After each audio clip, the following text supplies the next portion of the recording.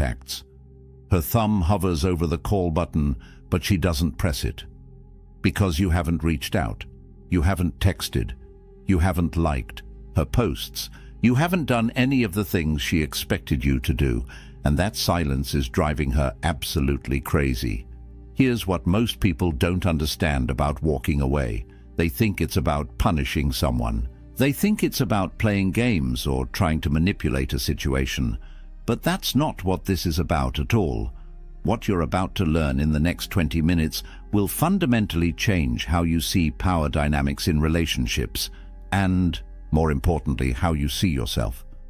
Because the moment someone loses you and you stay silent, something shifts. Not just in them, but in the entire universe around that situation. The ancient Stoics understood this. Marcus Aurelius wrote about the power of restraint. Seneca talked about the strength found in what we don't do. And today, you're going to see exactly why your silence is the most powerful response you could ever give to someone who didn't value you. Most people get this completely wrong. They chase, they explain, they try to make the other person understand what they lost, and in doing so, they give away every ounce of power they had. But not you. By the time we're done here, you'll understand why your absence speaks louder than any words you could ever say. Let's start with something that's going to sound counterintuitive. The weapon they never saw coming isn't your anger. It's not your sadness. It's not even your indifference. It's your complete and total absence from their life. And here's why that's so devastatingly effective. When Marcus Aurelius led the Roman Empire, he dealt with betrayal constantly. Senators who plotted against him, generals who questioned his authority, people he trusted who turned their backs on him. And you know what he did? He didn't rage. He didn't scheme. He withdrew his energy from them entirely. He wrote in his meditations, "The best revenge is to be unlike him who performed the injury." Not to become bitter, not to seek vengeance, but to remove yourself so completely that your absence becomes the statement. Think about what happens in that moment when you stop reaching out. Most people expect you to fight for them. They expect the angry texts at 2 in the morning. They expect you to show up at their door wanting answers. They expect you to post cryptic messages on social media clearly aimed at them. They've written the script in their head for how this is supposed to go. And then you do something they never anticipated. Nothing. That nothing is everything. Because here's what nobody tells you about walking away in silence. Every single day that you don't reach out, you're not just absent from their life, you're absent from their ability to control the narrative. They can't point to your desperate messages and feel justified in their decision. They can't screenshot your emotional outbursts and show their friends. They can't paint you as the crazy one who couldn't let go. You've taken away their ammunition by simply refusing to engage. But there's something even deeper happening here. Something psychological that most people miss entirely. When you remove your energy from someone's life, you create a void. And nature, as they say, abhors a vacuum. That void starts to get filled with something unexpected. Doubt. They start questioning everything. Not because you're making them question it, but because your silence forces them to sit alone with their decision. The Stoics called this the power of negative space. Epictetus taught his students that what we don't say is often more powerful than what we do say. Think about art for a second. A painting isn't just about what's on the canvas.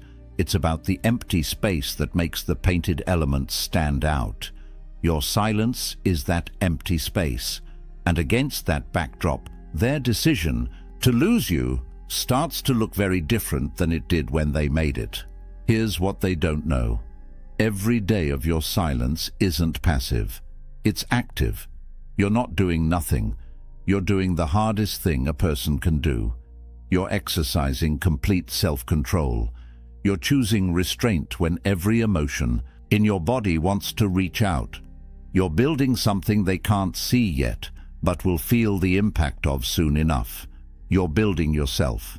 Now let me tell you what's happening in their head right now, and I mean right now as you're listening to this. Because if you've walked away and stayed silent, there's a battle taking place in their mind that you'll never see.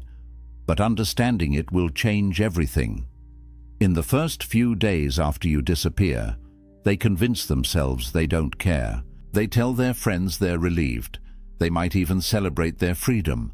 This is the easy part for them, because they're riding high on the decision they made. They're in control, or so they think. But then something starts to happen. Around day 7 to 10, the silence starts to feel different. They check their phone expecting to see your name. Nothing. They post something on social media, something they know you'd normally comment on. You don't. They go to places you used to go together, half expecting to run into you. You're not there. And slowly, confusion creeps in. They start asking themselves questions they didn't expect to ask. Where are you? What are you doing? Are you thinking about them? Have you already moved on? The questions multiply like cracks in a dam. And here's the thing about questions like these. They don't have satisfying answers, because you're not giving them any information to work with. By week 3, something shifts. Their ego, which was so confident in the beginning, starts to crack. They begin rewriting history in their mind.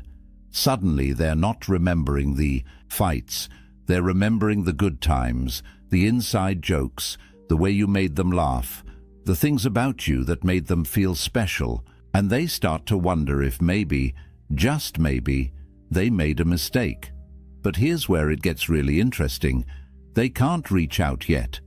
Their pride won't let them, so instead, they start doing something subtle. They start watching your life from a distance. They check your social media even though they told themselves they wouldn't. They ask mutual friends about you in ways they think are casual. They're trying to gather intelligence without admitting they care, because admitting they care means admitting they might have been wrong. Seneca wrote about this exact phenomenon 2,000 years ago. He said, "We suffer more in imagination than in reality." What he meant was that the stories we tell ourselves about what we've lost are often more painful than the actual loss itself. And right now, they're telling themselves a story where you're out there living your best life, meeting new people, forgetting they ever existed. And that story is torture. The battle in their head intensifies because they have no closure. You didn't give them the satisfaction of a final conversation. You didn't give them the chance to explain or justify or make themselves feel better about their choice. You just left. And that unfinished business lives in their mind like a song they can't get out of their head. Then comes the moment that changes everything. The moment when karma arrives. Not in some mystical, cosmic sense, but in the very real, very human sense of natural consequences catching up with them. It usually starts with a text message. Maybe it comes at 2 in the morning. Maybe it comes on a random Tuesday afternoon. But it comes, and it's carefully crafted. "Hey, just thinking about you. Hope you're doing well." Or maybe it's more direct. "Can we talk?" The words might be different, but the energy is the same. They're testing the waters. And here's what you need to understand about this moment. This text message isn't really about checking on you. It's not about them being a good person who cares. It's about them needing to know if they still have access to you. It's about them trying to re-establish the connection because your absence has become unbearable. They're not reaching out from a place of strength.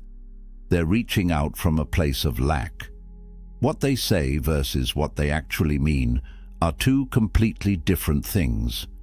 When they say, "I've been thinking about you," what they mean is, "I can't stop thinking about you and I hate that you seem fine without me." When they say, "Can we talk?" what they mean is, "I need to know if I still matter to you." When they say, "I miss our friendship," what they mean is, I miss the way you made me feel, and I can't find that anywhere else. This is the moment most men destroy all their progress. They see that text and everything in them wants to respond. Because finally they're getting the acknowledgement they wanted.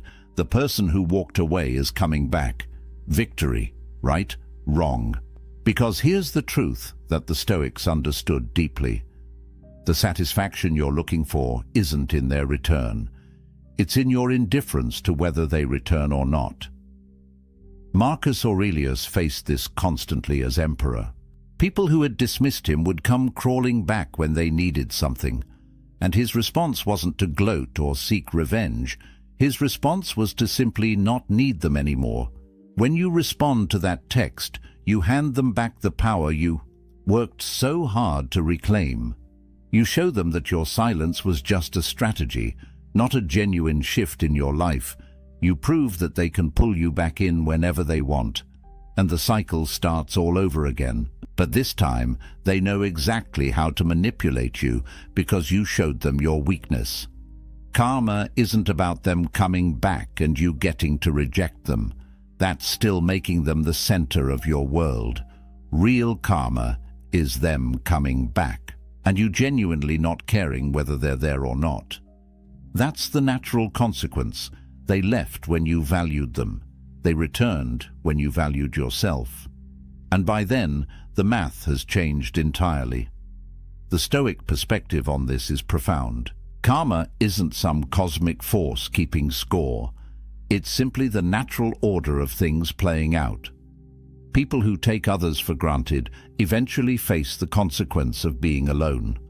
People who chase after those who don't value them eventually face the consequence of losing themselves. The universe doesn't need to punish anyone. Natural law handles it automatically. So when that text comes, and it will come, you'll be faced with a choice. Do you respond and go back to being the person they could take for granted? Or do you honor the work you've done by maintaining the boundary that your silence established?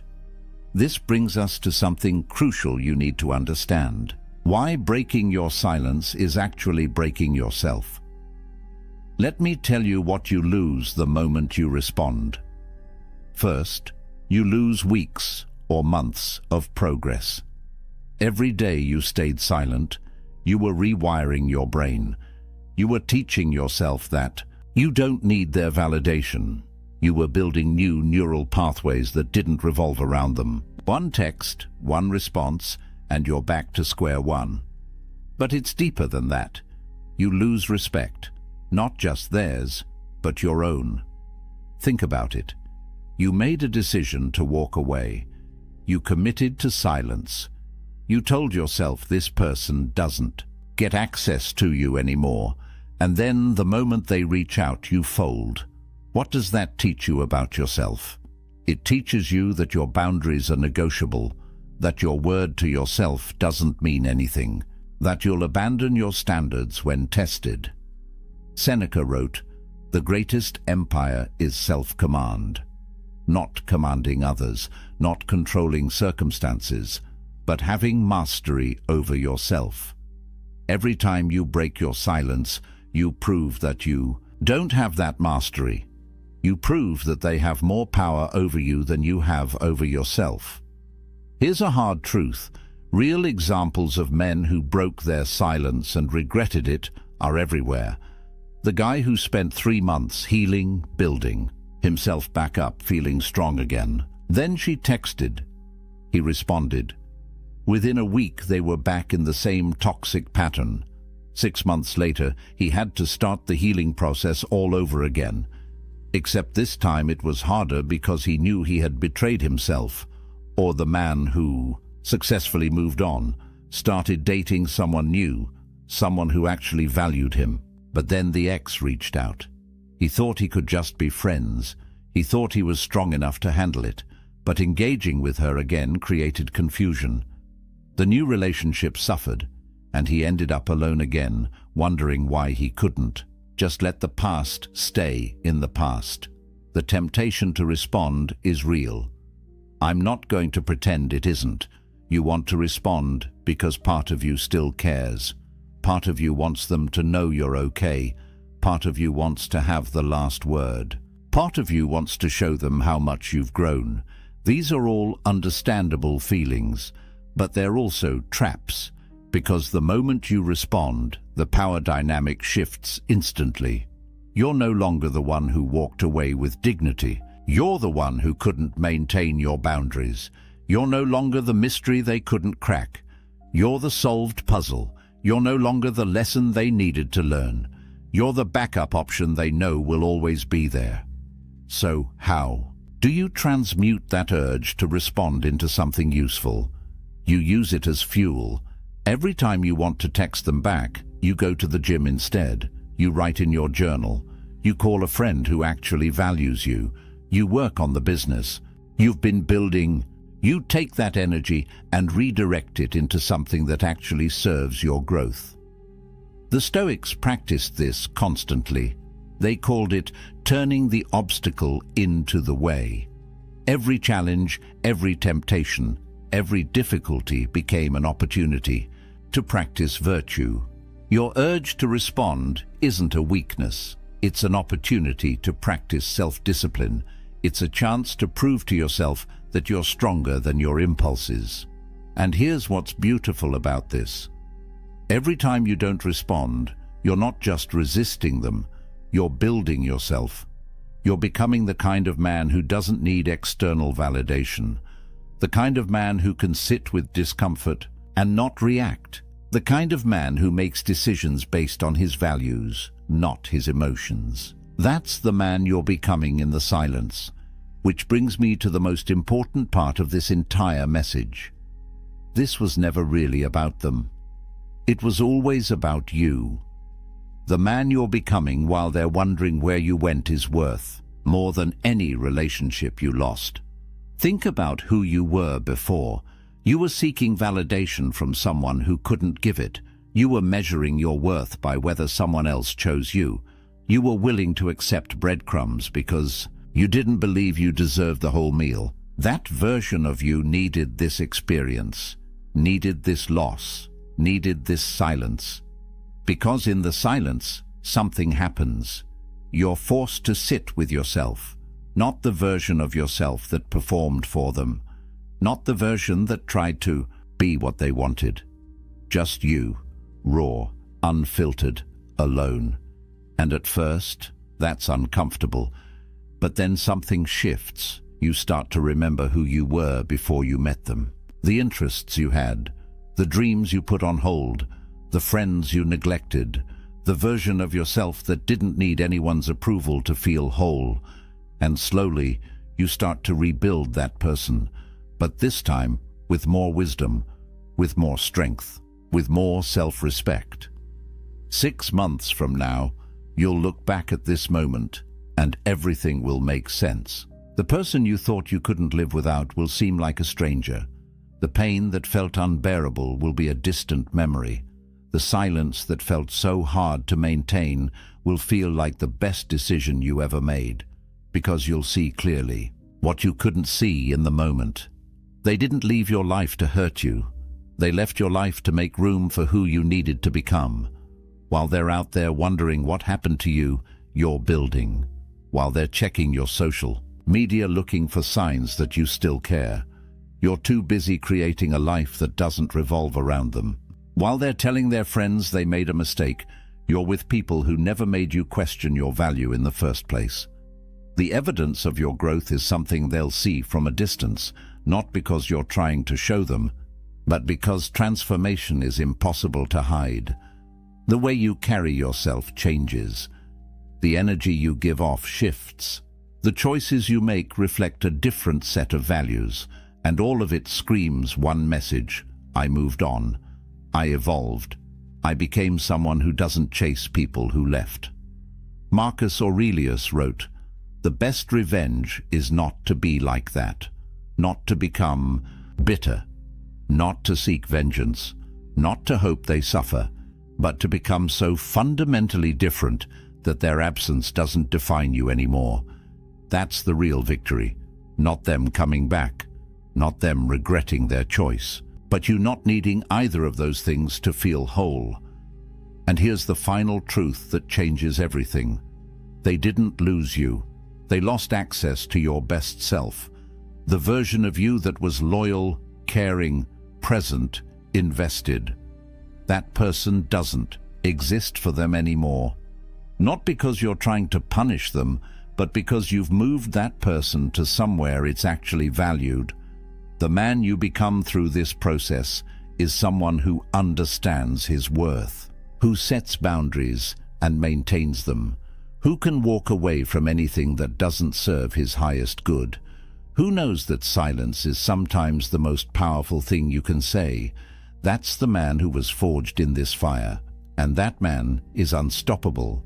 So let me ask you this, right now, in this moment, who are you going to choose to be? The person who caves at the first sign of attention from someone who didn't value you? Or the person who honors the journey you've been on by staying true to the path you're walking? The ancient Stoics believed that our character is built in moments of decision, not in the easy moments when everything is going our way, but in the hard moments when we're tempted to abandon our principles for temporary comfort. This is your moment. This is where you decide what kind of man you are. You're already ahead of 99% of people just by being here, by listening to this message, by considering these ideas. Most people never get to this level of self-awareness. They spend their entire lives reacting to circumstances instead of intentionally shaping who they become. But you're different. The fact that you've made it this far tells me everything I need to know about your potential. Here's what I want you to remember. Your silence isn't a punishment. It's a boundary. It's a statement that says, I value myself too much to accept less than I deserve. It's a commitment to your own growth that supersedes any temporary desire for connection.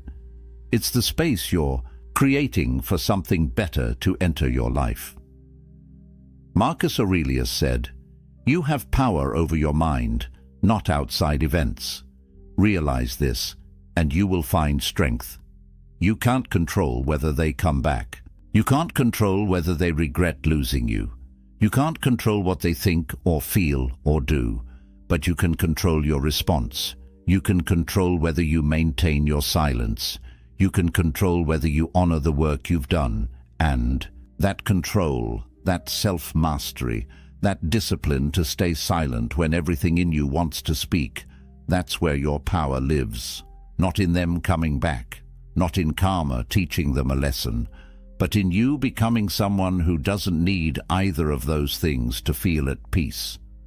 This applies to so much more than just romantic relationships. This applies to friendships that don't serve you, jobs that don't value you, family members who take advantage of you, any situation where someone has shown you through their actions that you don't matter to them. Your response is the same. Silence, boundaries, walking away, and becoming so focused on your own growth that their absence becomes irrelevant. If this message changed your perspective, hit that like button. If you want more content about building unshakable self-respect and living according to Stoic principles, subscribe to this channel and drop a comment below. What's one relationship or situation you're walking away from? What's the boundary you're setting that's going to change your life? I read every comment and I want to hear your story. Remember, they will regret losing you. But by the time they do, you'll have become someone who doesn't need their regret to feel whole. That's the ultimate victory. That's the power of silence. That's what it means to let karma speak. Stay strong, stay silent, and most importantly, stay committed to becoming the best version of yourself. Because that's what this was always about. Welcome back, my friends. Today we are diving into methods to make you unbreakable against women. The strongest men in history were not those who conquered armies, but those who conquered their own desires. Think about that for a moment. Imagine standing in a palace, marble pillars towering above you, gold ornaments glittering in torchlight. The emperor's lover walks past, known for her beauty, for her cunning, for her ability to bend men to her will. And yet she cannot break his composure. His gaze does not falter. His breathing does not change. He remains unmoved, as if her presence were nothing more than smoke drifting through the hall. What did these men know that we've forgotten? What secret strength made them immune to the very temptations that brought others to ruin?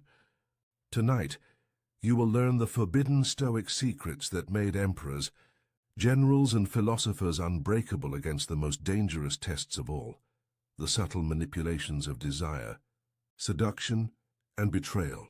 These are not stories of men who hid in ivory towers writing gentle poems.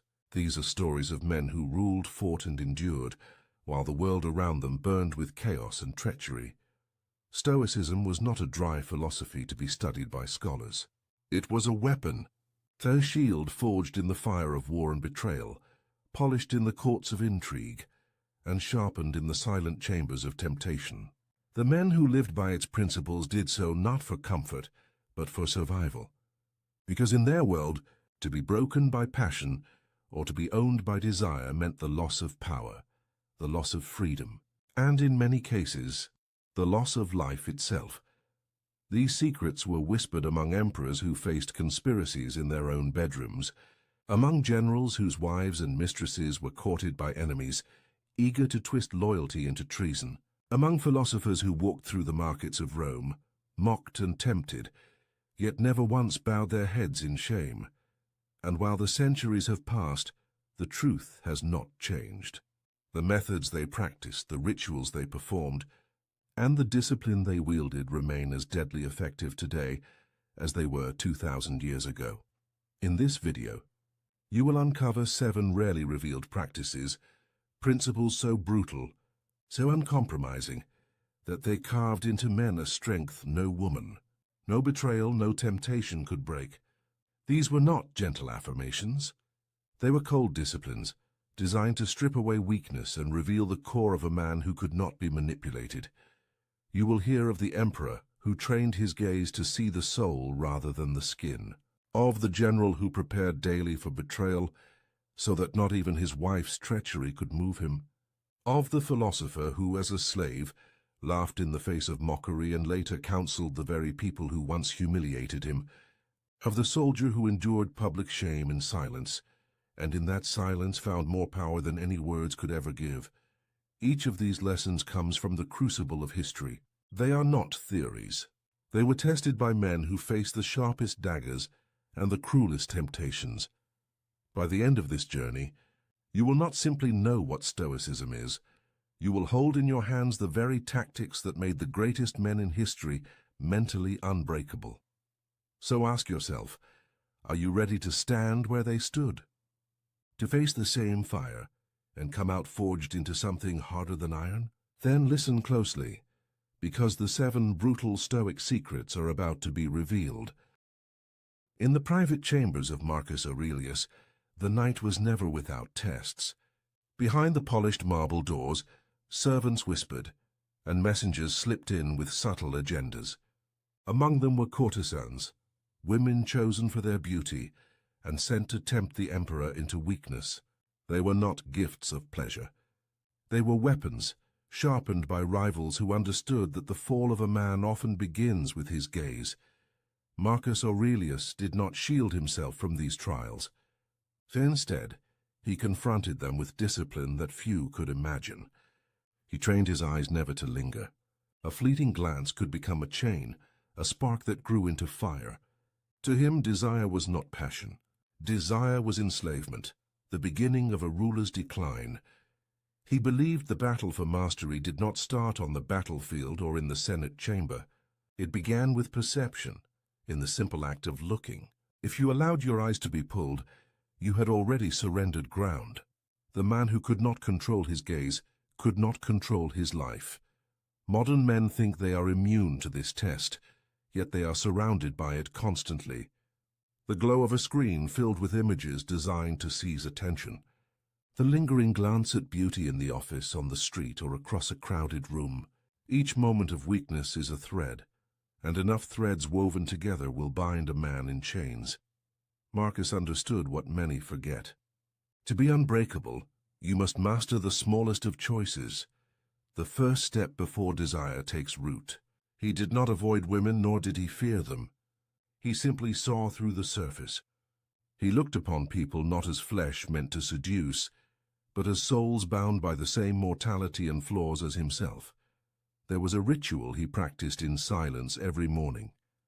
Before the sun rose, before Rome stirred awake, he would sit alone and remind himself, see the soul, not the skin. This vow was not a whisper of morality, but a declaration of power. For the man who sees beyond the surface can never be owned by it. The emperor's gaze was more than discipline. It was armor, an unbreakable shield against the most ancient form of manipulation, and that is the first secret. If you can master your eyes, you will master yourself. In the annals of Rome, there is a story of a decorated general, a man who had led legions across the frontiers and returned victorious. Yet the most dangerous battle he ever faced was not against barbarians or rival armies. It was within his own household. Whispers reached him that his wife, a woman of noble birth, had been conspiring with his political rivals. Not only her affection, but her loyalty had shifted into betrayal. For most men, such news would unleash fury. Rage, humiliation, and the thirst for revenge would consume them. Many leaders before him had executed wives, lovers, even friends for less. But this general did something different.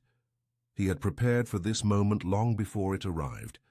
Each morning, before donning his armor, he practiced what the Stoics called premeditation malorum, the premeditation of evils.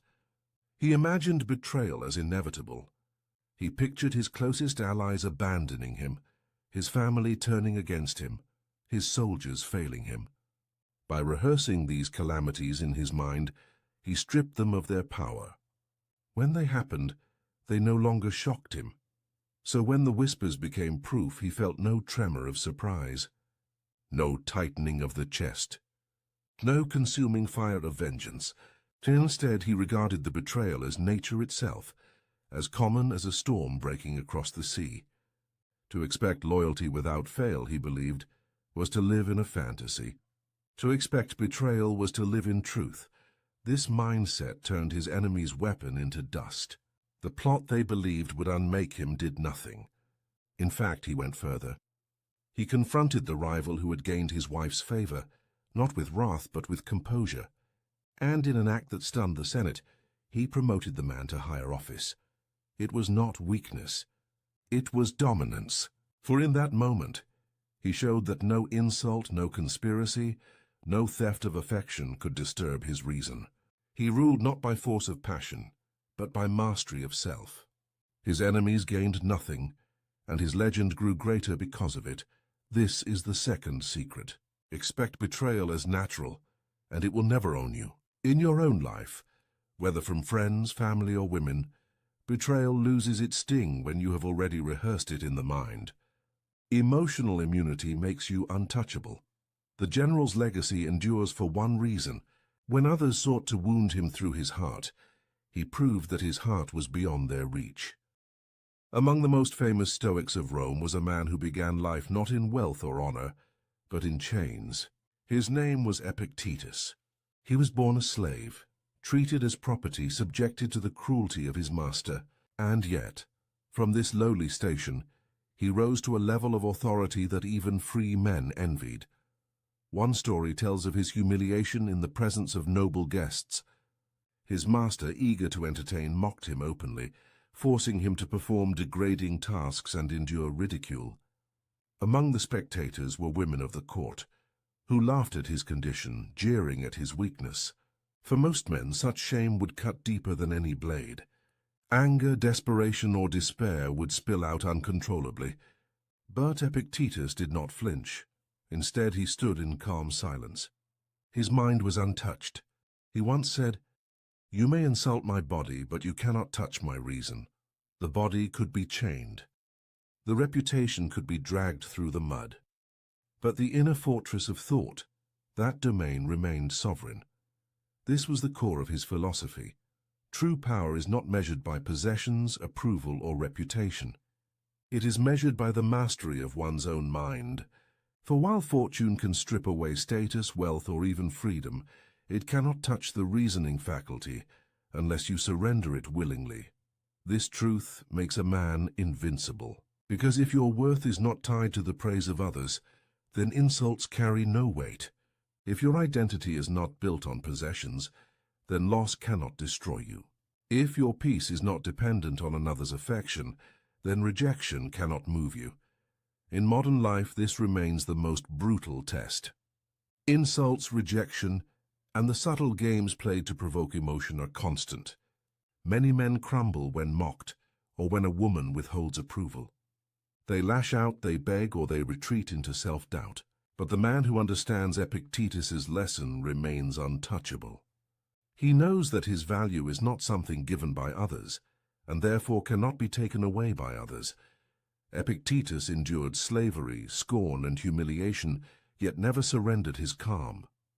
And when he was finally freed, something remarkable happened. The same society that once laughed at him now sought his wisdom. Women of Rome, who had once ridiculed the slave, later came quietly to his lectures, seeking counsel on how to endure their own trials.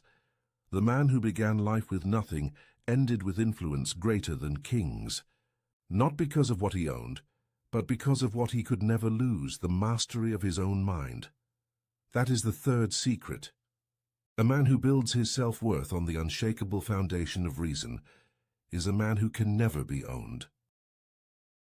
In the heart of Rome, influence often came not only through the Senate floor or the battlefield, but through the chambers of desire. One senator, admired for his clarity of judgment, faced a temptation that few men could resist.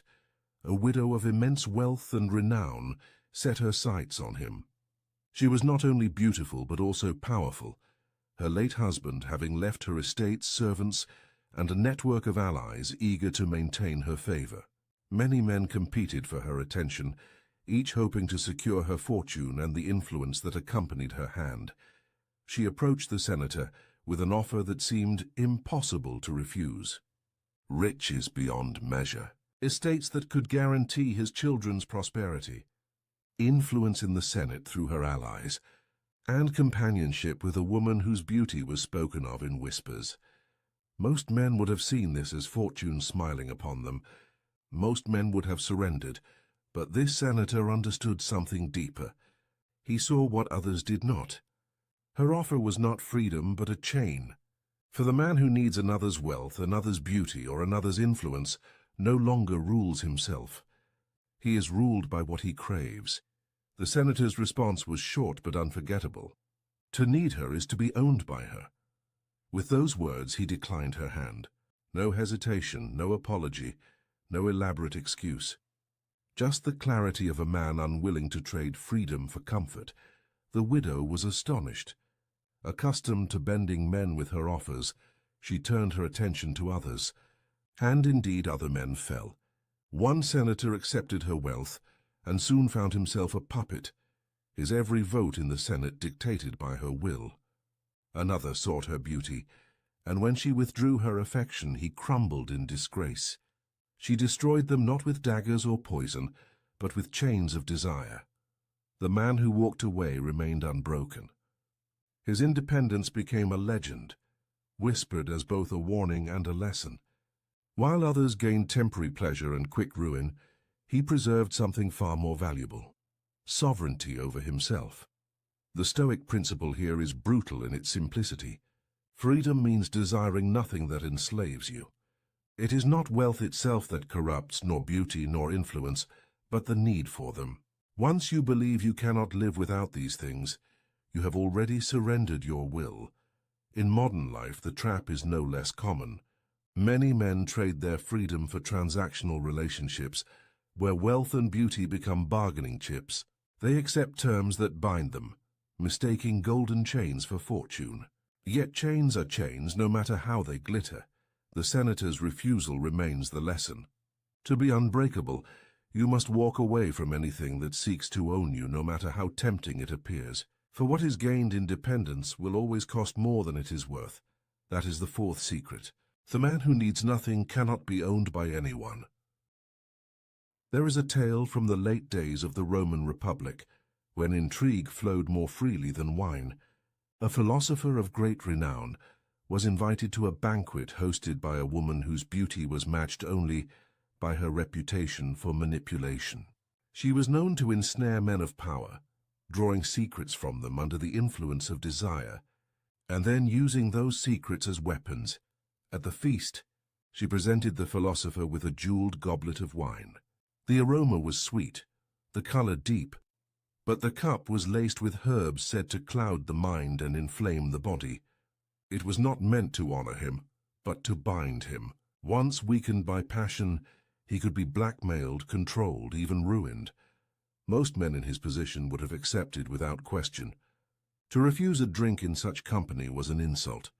To deny her was to risk offense, and perhaps even political retaliation. Yet the philosopher knew the truth. Pleasure that costs freedom is poison. He held the cup in his hand, studied it, and smiled politely. Instead of drinking, he set it aside.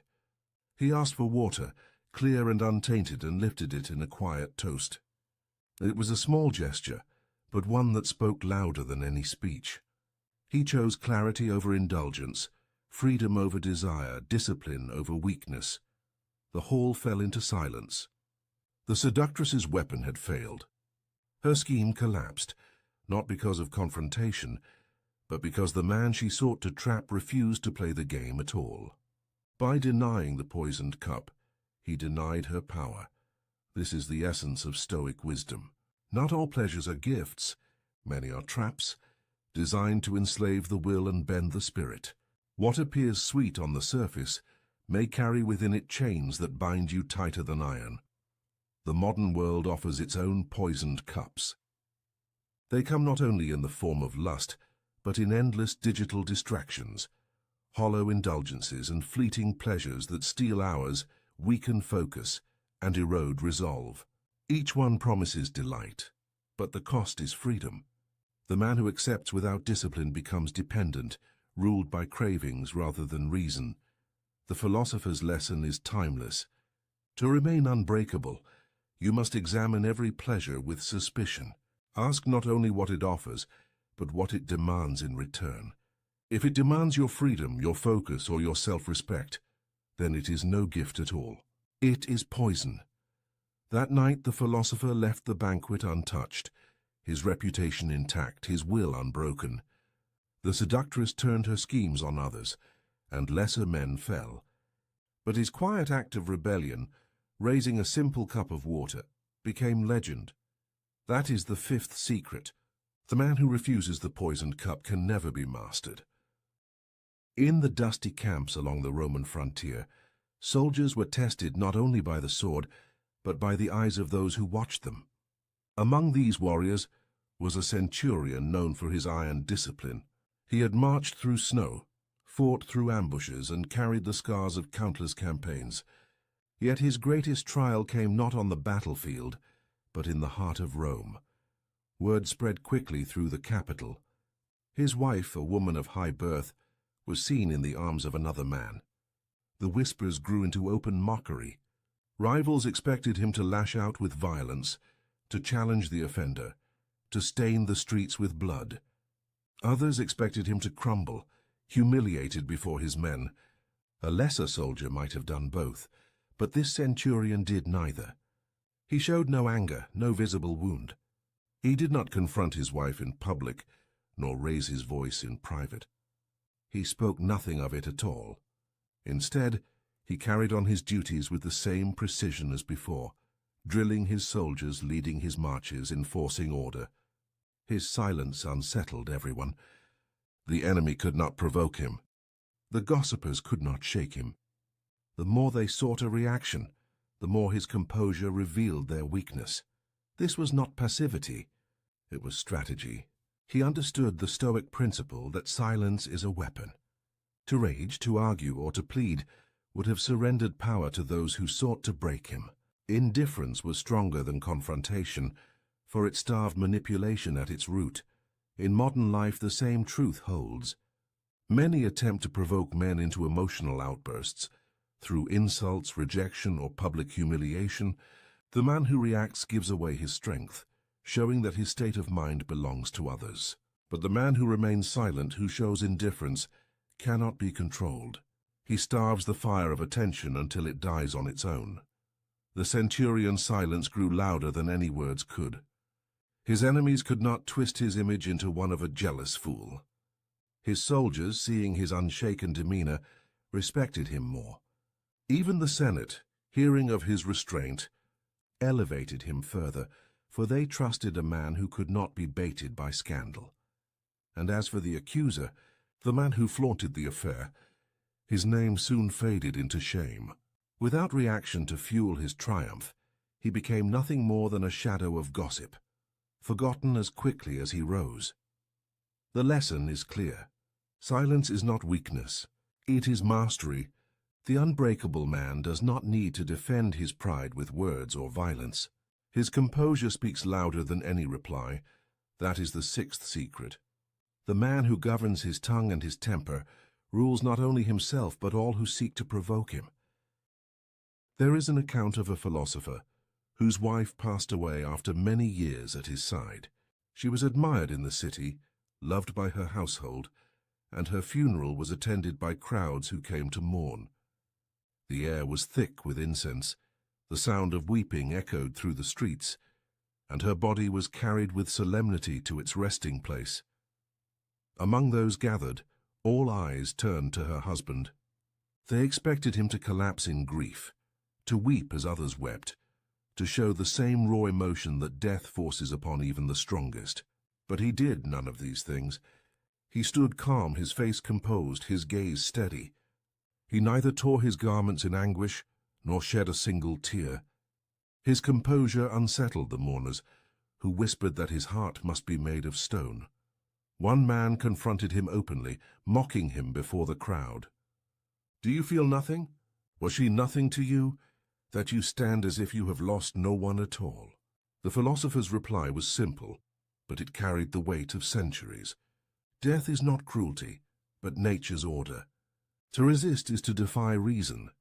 He explained that grief is not owed to death, for death is no injustice. It is the destiny of all men and women, the cycle of nature itself. To rage against it is as futile as raging against the setting sun.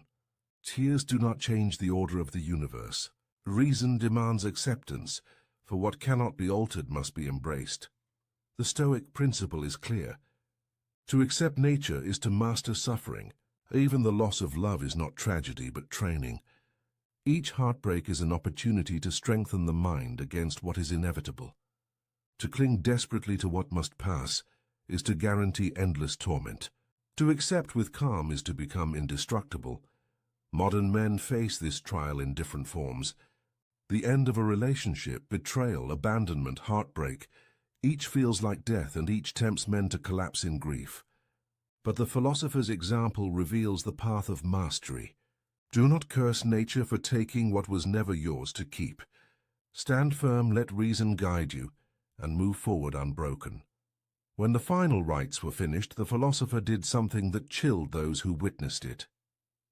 As the mourners sobbed and the air was filled with lamentation, he turned from the graveside and walked away with head unbowed, steps steady and spirit unshaken.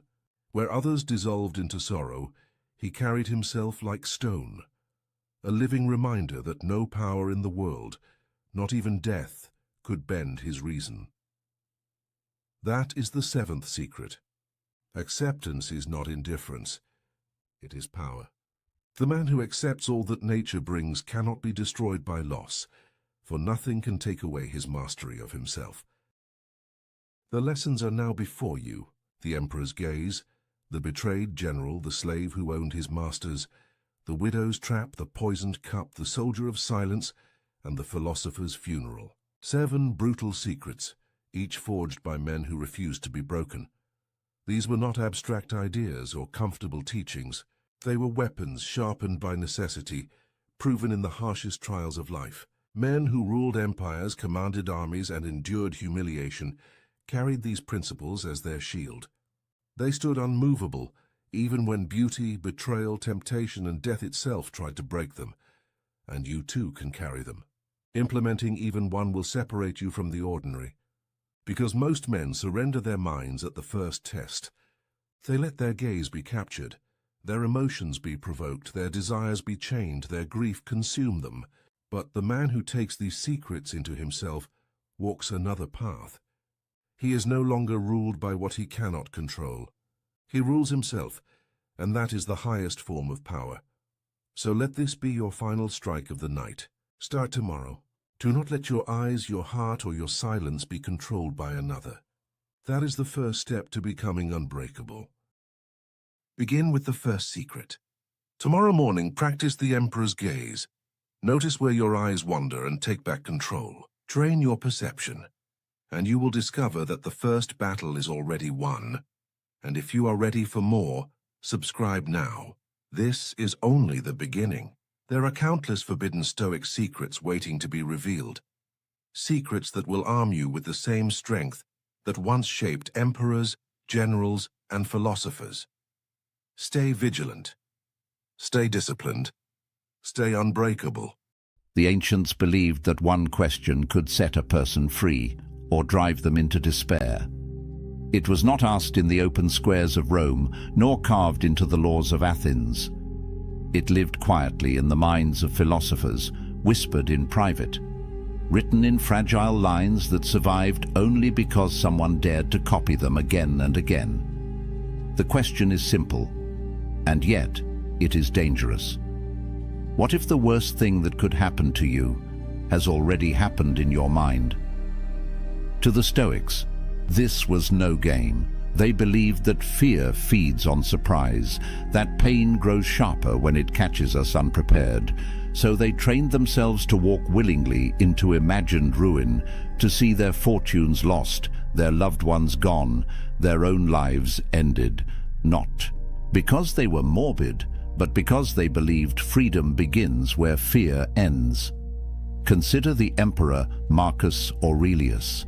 He ruled the greatest empire of his age, commanded vast armies, and held the power of life and death. Yet at night, by candlelight, he wrote words not of conquest, but of surrender. You may leave this life at any moment. Let that determine what you do, say, and think. Why would the most powerful man alive remind himself of his own fragility? Because he knew that power means nothing if the soul is ruled by terror. Think also of Epictetus, born into slavery, his body broken, his freedom denied. He had nothing, and yet he claimed to be freer than his masters. His secret was not wealth or status, but the practice of imagining loss until it no longer frightened him. He learned that when you accept the worst in thought, you cannot be enslaved by it in reality. This thought experiment, called premeditatio malorum, the premeditation of evils, was their weapon. It stripped misfortune of its surprise. It turned tragedy into training, but it was also dangerous. Used wrongly, it could lead to cold detachment or reckless despair. Used rightly, it gave men the courage to face storms that would break others. Tonight, we enter that world. We walk alongside emperors and exiles, soldiers and slaves. We step into the experiment that promised unshakable calm, if one dared to face it. Stay with this journey, for once you see as they saw, you may never look at your own life the same way again. As the candle burns low and the night begins to fade, we return to the question that haunted the Stoics. What if every disaster that could befall you has already happened in your mind? What if you rehearsed the losses, walked through the ruins, tasted the bitterness, and in doing so discovered that you could still stand? The experiment is not meant to darken your life. It is meant to free it, to look at death so that you may live, to imagine loss so that you may love, to accept fate so that you may act with courage while you still have time. Think of Marcus Aurelius, the emperor who ruled with armies at his command, and yet reminded himself each morning of mortality and betrayal. His greatness was not in conquest, but in calm, in refusing to be ruled by fear. Think of Epictetus, the slave who owned nothing, yet declared that nothing could enslave his mind. His power was not in possessions, but in freedom of spirit. Think of Seneca, rich and influential, yet sleeping on the floor to prove to himself that fortune could never own him. His wisdom was not in comfort, but in clarity. These men lived in an age of plagues, wars, and political chaos. We live in an age of noise, speed, and uncertainty. Their struggles were different in detail, but not in kind. Like them, we will lose. Like them, we will die. The only question is whether we will face these truths with trembling or with steadiness. The Stoic experiment offers a choice. You can avert your eyes from fear, pretending it is not there, and live in quiet dread. Or you can walk into it willingly, meet it in imagination, and rob it of its power. When you do, you discover the strange paradox the Stoics cherished. By imagining death, you begin to live. By picturing loss, you awaken gratitude. By embracing fate, you find freedom. Pause for a moment. Picture the one thing you fear losing most. The job, the fortune, the health, the person. Picture it gone. Feel the hollow space it would leave. Now open your eyes to the truth. It is still here. For now, that is the miracle. That is the gift. And because it is fragile, it deserves your full attention. This is why the thought experiment matters. Not to numb you, but to awaken you. Not to make you indifferent, but to make you urgent. When you remember that life can be stripped away in a breath, every breath becomes precious.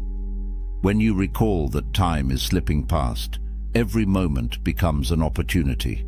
And when you realize that nothing external is truly yours, you begin to live with the strength that comes from owning yourself.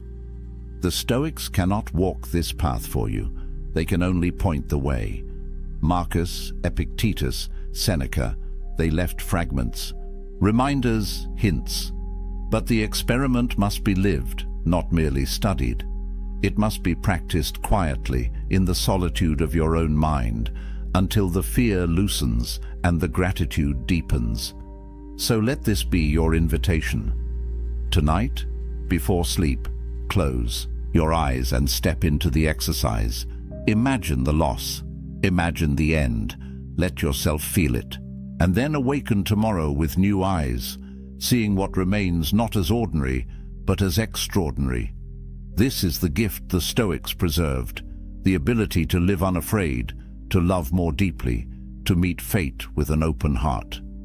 And so I leave you with one question, the same question that echoes across centuries, whispered in marble halls and desert cells, whispered now into your ear.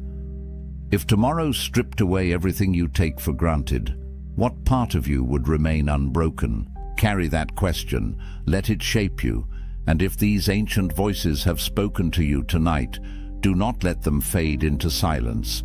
Join this journey further. There are more lessons, more experiments, more truths buried in time that can sharpen the way you live now. Subscribe, stay with this channel, and together we will walk deeper into the wisdom of those who faced storms and discovered peace. For their stories are not finished until we live them, and your life is not finished until you dare to begin living it fully. In the language of the ancients, it was called premeditatio malorum, the premeditation of evils. The phrase sounds grim, even unsettling, yet to the Stoics, it was a practice of liberation, not despair. At its heart, the exercise was deceptively simple. Imagine the misfortunes that might strike you tomorrow and face them before they arrive.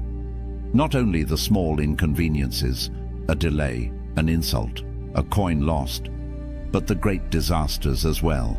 The death of a friend, the loss of your wealth, the collapse of your health, the end of your own life. Why would anyone do this? Why deliberately walk through horrors in the safety of your own mind? To the modern ear, it seems backwards. We are told to visualize success, to think positively, to build castles in our imagination. But the Stoics believed the opposite strategy brought greater strength. They argued that if you can stand calmly in the ruins of your own imagined life, then reality can never truly defeat you. Seneca, the Roman statesman and philosopher, put it plainly: he robs present ills of their power who has perceived their coming beforehand. When we rehearse misfortune, its arrival no longer shocks us. Pain may still visit, but its sharpest weapon, surprise, has been blunted. To understand this better, picture an archer at practice. He does not wait for the chaos of battle to test his skill. He fires arrow after arrow in quiet fields, so that when the storm of war comes, his movements are steady, automatic, unshaken. The Stoics believed the mind required the same discipline. Each night, they would draw back the bow of imagination and fire at the darkest targets they could conceive, so that when those shadows appeared in real life, they could still aim true. Marcus Aurelius, alone in his tent, did not write merely to comfort himself. His private notes, the Meditations, are filled with reminders that the world can break us at any time. Yet his tone is not fearful. Instead, it is steady, almost tender. When you kiss your child goodnight, he warns himself, whisper that he may not be here tomorrow. Harsh words to our ears, but to Marcus, this was not cruelty. It was clarity. Only by facing the fragile nature of life could he love more deeply in the present moment. Epictetus, born into slavery, offered the same lesson in different clothing. When you embrace your wife or child, he said, say to yourself, one day they will die. Not to make the heart cold, but to warm it. For when you remember that nothing is guaranteed, every ordinary moment becomes extraordinary. A simple meal, a shared laugh, even the act of waking to another sunrise becomes precious beyond measure. The thought experiment, then, had two purposes. First, it armed the soul against fear. By imagining loss, you stripped it of its terror. Second, it sharpened gratitude. By rehearsing absence, you learned to love presence more fiercely. This was not daydreaming, it was training. The Stoics approached it as soldiers approach drills, as athletes approach discipline. Night after night, they entered the arena of the Eua, mined and faced the worst fates they could imagine. Some whispered these visions aloud, others scratched them into wax tablets or murmured them in prayer. It was not about predicting the future, but about preparing for it. Yet even here the Stoics were cautious. They warned against letting this practice harden into despair. If you fixate only on loss, you can become bitter, withdrawn, fatalistic. The true Stoic path walked a thin line: to imagine ruin without becoming ruined by the imagination itself. The exercise was meant to polish the soul, not poison it. Think of it like walking into a cold river. At first, the shock makes you gasp. But after a moment, you adjust, you breathe, you find your strength within the chill. The water has not grown warmer, you have grown steadier. So too with premeditatio malorum. Life would not grow kinder, but you would grow stronger. This is the experiment, to step willingly into suffering before it comes, to live through loss in the theater of the mind, so that when the curtain rises on reality, you are ready. To many, it sounded bleak. To the Stoics, it was the most hopeful act of all. For when you have rehearsed the worst, you discover a strange secret. Nothing can truly take your freedom, for you have already faced the cost.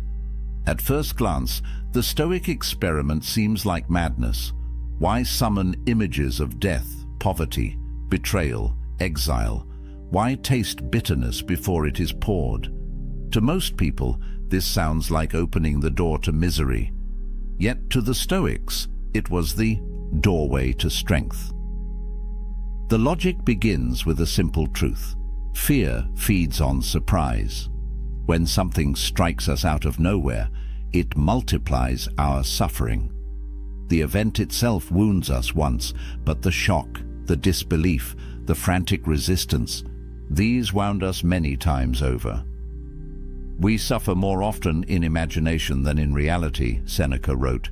It was his warning, but also his solution. If imagination can magnify our pain, then imagination can also train us to endure it. Consider the man who never thinks of loss. He convinces himself the roof will never leak, the market will never fall, the friends he loves will always remain. When life proves otherwise, he collapses under the weight of broken illusions. Compare him with the man who each night rehearses these possibilities. He wakes each day already at peace with their chance of arrival. To him, a cracked roof or lost coin is no ambush. It is familiar terrain. The Stoics believed this was the essence of philosophy, not endless speculation, but preparation for the blows of fate. Epictetus, whose leg was shattered by his master, said plainly, "When you are going to undertake anything, remind yourself what kind of thing it is." He meant, if you go to bathe, expect to be splashed, jostled, insulted. If you go to war, expect blood and loss. If you live, expect death. Nothing that arrives will then feel foreign to you. This practice also served a deeper function. By imagining misfortune, the Stoic learned to separate what was truly his from what was only lent. Wealth, health, reputation, even the love of others, all of these could vanish. What remained? Only the ruling center of the soul, judgment, intention, choice. In rehearsing the loss of externals, the Stoic discovered the core that no power could strip away. Modern people might call this pessimism, but to the Stoics, it was the opposite. It was optimism at the deepest level, the faith that even when stripped of everything, a person could still stand upright. To them, practicing disaster was like inoculating the mind, a small taste of poison to prevent the full sickness of despair. Imagine two sailors caught in a sudden storm. One has only sailed on calm waters, imagining endless sunshine. The other has trained in foul weather, has studied the stars in darkness, has prepared for broken masts and torn sails.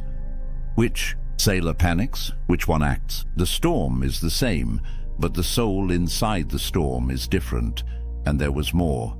Premeditatio malorum was not only a shield against fear, but also a lens-sharpening gratitude. For when you spend a moment imagining your child gone, your fortune stolen, your health declined, and then open your eyes to see them still present, you taste joy more vividly than before. Seneca urged his readers, "He who has anticipated the coming of troubles takes away their power when they arrive, and he who has learned to look upon what he has as if it might be lost, has learned to enjoy it truly." This dual power, resilience and gratitude, made the practice irresistible to the Stoics. By rehearsing loss, they not only grew unafraid of tomorrow, but more alive to today.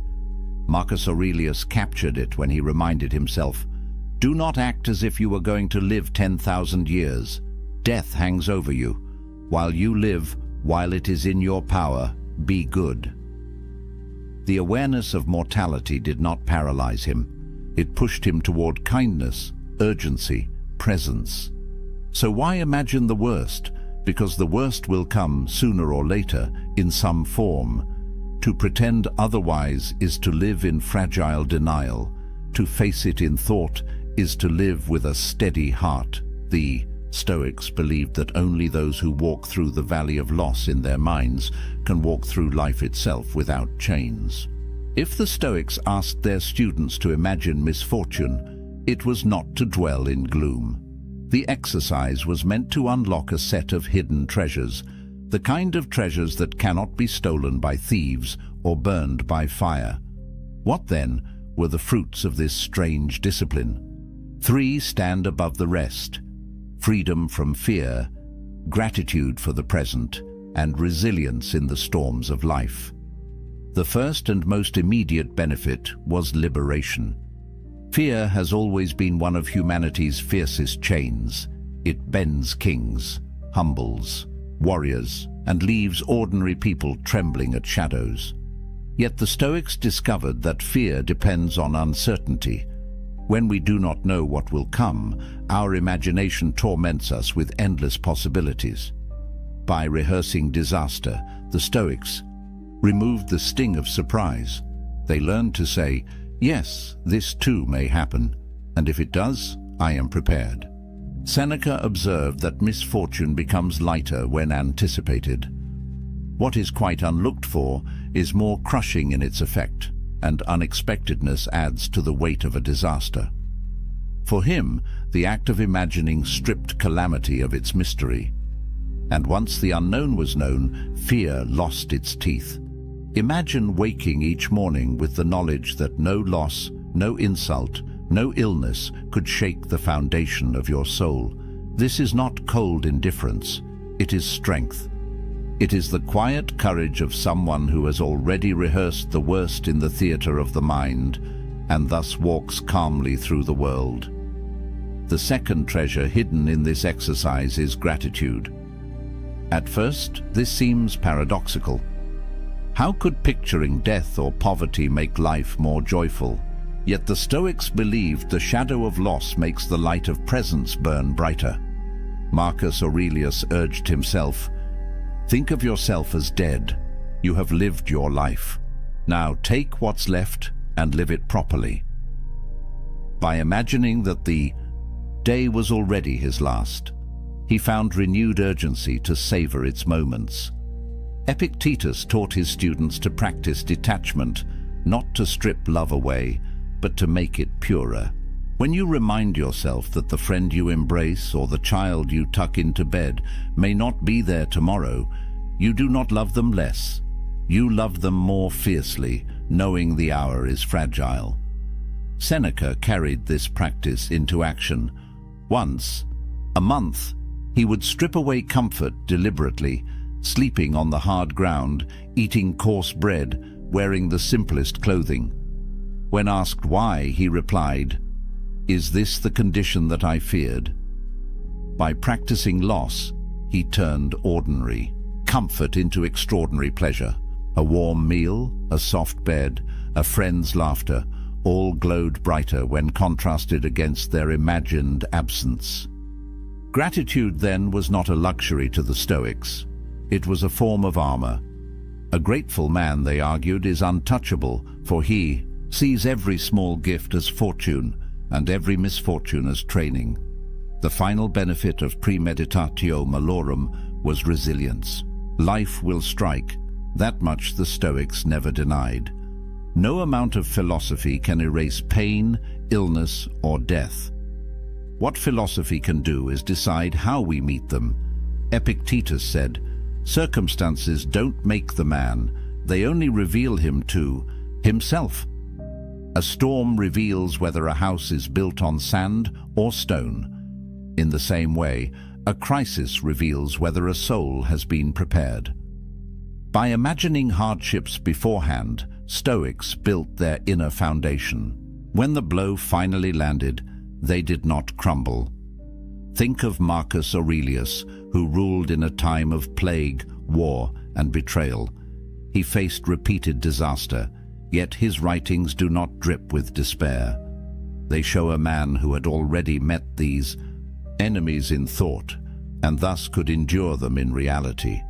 His empire might crack, his health might fade, his friends might betray him, but his mind, trained by philosophy, remained firm. This resilience was not arrogance.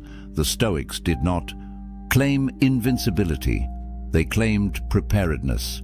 They taught that a blow is lighter when the soul has braced itself.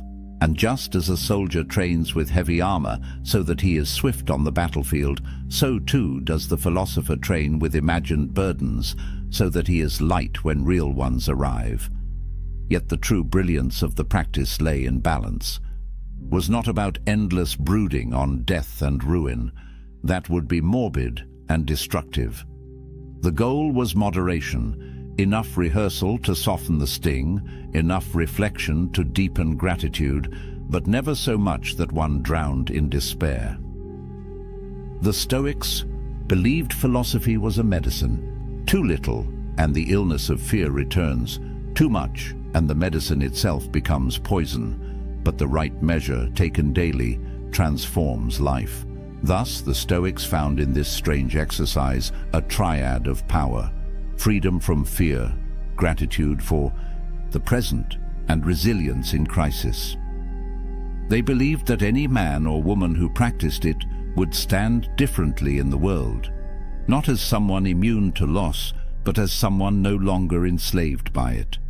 This was the reward of imagining the worst: not darkness, but light; not despair, but a soul sharpened into strength. Every powerful practice carries its shadow. The Stoics knew this well. A thought experiment capable of freeing the soul could also twist into something harmful if misunderstood. The same exercise that sharpened resilience could harden into coldness or slide into despair. This is why the Stoics insisted that premeditatio malorum, the rehearsal of misfortune, must be approached with wisdom and balance. The first danger is mistaking preparation for pessimism. Some people, hearing the Stoics speak of imagining death, ruin, or betrayal, believed the philosophers were advocating endless worry. To live in constant dread of loss is not Stoic strength, but weakness in disguise. Seneca warned against this confusion. He urged his students not to shackle themselves with anxiety masquerading as foresight. He who suffers before it is necessary suffers more than is necessary. If you imagine disasters without purpose, you bleed twice, once in fear and once in reality. Stoic practice is not about drowning in scenarios, but about tasting them briefly to build immunity. The second danger lies at the other extreme: nihilism. A careless student might hear the Stoics say, "All things are fleeting, wealth and health and life itself," and conclude, "Then nothing matters." This is the dark abyss the Stoics fought to avoid. Marcus Aurelius himself confronted this temptation. Surrounded by plague, betrayal, and endless war, he reminded himself daily that all things pass. Yet he added a crucial command: while you live, while it is in your power, be good. The awareness of mortality was not meant to drain meaning, but to intensify it. The thought of death should not make us reckless or indifferent, but rather kinder, wiser, and more deliberate. Another danger is the loss of warmth. Practicing detachment, some grew rigid, mistaking numbness for strength. Epictetus warned his followers not to become statues. "Remember that you are a man," he said, "and that what befalls a man is natural." To feel sorrow at loss or grief at death is not a failure of philosophy. It is the mark of being human. The Stoic exercise was never intended to erase emotion, but to keep emotion from becoming tyranny. Imagine a father who, rehearsing his child's death, convinces himself never to feel attachment. He tells himself, "This is Stoic wisdom." But when the child laughs or reaches for his hand, the father feels nothing. This is not strength, it is a distortion. True Stoicism teaches us to love more fiercely because we know the bond is fragile, not to withhold love in the hope of avoiding pain. Finally, there is the danger of false courage. A soldier might say, "Since death is nothing, I will rush headlong into danger," careless of consequence. But this too betrays the philosophy. Stoic training was meant to produce calm judgment, not reckless abandon. To imagine death is to prepare for it, not to seek it without reason. Courage, in the Stoic sense, is rational endurance of hardship, not blind pursuit of destruction. So, How did the Stoics guard against misuse? They set boundaries, practice premeditatio malorum, but do so with intent. Imagine loss not to wallow in it, but to measure your strength against it. Picture death not to despise life, but to embrace it. Think of misfortune not to withdraw from the world, but to act wisely within it. Seneca gave his students a rhythm, a few days each month spent in poverty, eating coarse food, wearing rough clothes. Not every day, lest life become joyless, but enough to remind the soul of its power. Marcus wrote nightly of death and impermanence, but by day he ruled with justice, fought wars with patience, and tried to act for the common good. Epictetus trained his mind against loss, but also urged compassion, laughter, and friendship. In other words, Stoic foresight was never meant to extinguish humanity. It was meant to free it. Misfortune rehearsed in thought should make us more grateful, not less. It should make us calmer, not colder. The Stoics knew the temptation to misuse their philosophy would always remain. It is easier to become numb than to remain balanced, easier to collapse into dread than to face hardship calmly. But the true Stoic way demands vigilance. The practice is a knife. In skilled hands, it carves strength. In careless hands, it wounds the one who wields it, and so they left us this warning. Do not let the experiment become your prison. Let it be your training ground. Walk through imagined ruin, not to despair of life, but to return to it with greater clarity, gratitude, and resolve. The Stoic exercise of rehearsing misfortune did not appear in isolation. It was part of a much older current of thought, flowing through many cultures, carried in different words but shaped by the same recognition. Life is fragile, uncertain, and brief, and only by facing this truth can we learn to live with strength. Long before the Stoics, the Greek philosopher Heraclitus declared, "All things flow." To him, the universe was not fixed but ever-changing, like a river in constant motion. He reminded his listeners, "You cannot step into the same river twice. The waters have moved on, and so have you." This vision of ceaseless change influenced the Stoics deeply. If all things are in flux, then clinging to stability is an illusion. Loss is not a possibility, it is a certainty. To imagine loss, then, is simply to imagine reality unfolding as it must. In this way, premeditatio malorum was not pessimism, but alignment with the nature of the cosmos. By practicing misfortune, one harmonizes with the river instead of fighting against its current. Across the world in India, Buddhist monks were practicing something strikingly similar. They meditated on impermanence and death, often contemplating their own bodies as subject to decay. Far from being morbid, this awareness produced compassion and detachment. One well-known Buddhist reflection instructs, "Of all the footprints, that of the elephant is supreme. Of all contemplations, that on death is supreme." By facing mortality daily, monks stripped away illusion and attachment, finding peace in the fleeting nature of life. The Stoic reminder to whisper to yourself, "You may die tomorrow," is a cousin to the Buddhist practice of maranasati, mindfulness of death. Both traditions sought not despair, but clarity. When death is no longer hidden, life becomes luminous. Even in early Christianity, echoes of this practice resound. The phrase memento mori, remember that you will die, became a spiritual discipline. Monks carried skulls into their cells, not to frighten themselves, but to recall the brevity of earthly existence. The goal was not coldness, but urgency, a reminder that every act mattered, every choice carried eternal weight. Like the Stoics, these Christians saw death not as an end to dread, but as a teacher to revere. Marcus Aurelius would have recognized their spirit, even if their theology diverged. For both, mortality was a compass, orienting the soul toward what truly matters. What made Stoicism unique was its ability to weave these threads, flux, impermanence, mortality, into a practical daily exercise.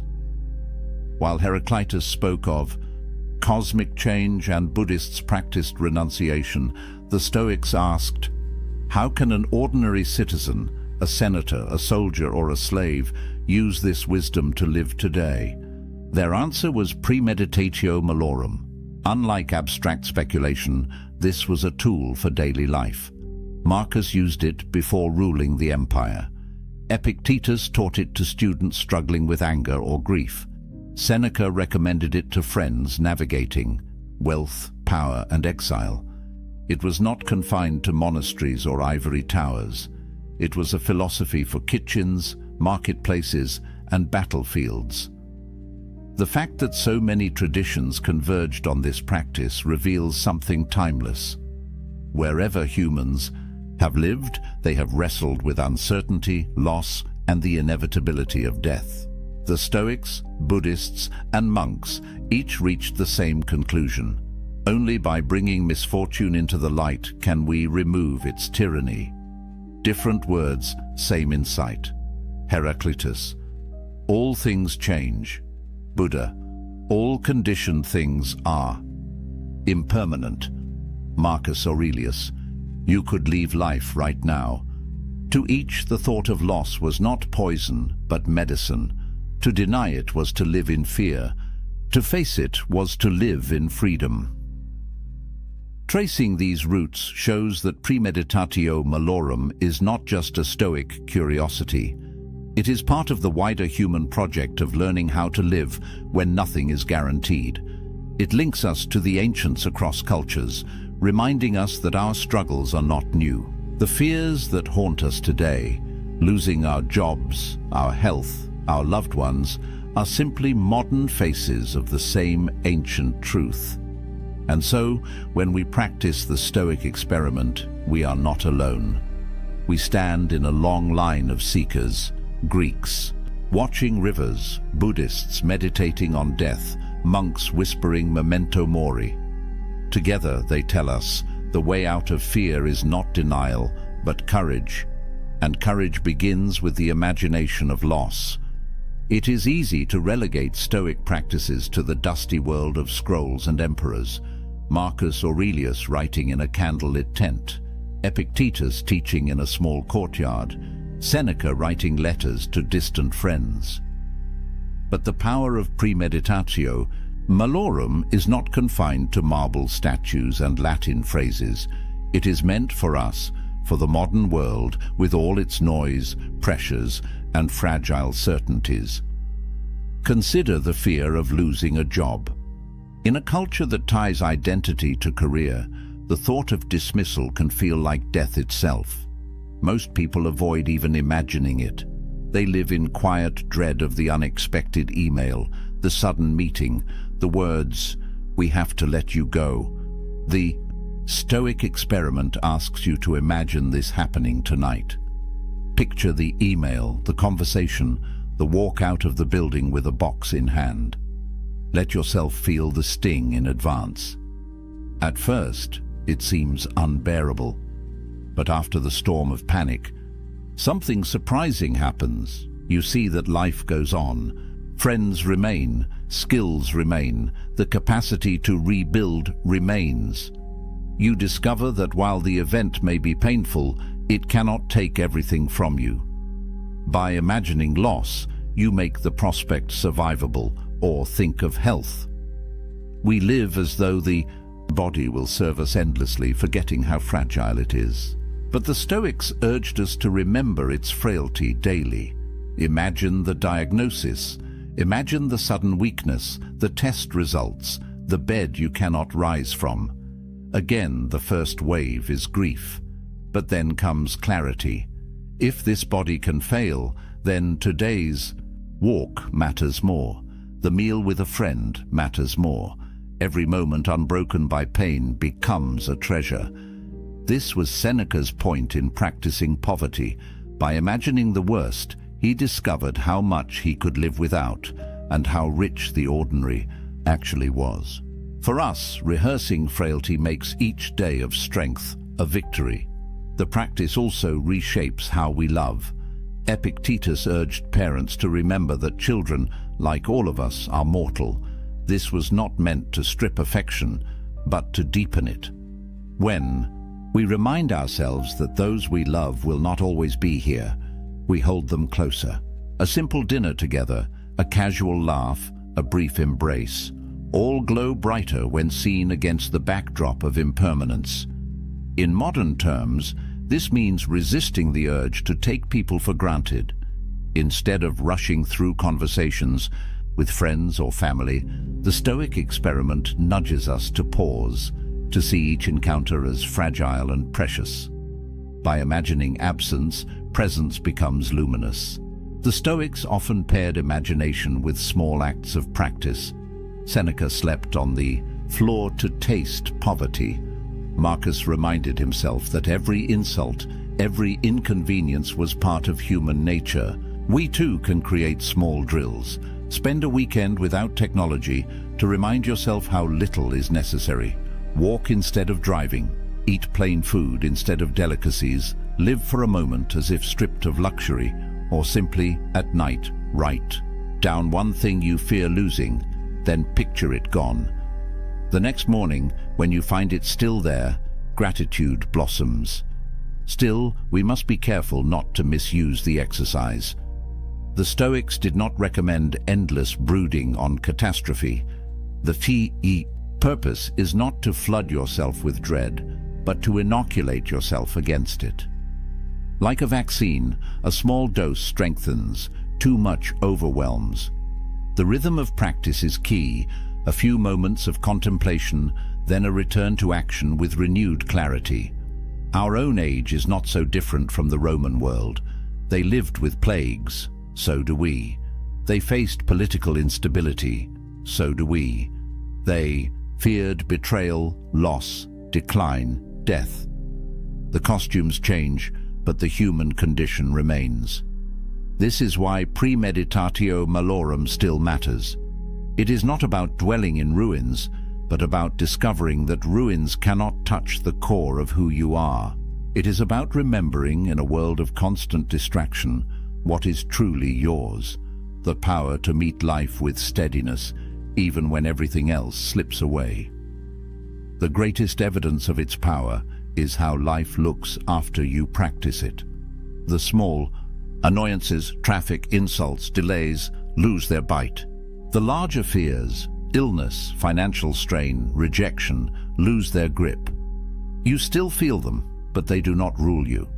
You carry within you a kind of invisible armor, forged not by denial, but by rehearsal. And in that space where fear once lived, something else enters. Joy. Not shallow joy, dependent on luck or comfort, but deep joy born of clarity. The joy of realizing that today, in this fragile moment, you are alive, you are breathing, and nothing else is guaranteed. The Stoics did not stop at merely imagining misfortune. To them, endurance alone was not enough. A soldier can grit his teeth through pain. A prisoner can resign himself to chains. But philosophy sought something higher, not only to accept what fate delivered, but to love it. This deeper transformation was called amor fati, the love of fate. To love fate means more than bearing it without complaint. It means seeing even the hardest blows as threads in a larger tapestry. What others call tragedy, the Stoic calls instruction. What others call accident, the Stoic calls design. Life ceases to be a sequence of random disruptions and becomes a coherent whole, stitched together by necessity. Marcus Aurelius wrote often of this. In his private meditations he urged himself, accept the things to which fate binds you, and love the people with whom fate brings you together, but do so with all your heart. These words are not the tone of resignation.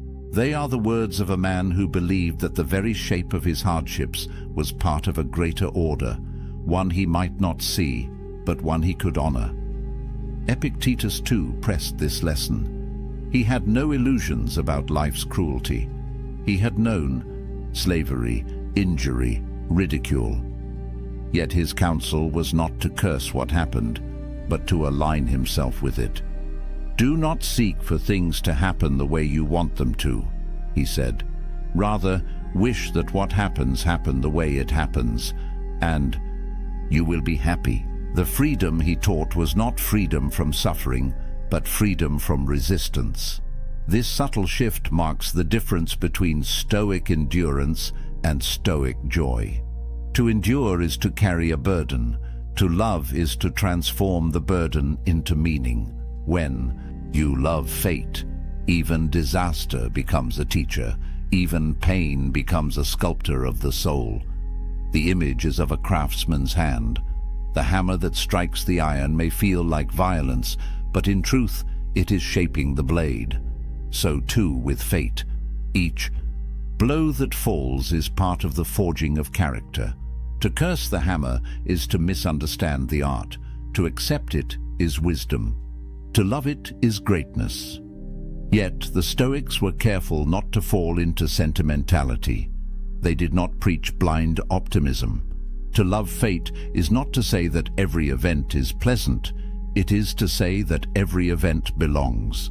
A plague that kills thousands is not good in itself, but it belongs to the order of nature, and from its presence, new strength, new compassion, or new clarity may emerge.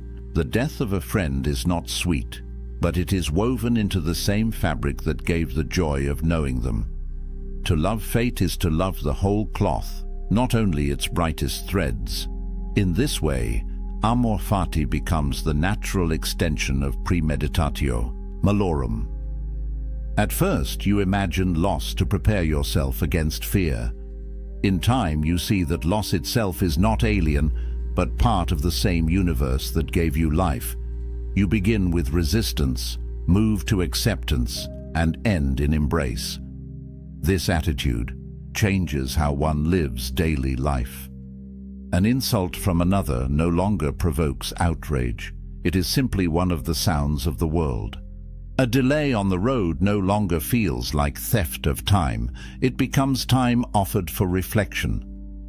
Even personal failure loses its sting, because it too is part of the process of growth. What once seemed hostile now appears as part of the curriculum of existence.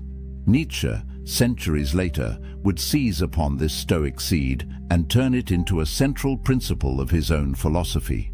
He declared, "My formula for greatness in a human being is amor fati, that one wants nothing to be different, not forward, not backward, not in all eternity, not merely to bear what is necessary, but to love it." Though Nietzsche's voice was not Stoic in every sense, he grasped the same fire. That freedom is not only to endure fate, but to delight in its unfolding.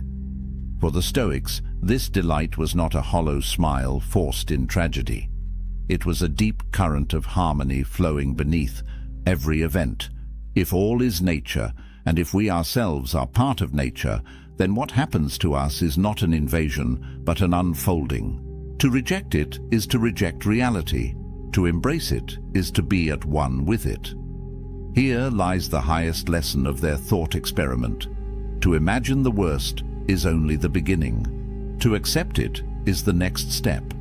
But the final step, the hardest and most transformative, is to love it. For when you can love even misfortune, you are untouchable. No exile can banish you. No poverty can degrade you. No death can frighten you. You have become aligned with the order of all things. This is amor fati. To meet each day not as a threat, but as a gift, even when wrapped in pain. To see fate not as enemy, but as companion. To say to whatever comes, yes, this too I will love. Why does this ancient thought experiment still matter? Why should the words of men long buried beneath marble ruins concern us in a world of satellites, skyscrapers, and digital noise? It matters because the human condition has not changed. We still fear loss. We still recoil from death. We still tremble when the future is uncertain.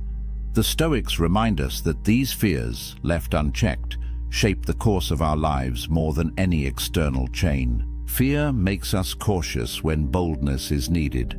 It silences us when truth must be spoken.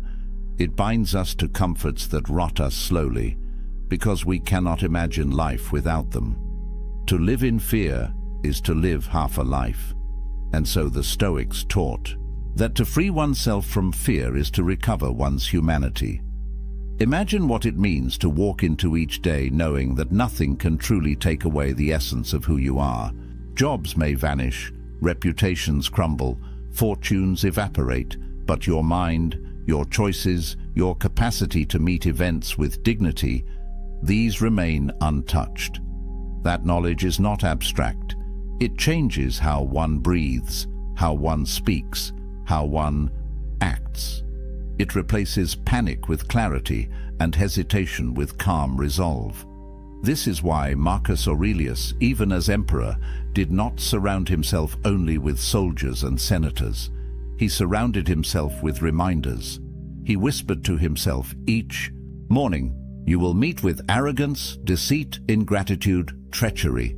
He rehearsed these encounters not to grow bitter, but to remain steady. He knew that expecting betrayal made him less vulnerable to its sting, and that remembering mortality gave urgency to his duties. In a life of unimaginable pressure, it was this practice that kept him human. It matters because in our own age, we too are emperors of small realms. We govern households, careers, friendships, the fragile empire of our own days. And like Rome itself, our empires are temporary. The Stoics teach us not to cling to their permanence, but to govern them with justice while we can, and to release them when they pass. It also matters because premeditatio malorum sharpens gratitude in a world drowning in abundance. We have more possessions, more food, more comfort than the ancients could dream of, yet we often feel restless and unsatisfied. Why? Because we mistake more for enough.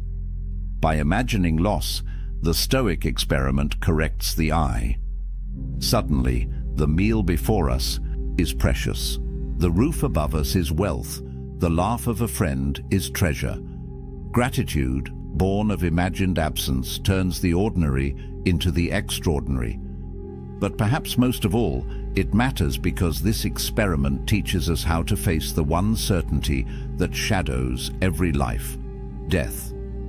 We do not speak of it. We push it to the margins, bury it beneath entertainment and distraction. Yet it waits, patient, inevitable. The Stoics refused to avert their eyes. They taught that the man who rehearses death lives differently. He wastes less time. He forgives more quickly. He chooses his words carefully because he knows they may be his last. This is not about morbidity. It is about intensity. When you accept death, life becomes urgent. Each sunrise is no longer routine, but a miracle. Each breath is no longer unnoticed, but a gift. By facing the end, the Stoic finds the beginning of true living. The experiment also matters for how it reshapes our relationships. To remember that everyone we love is mortal is to see them more clearly. The anger that felt urgent softens. The grievance we clung to dissolves. What remains is tenderness, because we know the hour is brief. Epictetus urged parents not to avoid this truth, but to embrace it, so that their love would be fiercer, not weaker. We too can let this practice remind us that the people in our lives are temporary companions, and that each moment with them is sacred.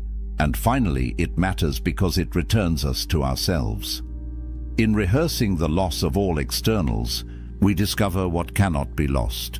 Wealth, health, reputation, family, even life itself, all may fall away. But the ability to judge wisely, to choose with integrity, to act with courage, remains until the final breath. This is the core of the Stoic creed, that no one can steal your soul's freedom unless you surrender it. So why does it matter?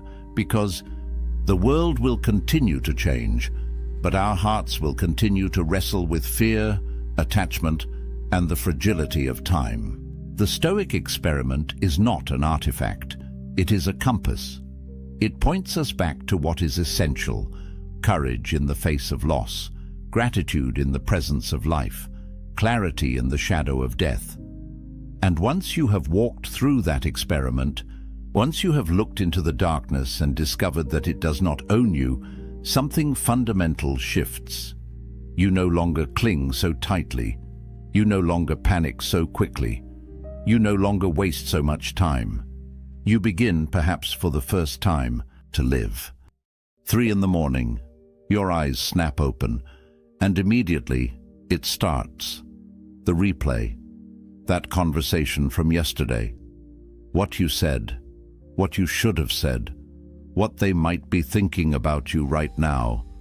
Then your mind jumps to tomorrow, the presentation, the email you haven't sent, the decision you can't make. Round and round it goes, this endless, exhausting loop of thoughts that won't stop, won't slow down, won't give you a single moment of peace. You're not alone in this. Research shows that 85% of the things we worry about never actually happen. 85%. Think about that.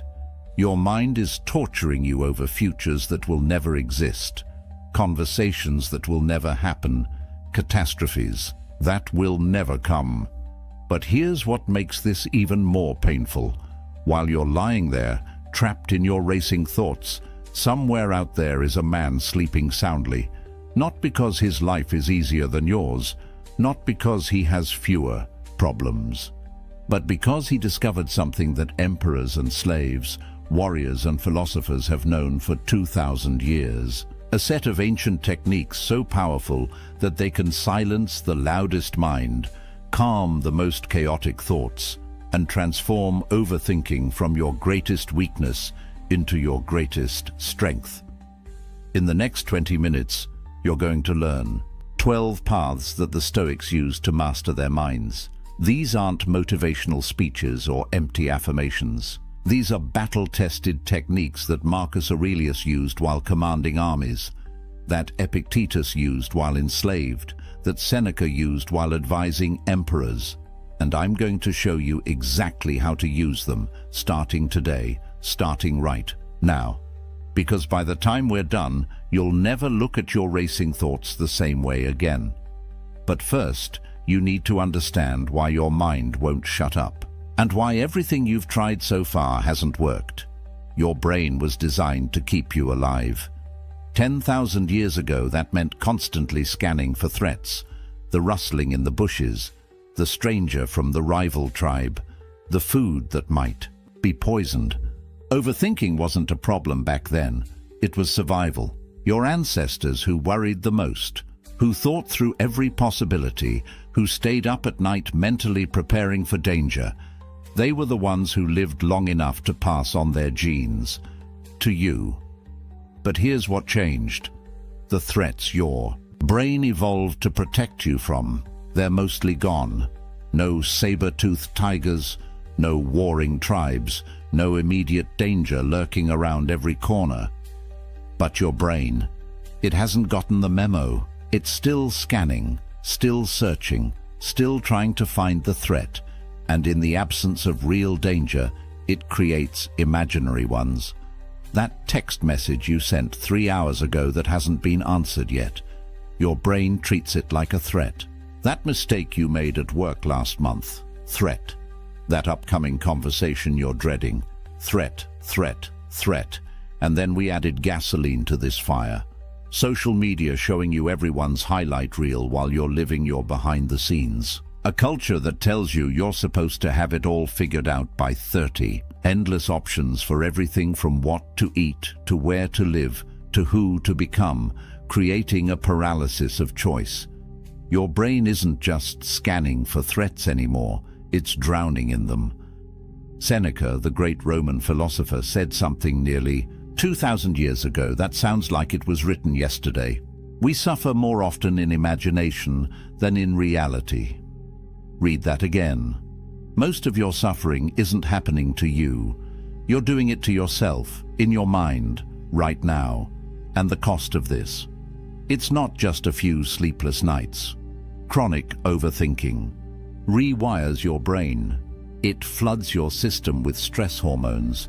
It paralyzes your decision-making. It damages your relationships because you're never fully present, always half somewhere else, lost in your thoughts. It drains your energy, leaving you exhausted from battles that only exist in your head. And here's the cruelest part. The more you try to stop overthinking by thinking about it, the worse it gets. It's like trying to escape quicksand by struggling. Every effort pulls you deeper. You can't think your way out of overthinking, but you can train your way out. And that's exactly what the Stoics discovered. The first path begins with a question that will change everything. A question so simple, so obvious, yet so rarely asked that when you finally understand it, your entire relationship with worry transforms in an instant. Epictetus, a philosopher who spent his early life as a slave, understood something that most free men never grasp. He said, "Some things are up to us and some things are not." That's it. That's the foundation. But don't mistake simplicity for weakness. This single distinction, this one clear line, is the most powerful mental tool you'll ever possess.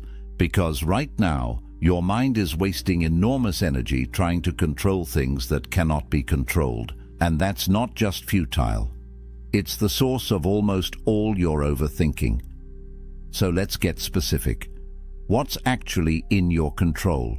Your thoughts. How you interpret what happens to you. Your actions. The choices you make right now, in this moment. Your responses to whatever life throws at you. That's it. That's the list. Everything else? Your body and what it does or doesn't do. Your reputation and what people think or say about you. The past, which is already written. The future, which hasn't happened yet. Other people and their choices, their moods, their opinions. The weather, the economy, traffic. Whether that email gets a response, whether that job offer comes through, whether that relationship works out. None of it, not a single piece of it, is in your control. Imagine you have a job interview tomorrow. Right now, your mind is probably spinning through 100 scenarios. What if they ask me that question I can't answer? What if I say something stupid? What if they've already decided on someone else? What if I blow my one chance? But here's what's actually in your control. You can prepare. You can practice your answers. You can get a good night's sleep. You can show up on time. You can be honest and present during the interview. That's it. Whether they hire you, not in your control. Whether they like you, not in your control. Whether another candidate is more qualified, not in your control. Whether they even read your resume carefully, not in your control. And here's where it gets liberating. Once you truly see this distinction, once you genuinely accept it, something remarkable happens. You stop wasting energy on the 90% of things you can't influence and pour everything into the 10% you can. Your overthinking doesn't just decrease, it targets correctly. Because real thinking, productive thinking, strategic thinking, it only works on things you can actually affect. Try this right now. Take whatever's been keeping you up at night, whatever worry has been looping through your mind, and ask yourself honestly, is this within my control? Not partially. Not maybe if I try hard enough. Actually, truly, in my control. And if it's not, your job isn't to figure it out. Your job is to let it go. Not because you don't care, but because caring about things you can't control is just another word for suffering. That's the first path, the foundation. But now we're going to do something that seems completely backward. Something that will make you question everything you've been told about positive thinking. Most people run from their fears. They avoid thinking about what could go wrong. They distract themselves. They try to stay positive. And then, when something bad actually happens, they're devastated, blindsided, unprepared. The Stoics did the opposite. They had a practice called premeditatio malorum, the premeditation of evils. Deliberately, systematically, they would imagine everything that could go wrong. And this wasn't pessimism. This was preparation. Marcus Aurelius, the most powerful man in the world, would sit each morning and imagine his empire crumbling, his armies defeated, his loved ones dead, not to torture himself, but to prepare his mind, so that if these things happened, he wouldn't be destroyed by surprise. He would be ready. And here's what's fascinating. Modern psychology has discovered that this actually works. When you deliberately visualize a worst-case scenario in a controlled way, something changes in your brain. The fear loses its power, because fear feeds on the unknown, on the what-if. But when you look directly at the worst possible outcome, when you play it out fully in your mind, you realize something profound. You could handle it. You'd survive. Let's say you're terrified of that difficult conversation you need to have. Your boss, your partner, your parent. Your mind keeps spinning, avoiding it, building it up into something catastrophic. Here's what a Stoic would do. Sit down, close your eyes, and imagine it going as badly as possible. They yell at you, they reject you, they end the relationship. Play it all the way through. Don't stop at the fear. Go past it. What happens next? You'd be hurt. You'd feel pain. And then? You'd pick yourself up. You'd move forward. You'd survive. You'd maybe even grow stronger.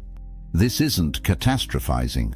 That's when you spiral out of control, lost in worst-case scenarios, with no purpose, no direction. This is different. This is deliberately walking through the fear to the other side. And once you're there, once you've seen that you can handle the worst, the overthinking stops. Because what's left to worry about? You've already faced it. Marcus Aurelius used this before every battle. Seneca used it before every political confrontation. They weren't trying to manifest disaster. They were removing its power to paralyze them. Try it. Give yourself 5 minutes. Pick your biggest current fear and imagine it happening. All the way through. Watch how the fear transforms from a monster in the dark to a manageable challenge in the light. But now we need to address the real problem. Because here's the truth. Overthinking doesn't actually live in your present. It lives in two places. The past, where you endlessly replay what happened, and the future, where you endlessly rehearse what might happen, which means there's one place your overthinking cannot survive. Right here, right now. Marcus Aurelius wrote, "Confine yourself to the present." Not as a nice idea, as a command, because he understood something critical. In this exact moment right now, as you're hearing these words, are you okay? Not yesterday, not tomorrow, right now. Your body is breathing, your heart is beating, you're here, you exist. And in this moment, stripped of past and future, most of your problems disappear. They don't exist here. The past is gone. It's literally not real anymore. It's a memory, a story you tell yourself. And the future? It hasn't happened. It's imagination, fiction. The only thing that's real, the only moment you ever actually live in, is now, this one. But your mind doesn't want to stay here, because the present moment is usually fine. And if the present is fine, your threat-scanning brain has nothing to do, so it pulls you into the past to find things to regret, or into the future, to find things to fear. Here's how you anchor yourself back. Right now, this instant, Notice 5 things you can see. Actually look at them. Then 4 things you can hear. 3 things you can feel, your body touching the chair, your clothes on your skin. 2 things you can smell, 1 thing you can taste. This isn't a meditation technique. This is an emergency brake, because overthinking is a mental state, and mental states can't survive when you're fully embodied, fully present, fully here. There's an old Zen story. A student asks his master, "What is enlightenment?" The master says, "When I'm hungry, I eat. When I'm tired, I sleep." The student is confused. "But doesn't everyone do that?" And the master replies, "No. When most people eat, they're thinking about 1,000 other things. When they sleep, they're worrying about tomorrow. They're never fully where they are." That's the disease of overthinking, being everywhere except here. And the cure is radical presence. When you eat, eat. When you walk, walk. When you work, work. Be fully in whatever you're doing, and watch how the racing thoughts have nowhere to attach. This moment right now is enough. It's always been enough. Your overthinking is just your mind's way of refusing to believe that. But sometimes, even when you're present, even when you've separated what you can control from what you can't, the problems still feel massive, overwhelming, all-consuming. That's when you need to change your perspective. Literally, you need to zoom out, way out. This is what Marcus Aurelius called the view from above. Here's how it works. Right now, you're trapped inside your perspective. Your problems feel huge because you're looking at them from 3 inches away. So pull back. Imagine yourself rising above your body. You can see yourself wherever you are right now. Keep rising. Now you see your whole building, your whole street, your whole neighborhood. Keep going. Your city, your state, your country, the whole planet spinning in space. Millions of people, all dealing with their own problems, all convinced their worries are the most important thing in the universe. Keep rising. The solar system, the galaxy, billions of stars, each with their own worlds. Keep going until the Earth is a speck, until our sun is just one light among countless lights. Now from up here, from this cosmic perspective, find your problem. Where is it? Can you even see it? And here's the question that breaks everything open. In 100 years, will anyone remember this thing you're overthinking? In 1,000 years? In 1,000,000? From this view, your problem doesn't disappear, but it becomes right-sized, manageable, appropriately small. This isn't about making you feel insignificant. It's about freeing you from the tyranny of ego, because ego is what makes you think you're the center of the universe, that your problems are cosmic events, that everyone is thinking about you, judging you, watching you. They're not. They're too busy thinking about themselves, and that's liberating. Because if you're not the center of everything, then your mistakes aren't catastrophes, your fears aren't fate, your problems are just problems, human-sized, solvable. Marcus Aurelius used this technique constantly, ruling an empire, commanding armies, making life and death decisions every day. And in his journal, he'd remind himself, Asia and Europe are but corners of the universe. The ocean is but a drop. Everything is small, everything is fleeting.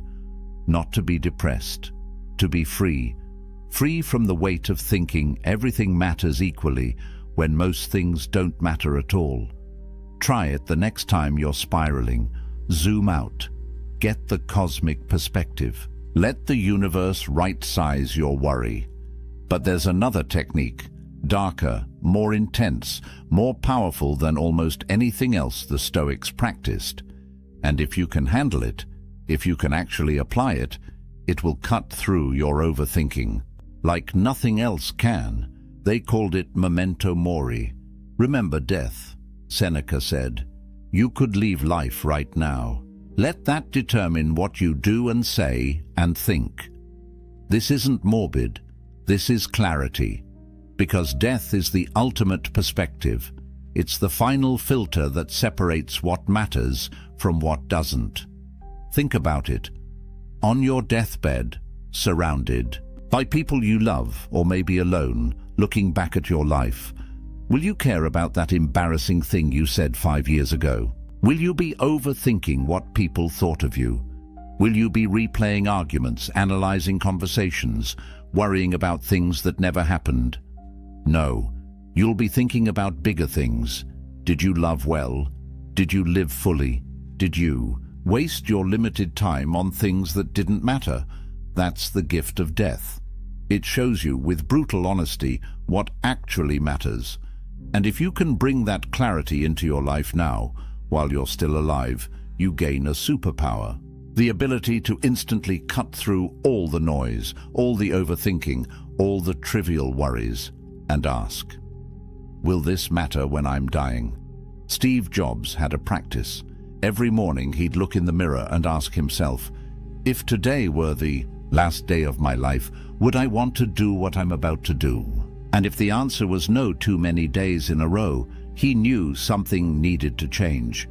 That's the power of death as a teacher. It doesn't allow for overthinking, because overthinking is a luxury. It's what you do when you think you have infinite time. But you don't. None of us do. And the moment you really understand that, not just intellectually but in your bones, your priorities snap into place. You're not going to overthink the email on your deathbed. You're not going to worry about what strangers think of you. You're not going to replay that conversation from 3 years ago. So why are you doing it now? You have a limited number of days, a limited number of hours, a limited amount of mental energy, and you're spending it on this? Death whispers the question you need to hear. Is this worth dying over? And if it's not, maybe it's not worth overthinking over either. The Stoics kept skulls on their desks. They meditated in graveyards, not because they were depressed, because they refused to forget.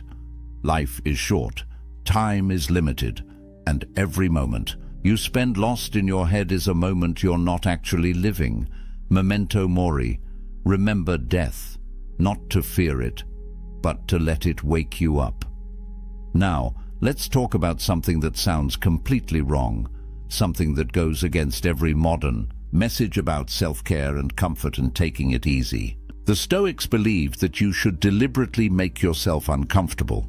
They called it voluntary discomfort, and it might be the most misunderstood practice they taught. Seneca was rich, unbelievably wealthy. He could have had every luxury. Instead, he would deliberately sleep on a hard floor, eat simple bread and water, wear rough clothes, go without heat in winter. Why? Because he was training, not his body, his mind. He was teaching himself a critical lesson. I can handle hard things. And that lesson, that bone-deep knowledge that you can endure discomfort, that you're tougher than you think, it's the antidote to fear. And fear is what drives most overthinking. Here's what happens when you live a life of constant comfort. You become fragile, soft. Your tolerance for difficulty shrinks. And then when something actually hard happens, something you can't avoid or fix or make comfortable, you break, you panic, you spiral, because you've never trained for it. But when you voluntarily expose yourself to difficulty, when you choose temporary discomfort, you build a different relationship with hardship. You prove to yourself over and over that you're resilient, that you can handle it. Modern applications. Take a cold shower. Let yourself be hungry. Have that difficult conversation you've been avoiding. Do the hard workout. Sit with boredom instead of reaching for your phone. Each time you choose discomfort, each time you lean into something hard, you're sending your brain a message. I'm not fragile. I'm not weak. I can do difficult things. And that message, repeated enough times, changes everything. Because now, when your mind starts to spiral about some future difficulty, you have evidence. You've been uncomfortable before. You survived. You even grew stronger. This is the opposite of how most people live. They avoid discomfort at all costs. They optimize for ease. And then they wonder why every little challenge feels overwhelming, why they overthink every decision, every risk, every potential difficulty. It's because they've never proven to themselves that they can handle hard things. But you can. And voluntary discomfort is how you prove it. Start small. Tomorrow morning, end your shower with 30 seconds of cold water. Just 30 seconds. Watch what it does to your mind. Watch how you feel afterward. Stronger, more alert, more capable. That's not just physical, that's psychological. You did something hard, on purpose. And you're fine. Better than fine. The Stoics knew this. They knew that comfort is a trap, that ease makes you weak, that the path to mental strength runs directly through voluntary difficulty. So stop running from discomfort. Start running toward it, and watch your overthinking lose its grip. But here's something you can do that almost no one does anymore. Something so simple, so accessible, yet so powerful that when you actually do it consistently, your entire inner world transforms. The Stoics wrote, every day, not blog posts, not social media, private journals, personal reflections. Marcus Aurelius's Meditations wasn't a book he intended to publish. It was his private journal, his way of working through his thoughts, of talking to himself, of gaining clarity. And you need to do the same thing. Here's why journaling is different from just thinking. When thoughts stay in your head, they loop, they repeat, they get tangled with other thoughts, they spiral endlessly with no resolution. But when you write them down, when you force them out of your mind and onto paper, something shifts. They become external. You can see them, examine them, challenge them, complete them. There's a psychological phenomenon called the Zeigarnik effect. It means your brain obsesses over unfinished tasks. And overthinking, it's your brain trying to complete thoughts that never get completed. They just loop and loop and loop. Journaling completes them. It gives them closure. Here's a simple practice. Every evening before bed, answer 3 questions. What worried me today? What was actually within my control about those worries? And what did I learn? That's it. 5 minutes. But in those 5 minutes, you're doing something profound. You're processing your day. You're applying the dichotomy of control. You're extracting wisdom from experience. And most importantly, you're telling your brain, we dealt with this. It's done. You can stop spinning now. Marcus Aurelius would do this in his tent during military campaigns, surrounded by war, by death, by constant pressure, and writing gave him clarity, distance, perspective. You don't need to be eloquent. You don't need to write beautifully. You just need to get the thoughts out, because as long as they're bouncing around in your skull, they own you. But once they're on paper, you own them. You can see them for what they are, often smaller than you thought, sometimes silly, occasionally important. But now they're external, manageable, finished. Stop trying to think your way to clarity. Start writing your way there.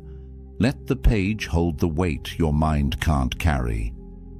Now we come to one of the most famous Stoic ideas, and it's probably the most misunderstood, because when people hear the obstacle is the way, they think it's some motivational cliché, some empty phrase about turning lemons into lemonade. But that's not what Marcus Aurelius meant at all. He was teaching something much more radical. He was saying that the obstacle isn't just something you overcome. It is the path forward. The impediment becomes the advantage. The problem contains its own solution. Here's what this actually means. Every difficulty you face, every challenge, every setback, it forces you to change, to adapt, to grow, to find a new way. And that process of changing, that's what develops you. That's what makes you stronger, more skilled, more resilient, more capable. Without the obstacle, you stay the same, comfortable, weak. The obstacle is what shapes you. It's not blocking your path. It is your path. Think about it. That job you didn't get, the one you were sure would destroy you, it forced you to find something better. That relationship that ended badly, it taught you what you actually need in a partner. That business that failed, it gave you the lessons you needed to succeed the next time. At the time, they felt like disasters, but looking back, you can see how they redirected you towards something better, something you wouldn't have found without them. But here's the key. This only works if you change your orientation. If you see obstacles as enemies, as things to be avoided, as evidence that the universe is against you, then you'll just be miserable. But if you can train yourself to see every obstacle as a teacher, as a challenge that will make you stronger, as an opportunity to prove what you're made of, then everything changes. The obstacle stops being a problem and becomes a project. And projects are solvable. They're interesting. They give you direction. You're overthinking about problems. It's because you're treating them as catastrophes. But what if they're just data, just information about where you need to grow, what you need to learn, how you need to change? That job stress. Maybe it's telling you that you've outgrown that position, that relationship conflict. Maybe it's showing you a boundary you need to set. That financial pressure. Maybe it's teaching you skills you'll need for the next level. The obstacle is the way. It's not poetic, it's practical. The thing in your path is your path. Stop trying to avoid it and start trying to use it. But even deeper than this is a concept that sounds insane at first. A concept so radical that when you first hear it, you'll probably reject it.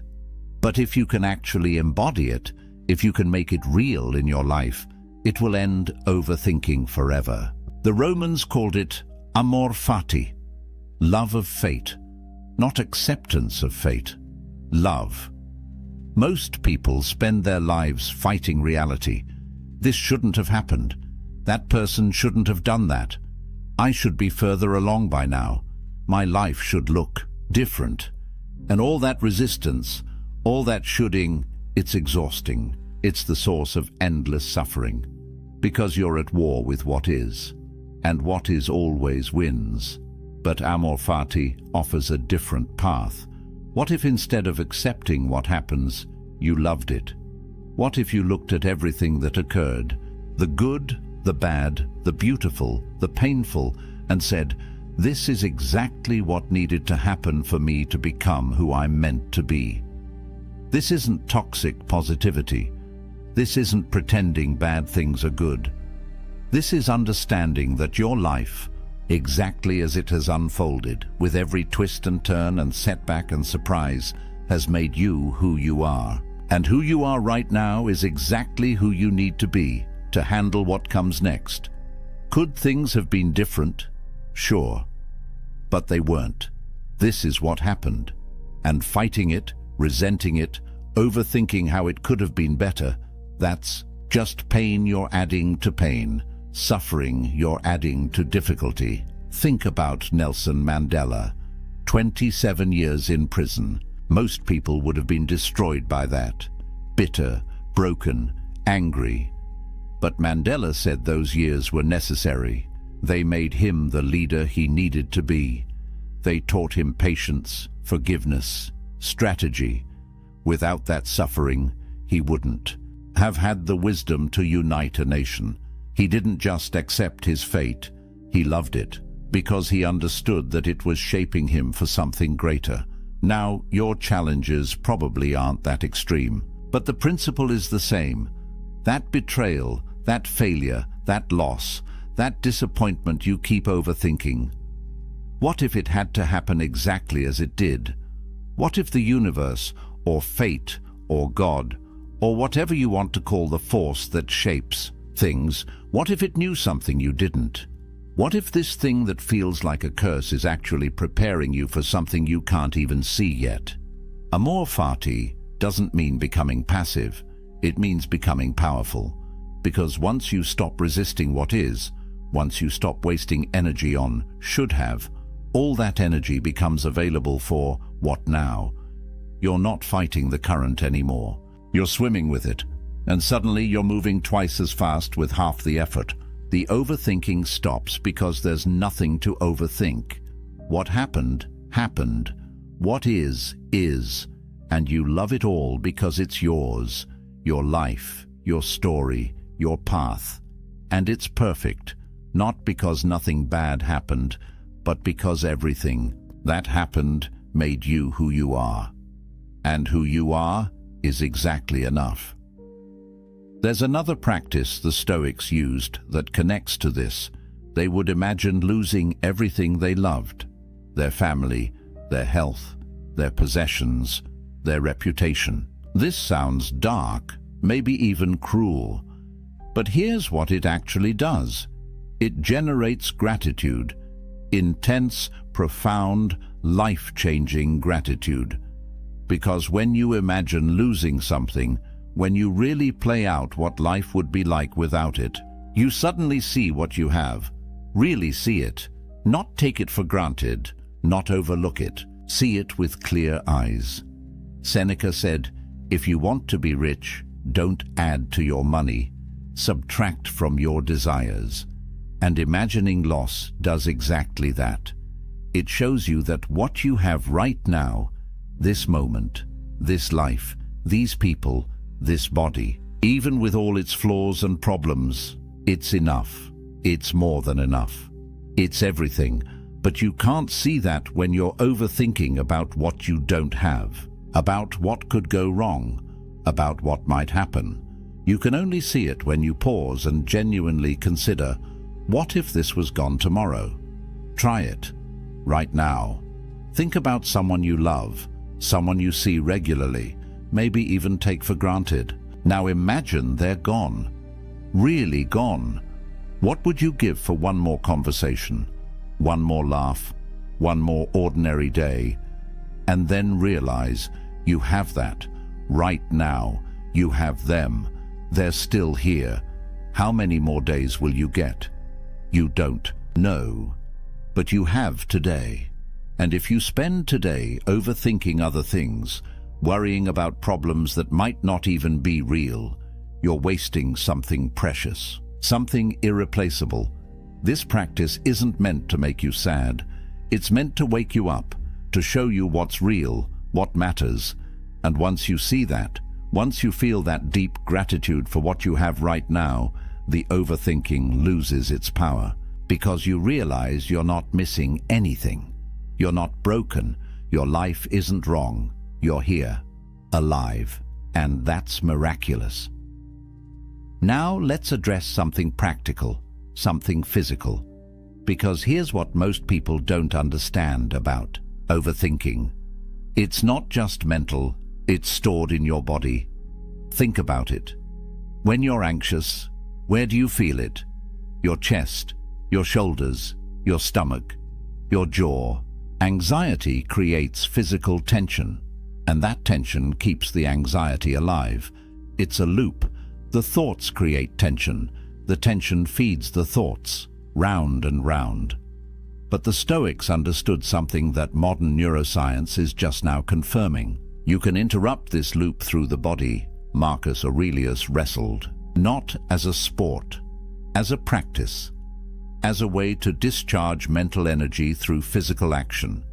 Because when you move your body intensely, when you push it, challenge it, exhaust it, something happens in your brain. The stress hormones metabolize. The racing thoughts quiet. The tension releases. You can't overthink and sprint at the same time. You can't spiral and do push-ups simultaneously. The body anchors you in the present. It forces your mind to shut up and feel. Here's what this looks like practically. Next time you feel yourself starting to spiral, starting to overthink, don't try to think your way out. Move. Do 20 push-ups. Go for a run. lift something heavy, do jumping jacks, clean your house with intensity, chop wood if you have access to it, garden, build something, anything that demands your body's full attention, and watch what happens. The thoughts don't just slow down, they stop, because your nervous system gets the message. If we're doing something physical, if we're taking action, then we're not in danger. We're handling it. This is why people who exercise regularly report less anxiety, less overthinking. It's not just about endorphins. It's about giving your body a way to express what your mind has been holding. All that worried energy, all that tension, it needs somewhere to go. If it stays trapped in your head, it just cycles endlessly. But if you move it through your body, if you let it out through sweat and breath and muscle, it completes, it finishes, it's done. The Stoics knew this. They didn't just sit around philosophizing, they moved, they worked, they fought, they built. And that physical engagement kept their minds clear. So stop treating overthinking as purely a mental problem. Your body holds the key. When the thoughts start racing, move. Push yourself physically. Let your body do what your mind can't, and watch the silence return. But there's one more technique, one final path that ties everything together, and it's the one that makes all the others sustainable.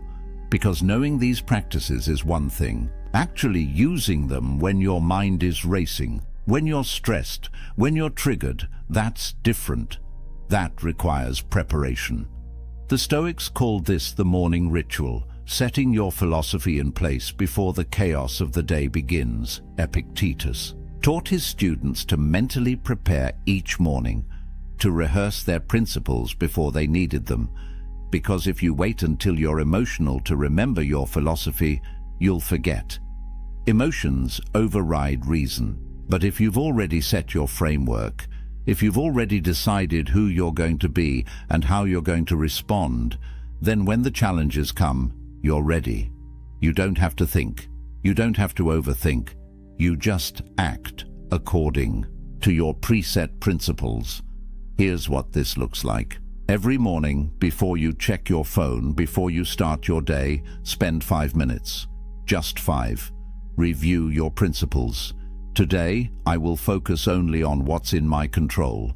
Today, I will see obstacles as opportunities. Today, I will be present. Today, I will remember that I'm mortal and will act accordingly. Today, I will be grateful for what I have. Pick your principles, the ones that matter most to you, and remind yourself, this is how I'm going to show up. This is who I'm going to be. This is my standard. And when something goes wrong, when someone disappoints you, when you're tempted to spiral, you won't. Because you already decided this morning, before it happened, you set your philosophy in place. Plato was famous for this. No matter what happened, no matter the pressure, the temptation, the threat, he responded according to his principles. People said you always knew what Plato would do, because he'd already decided years before. He didn't need to think about it in the moment. He'd already thought about it. He'd already chosen. And that's the power of the morning ritual. It removes the need to overthink. You're not making 100 small decisions throughout the day. You made one big decision this morning, and you're just following it. Try it tomorrow. Wake up. Don't grab your phone. Just sit for 5 minutes. Set your mind. Decide who you're going to be. And then watch how much easier the day becomes. Because you're not overthinking anymore. You're just executing a plan you already made. Now, let's bring this all together. These 12 paths, they're not separate techniques you use, one at a time. They're a system. They reinforce each other. They build on each other. They create a complete transformation in how you relate to your mind.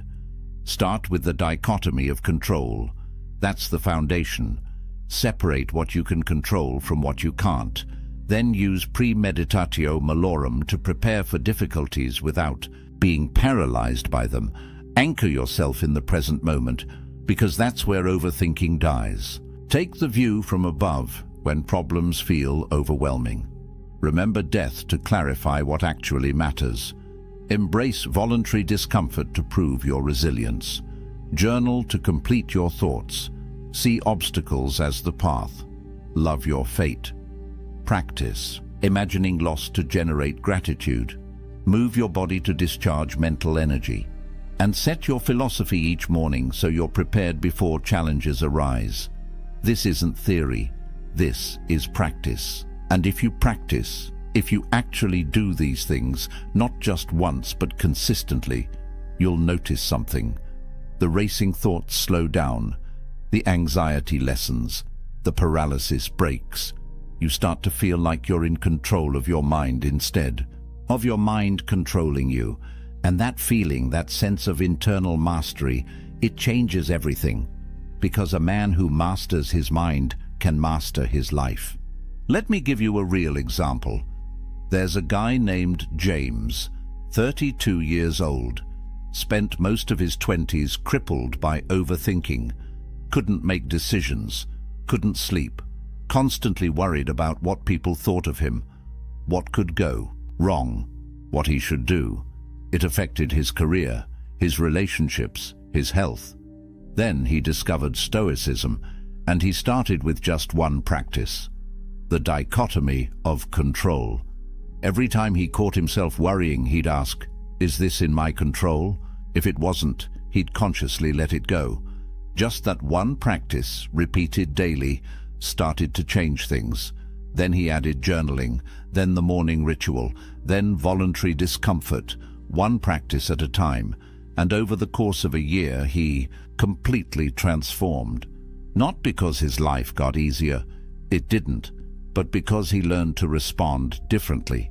His mind quieted, he stopped overthinking, he started living.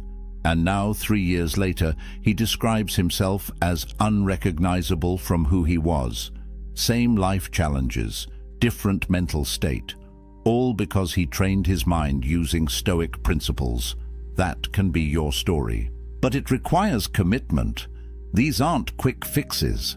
They're a new way of living, a daily practice. But if you do the work, if you actually apply these techniques, your overthinking won't just decrease. It will transform into something useful, into actual thinking. Strategic, focused, productive thinking. The kind that solves problems instead of creating them. Here's your action step. Don't try to do all 12 at once. Pick one. Start with the dichotomy of control. For the next week, every single time you catch yourself worrying or overthinking, ask yourself, is this in my control? And if it's not, practice letting it go. Just that one practice. Master it. Then add another, then another. Build this system, one piece at a time, and watch what happens to your mind. Now here's what I want from you. Comment below and tell me which of these 12 paths resonates most with you. Which one are you going to start with? Let's build a community of men who refuse to be controlled by their racing thoughts. Men who choose to master their minds instead. And if this video gave you clarity, if it showed you a way forward, hit that subscribe button. Because every week, we're diving deep into Stoic wisdom, practical philosophy for modern men who want to live with strength, purpose, and clarity. This isn't motivational content. This is transformation content, and you're going to want to be here for what's coming next. Remember what Seneca said, "We learn not for school, but for life." These techniques aren't academic exercises, they're tools for living, for thinking clearly, for sleeping peacefully, for showing up powerfully. Your mind is the most important tool you'll ever own, and the Stoics spent 2,000 years figuring out how to sharpen it, how to calm it, how to use it instead of being used by it. The racing thoughts, the endless loops, the 3 a.m. spirals, they don't have to be your reality. There's another way, a clearer way, a stronger way, and it starts right now with one decision. You're going to take control of your mind. Not because you need to be perfect, not because overthinking makes you weak, but because you refuse to waste your limited time trapped inside your own head when there's a whole life waiting for you out here. The Stoics proved it's possible. Marcus Aurelius ruled an empire with a calm mind. Epictetus found peace while enslaved. Seneca maintained clarity while advising a madman. If they could do it in their circumstances, you can do it in yours. You have everything you need, the techniques, the knowledge, the path. All that's left is the decision to walk it. So here's my final question for you. A year from now, when you look back at this moment, at this video, at this day, what do you want to have changed?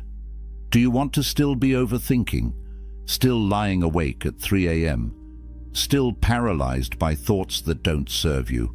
Or do you want to be the man who mastered his mind, who walks through life with clarity, confidence, and calm? The choice is yours, but the time to make it is now. Welcome to the path. Let's walk it together. The more you chase her, the faster she runs. The less you care, the more she craves you. This isn't some modern dating hack. This is ancient wisdom discovered over 2,000 years ago by the most powerful men who ever lived. Men who had empires at their feet, yet understood attraction better than any pickup artist ever will. Marcus Aurelius, the most powerful man alive. Emperor of Rome. He could have had any woman he wanted with a snap of his fingers. But here's what's fascinating. He wrote obsessively about self-control, about mastering his own mind, about caring less about what others thought. And women were drawn to him like a force of nature. There's a secret here, a paradox that most men will never understand. By the end of this video, you'll know exactly why everything you've been doing to attract women has been pushing them away. And more importantly, you'll discover what to do instead. This isn't about tricks or manipulation. This is about becoming a different kind of man. The kind women can't help but obsess over. Most men will never learn this. They'll spend their entire lives confused, frustrated, wondering why nice guys finish last. You're about to become the exception. So let's dive into the ancient philosophy that changes everything. Right now, there's a crisis happening. Modern men are more confused about attraction than ever before. You see it everywhere. Guys constantly checking their phones, hoping she texted back. Overanalyzing every conversation. Trying desperately to say the right thing, wear the right clothes, impress her with the perfect date. You've probably been there. You meet someone you really like. The conversation flows. You think, there's a connection. Then you text her, and you wait. Minutes turn into hours. Hours turn into days. That sinking feeling in your stomach. Did I say something wrong? Should I text again? Maybe she didn't see it, so you send another message. Something casual, trying not to seem desperate. Still nothing. Now you're spiraling. You're checking Instagram to see if she's active. You're asking your friends what you should do. You're replaying every moment of your interaction, trying to find where it went wrong. Here's what's devastating. You did everything right according to modern dating advice. You were nice. You showed interest. You complimented her. You made your intentions clear. You were respectful, attentive, available. Everything society tells you women want. But something feels terribly wrong. Because despite doing everything right, you're not getting the results. The women you really want seem uninterested. The ones you treat best seem to care the least. Meanwhile, you watch other guys who seem to care less, guys who put in less effort. Somehow they're the ones these women chase. This confusion is eating you alive. And here's what no one tells you. It's not your fault. You've been lied to. Because attraction doesn't work the way you've been taught. In fact, attraction works backwards. 2,000 years ago, The ancient Stoics discovered something profound about human nature, something that explains everything. But before I reveal exactly what it is and how to use it, you need to understand the foundation. You need to understand why most men fail before they even begin. His name was Epictetus, born a slave in ancient Rome. He had nothing, no power, no status, no freedom. Yet this man became one of the greatest teachers in history. Rome's most powerful men traveled across the empire just to hear him speak. Why? Because he discovered something that changed everything. Epictetus taught what's called the dichotomy of control. It's simple but earth-shattering. There are things you control and things you don't control. That's it. Your thoughts, your actions, your character. These you control completely. Everything else, her response, her feelings, whether she texts back, whether she likes you, you control none of it. Here's where it gets interesting. Most men live their entire lives focused on what they can't control. You're trying to control her reaction. You're trying to make her like you. You're trying to force an outcome. And in doing so, you're giving away all your power. Think about what happens when you send that text and wait desperately for a reply. You've just handed your emotional state to another person. Your happiness now depends on whether she responds. You're not in control anymore. She is. And women can feel this. It's like a sixth sense. They detect neediness the way sharks detect blood in water. Now let me tell you about Marcus Aurelius, Emperor of Rome, the most powerful man on earth. He could have had any woman just by commanding it. But here's what he wrote in his private journal. You have power over your mind, not outside events. Realize this, and you will find strength. The Emperor of Rome, with infinite power over the external world, spent his time mastering his internal world. That's the secret. He understood that real power isn't controlling others, it's controlling yourself. And this is what made him magnetic. This is what made him irresistible. When you stop needing her validation, when you stop trying to control her response, when you become truly indifferent to the outcome, something shifts. You become magnetic, not because you're playing hard to get, but because you genuinely don't need her approval to feel good about yourself. Women are biologically wired to detect this.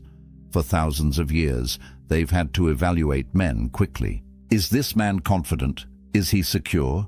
Or is he desperate?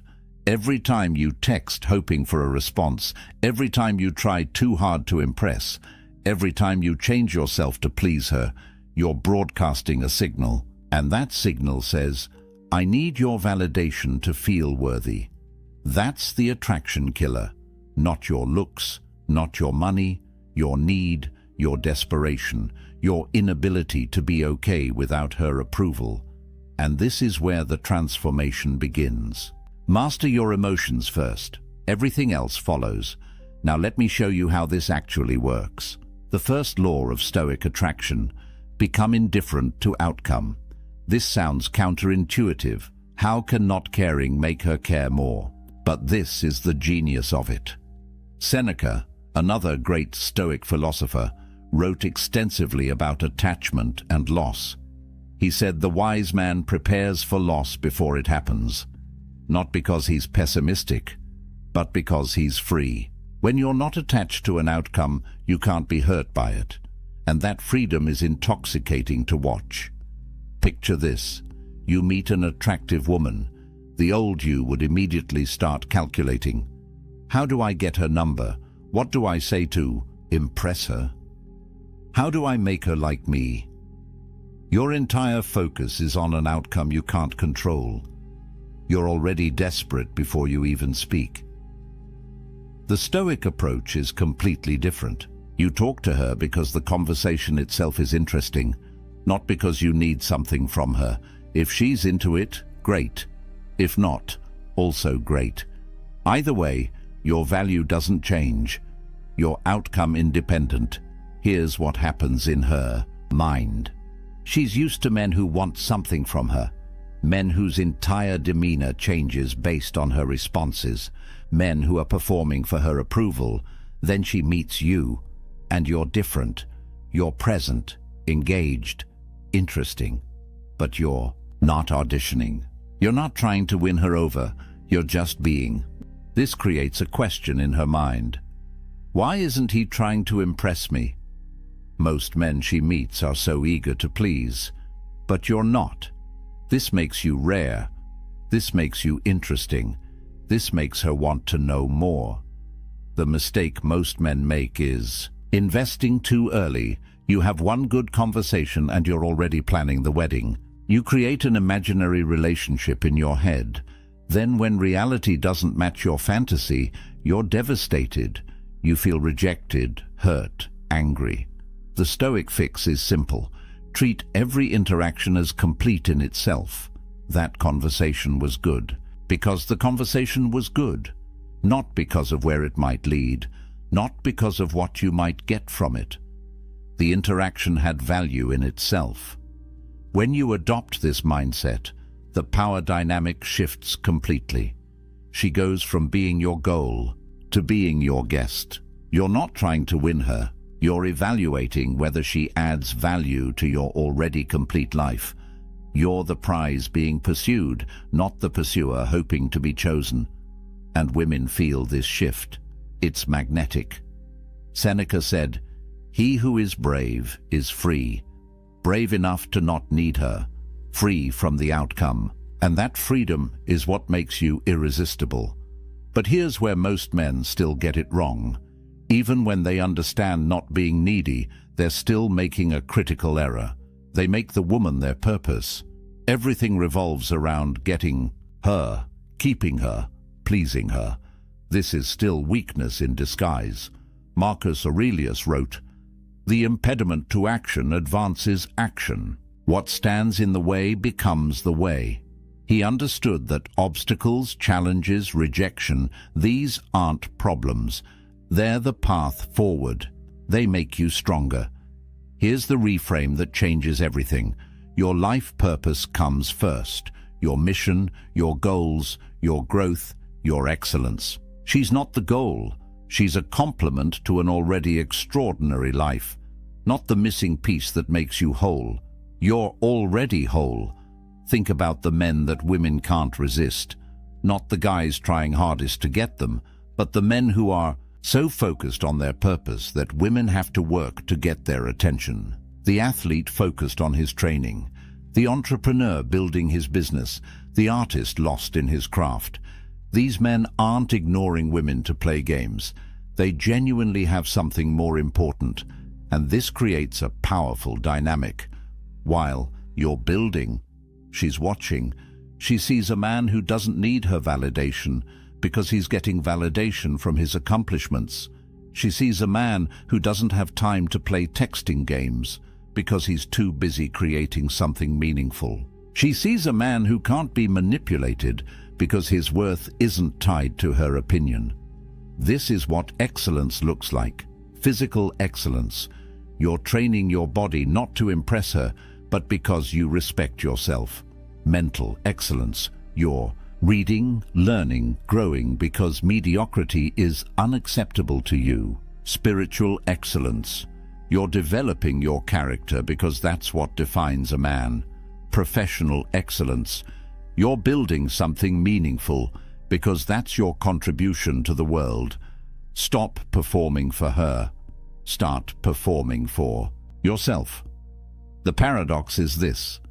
Self-focus creates other attraction.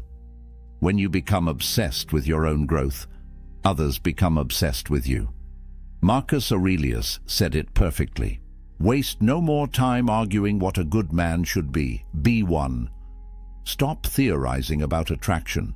Stop reading advice on what women want. Become the man who is so excellent that the question answers itself. Become undeniable. Now let me clear up a massive misconception. Stoic doesn't mean emotionless. This is where most men get confused and end up looking like robots. The Stoics weren't advocating for suppressing emotions. They were teaching controlled emotion.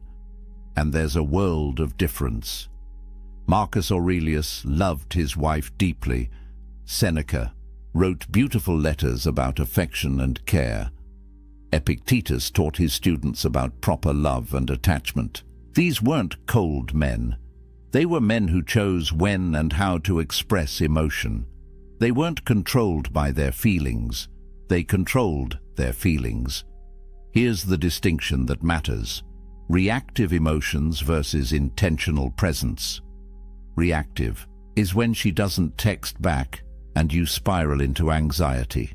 When she talks to another guy and you become jealous. When things don't go your way and you become angry or bitter. These are emotions controlling you. Intentional presence is completely different. You feel emotions, you acknowledge them, but you choose your response. She doesn't text back. You notice disappointment, but you don't let it dictate your actions. You go back to your purpose. She talks to another guy. You feel a twinge of jealousy, but you recognize you don't own her. She's free to talk to whoever she wants. Things don't go your way. You feel frustration, but you see it as information, not catastrophe. This is what women crave. Not a man with no emotions, but a man who isn't controlled by his emotions. In a world of chaos, reactive men and emotional instability, a man who remains centered is like an anchor. She can feel safe with you. She knows you won't fall apart when things get difficult.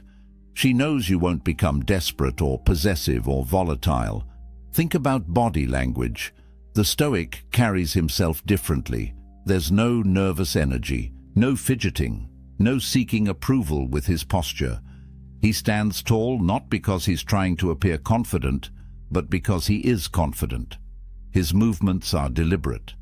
His eye contact is steady. His presence commands respect without demanding it, and when he speaks, he says less but means more. No rambling to fill silence, no over-explaining to justify himself, no supplicating to win approval. He speaks with intention. Every word carries weight. He doesn't need to convince you of anything. He's stating reality.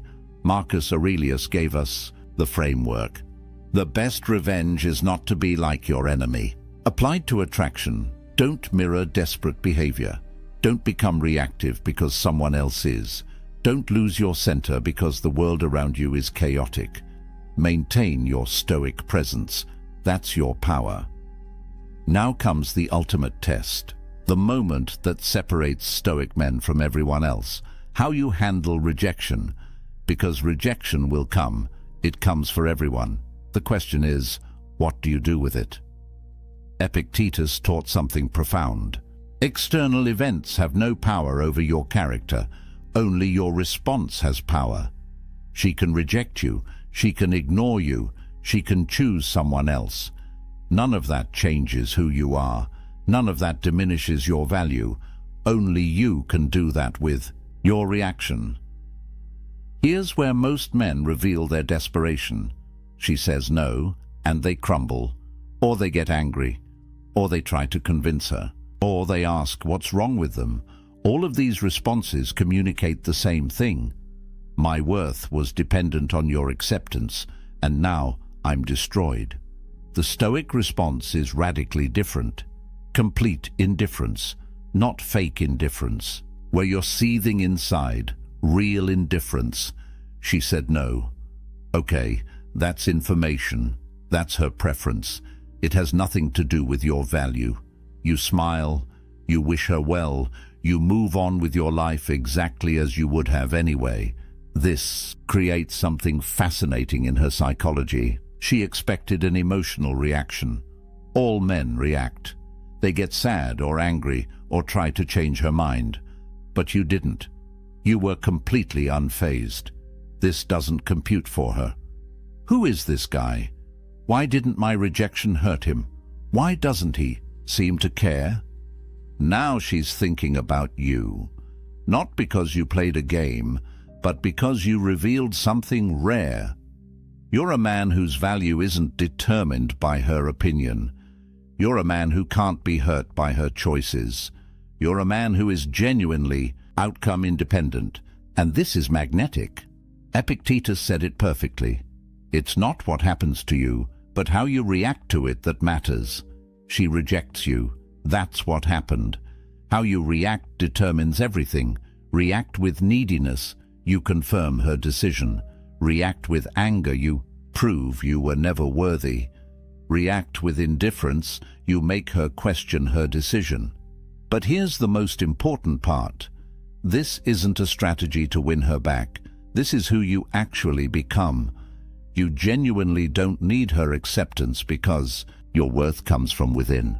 You're not pretending not to care. You actually don't care in a healthy way, because you know your value is inherent, not assigned by others.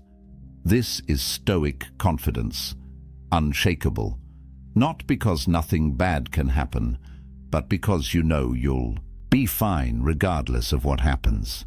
This is the foundation of real attraction. So what does all this look like in real life? Let me paint you a picture. You meet a woman, you have a great conversation, you're present, engaged, genuinely interested in what she's saying.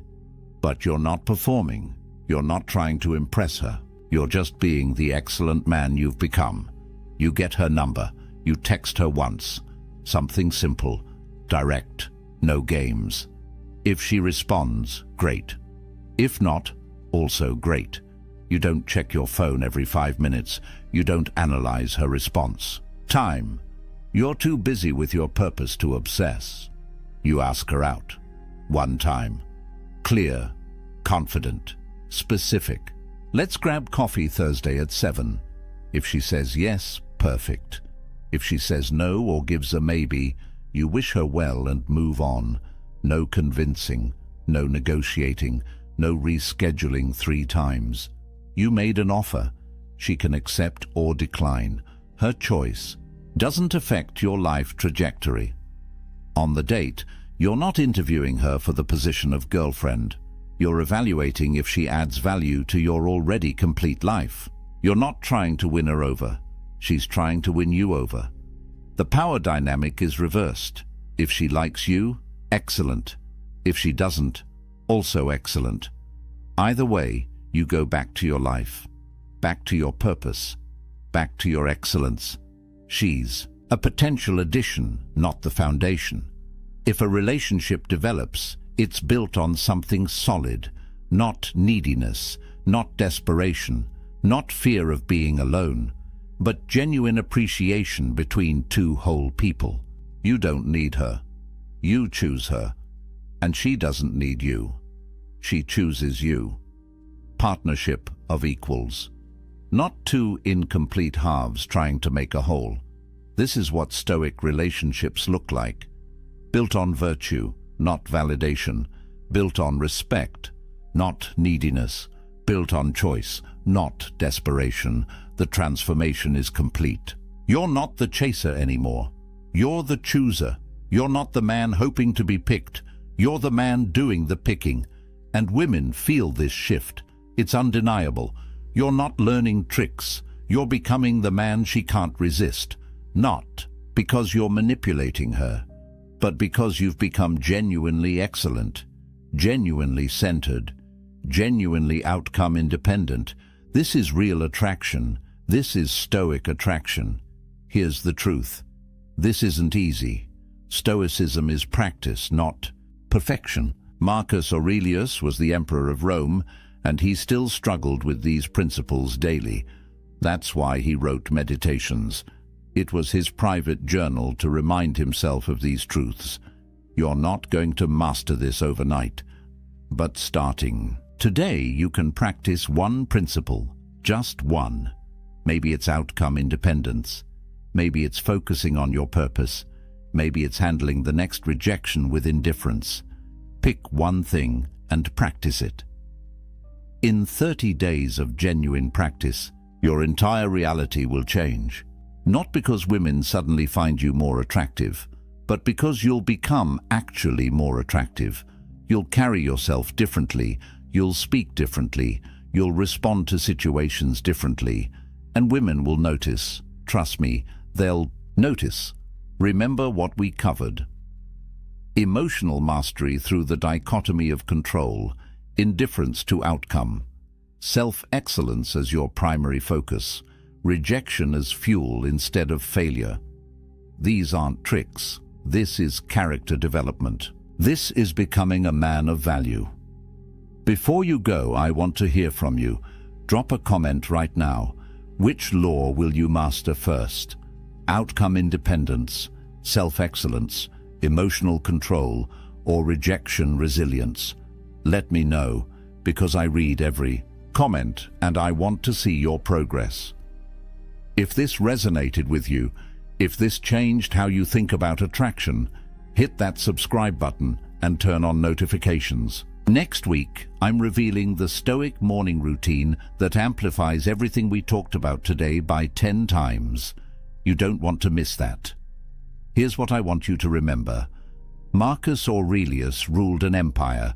You're just mastering your own mind. If he could do it while managing Rome, you can do it while managing your life.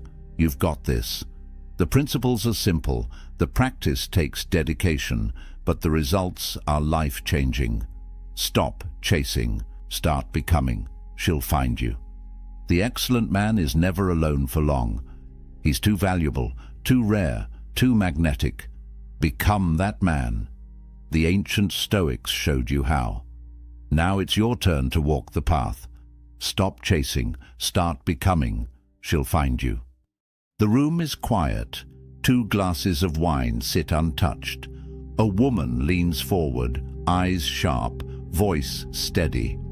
Do you even care about me? The question cuts deeper than it sounds. It isn't about love. It isn't about romance. It is about power. Most men stumble here. They rush to explain. They laugh nervously. They pile up words like a wall. But the wall crumbles instantly. Respect slips away. This is how the test begins. A test older than text messages, older than candle-lit dinners, older than modern love itself. In every culture, in every time, women have tested men, not out of malice, not to be cruel, but to see if he bends, to see if he breaks, to see if the man she sits with is the same man he claims to be. And these tests are subtle. They hide behind simple questions, questions that seem innocent, but they are anything but innocent. Each one is a strike at the foundation of a man's composure. Here's the truth. When she asks these questions, she isn't waiting for the perfect answer. She's watching for the reaction. Does he stay calm? Does he hold his frame? Or does he panic? The Stoics faced greater trials than this. Emperors, generals, and slaves alike endured storms of fate.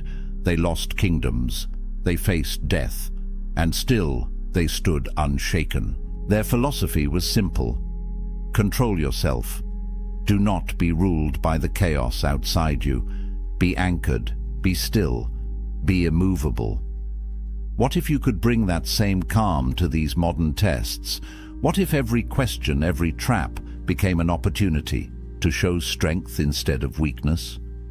In this film, we reveal the 5 questions women use to test men. 5 traps hidden in plain sight. 5 moments where most men collapse. But where the Stoic finds his chance to rise. Stay with me. Because question 3, that one is the silent killer, the one that strips a man of dignity before he even knows it happened. And if you fail it, you may never get it back. Why do women test men? It is a question that makes some men angry. Others shrug it off. But if you ignore the reason, you will never pass the test. The truth is simple. It is not cruelty. It is not manipulation. It is instinct. Think of it like the walls of a fortress. A guard doesn't press the stone to destroy it. She presses to make sure it holds. She tests to see if the foundation is real. And if the wall crumbles at her touch, the fortress was never strong to begin with. That is what these questions are. A press against the wall. A test of strength, of composure, of truth. Now picture this. A young Roman senator stands in the forum. His wife questions him loudly, accusing him of weakness. The crowd holds its breath. If he defends himself with anger, he looks guilty. If he stammers, he looks broken. But he does neither. He stands tall. He answers with calm dignity, and the whispers in the crowd turn into respect. She tested him. He passed, and in passing, he became stronger. The Stoics wrote about this. Epictetus, once a slave, taught that you cannot control the words or actions of others, but you can control your reaction. He said, "It's not what happens to you, but how you react to it that matters." These tests are exactly that, a chance to show mastery, not over her, but over yourself. Modern psychology gives the same answer in different words. Women test to measure certainty. They test to see if your actions match your image. They test because deep down, they want to trust the strength of your frame. Not the mask, not the words, but the man himself. And here's the trap.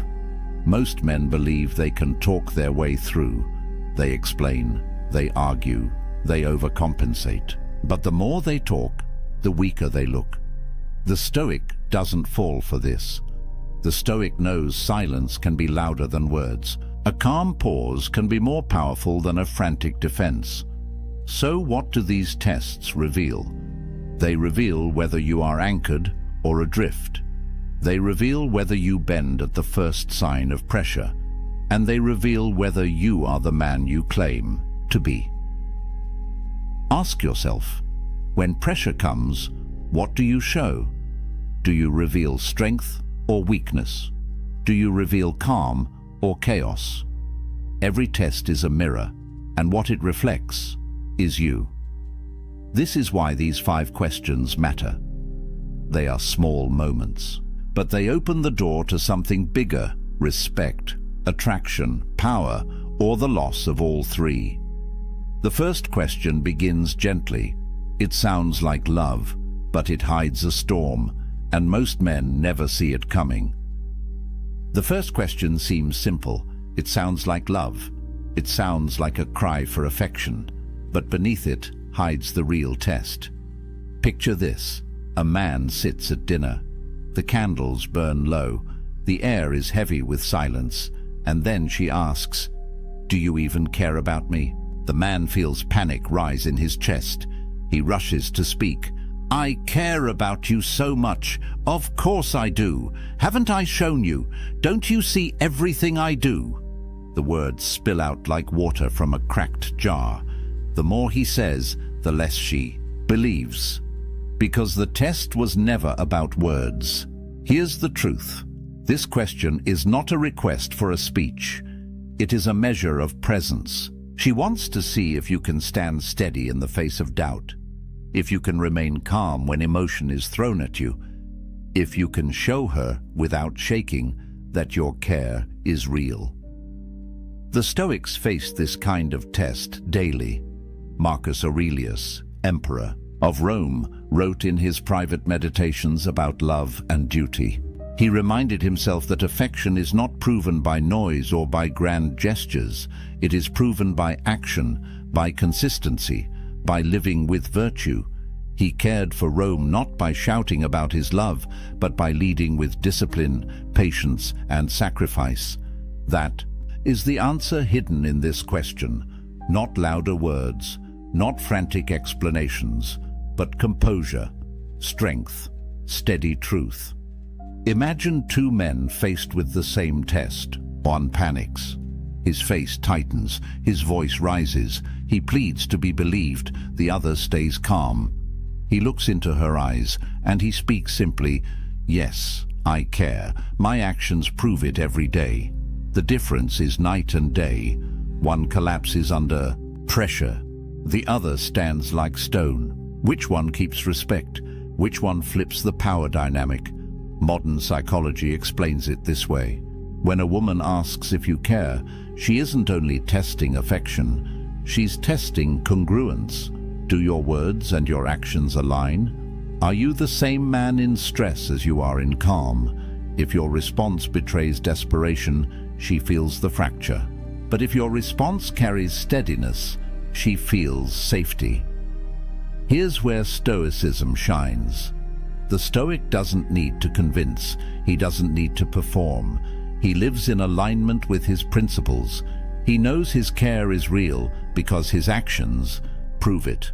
And so, when the question comes, he has nothing to fear, nothing to prove, only the calm truth.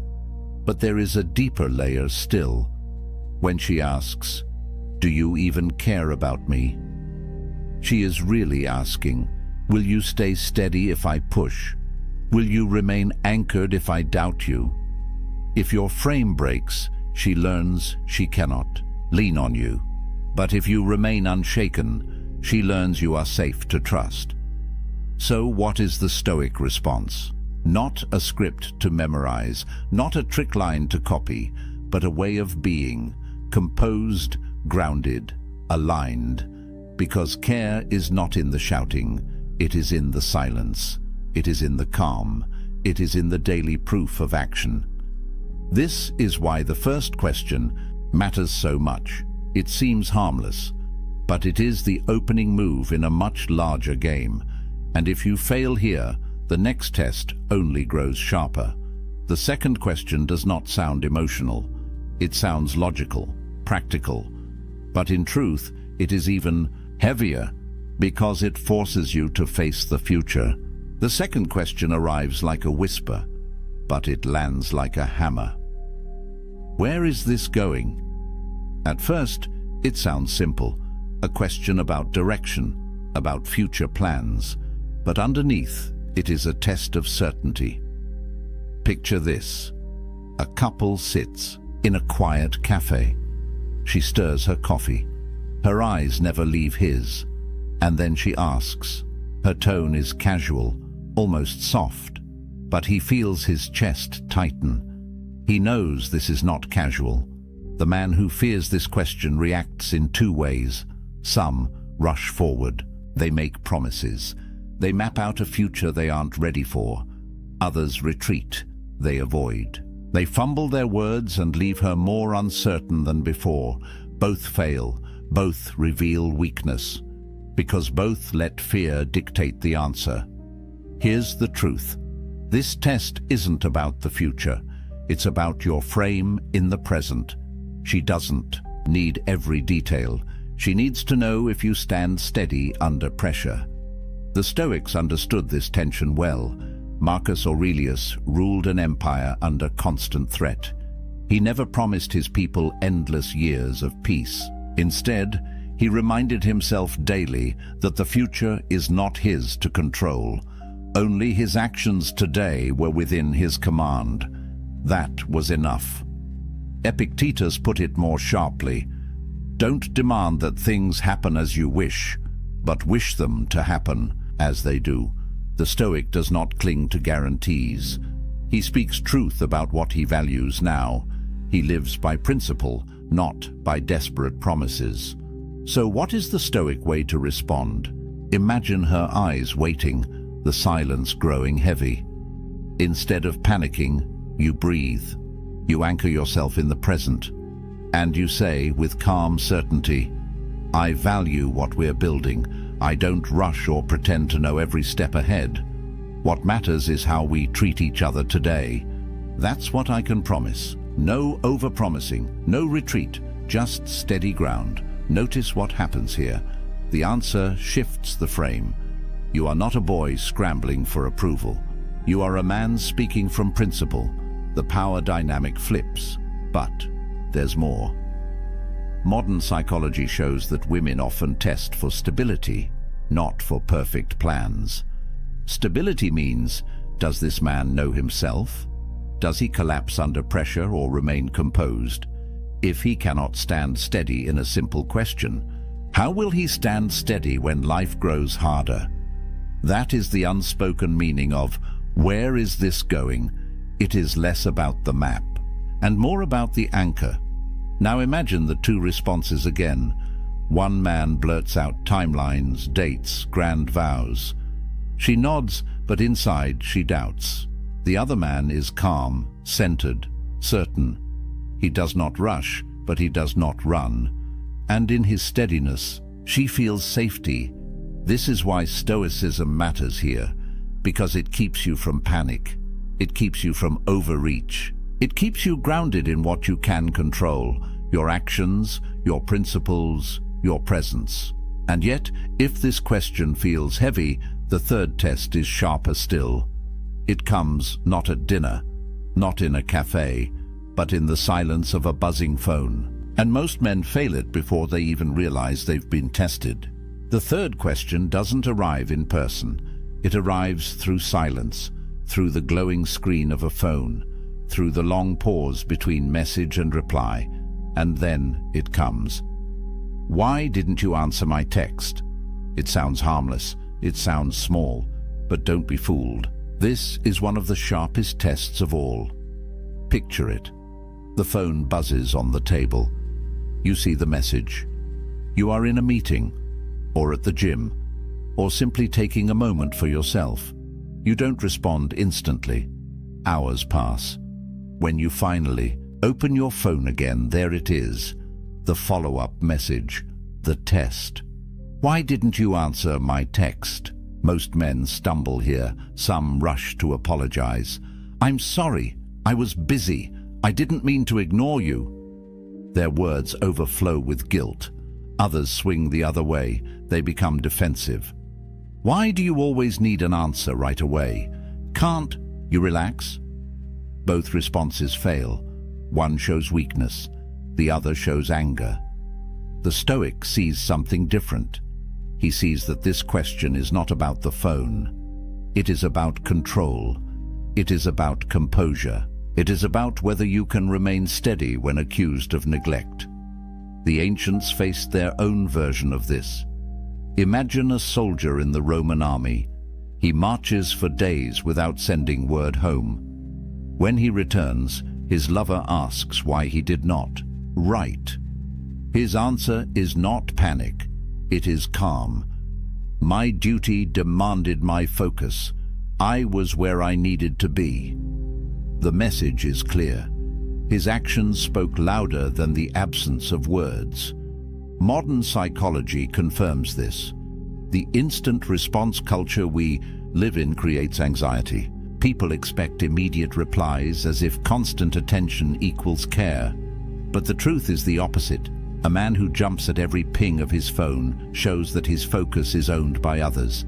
A man who responds in his own time shows self-possession. So, what does the Stoic response look like? It is short, it is calm, it carries no shame. Something like, I was busy, I don't live glued to my phone. Notice the difference.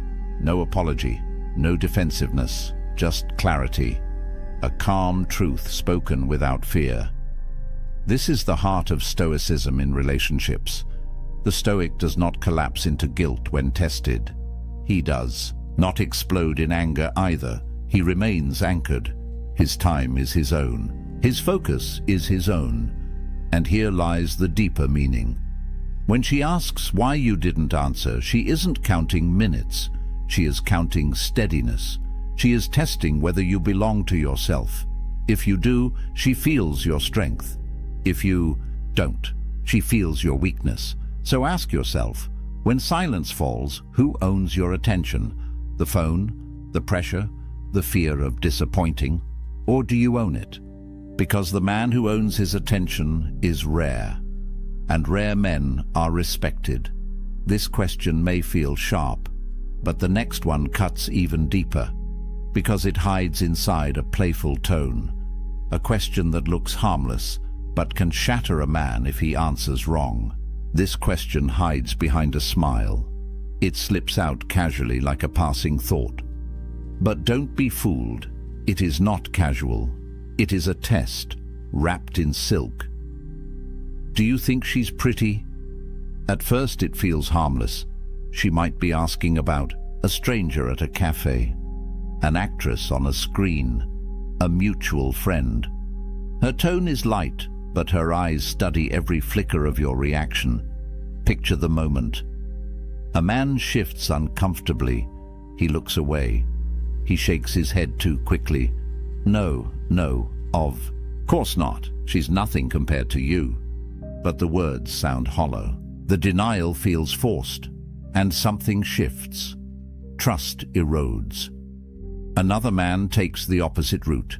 He answers carelessly, "Yes, she's gorgeous, way more attractive than most." The room grows cold, her smile fades, and in that instant, the damage is done. Both men failed, one out of fear, the other out of thoughtlessness. Here's the truth. This question isn't about beauty, it's about honesty. It's about loyalty. It's about whether you can hold balance in a trap. The Stoics understood the power of balance.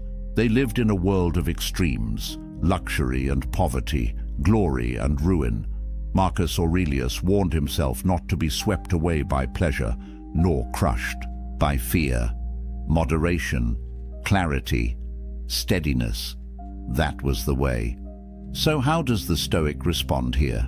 Not with frantic denial, not with careless honesty, but with calm truth that affirms without betraying.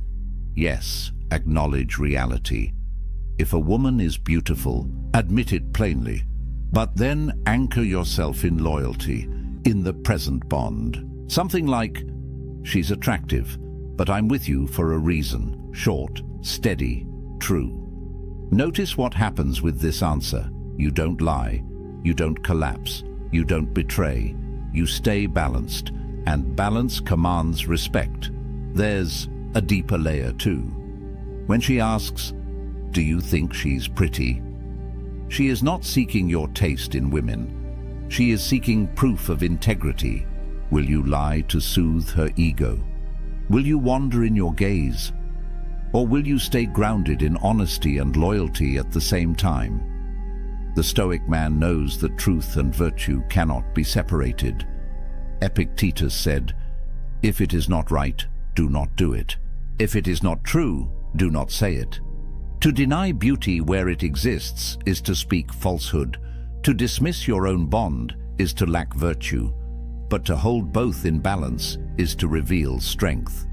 This test matters because it doesn't look like a test. It looks playful, but hidden beneath the joke is a blade aimed at your honesty. And if you falter, the cut is deep. Most men fail here without even realizing it. They either fear the truth or they mishandle it. But the Stoic response is rare, calm, simple, anchored. And yet, if this question is sharp, the final test is brutal, because it doesn't challenge your care or your plans or your honesty. It challenges your very identity. This is the hardest test of all. It doesn't arrive as a playful question. It doesn't sound soft. It comes like a spear, sharp, direct, designed to wound. Are you even a real man? Imagine the scene.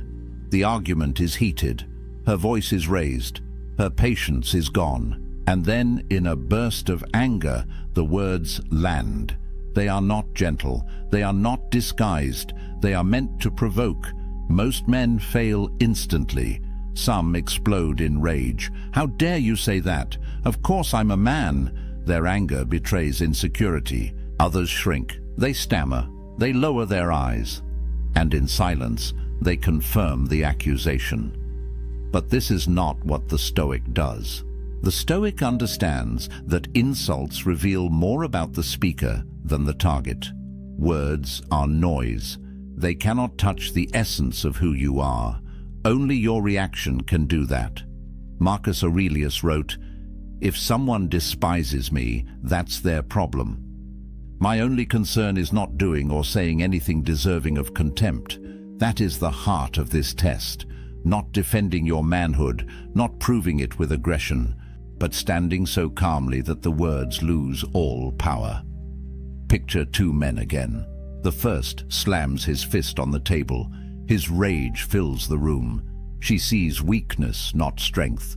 The second holds her gaze. He doesn't flinch, and he says quietly, "I don't need to prove it with words. My actions speak." The silence that follows is heavier than a shout, because in that moment, the power shifts. The test is passed. Respect is earned. Psychology confirms this dynamic. Challenges to masculinity trigger deep instincts. Many men feel they must defend or attack, but true strength is self-possession. A man who knows himself doesn't need to fight for his identity. He already owns it. The Stoics lived this way. They were warriors, emperors, slaves, philosophers. Their manhood was not measured in titles or bravado. It was measured in courage, in justice, in steadiness. A real man in their eyes was not the loudest in the room. He was the calmest, the one who did what was right, even when mocked or insulted. So, when the words strike, "Are you even a real man?" the Stoic does not break. He does not rage. He does not beg. He simply remains, unshaken, anchored. This is the true test. Not of romance, not of loyalty, but of identity. And if you fail here, you lose far more than respect. You lose yourself. But if you pass, if you stand calm in the storm, you become rare. Rare men are remembered. Rare men are trusted. Rare men are respected. And that is the ultimate power flip. The test meant to shatter you becomes the proof of your strength. We've walked through the 5 questions, 5 tests that seem ordinary, 5 moments that look small, but each one hides something much larger. Think back. Do you even care about me? Not about words, but about presence, a chance to show that your care is steady, not frantic. Where is this going? Not about maps of the future, but about your anchor in the present. A chance to prove that you don't panic under pressure. Why didn't you answer my text? Not about the phone, but about attention. A chance to show that you own your time, that you are not ruled by constant demands. Do you think she's pretty? Not about beauty, but about honesty and loyalty. A chance to reveal balance, truth without betrayal. And finally, are you even a real man? Not about insult, but about identity. A chance to stand calm when provoked, to show strength without noise. 5 questions, 5 mirrors, 5 opportunities to either collapse or rise. Why does this matter? Because life will test you in the same way, not always with these exact words. Sometimes with silence, sometimes with rejection, sometimes with pressure from the world itself. Your boss, your family, your friends. The storms of life will ask you, in 1,000 ways, the same thing. Are you steady, or will you break? The Stoics prepared for this every day. They didn't wait for the test to arrive. They trained their minds like soldiers sharpen their swords. They practiced negative visualization. They embraced voluntary discomfort. They built strength so that when the questions came, they were ready. This is what you must do, because if you fail these tests, the cost is heavy, respect is lost, trust evaporates, attraction fades. But when you pass, when you stay calm, you gain something far greater. You gain respect, you gain peace, you gain power that cannot be taken from you. This isn't about manipulating women. It isn't about clever lines. It is about living with principle. It is about embodying what the Stoics called arete, excellence of character. Because the man who lives by virtue cannot be shaken by a question. He cannot be trapped by words. He remains who he is, always. And here is the final truth. These 5 questions are spoken, but there are others, unspoken, silent tests. The ones you don't see. The moments when she watches your actions, not your answers. When life itself throws challenges that no one names aloud. And those silent tests, they are even more dangerous because you don't know when they will strike. You don't hear them coming, and you only realize you've been tested when it's already over. That is what we'll explore next. The invisible trials, the hidden moments, the tests that define you without a single word. If you want to be ready, subscribe now. Turn on notifications so you don't miss it. And share your story in the comments. Which of these 5 questions have you faced? How did you respond? Your story may help another man prepare for his own test. Remember, life will keep asking the question. The only thing that matters is how you answer. Picture this. Your fists are clenched. Your jaw is locked tight. Heat floods your chest, racing up your neck, pounding in your temples. Someone just disrespected you, crossed a line, threw words at you that cut deep. And right now, in this moment, every fiber of your being wants to explode, to unleash, to make them feel what you feel. But here's what you don't realize. That fury building inside you isn't strength. It's a prison, and you're both the jailer and the prisoner. Every second you spend consumed by rage is a second stolen from your life, your peace, your power, the relationships you've destroyed, the respect you've lost, the things you've said that you can never take back. All because in that moment you thought anger was the answer. But what if I told you that nearly 2,000 years ago, ancient philosophers discovered something that modern psychology is only now confirming? A truth so powerful that once you understand it, anger becomes almost impossible, not suppressed, not hidden, actually impossible, because they found the secret that most men never discover. The reason you get angry has nothing to do with what's happening out there, and everything to do with a choice you're making inside your own mind without even realizing it. Stay with me for the next 15 minutes, and I'll show you exactly how to break free from anger forever. Not through willpower, not through breathing exercises, but through a fundamental shift in how you see reality itself. By the end, you'll possess a mental framework that the Stoics used to remain unshakable in the face of insults, betrayal, and chaos. The same framework that can make you the calmest, most powerful man in any room. Because once you understand this, you'll never be a slave to rage again. Here's the first truth that destroys everything you think you know about anger. You believe you're angry at them, at what they said, at what they did, at the disrespect, the betrayal, the injustice. You think the source of your rage is out there in the world, in their actions, in their words, in the unfairness of it all. But Epictetus, the Stoic philosopher who was born into slavery and became one of the wisest men in history, revealed something that shatters this illusion completely. He said that men are disturbed not by things, but by the views which they take of things. Read that again. Not by things, but by your view of things, your interpretation, your judgment, the story you tell yourself about what just happened. Think about this. 2 men get cut off in traffic. Same situation. Same driver flipping them off as he speeds away. One man grips the wheel, blood boiling, heart racing, ready to follow that car and confront the driver. The other man simply shakes his head, maybe even chuckles, and continues his drive in peace. Same event. Completely different responses. Why? Because the event itself has no power. The power lies entirely in the judgment they make about it. The first man tells himself a story. This is disrespect. This is an attack on me. I need to defend myself. I need to make him pay. And with that judgment, with that interpretation, he creates his own prison. His body floods with cortisol. His rational mind shuts down. His entire day, maybe his entire week, is now ruined by a stranger he'll never see again. The second man makes a different judgment.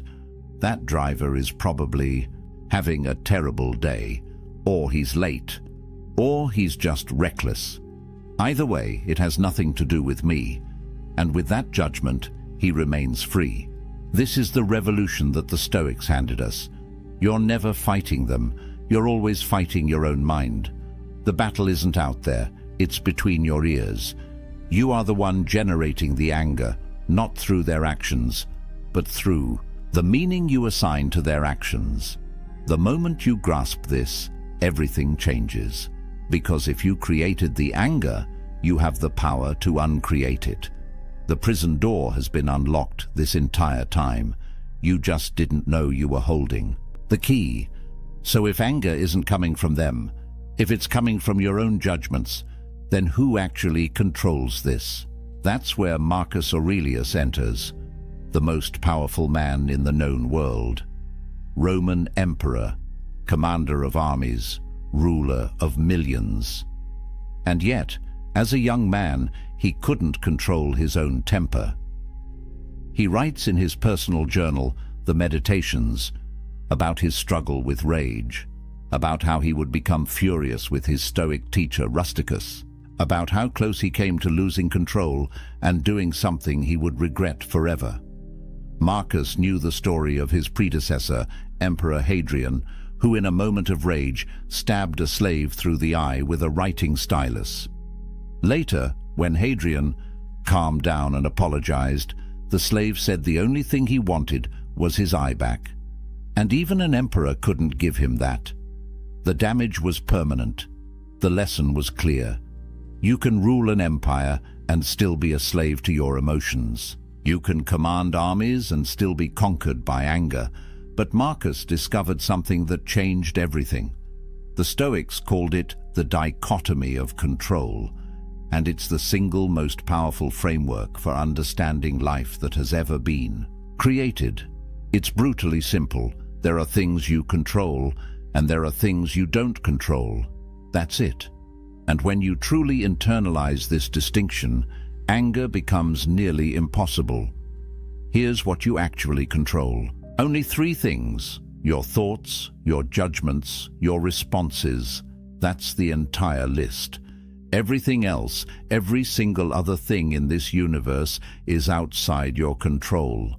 Other people's actions, their words, their opinions, the past, the future, outcomes, circumstances, traffic, weather, the economy, your body's aging, other people's respect.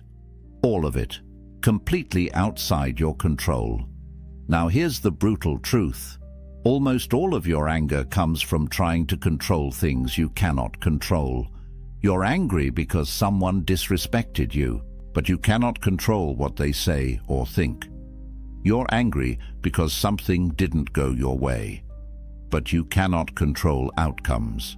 You're angry because the past happened, but you cannot control what already occurred.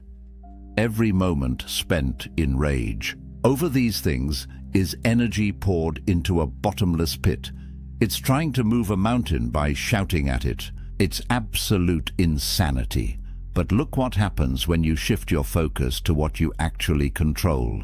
Someone insults you. You cannot control their words, but you can control your judgment about those words.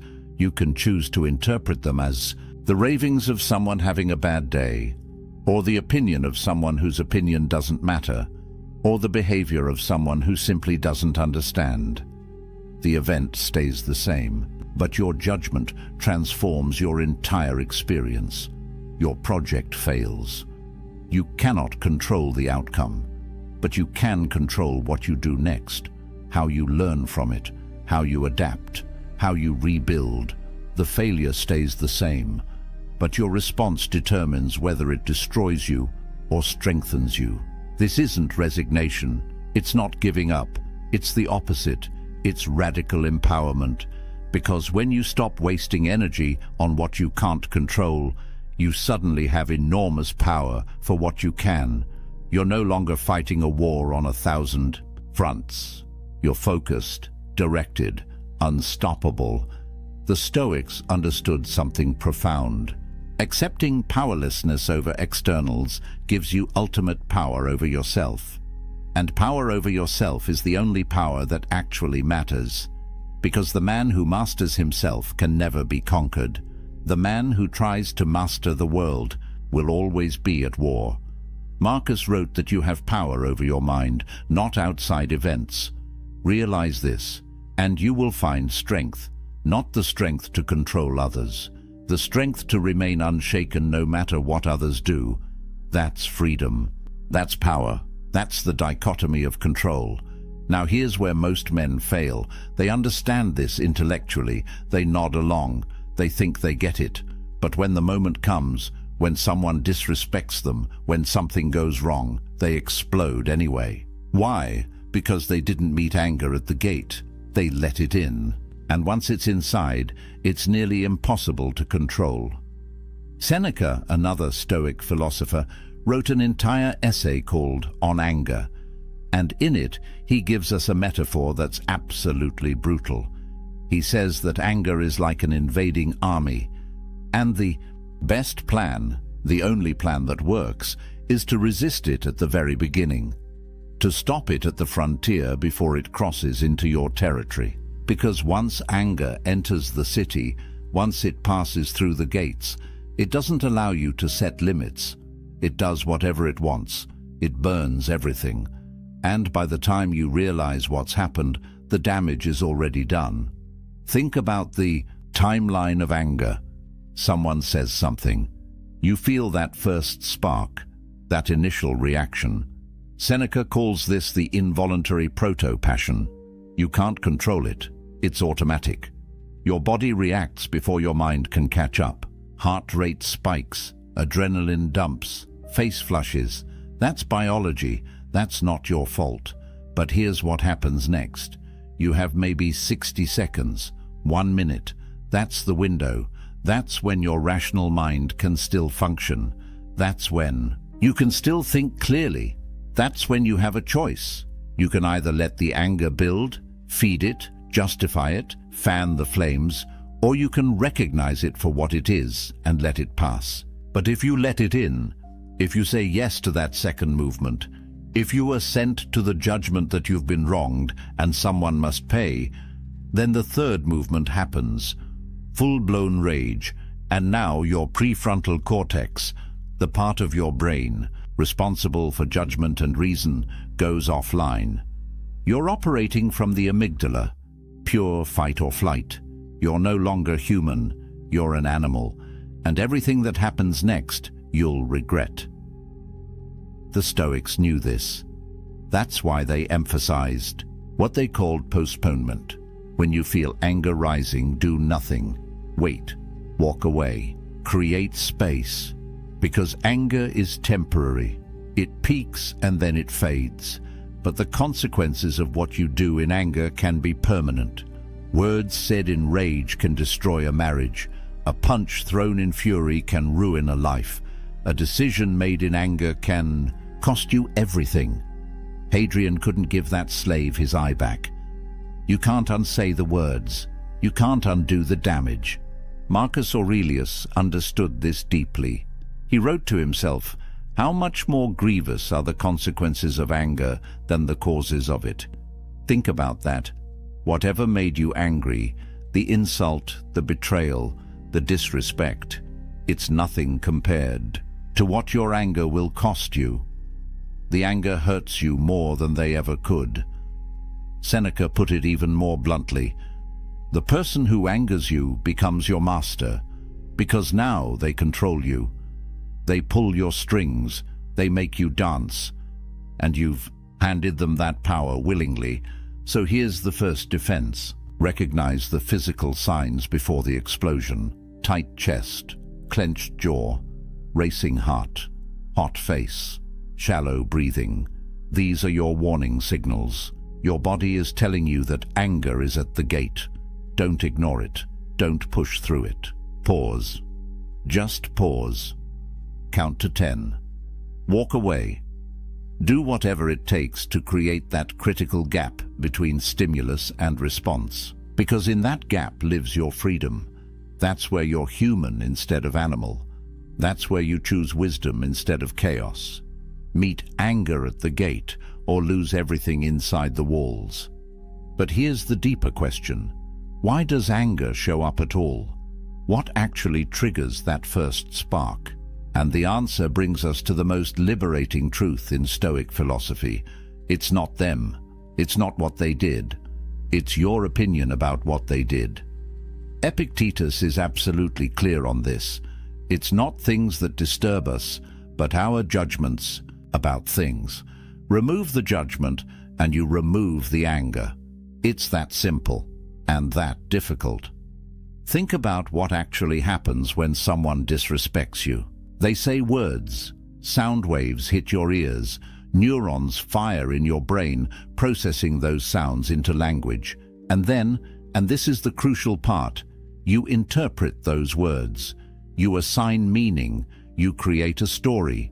You tell yourself, this is disrespect. This diminishes me. This cannot stand. This demands a response.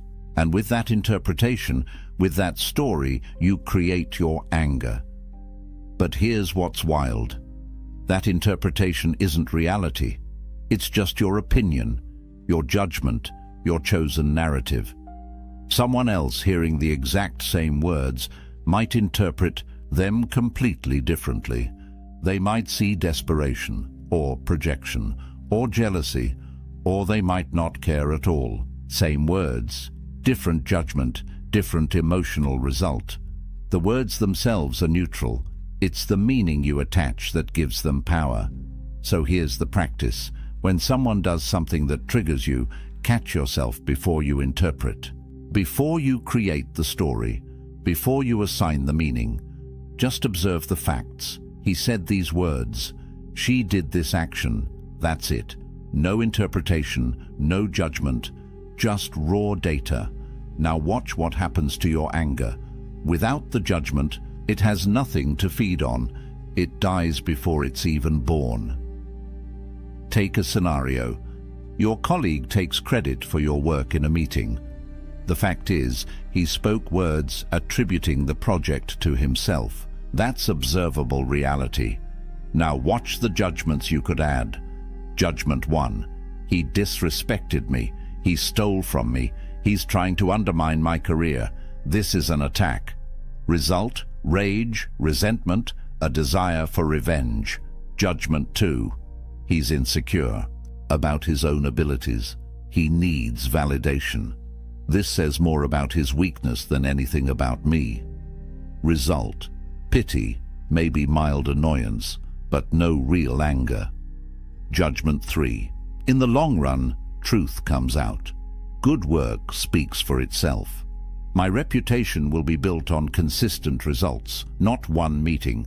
Result: complete calm, strategic thinking about how to address it professionally. Same event.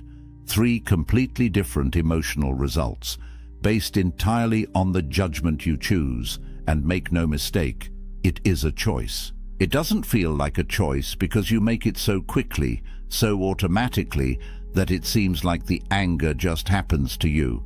But the Stoics are telling you that there's always a gap, always a moment where you choose the interpretation. And once you start paying attention to that gap, once you start catching yourself in the act of judging, you realize you've been the author of your own suffering this entire time. This is what the Stoics mean when they say that the obstacle is not the thing itself, but your view of the thing. Change your view, and the obstacle disappears. Someone insults you? Only if you agree that it's an insult. Someone betrays you? Only if you judge that as a betrayal worth your energy. Someone treats you unfairly? Only if you believe that your worth comes from how others treat you. Strip away your judgments, and you're left with neutral events. And neutral events can't make you angry. Only you can do that to yourself. But the Stoics have one more tool to make this even easier. When you're in the middle of it, when you're triggered, when you can feel that anger rising, Marcus Aurelius gives you a visualization that changes everything. He calls it the view from above. And it's simple but devastatingly effective. Zoom out, pull back, see yourself from outside. Imagine you're looking down at this moment from 30,000 feet, from orbit, from the perspective of the cosmos. From that height, how important is this moment? This insult, this slight, this frustration, will it matter in a year? In 5 years? In 50? When you're on your deathbed looking back at your life, will you remember this? Will you care? The brutal answer is almost always no. It's completely insignificant. It's a tiny ripple in an endless ocean. And yet, you're about to sacrifice your peace, your dignity, your relationships over it. You're about to let it steal your day, your week, maybe more. Marcus would remind himself constantly about the shortness of life. He wrote, "You could leave life right now. Let that determine what you do and say and think. You have a limited number of days, a finite amount of time, and every moment you spend angry is a moment wasted, a moment you'll never get back, stolen not by them, but by your own reaction to them." The cosmic perspective reveals the absurdity of anger. You're a brief flash of consciousness in an infinite universe. A few decades if you're lucky, and you're going to spend those precious moments raging over someone's opinion, over circumstances you can't control, over events that won't matter tomorrow. Here's another angle Marcus used: the impermanence of everything. That person who just disrespected you, they'll be dead soon. So will you, both forgotten, both dust. The Roman Empire seemed eternal. It fell. Your career, your reputation, your pride, all temporary, all fleeting, all ultimately meaningless in the grand scale. So why give them the power to disturb your inner tranquility? Why hand over your peace for something so temporary? And here's the final piece of the cosmic view. Recognize your shared humanity. Marcus would remind himself every morning that today he would meet people who are meddling, ungrateful, violent, treacherous, envious. But he would also remind himself that they act this way out of ignorance. They don't know good from evil. They're doing the best they can with the understanding they have. Just like you mess up sometimes, just like you've hurt people, just like you've been ignorant. They're human, flawed, struggling, just like you. When you see it from this perspective, anger transforms into something closer to compassion, or at least indifference.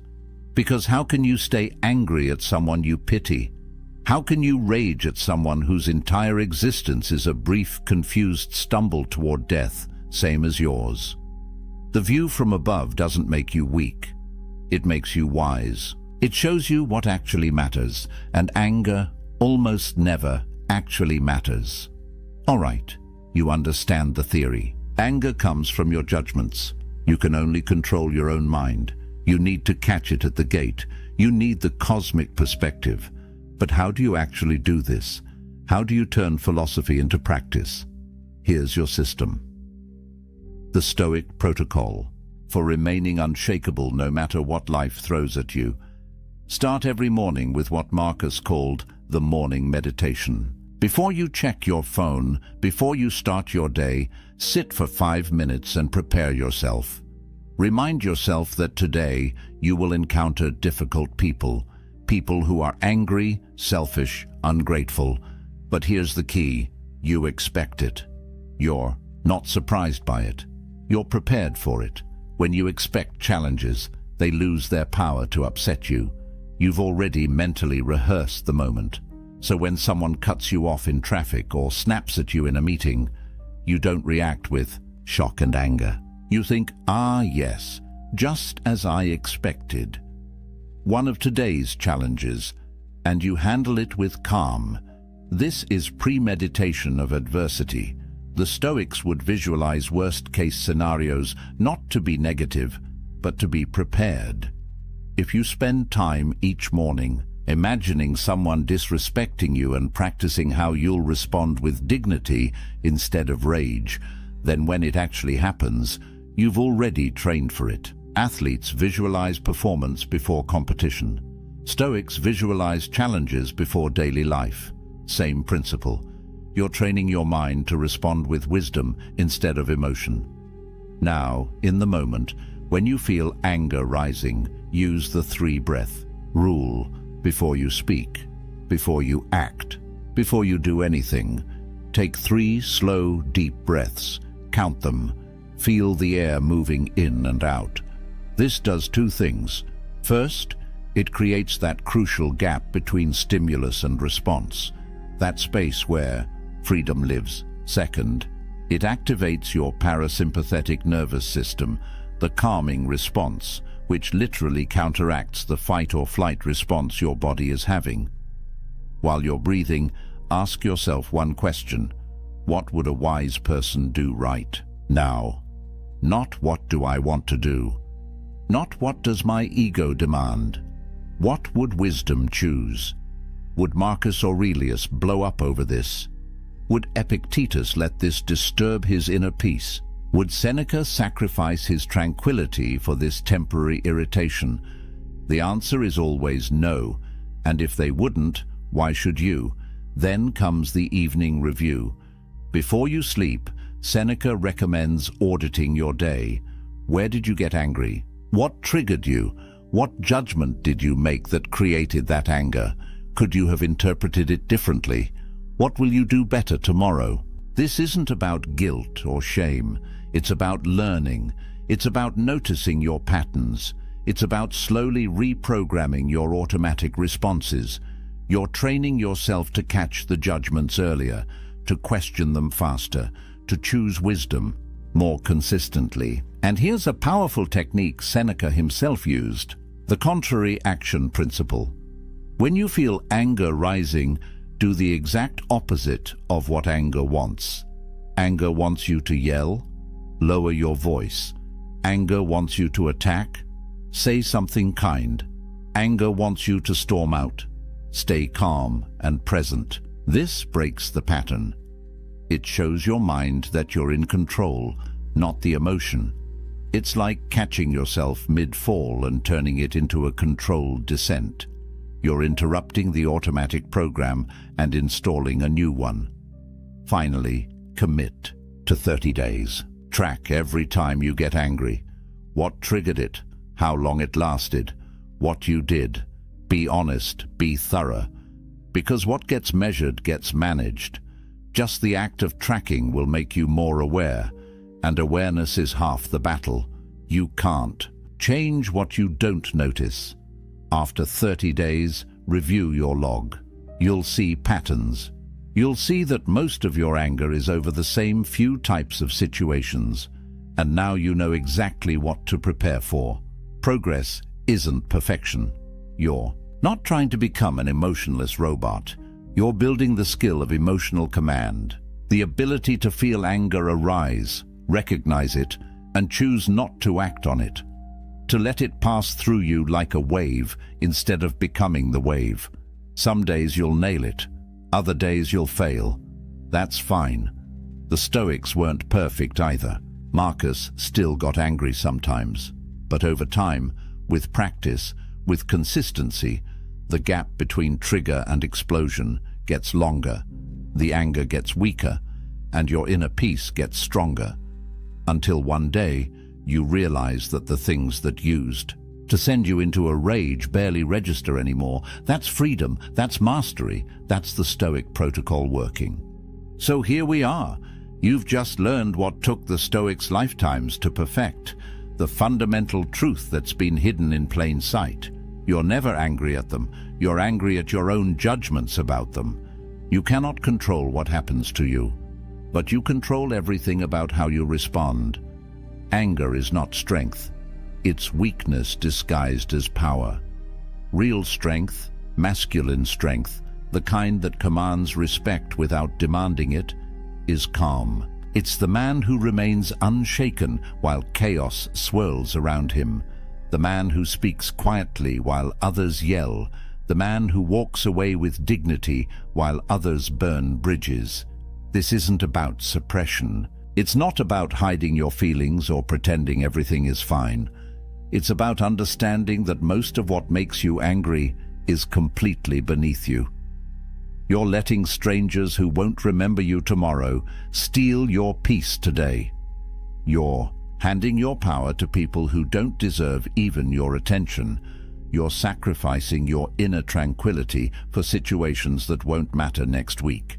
That's insanity. And now you see it.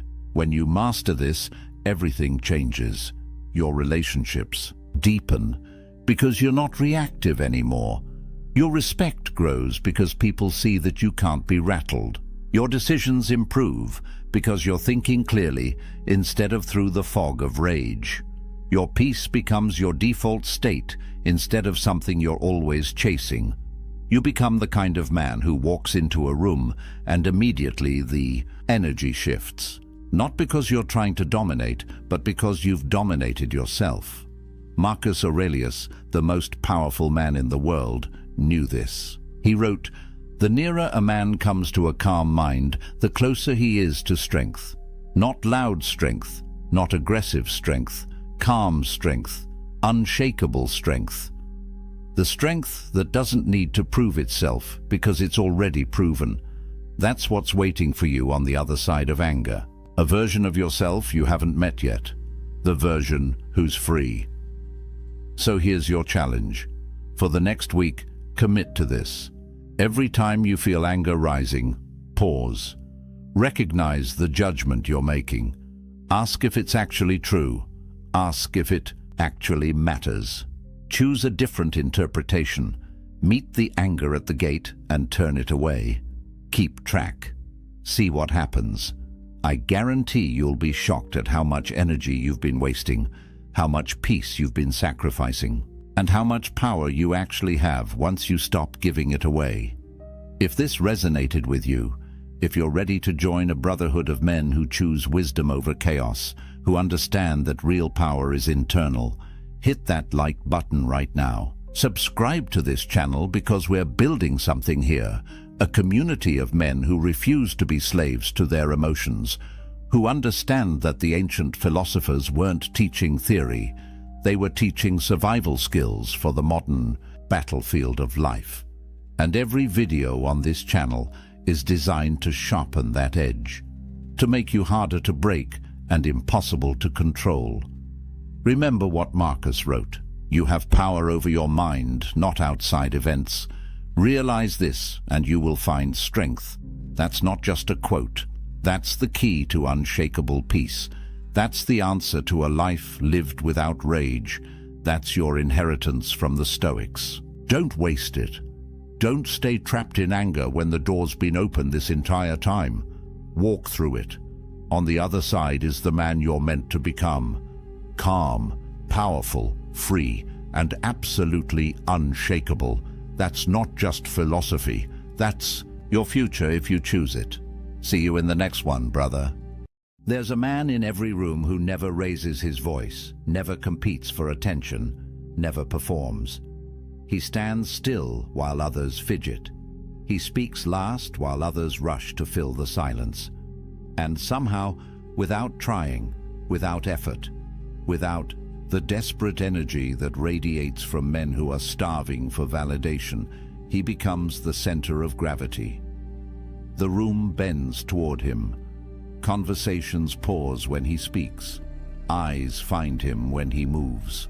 Women notice him not because he's chasing their attention, but because his presence whispers something most men have forgotten how to communicate. I don't need you to complete me. I'm already whole. This isn't charisma.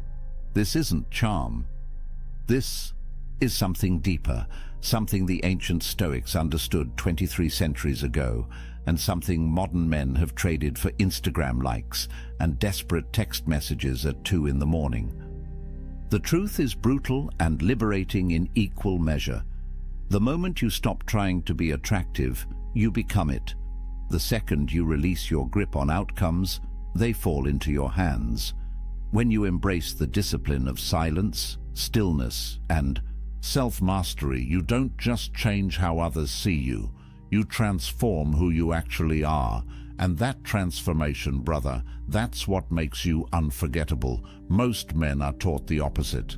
They're told to be loud, to take up space, to dominate conversations, to prove their worth through constant performance. They talk about their achievements, their plans, their opinions. They fill every silence with noise because silence feels like failure. They check their phones every 30 seconds because stillness feels like invisibility.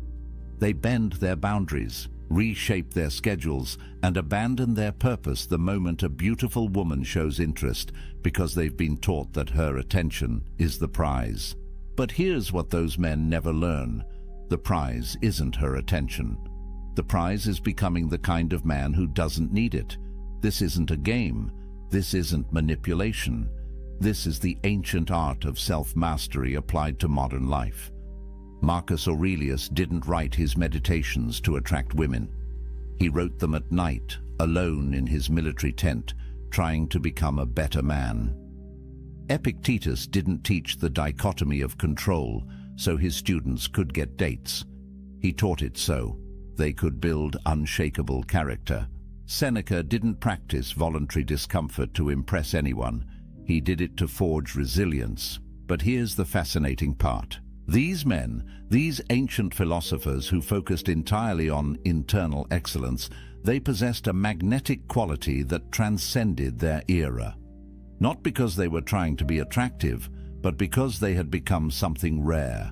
Men who had mastered themselves. Let me show you how this works in practice. Let me walk you through 9 habits, 9 disciplines, 9 ways of being that separate men who chase from men who attract. These aren't tricks you perform, they're transformations you embody. And once you integrate them, once they become part of who you are rather than things you do, everything changes.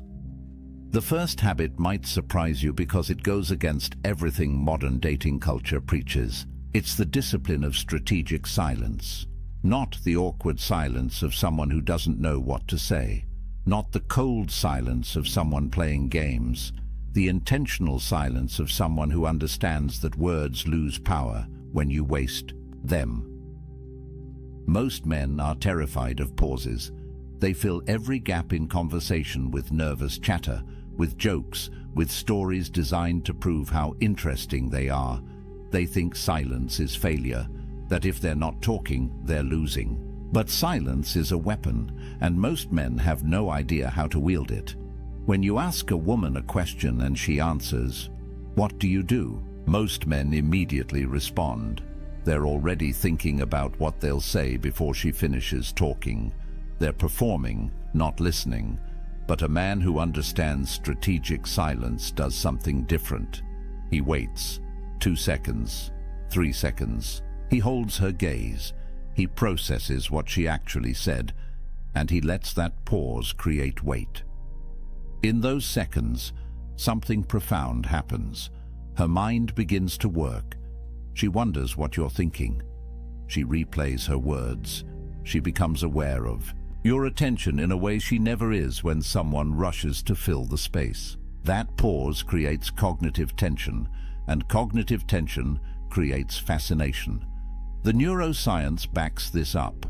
When you create a pause, you're forcing her brain to complete a loop. Humans are pattern recognition machines. We need closure. An unanswered question, an unfilled silence, it gnaws at us. And the person who creates that tension, who can sit comfortably in that space, they become magnetic. Because silence signals something most men can't fake: self-sufficiency. A man who needs her validation can't tolerate silence. A man who's complete within himself can let it breathe. Epictetus taught that we have 2 ears and 1 mouth, so we can listen twice as much as we speak. This wasn't just about being polite. It was about power. The man who speaks less controls more, not through manipulation, but through presence. When your words are rare, they carry weight. When you're comfortable in silence, you communicate something that transcends language. I don't need to fill this space because I'm not afraid of it. And fear, brother, fear is the scent that kills attraction faster than anything else. But silence alone isn't enough. You can be quiet and still radiate anxiety through every muscle in your body. This brings us to the second discipline, the one that most men violate every single day without realizing it. Physical stillness. Watch men in any social situation. They're constantly moving, shifting their weight, adjusting their clothes, checking their phones, playing with their hair, fidgeting with their drinks. Their bodies are screaming a message their mouths never say. I'm nervous, I'm uncomfortable, I need something to do with this energy because I can't just be here. Now picture the opposite, a man standing with his weight evenly distributed, his hands at his sides or clasped in front of him, but not moving, his head still, his breathing deep and even. He's not rigid, not tense, he's relaxed but contained. When he moves, it's deliberate. When he reaches for his drink, it's a complete action. One movement, no adjustments, no fidgets, no nervous energy leaking through his fingers. That man commands attention without saying a word. The psychology here is profound. We have mirror neurons in our brains. When we observe someone, our nervous system begins to sync with theirs. If you're anxious, she feels anxious. If you're fidgety, she feels unsettled. If you're calm, centered, still, she begins to feel that too. Your physical state becomes her emotional state. This is why women talk about feeling safe around certain men. It's not just about physical protection, it's about nervous system regulation. She can relax because you're relaxed. She can be still because you're still. Marcus Aurelius wrote that you have power over your mind, not outside events. Physical stillness is the practice of that principle. You're not reactive. You're not controlled by impulses. You don't need to move just because there's empty space. You don't need to check your phone just because 5 minutes have passed. You're present, grounded, here. And that presence, that groundedness, it's magnetic in a world where everyone is scattered. This is where most men start to understand that attraction isn't about doing more. It's about being more intentional with everything you do, which leads us directly into the third discipline, one that modern social media has nearly destroyed: the practice of strategic mystery. In an age where people broadcast their entire lives, where every thought becomes a tweet and every meal becomes a photo, where vulnerability has been weaponized into a performance, the man who guards his inner world becomes fascinating by default. Mystery isn't about being secretive for the sake of games. It's about understanding that not everything needs to be shared. Not every thought needs to be vocalized. Not every experience needs to be explained.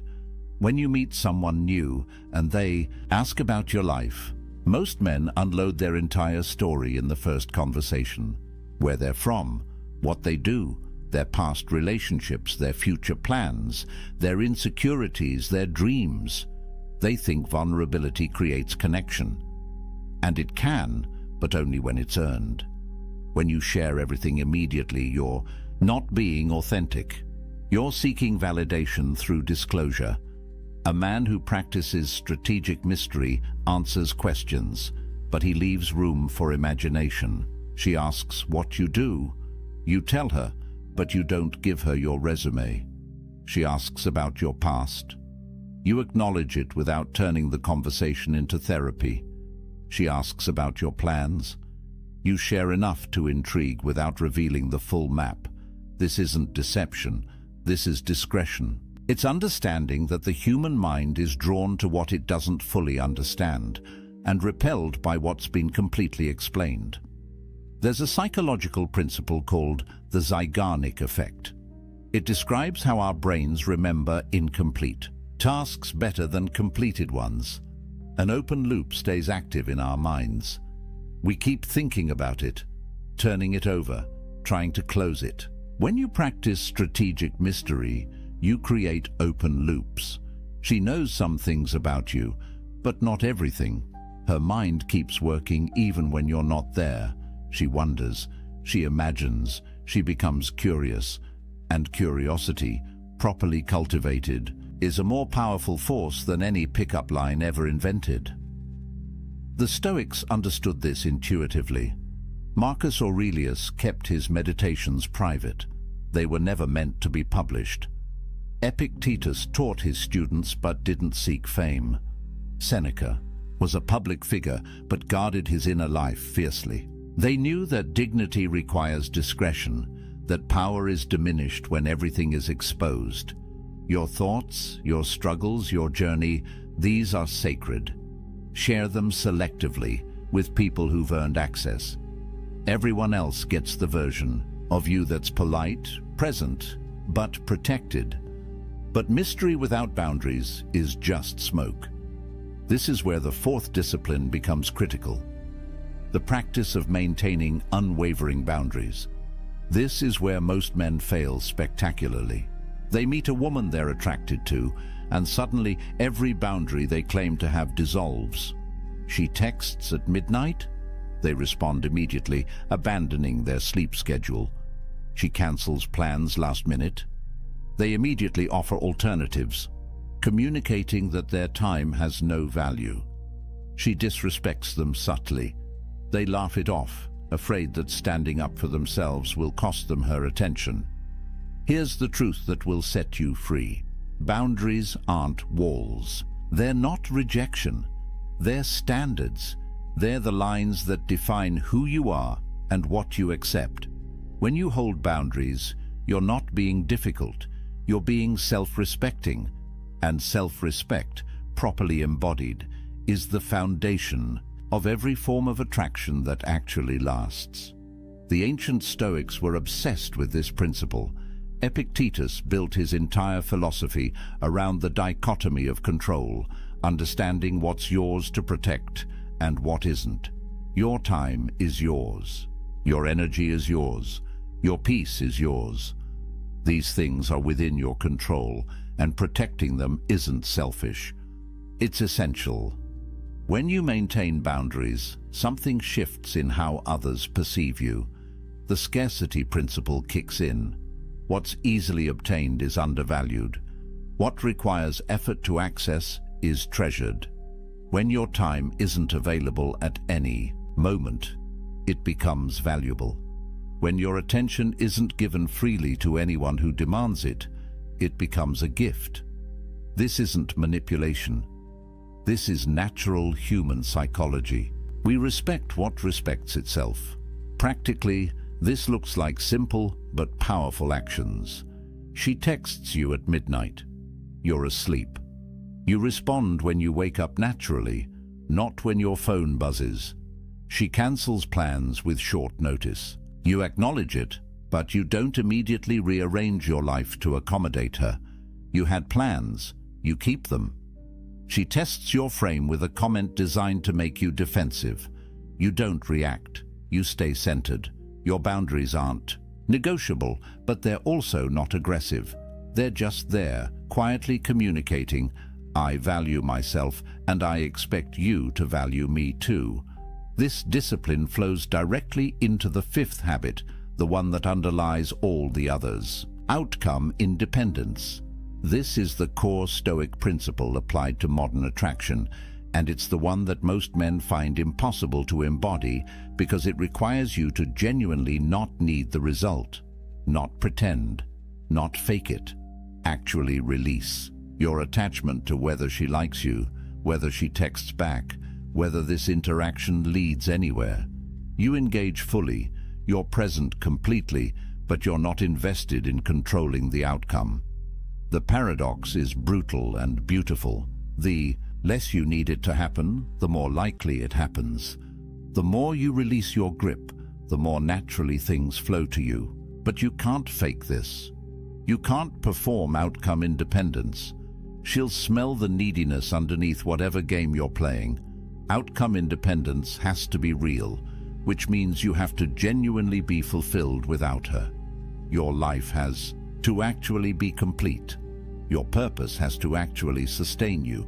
Your identity has to actually be stable. Otherwise, every interaction becomes a test of your worth.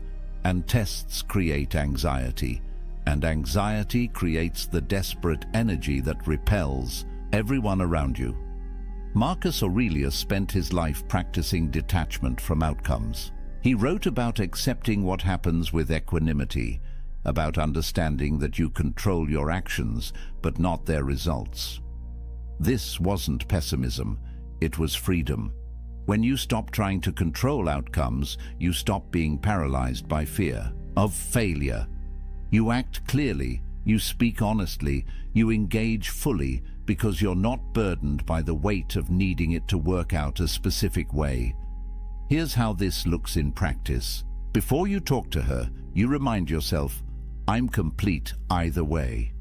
During the conversation, you notice if you're performing for approval or genuinely connecting. After the interaction, you don't refresh your phone every 30 seconds waiting for her response. You go back to your life, your mission, your purpose, because those things matter whether she texts back or not. This isn't apathy. You still care. You still prefer positive outcomes, but you're not defined by them, and that freedom transforms how you show up. Which brings us to the sixth discipline, the one that separates you from 99% of modern men who have forgotten how to do this. Radical presence. Being fully, completely, undividedly here. No phone, no distractions, no mental rehearsal of what you'll say next. Just attention, pure and concentrated, on this moment and this person. In a world where everyone is perpetually elsewhere, mentally scrolling through their feeds even while sitting across from you, the person who can actually be present becomes intoxicating. The Stoics called this memento mori. Remember, you will die. Not as morbid obsession, but as radical wake-up call. This moment is all you have. This conversation is happening now and will never happen again. Marcus Aurelius wrote that the whole of time present is just a pinpoint in eternity. This second, right now, is your entire life. Everything else is memory or imagination. When you truly grasp this, presence becomes natural. You stop living in your head and drop into reality. What does this look like practically? Your phone is not just face down on the table, it's away, completely. When she speaks, your body turns toward her. Your eyes hold hers, not darting around. The room. You notice not just her words, but her energy, her emotions, the small shifts in her voice that reveal what she means beneath what she's saying. You respond to her actual communication, not the surface level. This level of attention is so rare that when someone receives it, they feel seen in a way that's almost shocking. The psychological power here is profound. When you're fully present, you create what researchers call interactional synchrony. Your nervous systems begin to harmonize. Time seems to slow down. The conversation flows. She feels safe enough to reveal her real self, not the performed version she shows most people. And when someone feels that level of safety and being seen, they don't forget you. They can't. Because you gave them something almost no one else offers anymore, your complete, undivided presence. But presence without stability collapses under pressure. This is where the seventh discipline becomes essential. Emotional stability, not emotional suppression, not pretending you don't feel things. The capacity to feel deeply while responding wisely. Most men fail this test spectacularly. She gets upset, they panic. She withdraws, they chase. She creates drama, they match her energy. They're emotionally reactive, which means they're controlled by external circumstances. And being controlled, being reactive, being emotionally volatile, it destroys attraction faster than almost anything else. The Stoic view of emotions is misunderstood. They didn't advocate for becoming unfeeling. They advocated for not being controlled by feelings. There's a space, Viktor Frankl later wrote, between stimulus and response. In that space lies your power. She says something that triggers you. There's a moment before you respond. In that moment, you can choose. React impulsively or respond with intention. Get defensive or stay grounded. Match her energy or maintain your center. Women test emotional stability constantly, not because they're cruel, but because biology programs them to assess whether you'll be stable under pressure. In evolutionary terms, your emotional stability determines whether you can protect and provide when circumstances get difficult. If you collapse when she's upset, she can't trust you when real problems arise. If you panic when she pulls away, you're not a secure base. If you get defensive when she challenges you, you're weak underneath the performance. This is practical, tangible, learnable. She's upset about something at work. You don't try to fix it. You don't make it about you. You hold space. You listen. You stay calm. She tests you with emotional withdrawal. You don't panic. You don't chase. You give her space, remaining centered in yourself. Conflict arises in conversation. You don't escalate. You don't match her intensity. You speak calmly. You acknowledge her perspective. You hold your boundary without aggression. This is emotional mastery, not control over her emotions, but complete authority over your own. But emotional stability without growth becomes stagnation. This is where the eighth discipline comes in, the one that makes everything else sustainable long-term. Relentless self-improvement. Not improving to get her, not changing yourself to match what you think she wants. The commitment to becoming excellent because that's who you've decided to be. Marcus Aurelius wrote, "Be tolerant with others and strict with yourself. This is the standard.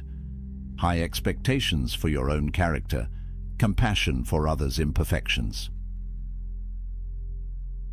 Women are attracted to trajectory, to momentum, to men who are becoming something, not because they want a project to fix, because growth signals potential, and potential is exciting. A man who's stagnant, who's been the same person doing the same things for years, he's safe but boring.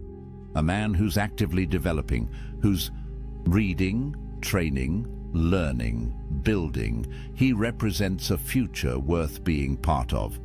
But here's the critical distinction. You improve because your standards demand it, not because her approval requires it. This looks like discipline across every domain. Physically, you train not for aesthetics, but for strength, resilience, capability.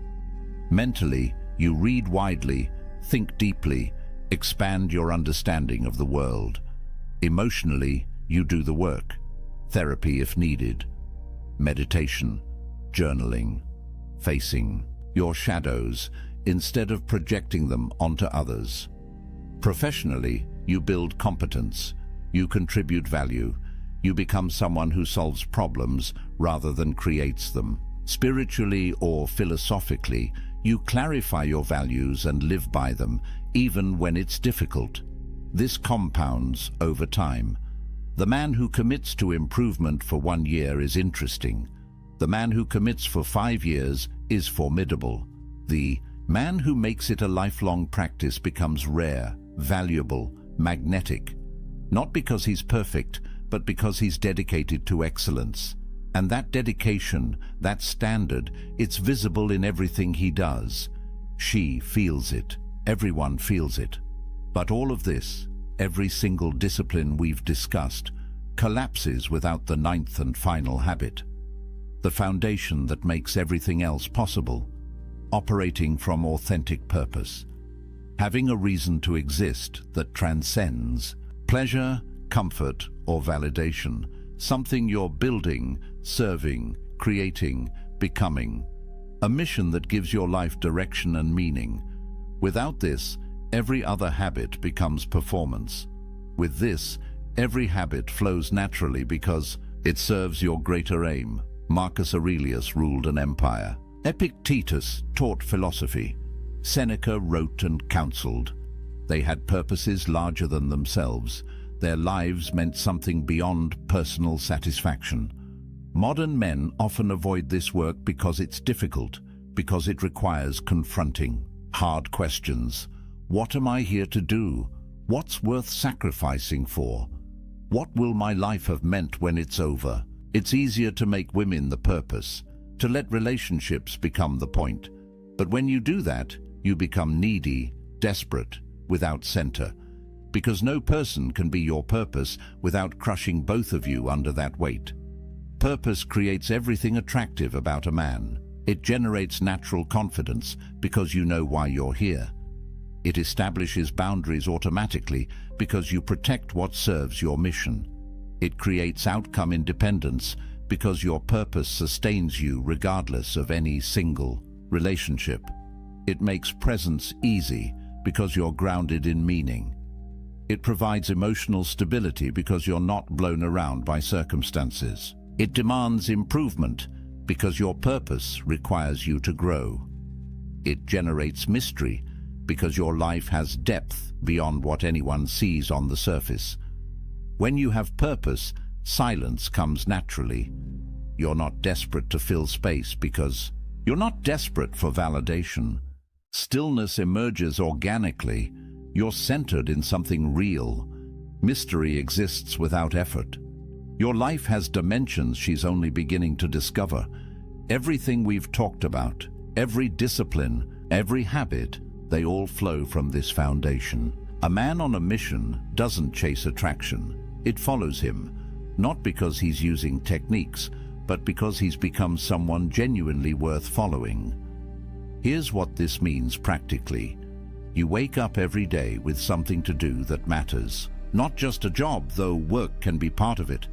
Something you're building, creating, serving. Maybe you're developing a skill, starting a business, creating art, serving a community, raising a family with intention. Whatever it is, it's yours. It gives you direction. It makes you someone with somewhere to go, and women want to walk beside. Men who are going somewhere.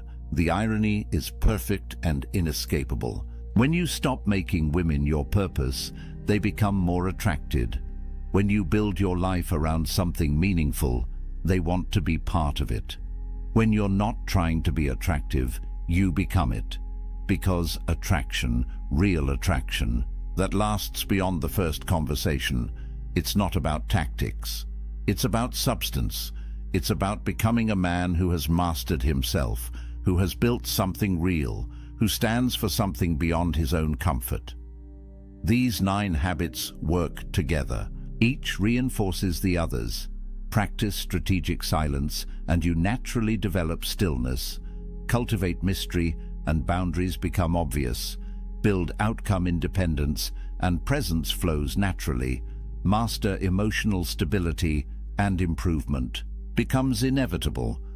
Do all of this from genuine purpose, and you're not performing attraction. You're embodying it. This isn't easy. None of it is easy. Anyone who tells you there's a shortcut is selling you something.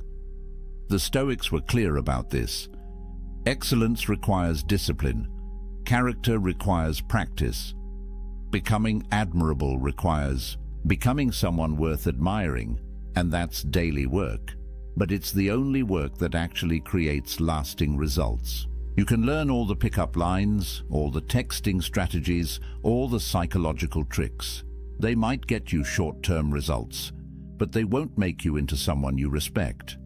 They won't build a life you're proud of. They won't create the kind of attraction that sustains a real relationship. What I'm describing is different. It's becoming the kind of man who doesn't need these videos, these strategies, these techniques.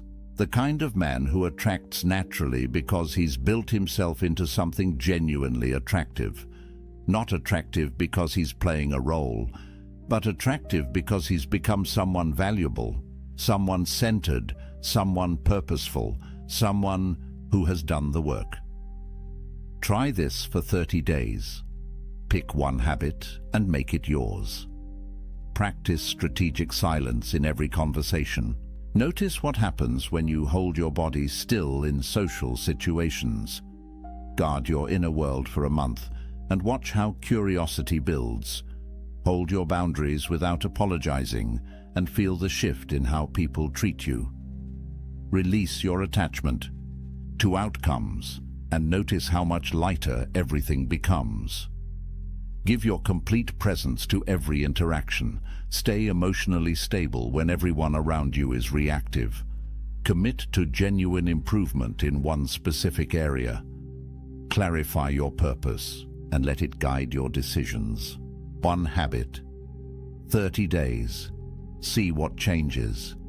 Because I promise you, when you stop performing and start becoming, when you stop chasing and start building, when you release the desperate energy of needing validation and step into the quiet power of being complete, everything shifts.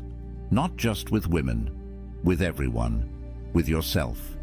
You become the kind of man you actually respect. And that respect, that self-possession, that groundedness, it's magnetic in a way that no technique ever could be. The most attractive man in any room isn't the one trying to be. He's the one who's forgotten to care because he's too busy being excellent, too focused on his purpose, too grounded in his values to waste energy on performance. Be that man. Do the work. Build the life. Master yourself. The attraction will follow, not because you chased it, but because you became worth chasing. If this resonated with you, if you felt something shift in how you understand attraction and masculinity, hit that like button. Subscribe to this channel because we're building a community of men who are committed to excellence, who understand that the ancient wisdom still works, who are willing to do the difficult work of becoming someone genuinely valuable.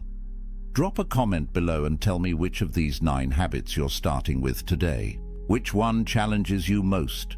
Which one are you ready to master? Remember, the Stoics have been waiting 23 centuries to teach you this. Marcus Aurelius faced battles, plagues, betrayals, and he never lost his center. Epictetus was born into slavery and died free in every way that matters. Seneca counseled emperors and faced death with equanimity. These weren't men who had easy lives. They were men who built unshakable character. You have the same capacity, the same potential, the same choice every single day to become stronger, wiser, more centered. The most attractive man in the room isn't the one trying to be. Be that man. 73% of men admit they stayed in a relationship far longer than they should have because they missed the signs, not because the signs weren't there, but because they chose not to see them. And here's the brutal truth. While you were hoping, planning, and investing your time, she had already made her decision. You just weren't ready to accept it. What you're about to discover will save you months, maybe years, of wasted emotional energy. These aren't the obvious red flags everyone talks about. These are the hidden signals that slip past your radar because they're disguised as something else, as temporary problems, as phases she's going through, as obstacles you can overcome if you just try harder. But the Stoics understood something powerful about human nature. Marcus Aurelius wrote that we suffer more in imagination than in reality. And nowhere is this more true than when a man refuses to see that a woman has no intention of committing to him. The pain isn't in the truth. The pain is in the years spent avoiding it. Now, before we dive into these 7 signs, I want you to understand something. The men who truly grasp what I'm about to share don't just passively consume content. They take what they learn and transform their entire approach to relationships. They stop wasting time. They start seeing clearly. And that clarity, that's what separates the men who get chosen from the men who get strung along. So pay attention, because sign number 4 is the one even your closest friends won't have the courage to tell you about. Let's talk about why intelligent, successful men miss these signs in the first place. Here's what nobody wants to admit. Your desire is lying to you, right now, in this moment. If you're involved with a woman and questioning her commitment level, your brain is actively working against your ability to see the truth. It's not your fault. It's biology mixed with psychology, and it's incredibly powerful. Epictetus, one of the great Stoic philosophers, taught a fundamental principle. We don't control external events, but we absolutely control our perceptions and responses. The problem? Most men aren't controlling their perceptions. They're letting hope control their perceptions. They're letting attachment dictate what they're willing to see. Think about it this way.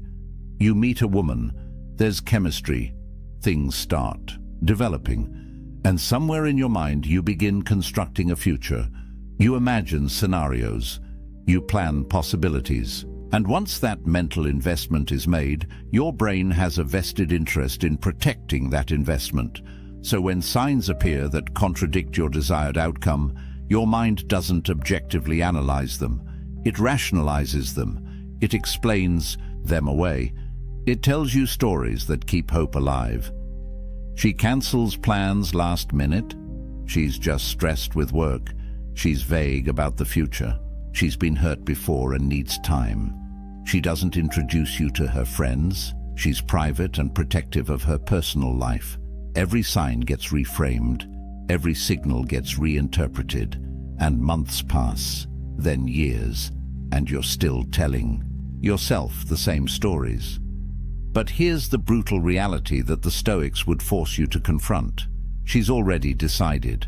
Women know very early whether they see long-term potential with a man. Not on the first date necessarily, but within the first few months she knows. The confusion isn't hers, it's yours. She's acting consistently with her decision. You're just not accepting what her actions are telling you. Marcus Aurelius wrote, "The object of life is not to be on the side of the majority, but to escape finding oneself in the ranks of the insane, and refusing to see obvious signs because they're painful. That's a form of insanity. It's choosing comfortable delusion over uncomfortable truth." So before we go through these 7 signs, I need you to make a choice right now. Are you going to read these through the lens of hope, already preparing your rationalizations? Or are you going to read them with Stoic clarity, willing to face what's real? Because the signs are always there. The question is whether you're strong enough to see them. Let's start with the sign that most men completely misinterpret as genuine interest. She keeps you in rotation. And here's how you know. Her texting pattern is erratic. Some days she's engaged and responsive. Other days, radio, silence. You send a message on Friday night, nothing. Then Monday morning she resurfaces like nothing happened. "Hey, sorry, been crazy busy." And you accept it. Because what else are you going to do? Seem needy by questioning it? Plans with her are always tentative. "Maybe this weekend," she says. "Let me check my schedule and get back to you." But she rarely gets back to you. You're the one following up. You're the one suggesting times. You're the one making it happen. And when it does happen, there's a pattern. Last-minute confirmations, short windows of availability, and a sense that you're fitting into gaps in her calendar rather than being a priority on it. Here's what this means, and I'm going to be direct. You're an option. You're one of several men she's keeping in orbit. Not because she's malicious, but because she's doing what anyone does when they haven't found what they're looking for, keeping their options open while continuing to search.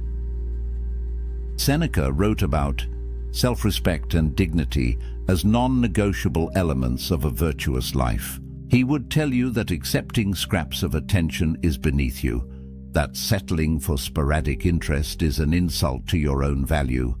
But most men don't see it this way. They see intermittent reinforcement and mistake it for a challenge to overcome. Let me paint you a clearer picture. You text her Wednesday suggesting weekend plans. She responds Thursday evening. This weekend is tough. Maybe next week? You say sure, no problem. The weekend passes. You see her Instagram story. She's out with friends, clearly not buried in obligations. Monday comes. You follow up about the next week. She's responsive again. Yeah, let's definitely find time. But she never suggests a specific day, never offers her availability, just keeps the door cracked open enough that you don't walk away. Meanwhile, contrast this with how a woman acts when she's genuinely interested. She makes time, she initiates, she confirms plans early because she's excited to see you. She doesn't leave you guessing about her availability because making you a priority isn't something she has to force. It's natural, the brutal truth you need to accept. She's comparing you, actively, right now. You're being measured against other options. And if you were winning that comparison, these patterns wouldn't exist. You wouldn't be an afterthought, you'd be the thought.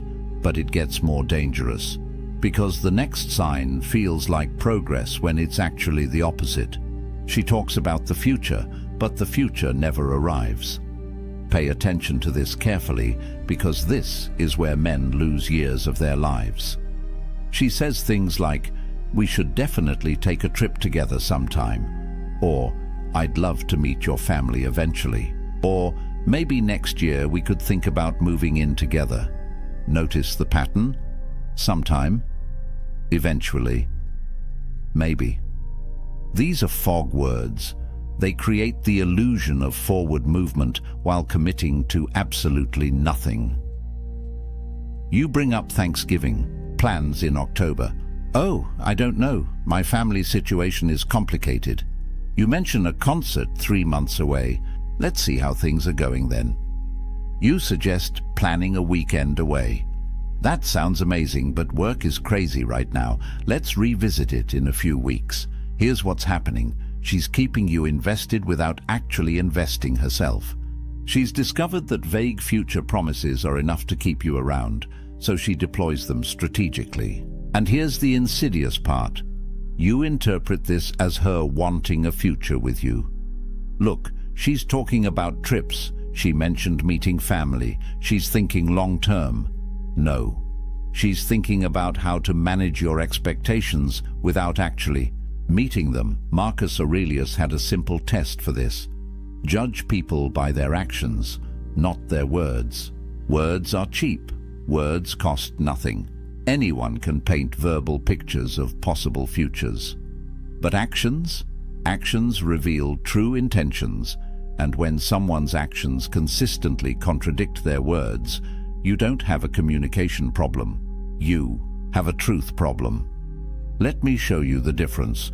A woman who genuinely sees a future with you doesn't speak in hypotheticals. She makes plans, real plans, with dates, with confirmations. "Let's go to that concert. I'll buy tickets for December 15th. Does that work for you? Or I want you to meet my parents. They're having dinner next Sunday. Can you make it?" See the difference? Specificity, commitment, action. Not "someday we should," but "here's when, let's do it." But when you're getting vague future talk, what's really being communicated is this: "I need to keep you emotionally invested enough that you don't leave, but I'm not ready to commit to you as my definite future." She's buying time. Time to keep looking, time to keep her options open, time to see if something better comes along. And the worst part, the longer you accept vague promises, the more you're training her that you'll settle for them. You're demonstrating that words without action are sufficient for you, that you don't require follow-through. That hope is enough. Epictetus taught that we should focus only on what's within our control. Her commitment isn't within your control, but your standards are. Your willingness to accept indefinite vagueness is entirely within your control, and every day you accept it, you're choosing it. Which brings us to the third sign. And this one is painful because it's so obvious once you see it. You're not part of her real life. You're separate, compartmentalized, isolated. How long have you been seeing her? 3 months? 6 months? A year? Now answer this. How many of her friends have you met? How many of her family members know you exist? When she posts on social media, are you ever in the frame? If the answer is none, and no, you're not in a relationship heading toward commitment. You're in a situationship that she's deliberately keeping isolated from her actual life. Here's what people don't understand about integration. When a woman sees you as her future, she naturally wants to integrate you into her present, not because she's following some relationship rulebook, but because humans naturally bring the people they value into their social circles. We want our friends to meet the person we're excited about. We want our family to know them. We want to share our joy with the people we love. So when she's actively preventing that integration, it's not because she's private or her friends are judgmental or the timing isn't right. It's because she doesn't see you as permanent. And she knows that integrating you would send a message to everyone in her life and to herself that she's not ready to send. Think about what integration actually signals. When she introduces you to her best friend, she's saying, "This person matters to me." When she brings you around family, she's saying, "I see this going somewhere serious." When she includes you in her social media, she's saying, "I'm proud to be associated with this person publicly."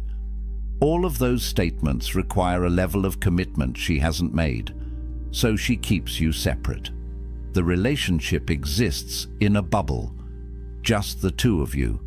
No external validation, no social proof, no permanent record. And when you bring it up, watch the excuses. "My friends are so judgmental, I don't want them to scare you off." Translation: I'm not ready to deal with their questions about where this is going. I don't really do social media with my relationships. Translation: I don't want to appear unavailable to other options. My family is complicated. I'm protecting you from drama. Translation: I'm not ready to signal to them that I'm off the market. Epictetus would tell you to observe what people do when they think no one is watching. But I'll modify that. Observe what people do with their real lives when you're not around. Because that's where the truth lives. A woman who's committed to you doesn't hide you. She showcases you. Not in some performative way, but naturally. Because you're part of her life. So of course you're around when she's with friends. Of course family knows about you. Of course there's evidence of your existence in her world. But when you're kept separate, when months go by and you're still her secret, you're not her future. You're her present convenience. And the longer you accept that role, the longer you'll stay in it. Now, this next sign is so subtle that even relationship experts miss it. But once you see it, you can't unsee it. She deflects every conversation about the relationship itself. You try to have the "what are we" conversation. She makes a joke. "Why do we need to label things? We're having fun, aren't we?" You try to discuss where things are heading. She gets slightly irritated. "Why are you being so serious? Can't we just enjoy what we have?" You express that you'd like more clarity about exclusivity. She deflects. "I thought we were on the same page. Do we really need to have this talk?" Notice what's happening here. She's not answering your questions. She's questioning why you're asking them. She's reframing your need for clarity as a problem, as pressure, as you being needy or insecure or rushing things. This is intentional avoidance, and it's incredibly effective because it makes you feel like you're the one creating an issue by wanting basic relationship clarity. Here's the psychology behind this. She knows that having an explicit conversation about commitment would force her to either commit or be honest that she doesn't want to. Both options are uncomfortable for her, If she commits, she's closing doors she wants to keep open. If she's honest that she doesn't want to commit, you might leave. So she chooses option 3. Avoid the conversation entirely and hope you stop asking. Marcus Aurelius wrote extensively about courage as one of the 4 cardinal virtues. And this situation requires courage from both people. It requires courage from you to ask difficult questions, but it also requires courage from her to answer them honestly. When she deflects instead of answers, she's revealing a lack of courage, a lack of respect for you, and a lack of genuine commitment to anything beyond the present moment. Let me show you what this looks like in practice. You say, "I really like you, and I'd love to know where you see this going." She responds with, "I like you too. Let's just see where things go naturally without overthinking it." That sounds reasonable, right? Except it's not an answer. You asked a direct question about her vision for the future. She responded with a pleasant-sounding non-answer that commits to nothing. Or you say, "I'm not seeing other people, and I'd like to know if we're exclusive." She says, "I'm not really seeing anyone else either. I don't think we need to make a big formal thing out of it." Again, sounds okay. Except she didn't answer whether she wants to be exclusive. She said she's not currently seeing others, which is different, and she discouraged you from seeking clarity, which keeps everything ambiguous enough that she maintains maximum flexibility. Compare this to how a woman who wants commitment responds. You ask where things are going. She says, "I really like where this is heading. I can see us being serious if we keep building what we have. What do you want?" You ask about exclusivity. She says, "Yes, I'd like us to be exclusive. I'm not interested in seeing other people." Direct, clear, no deflection, no irritation at your questions, because she wants the same thing you want, so your questions aren't threatening. They're welcome. But when she's deflecting, what she's really saying is, "I don't want to commit, but I also don't want to lose what I'm getting from you, so I'm going to avoid giving you a clear answer and hope you stop pushing for one." The Stoics would tell you that accepting ambiguity when you desire clarity is accepting suffering. You're choosing anxiety over peace. You're choosing to live in uncertainty when you could demand truth. And the only reason to do that is fear. Fear that the truth is something you don't want to hear, which connects directly to the 5th sign, and this one cuts deep. Her effort is minimal and declining, and you're doing all the work. Think about the beginning. How much effort did she put in? Probably quite a bit. She responded quickly to texts. She suggested plans. She showed enthusiasm. She asked questions about your life. There was reciprocity. There was balance. Now think about the present. When was the last time she initiated a conversation? When was the last time she planned a date? When was the last time she went out of her way to do something thoughtful for you? If you're struggling to remember, you have your answer. The effort has declined, and not because she's busy or stressed or going through something. Effort declines for one reason: priority has shifted. You're no longer high priority, and low. Priority people get low effort. Here's the brutal math that men refuse to calculate. Attraction doesn't decline in healthy relationships. It grows, it deepens. The connection gets stronger, not weaker. So when effort is consistently declining, over time it's not a phase, it's a trend. And that trend is telling you exactly where her interest level is going: down. Seneca wrote about the importance of not forcing what isn't freely given. He understood that anything you have to constantly pursue, beg for, or work to maintain isn't really yours. It's borrowed. And the terms of that loan can be called at any time. When you're the only one initiating conversations, you don't have mutual interest. You have your interest and her tolerance of it. When you're the only one planning dates, you don't have shared desire to spend time together. You have your desire and her occasional availability.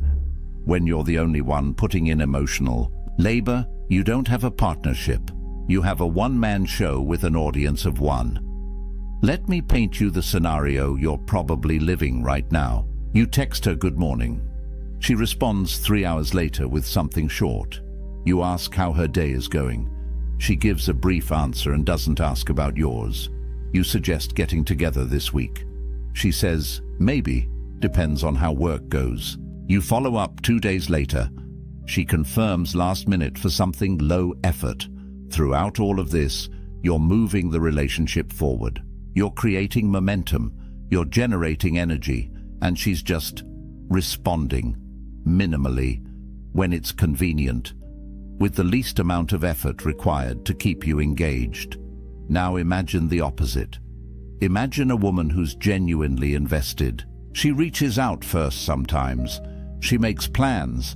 She goes out of her way. She thinks about you when you're not together and acts on those thoughts.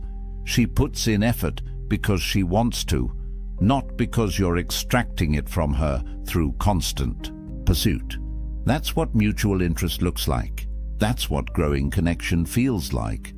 And if you're not experiencing that, no amount of effort on your part will create it. You can't effort your way into someone's genuine desire. You can't pursue someone into wanting you back. All you can do is exhaust yourself trying. The Stoics would ask you, why are you working so hard to maintain something she's not working to maintain? What are you getting from this exchange that justifies the imbalance?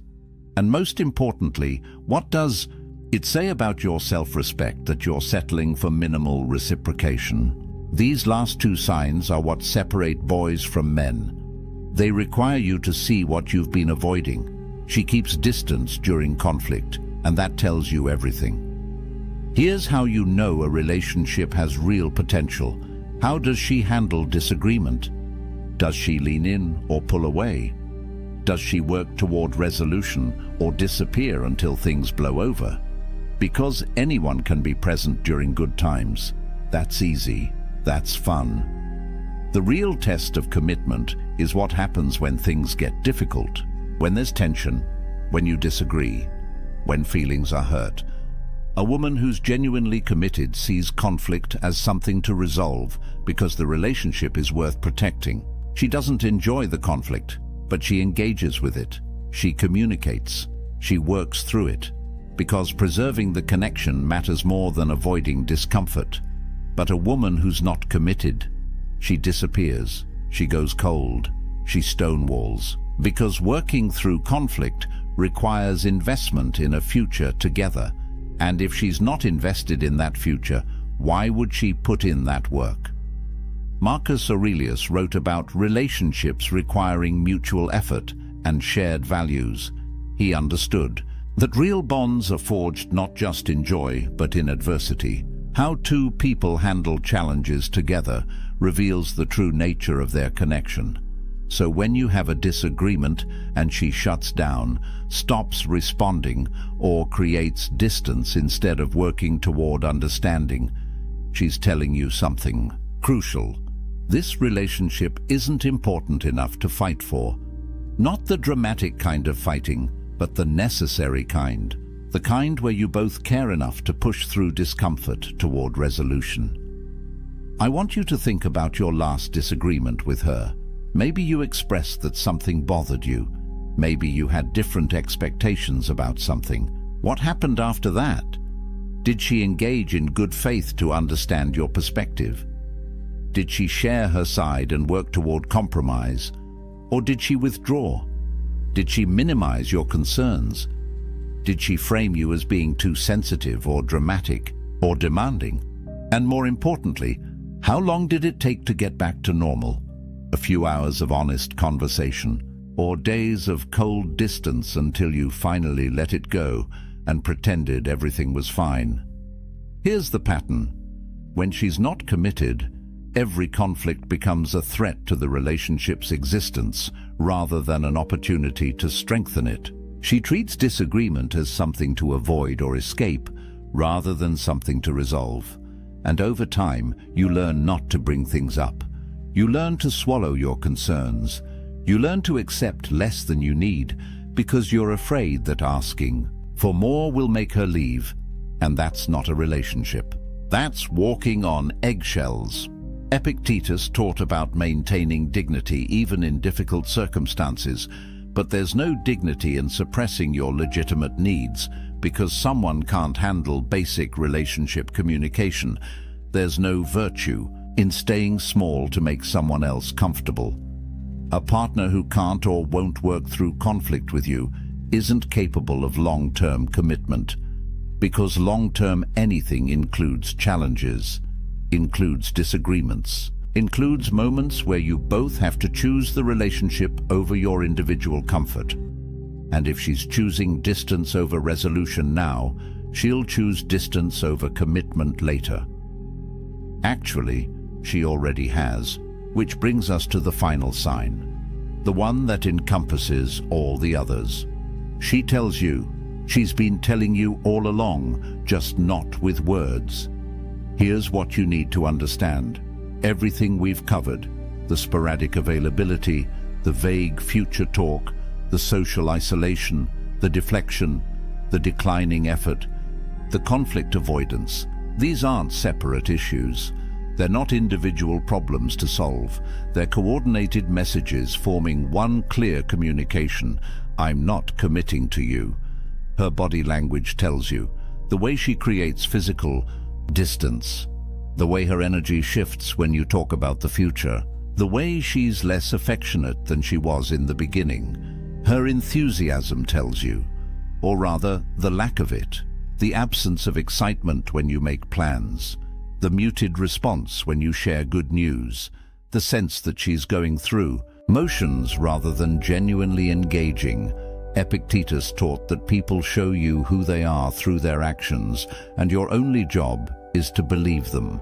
Not who you hope they'll become, not who they could be if circumstances were different. Who they're showing you they are right now, and right now, through every sign we've discussed, she's showing you that she's not choosing commitment with you. She might be choosing convenience. She might be choosing companionship until something better comes along. She might be choosing the ego boost of being desired, but she's not choosing permanent partnership. She's not choosing future building. She's not choosing you. This is the hardest truth to accept because it requires you to stop telling yourself stories, stop rationalizing, stop hoping, stop waiting for her to suddenly transform into someone ready to commit. She's not going to, not to you, not in this dynamic. Because the pattern is established and people don't break established patterns, they follow them. Marcus Aurelius wrote about accepting reality as it is, not as we wish it to be. And the reality is this: if a woman wants to commit to you, she makes it obvious. She removes doubt. She creates security. She builds toward a future. There's no confusion. There's no mixed signals. There's no wondering where you stand. If you're confused, you have your answer. Confusion exists when someone is deliberately keeping things unclear. And people keep things unclear when clarity would force them to admit something they don't want, to admit that they're not all in. So what's the lesson here? What did the Stoics know that modern men have forgotten? They knew that self-respect requires seeing truth, even when truth is painful. They knew that dignity means not accepting scraps of attention and calling it love. They knew that wisdom is being able to walk away from what doesn't serve you, even when walking away is hard. You can't negotiate desire. You can't logic someone into commitment. You can't earn your way into being chosen. Either she chooses you or she doesn't. And if she hasn't by now, if these signs are present in your relationship, she's already made her choice. You're just refusing to accept it. But here's where this gets powerful. The moment you accept reality, the moment you stop fighting against what is and start dealing with what is, you reclaim your power. You stop being a victim of hope. You stop being trapped by potential. You start making decisions based on reality. And reality-based decisions always lead to better outcomes than fantasy-based ones. So what do you do with this information? First, you get honest, brutally honest, about which of these signs you're experiencing, about how long you've been experiencing them, about what you've been telling yourself to avoid facing the truth. Second, you make a choice, not about her, because you can't control her, but about yourself, about your standards, about what you're willing to accept and what you're not, about whether you're going to continue investing time and emotion into someone who's not investing back. And third, you remember this: the men who understand these signs, who have the courage to see them and act on what they see, those men don't stay stuck in dead-end situations. They don't waste years hoping for change that never comes. They move forward. They find women who are excited to commit to them, women who make them a priority, women who integrate them into their lives without hesitation. Because here's what happens when you raise your standards and stop accepting non-commitment. You become the kind of man that committed women seek out. You stop settling, you stop chasing, you start attracting. And that shift changes everything. Now, if this resonated with you, if you're ready to stop missing the signs and start seeing relationships clearly, you need to stay connected to content. That keeps you sharp. Most men watch one video, feel motivated for a day, then slip back into the same patterns. The men who actually transform their relationships, they consistently expose themselves to truth. They don't let comfort pull them back into delusion. Next week, we're breaking down exactly how to walk away with dignity when you've recognized these signs, how to reclaim your power, how to detach without bitterness, how to use Stoic principles to turn this pain into growth. Because seeing the truth is step one. Acting on it with wisdom is step two. And most men never make it to step two. So here's what I need you to remember. A woman who wants to commit to you makes it obvious. She doesn't make you guess. She doesn't keep you uncertain. She doesn't give you mixed signals to decode. If you're analyzing, questioning, seeking clarity from a video like this, you already have your answer. You just needed permission to accept it. The Stoics taught that freedom comes from accepting what you cannot control and acting decisively on what you can. You can't control whether she commits, but you can control whether you continue accepting non-commitment. You can control your standards. You can control your next move. That's your power. That's your freedom. Use it. There's a man sitting alone in his apartment right now. The city hums outside his window. His phone buzzes with notifications, dating app matches, messages from people wanting his attention, his time, his energy. He looks at the screen, then sets it face down on the table. He pours himself a drink, opens a book, and settles into the silence. And in that moment, he possesses something most men are desperately searching for, but will never find. Freedom. Real freedom. The kind that can't be given or taken away. The kind that lives inside you, independent of anyone else's approval, desire, or presence. Society will tell you this man is broken, that he's missing out, that true fulfillment only comes when you find someone to complete you. But what if I told you that the ancient Stoics, men who built empires and weathered exile, who faced death with calm eyes and lived through chaos with unshaken minds, understood a truth that modern culture has forgotten? What if the greatest power a man can possess isn't the ability to attract someone, but the ability to be whole without anyone at all? This isn't about bitterness. This isn't about fear or avoidance. This is about sovereignty, about building an inner fortress so strong that you don't need external validation to feel alive. Marcus Aurelius ruled the Roman Empire, commanded armies, held the fate of millions in his hands. Yet he wrote in his private journal that the most peaceful place a man can retreat to isn't a mansion in the countryside or a vacation by the sea. It's his own mind, his own soul, the space within that no one else can touch. The Stoics called this autarkia, self-sufficiency, the ultimate virtue. And they understood that until a man learns to be complete in his solitude, he'll spend his entire life as a beggar seeking scraps of worth from others. So, let me ask you something. When was the last time you sat in silence with yourself and felt at peace?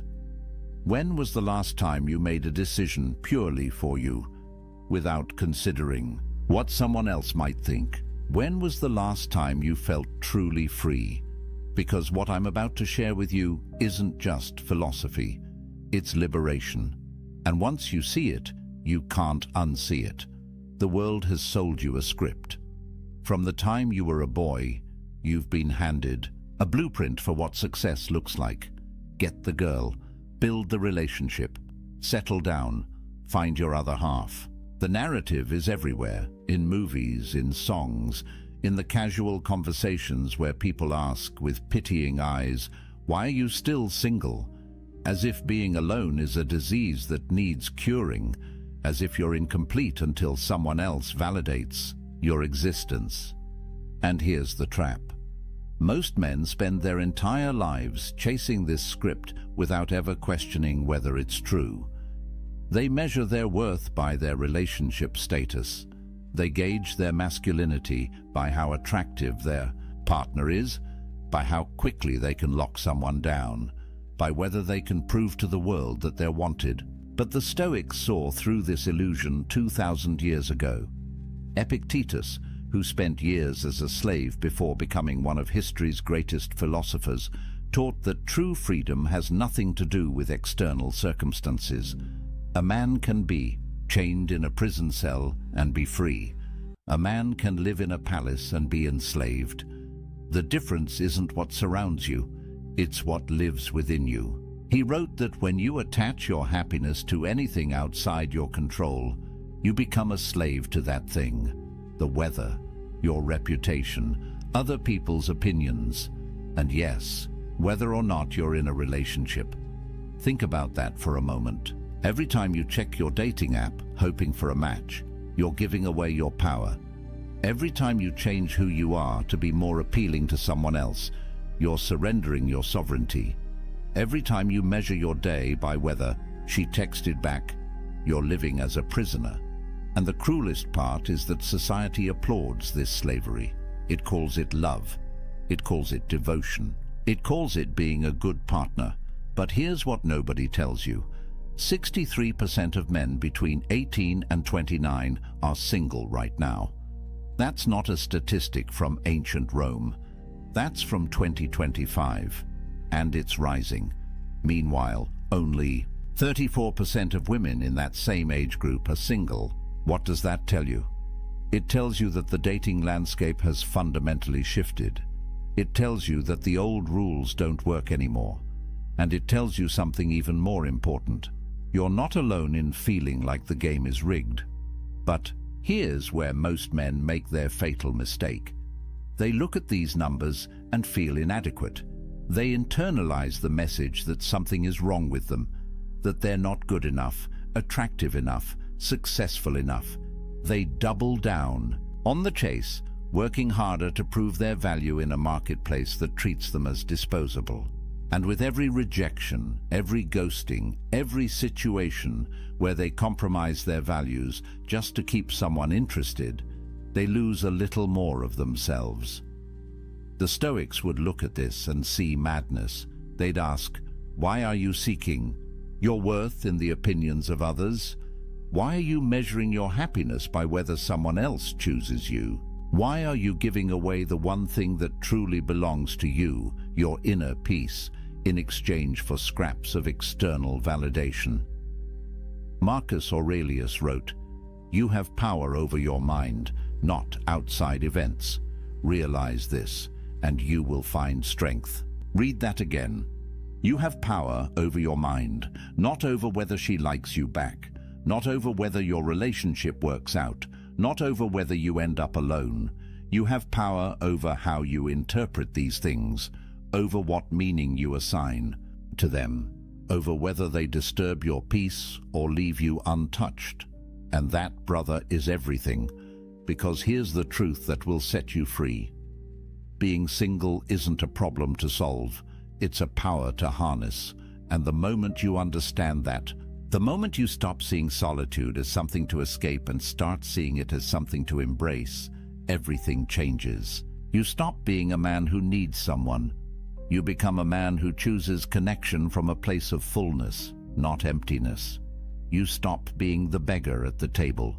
You become the king who decides if and when he shares his throne.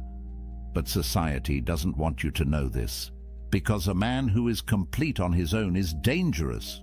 He can't be controlled. He can't be manipulated. He doesn't need the validation that keeps the whole system running. He's free, and free men change the world. So let me show you what that freedom looks like. The ancient Stoics had a word that most people have never heard: autarkia.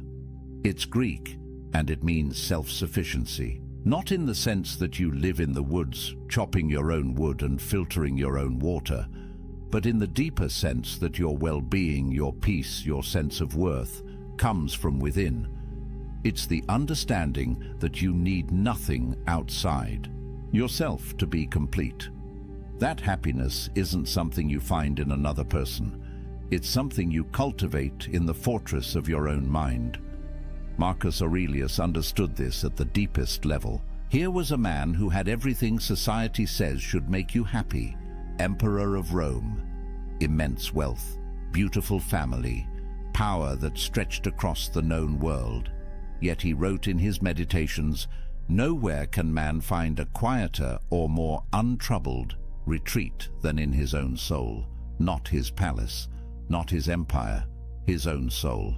And he added, "It is in your power to retire into yourself whenever you choose." Think about what he's saying. The greatest sanctuary you'll ever know isn't a place. It's a practice.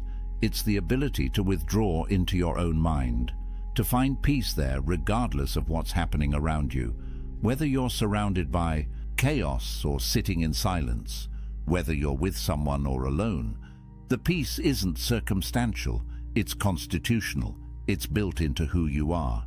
And once you develop this capacity, you become unstoppable. Epictetus, who went from slavery to philosophical mastery, taught his students that the key to this self-sufficiency is understanding what you control and what you don't. You don't control whether people love you. You don't control whether relationships last. You don't control the economic factors that make dating harder, the cultural shifts that change the rules, or the fact that modern technology has turned human connection into a swipe-based marketplace. None of that is in your control, but you do control your character, your response, your inner state, your decision about what kind of man you're going to be regardless of circumstance. And this is where it gets powerful. When Musonius Rufus, another Stoic philosopher, was exiled from Rome, sent away from his home, his friends, everything familiar, he didn't collapse into despair. He didn't spend his days mourning what he'd lost. Instead, he used his solitude to deepen his practice. He worked on his virtue. He refined his character. He became more himself, not less. And when people came from far away to learn from him, even in exile, they found a man who radiated peace, a man who proved that external circumstances have no power over an internally complete person. There's a story about Zeus, the king of the gods in Greek mythology, that the Stoics loved. During the cosmic conflagrations, when the universe would reset and everything would be destroyed, Zeus would sit alone. No other gods, no creation, just emptiness. And yet, he remained content, at peace, because his completeness didn't depend on what existed outside him. The Stoics used this image to teach that true self-sufficiency means you could lose everything, everyone, and still have yourself. And if you've built that self well, if you've made it a fortress of virtue and reason, then you have everything you need. Now, I know what you might be thinking. This sounds lonely. This sounds like isolation. But here's where the Stoics make a crucial distinction. There's a difference between loneliness and solitude. Loneliness is the pain of being disconnected. It's what happens when you're surrounded by people but feel empty inside. It's what happens when you're in a relationship but realize you don't actually know yourself anymore. Loneliness comes from lacking connection with others or with yourself. But solitude? Solitude is chosen. It's the intentional practice of spending time with yourself, not because you can't find anyone else, but because you recognize the value of your own company. Modern research backs this up. Studies show that when people choose to be alone, when they see solitude as an opportunity rather than a punishment, their stress levels drop. Their sense of autonomy increases. They report feeling more like themselves. But when solitude is forced, when it comes from rejection or circumstance beyond their control, that's when the negative effects show up. The difference is agency, power, choice. A man who embraces solitude isn't running from connection. He's building the foundation that makes genuine connection possible. Because you can't share yourself with someone else if you don't know who you are. You can't build intimacy if you're empty inside. The strongest relationships don't happen between two incomplete people desperately trying to fill each other's voids. They happen between two whole people who choose to walk side by side, not because they need to, but because they want to. And this brings us to something crucial. Self-sufficiency doesn't mean you become cold or isolated. Seneca, one of the wealthiest and most influential men in Rome, wrote extensively about friendship. He said that a wise man doesn't need friends, but he still desires them, not because they complete him, not because he can't survive without them, but because friendship, real friendship built on virtue and mutual respect, enhances life. It's a preferred indifferent, as the Stoics would say. Nice to have, but not necessary for your peace. Think about how revolutionary that is. Most men approach relationships from need. They need validation, they need sex, they need emotional support, they need someone to make them feel valuable. But when you approach from self-sufficiency, everything shifts. You don't need anyone, you choose them. And that choice, made from abundance rather than scarcity, creates relationships that are powerful, genuine, and free. Because neither person is using the other to fill a hole. Both are whole already. They're just enjoying the experience of being whole together. But getting to this point requires practice. It requires you to spend time alone and actually work on yourself. Not just scroll social media or numb out with entertainment. Real inner work. And that's uncomfortable, because when you sit in silence with yourself, when you remove all the distractions and external validations, you're forced to confront who you actually are, the thoughts you've been avoiding, the patterns you've been running from, the ways you've been living someone else's script instead of your own. Marcus Aurelius faced this daily. In his journal, he wrote reminders to himself. Wake up in the morning and remember who you are. Remember your principles. Don't let the chaos of the day pull you away from yourself. He understood that the greatest battle isn't against external enemies. It's against the internal tendency to lose yourself in the noise, to give away your power piece by piece until you wake up one day and realize you don't recognize the person you've become. But when you build self-sufficiency, when you develop autarkia, something remarkable happens. You stop being reactive. You stop living at the mercy of circumstance. Whether someone texts you back or doesn't, whether people approve of your choices or judge them, Whether you spend Friday night with someone or alone with a good book, none of it disturbs your peace. You're grounded, centered, free. And that freedom, brother, is more valuable than any relationship could ever be. Because here's the paradox. The man who needs no one is the man everyone wants to be around. Strength attracts. Completeness attracts. When you're not grasping, not needy, not performing for validation, people feel it. They sense that you're different, that you operate from a different place. And the connections you do form, when you're ready, if you choose them, will be deeper and more real than anything you could build from a place of need. So what does this actually give you? What changes when you embrace solitude instead of running from it? The Stoics believed that external goods come in two categories: things that are genuinely good, like virtue and wisdom and character, and things that are preferred indifference, wealth, health, relationships. Nice to have, but not essential to your well-being, not determinative of your worth. The moment you internalize this distinction, a weight lifts, because you stop attaching your happiness to things you can't control. Let's get practical. When you're single and you embrace it, you have financial sovereignty. No expensive dates where you're performing, trying to impress someone. No shared expenses where you have to negotiate every purchase. No compromise on how you spend your money. Every dollar you earn is yours to allocate as you see fit. You can invest in yourself, build your skills, travel, save, create, and you don't have to justify these choices to anyone. Modern research shows that single men, particularly those who embrace their status rather than fighting it, report lower financial stress. They have more control over their economic futures. They're not tied to another person's spending habits, debt, or financial crises. And in a world where economic pressure is one of the leading causes of relationship breakdown, that's not a small thing. You eliminate an entire category of stress simply by being financially sovereign.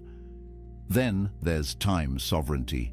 Think about the hours you get back when you're not texting constantly, planning dates, negotiating weekend plans, attending social functions for someone else's sake. Time is the only truly non-renewable resource. Once it's gone, it's gone. And most men give away enormous chunks of their time without even realizing it, not because they want to, but because they feel obligated, because they're afraid of what will happen if they don't, because they're trying to keep someone happy, keep the relationship going, prove they're committed. But when you're single, every hour belongs to you. Want to wake up early and work on that business idea? Do it. Want to spend Saturday learning a new skill? You can. Want to sit in complete silence for an afternoon and just think? Nobody's going to text you asking where you are or why you're being distant. This isn't selfishness, it's self-ownership. And the Stoics believed that a man who doesn't own his time doesn't own his life. Marcus Aurelius, again, the busiest man in the empire, wrote about guarding his time like a fortress. He knew that every hour given to someone else's priorities was an hour stolen from his own development, his own contemplation, his own practice of virtue. He wasn't antisocial, he fulfilled his duties, but he was ruthless about protecting the time he needed to be alone with his own mind, because he understood that without that time, he'd lose himself in the chaos of external demands. Then there's mental sovereignty. This might be the most important one. When you're in a relationship, especially one built on neediness rather than choice, you carry enormous emotional labor. You're managing someone else's feelings, anticipating their needs, walking on eggshells to avoid conflict, constantly adjusting yourself to maintain harmony. And over time, this erodes you. You start to forget what you actually think, what you actually want, because you've spent so much energy managing the relational dynamics. But when you're alone, your mind is your own.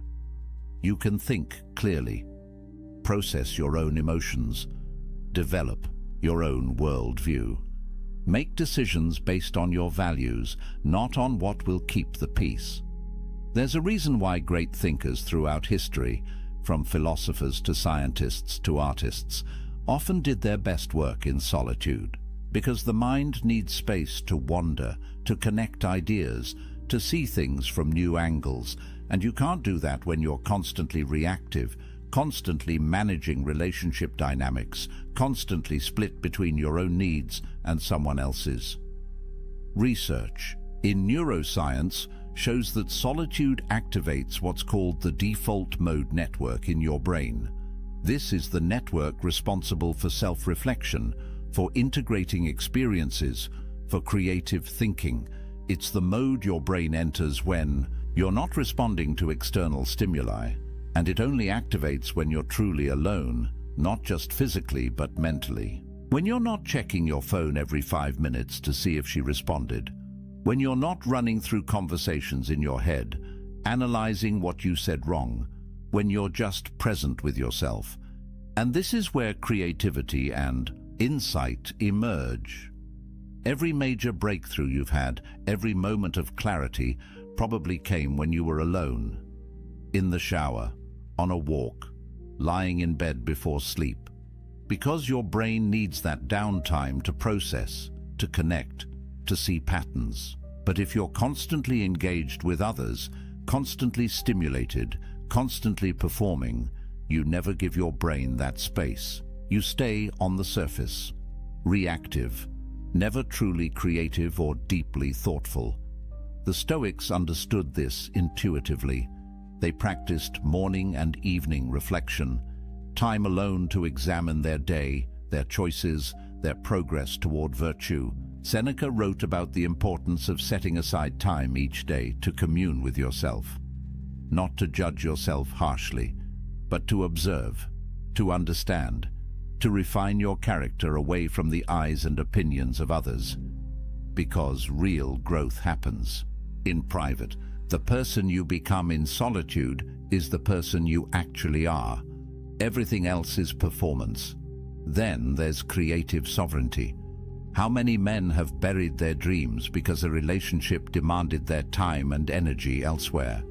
How many businesses never started, books never written, skills never mastered, because there was always someone else's needs taking priority? This isn't about blaming relationships. It's about recognizing that everything has a cost, and the cost of relationship, especially one you're not fully choosing, is often paid in abandoned potential.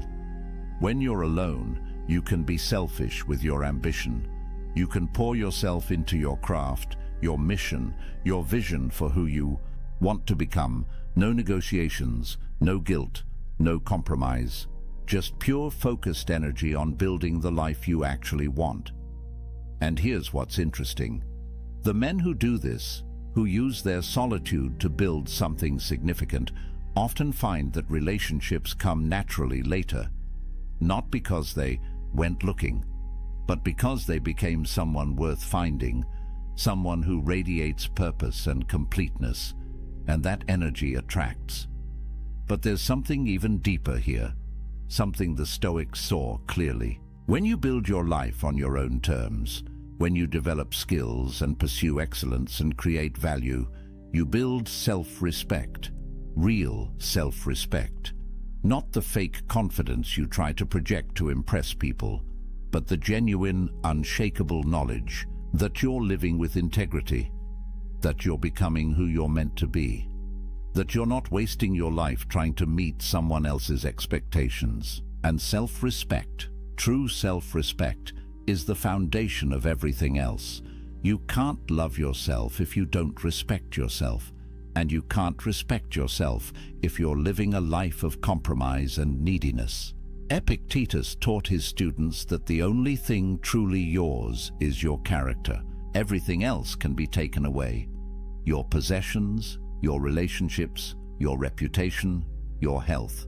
But your character, the quality of your inner life, belongs only to you. And it's built in solitude. in the choices you make when nobody's watching, in the discipline you maintain when there's no external reward, in the integrity you hold when it would be easier to compromise. This is why the Stoics saw self-sufficiency as the ultimate virtue, not because they were antisocial, but because they understood that a man who can't be happy alone will never be truly happy with anyone else. He'll always be grasping, always be insecure, always be dependent on external validation to feel okay. And that's not freedom, that's slavery with extra steps. So when you hear that 63% of young men are single, don't see it as a crisis. See it as an opportunity to build yourself without distraction, to develop the kind of inner strength that most men never discover because they jump from relationship to relationship, never spending time alone, never doing the deep work. You have time, you have space, you have sovereignty. Use it, but let me be clear about something. This isn't about avoiding relationships forever. This isn't about becoming some isolated hermit who thinks he's better than everyone. The Stoics didn't advocate for that. Seneca had a wife and family. Marcus Aurelius had a wife and children. They participated fully in social life, but they did it from a place of inner completeness. They engaged with others not because they needed to, but because they chose to. And there's all the difference in the world between those two positions. The goal isn't to stay single forever. The goal is to become the kind of man who doesn't need to be in a relationship to feel complete. And once you're that man, if you choose to be with someone, it will be from a place of strength, not weakness, from abundance, not scarcity, from sovereignty, not desperation. And those kinds of relationships, rare as they are the only ones worth having. But here's what most men miss. They think being single means they're incomplete. They've internalized the message that they're only half a person until they find their other half. And this belief, more than anything else, keeps them trapped. Because when you believe you're incomplete, you'll do anything to feel whole. You'll compromise your values. You'll tolerate disrespect. You'll lose yourself piece by piece trying to hold on to someone, anyone, who makes you feel less empty. But the Stoics would tell you this is backward.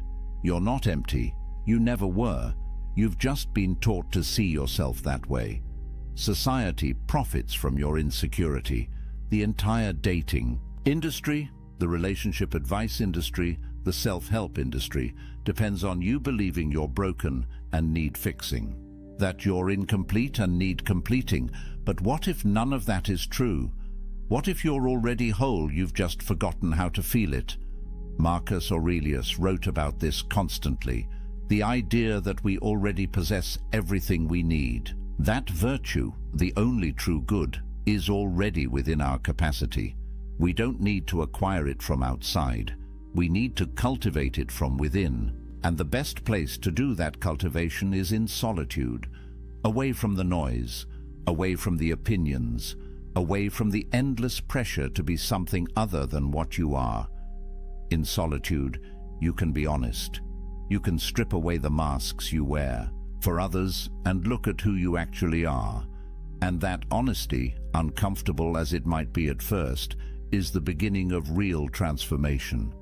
There's a concept in psychology called self-determination theory. It says that humans have three basic needs: autonomy, the sense that you control your own life; competence, the feeling that you're capable and growing; and relatedness, connection with others.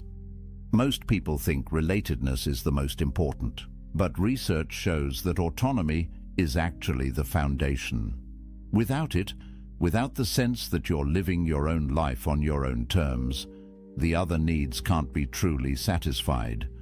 You might have relationships, but you'll feel trapped in them. You might be skilled, but you'll never feel like it's enough because you're measuring yourself by external standards. But when you build autonomy, when you develop true self-sufficiency, everything else flows naturally. You pursue competence for its own sake, not to impress anyone, And when you do connect with others, it's genuine, because you're not performing, you're not pretending, you're just being yourself, and you're okay if people accept that or don't. That's the power position, that's freedom. And here's something crucial. The Stoics believed that you had to be careful about who you spent time with. They weren't elitist about it, but they understood that you become like the people you surround yourself with. Spend time with complainers, you become a complainer. Spend time with people who lack integrity, your own integrity erodes. Spend time with people who see relationships as transactions, who manipulate and play games, and you start to see the world that way too. But when you're selective, when you use your solitude to clarify your values and then only engage with people who align with those values, your life transforms. You're no longer tolerating relationships out of loneliness. You're cultivating connections based on mutual respect and shared virtue. And those connections, even if they're fewer, are infinitely more valuable than 100 shallow relationships. Built on convenience or need, Seneca wrote extensively about this. He said that you should associate with people who will improve you and avoid people who will corrupt you. And he added that you should also be someone worth associating with, someone who adds value, someone who embodies the virtues you want to see in the world. That's the work of solitude. Becoming that person, not for anyone else, for yourself, because you want to look in the mirror and respect who you see. And this brings us to perhaps the most important point, the validation trap. Traditional masculinity, at least the toxic version of it, measures a man's worth by his romantic and sexual success. Can he get girls? Is he a player? Is his girlfriend hot? These are the metrics by which many men, consciously or unconsciously, judge themselves and each other. And it's poison, because it makes your self-worth dependent on factors largely outside your control. Physical attractiveness, which is mostly genetic, social status, which is often circumstantial, the approval of others, which is fickle and unpredictable. But the Stoics would say this is insane. Why would you tie your sense of value to things you can't control? Why would you give others that much power over your inner state? Epictetus taught that the only thing you truly control is your will, your capacity to choose your response, your commitment to virtue. That's it. Everything else is fortune, and fortune is unreliable. So when you measure yourself by relationship status, you're basically saying that your worth depends on luck, on being born with certain features, on meeting the right person at the right time, on 1,000 variables you have no control over. And that's a recipe for lifelong insecurity, because even if you do get into a relationship, you'll never feel secure. You'll always wonder if you're good enough. You'll always fear losing what you've tied your identity to. You'll be jealous, controlling, needy, because deep down, you know your worth isn't real. It's contingent on her staying. But when you build your worth on virtue, on character, on the man you're becoming, nobody can take that from you. Relationships come and go, circumstances change, but who you are, the integrity you've built, the self-respect you've earned through right action, that's permanent. That's unshakable. And paradoxically, when you stop seeking validation from relationships, when you develop genuine self-worth, you become more attractive. Because people can sense desperation, they can feel neediness, and it repels them, but they can also sense strength, completeness, self-possession, and that draws them in.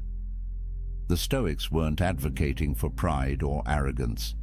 Marcus Aurelius constantly reminded himself that he was just a human, fallible and temporary. But he also knew that his worth came from his character, not from his circumstances. He could be emperor or exile, and his value as a person wouldn't change. Because value, true value, is internal. It's the quality of your thoughts, your choices, your virtue. And that's entirely within your control to develop. So here's what I want you to hear. If you're single right now, you're not broken, you're not incomplete, you're not less than. You have something precious: time, space, sovereignty. Use it. Build yourself, develop your skills, clarify your values, strengthen your character. Read the books that expand your mind. Pursue the projects that ignite your passion. Train your body, master your emotions. Become so complete in yourself that you don't need anyone else's validation to feel whole. And when you do that, one of two things will happen. Either you'll discover that you actually prefer solitude, that you've built a life so rich and meaningful on your own that adding a relationship would be a downgrade. And that's fine. That's a valid choice. The Stoics would respect it. Or you'll eventually meet someone and choose to build something with them. But it will be from a place of strength, from wholeness, from sovereignty. And that relationship, if it happens, will be powerful because it's not built on need. It's built on choice, on two complete people deciding to walk together, not because they have to, but because they want to. But either way, you win, because you'll have done the work. You'll have built the inner fortress. You'll have developed self-sufficiency. And nobody can take that from you. Not rejection, not loneliness, not societal pressure.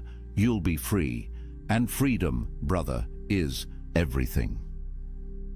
Marcus Aurelius wrote late in his life, "Very little is needed to make a happy life. It is all within yourself, in your way of thinking." Read that again. Very little is needed. It's all within yourself, not in finding the right person, not in changing your circumstances, not in achieving some external milestone.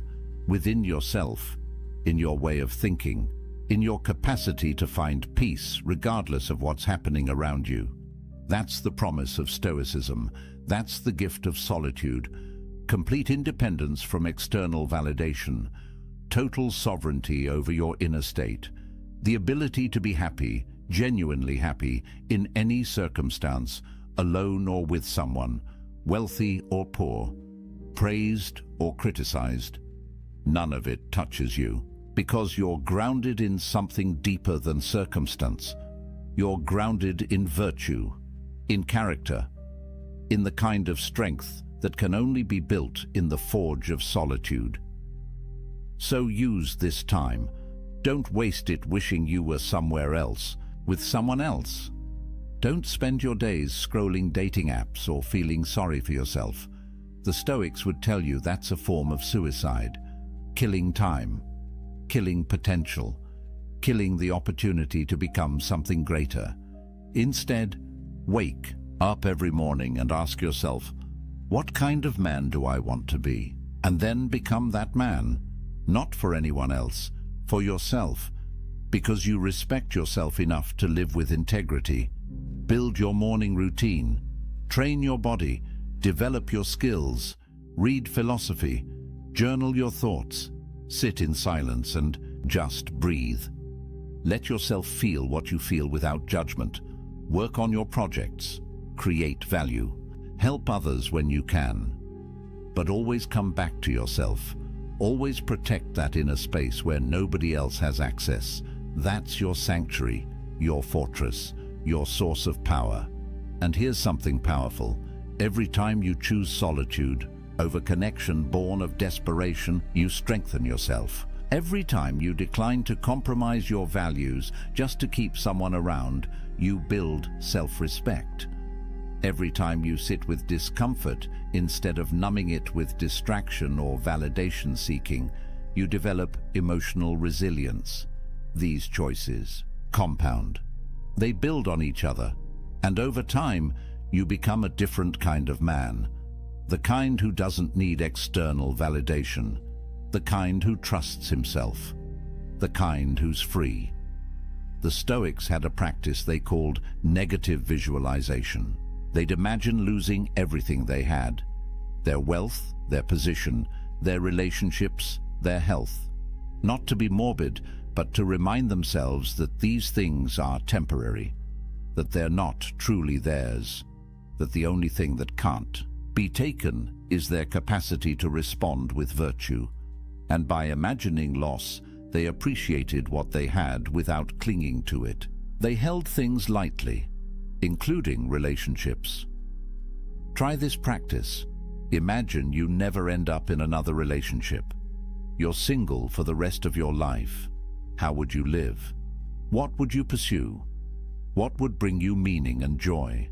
Really sit with that question, because the answer reveals what actually matters to you beyond validation and approval.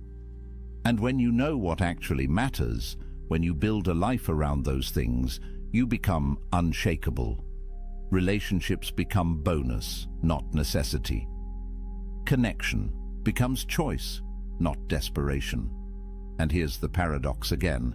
The man who could be completely happy alone is the man most worthy of companionship, because he's not using another person to fill his emptiness. He's whole already. He's inviting someone to share in his fullness. That's attractive. That's magnetic. That's what genuine partnership looks like. Not two halves making a whole, but two wholes choosing to walk together, each maintaining their own sovereignty, each respecting the other's independence, each complete whether together or apart. Seneca wrote, "The wise man is self-content. He is so in the sense that he is able to do without friends, not that he desires to do without them." That's the balance. You develop the ability to be happy alone. You build self-sufficiency, but you remain open to genuine connection when it appears. You don't avoid relationships, you just don't need them. And that makes all the difference. So where does this leave you? Right here, right now, with a choice. You can keep buying into the narrative that you're incomplete without someone, that your value depends on relationship status. That being single is something to escape as quickly as possible, and if you choose that path, you'll spend your life chasing, compromising, losing yourself piece by piece in the pursuit of external validation. Or you can embrace what the Stoics knew 2,000 years ago, that true power comes from within, that self-sufficiency is the highest virtue, that a man complete in solitude is free in every circumstance. And if you choose that path, if you do the work, you'll build something that nobody can take from you, an inner fortress, a sovereignty that transcends circumstance, a peace that doesn't depend on anyone else's approval or presence. Marcus Aurelius ruled an empire. He had wealth, power, family, everything society says should make you happy. Yet he spent his evenings writing in his journal, reminding himself of what actually mattered: virtue, character, inner peace. He knew that everything else was temporary, that the only lasting value was the kind of person he was becoming, and he did that work in solitude, away from the crowds, away from the demands, in the quiet space of his own mind. You don't need an empire to do this. You don't need perfect circumstances. You just need to make the choice, to use your solitude as a gift, not a curse, to see being single not as a deficit, but as an opportunity, to build yourself so completely that you don't need validation from anyone. And when you do that, you become dangerous, not to others, but to the systems that profit from your insecurity. You become a man who can't be controlled, can't be manipulated, can't be sold something he doesn't need. You become free. And freedom is what the Stoics were teaching all along. Not freedom from circumstances, those will always change, but freedom within circumstances. The ability to maintain your peace, your integrity, your sense of self, regardless of what's happening around you, alone or with someone, successful or struggling, praised or criticized. None of it touches your core, because you've built something unshakable inside. And that, brother, is power. Real power. The kind that transforms not just your life, but the lives of everyone you touch. Because strength is contagious. Completeness inspires. freedom spreads. So let me leave you with this. A man who needs no one is free to choose everyone. A man who needs someone is slave to his need. Which man do you want to be? The choice is yours. It's always been yours. And it starts right now, in this moment, with this decision, to stop seeking yourself in others and start building yourself in solitude, to stop measuring your worth by external validation and start grounding it in internal virtue, to stop running from being alone and start embracing it as the ultimate gift, the space where you become who you're meant to be. The Stoics are waiting for you, Marcus Aurelius, Epictetus, Seneca. They walked this path. They proved it works. They left you a blueprint. All you have to do is follow it. Build your inner fortress. Cultivate self-sufficiency. Embrace solitude not as a punishment, but as a privilege. And watch what happens. Watch how your life transforms when you stop living for others and start living for yourself. Not in a selfish way, but in the way that honors your potential, your values, your unique path. That's what the Stoics called living according to nature, being fully yourself, and there's nothing more powerful than that. So if you found value in this, if these ideas resonate with something deep inside you, if you feel that pull toward building a different kind of life, do me a favor. Hit that like button. It tells me this message matters. It helps this reach other men who need to hear it. Subscribe to the channel because we're building something here. A community of men who refuse to live by society's script, who are doing the work, who understand that real strength comes from within. Drop a comment and tell me, what's one thing you're going to do this week to build your inner empire? One practice, one choice, one step towards self-sufficiency. And remember, this isn't the end, it's the beginning. Every journey toward freedom starts with a single step, a single decision. The decision to stop seeking worth in external validation and start building it through internal virtue. You've taken that step by being here, by listening, by opening your mind to a different way. Now keep walking, keep building, keep becoming.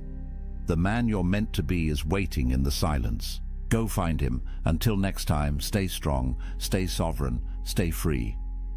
There's a weapon more dangerous than any sharp tongue, more powerful than the loudest voice in the room. It's the one thing weak men fear most and strong men wield without effort. Silence. Not the silence of a coward who has nothing to say, but the calculated, deliberate silence of a man who knows exactly when to speak and when to let his presence do the talking. In a world drowning in noise, where every fool with a phone thinks their opinion matters, where grown men argue like children over things they can't control, true power has become rare, and that power lives in the space between words. The ancient Stoics understood something that modern men have forgotten.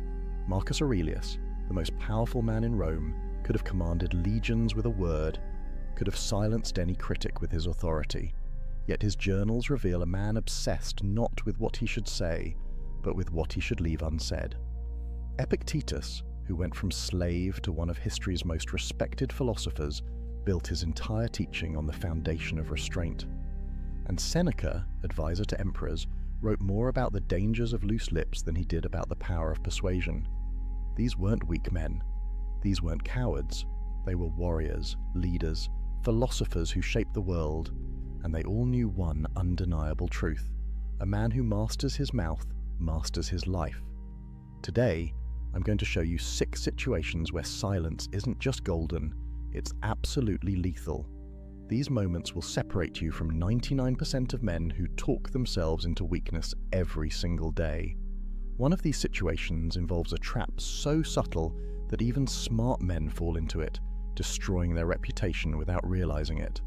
By the end of this video, you'll never look at conversation the same way again. You'll understand why the quietest man in the room is often the most dangerous. And you'll learn how to wield silence like the ancient philosophers did, as a weapon that cuts without ever being drawn. So, if you're ready to stop being just another voice in the crowd and start becoming the man everyone remembers, the man people respect even when he says nothing, then pay attention. Because what I'm about to share isn't theory, it's battle-tested wisdom that's been proving itself for over 2,000 years. Let's start with the first situation, and this one hits home for every man who's ever been confronted by someone who's lost control. Picture this. You're in a meeting, or maybe at a family gathering, or just having a conversation. Suddenly, someone comes at you with pure rage. Their face is red, their voice is raised, they're attacking your character, your decisions, your very existence. Everything in your body screams at you to fight back, to defend yourself, to match their energy and put them in their place. And that's exactly what weak men do. They take the bait, they raise their voice, they defend, explain, justify. They step into the ring thinking they're showing strength, when really they're revealing the exact opposite. Here's what the Stoics knew that most men never learn. Anger is temporary insanity. Seneca wrote extensively about this. When someone is angry, they're not thinking, they're reacting. Their rational mind has been hijacked by emotion, and in that state, they're essentially having a conversation with themselves. They're not actually hearing you. They're hearing their own narrative, their own story, their own pain. So when you respond with words, with explanations, with counter-arguments, you're feeding the beast.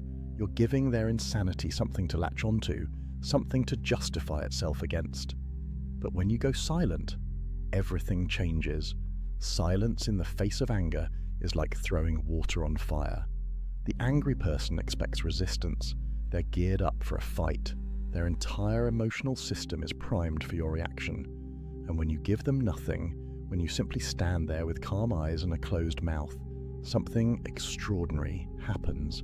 They're forced to confront their own reflection. Without your words to bounce off, their anger has nowhere to go but back into themselves. And in that moment, they begin to hear how they sound. They begin to see how they look. The mirror you're holding up through your silence is far more devastating than any comeback you could deliver. Marcus Aurelius faced opposition constantly. The Roman Senate was filled with men who questioned his decisions, challenged his authority, spoke against him in public forums. And his response?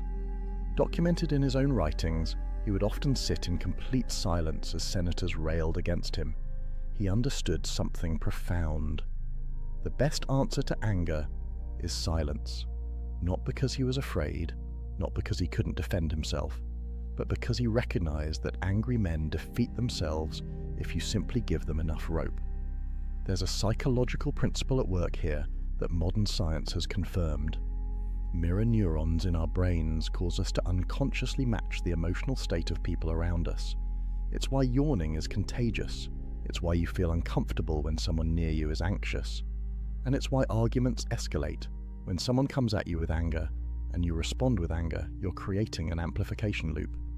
Both of you are mirroring and intensifying each other's rage. But silence breaks the circuit. When you refuse to mirror their anger, their brain starts searching for a different signal to sync with. And if you maintain calm, steady presence, something shifts. The angry person begins, often unconsciously, to regulate down toward your state rather than escalating further. I've seen this play out in corporate boardrooms. A colleague of mine once sat completely silent while a director screamed at him about a project delay.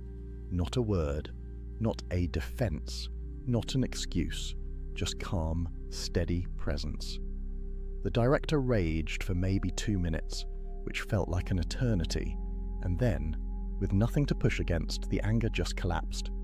The director actually apologized before the meeting ended. My colleague never had to say a single word in his own defense. His silence said everything that needed to be said. It said, "I'm not playing this game. I'm not meeting you in your chaos. I'm staying here, in control, while you lose yours."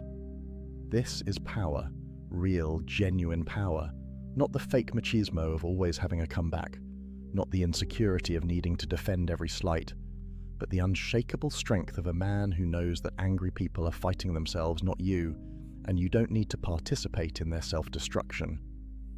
But here's what you need to understand. This silence isn't passive. It's not weakness disguised as calm. It's active, intentional presence.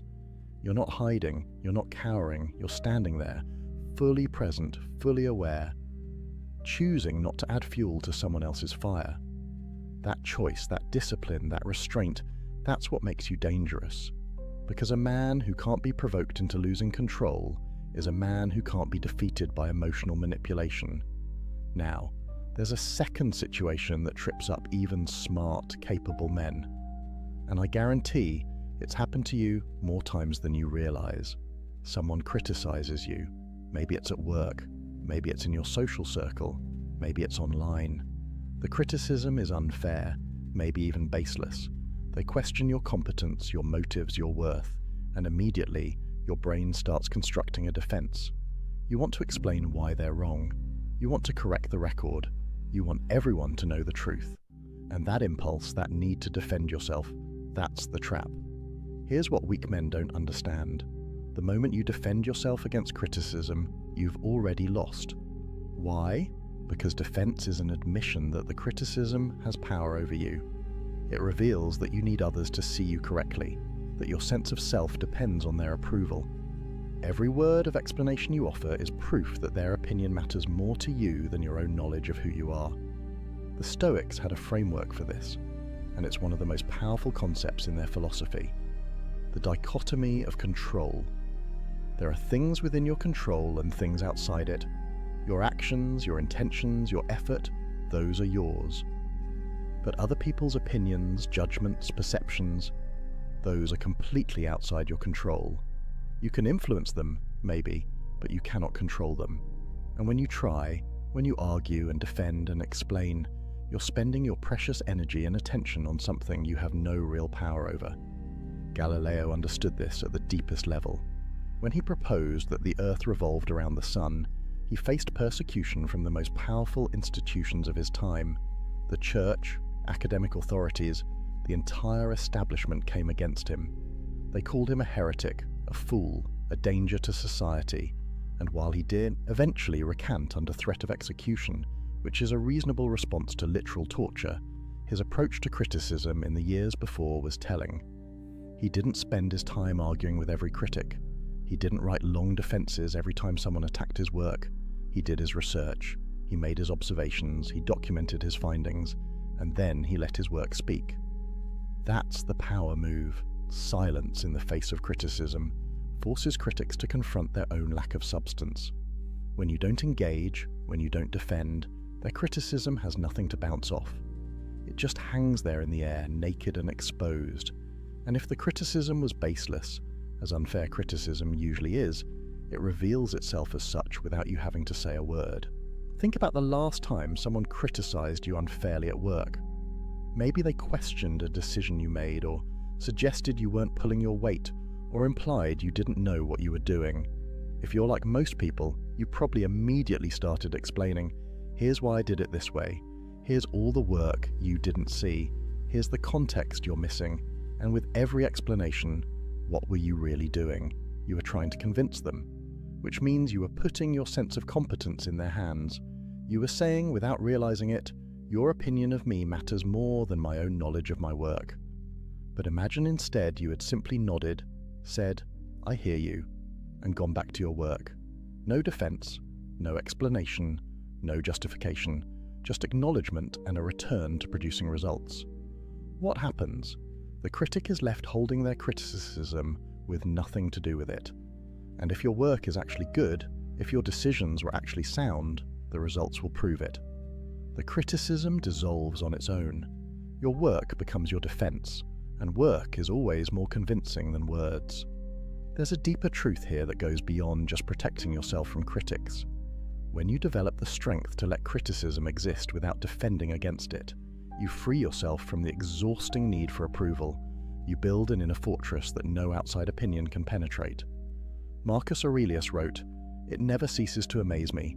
We all love ourselves more than other people, but care more about their opinion than our own." Read that again. We claim to love ourselves, but we give other people's judgments more weight than our own self-knowledge. That's insanity, and defending yourself constantly is how you perpetuate that insanity. The man who stays silent in the face of criticism is telling himself a crucial truth. I know who I am.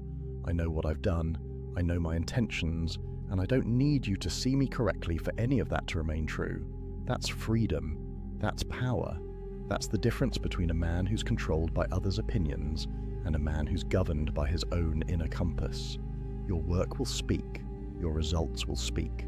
Your character, demonstrated over time, will speak louder than any defense you could mount in a moment of criticism. So, save your energy. Save your words.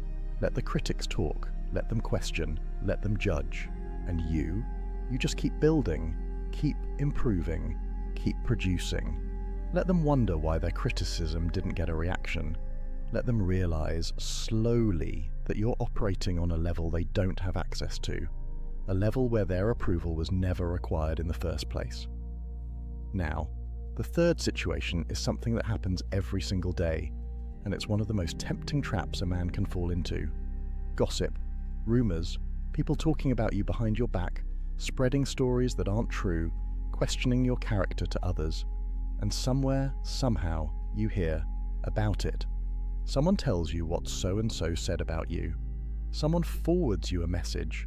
Someone gives you the heads up that people are talking. And your immediate instinct is to set the record straight, to correct the narrative, to defend your name. Don't. Here's what you need to understand about gossip and rumors. They're like fire. They need fuel to survive. And every time you respond, every time you address them, every time you try to correct them, you're throwing fuel on the flames. You're giving the rumor legitimacy by treating it as something worth responding to. You're spreading it further by talking about it, and you're revealing that it got to you, which is exactly what gossip thrives on. Seneca wrote something profound about this. He said we suffer more in imagination than in reality. Think about what gossip is. It's other people's imagination. It's stories they're telling themselves, narratives they're creating, often to make themselves feel better about their own lives. And when you engage with those stories, when you try to correct them, you're stepping into their imagination and trying to rewrite it. But you can't control their imagination. You never could. That's not your domain. The strategic move is to let rumors die of starvation. No fuel, no response, no energy, just silence and consistent character. Because here's the thing about rumors. They have a lifespan. If you don't feed them, they run out of steam. People get bored. New gossip comes along. The story fades. But it can only fade if you let it. There was a CEO of a mid-sized company who faced vicious rumors during a merger. People were saying he was being pushed out, that he'd mismanaged funds, that the board had lost confidence in him. None of it was true. His PR team wanted him to issue statements, do interviews, defend his reputation. He refused. He said, "I'll let the merger speak." And he went silent. For 3 months, he didn't address a single rumor.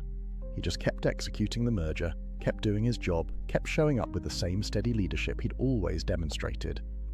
By the time the merger completed successfully, the rumors had died on their own, and the people who had spread them looked like fools. He never had to say a word. That's the power of silence combined with consistent character. Your reputation isn't built on what you say about yourself or what you say in response to others. It's built on what you do, day after day, week after week, year after year. Gossip is temporary, character is permanent, and the man who understands this can weather any rumor storm without breaking his stride. But there's something else at work here, something psychological that most people miss. When someone gossips about you, they're revealing far more about themselves than about you. They're showing their insecurities, their fears, their need to elevate themselves by diminishing others. And when you respond, when you engage, you're essentially saying you take their opinion seriously. You're validating their behavior by giving it attention. Silence, on the other hand, sends a different message. It says, your opinion of me is so insignificant that I'm not even going to acknowledge it exists. It says I'm operating at a level where your gossip can't reach me.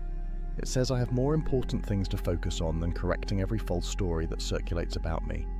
That's not arrogance. That's priority. That's understanding where your energy is best spent. And it's definitely not spent on defending yourself to people who've already decided to believe something false. The Stoics believed that your character is like a fortress. Marcus Aurelius called it the inner citadel. It's a place inside you that external events can't touch, can't damage, can't penetrate. Gossip is an external event. It's happening out there, in other people's mouths and minds. But your character, your truth, your knowledge of who you are, that's in here, in the citadel. And a strong fortress doesn't send soldiers running out every time someone shouts insults from outside the walls. It simply stands, unshaken, unmoved, confident in its own strength. Over time, this approach does something remarkable. It builds such a strong reputation for integrity that rumors can't stick to you. People who know you, people who've seen your consistent character, they don't believe the gossip, and people who don't know you, their opinions don't matter anyway. You end up with a kind of immunity, not because you fought every rumor, but because you ignored them all and let your life be your testimony. So, when you hear that people are talking, when you discover a rumor circulating, when someone tells you what so-and-so said, take a breath. Recognize it for what it is: other people's imagination, other people's insecurity, other people's entertainment, and then go back to being who you are. Let them talk, let them wonder why you're not reacting. Let them eventually realize that while they were gossiping, you were building. While they were talking, you were doing. While they were imagining, you were living in reality. The fourth situation is subtle, but it's one of the most revealing tests of a man's character, and most men fail it without even realizing they're being tested. You're in a meeting, a social gathering, a group conversation. Someone else is getting praised. Maybe they accomplished something impressive. Maybe they're being recognized for their work. Maybe everyone's attention is on them, celebrating their success. And as you sit there listening, a thought creeps in. But I did something just as good. But I worked just as hard. But no one's acknowledging what I've done.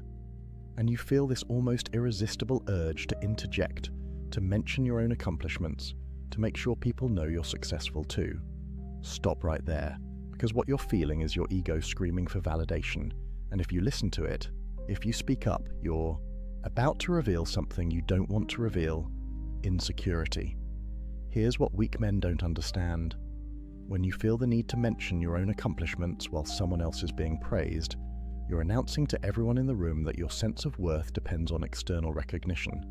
You're showing that you're keeping score. You're revealing that you measure yourself against others. And all of that, every bit of it, is the opposite of strength. A truly confident man, a stoically grounded man, can sit in a room while someone else receives all the praise and feel nothing but genuine appreciation for that person's success. Why? Because his sense of worth isn't tied to who's getting attention. His identity isn't dependent on being recognized.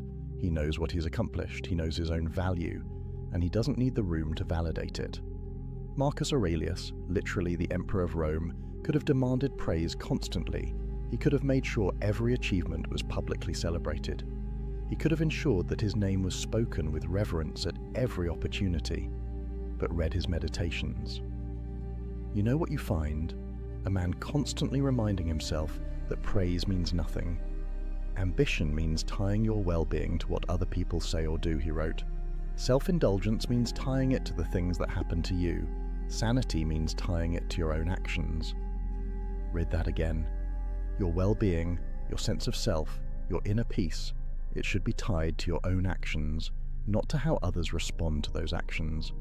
When you need praise, when you need recognition, when you need others to acknowledge what you've done, you've tied your well-being to something outside your control. And that's a prison.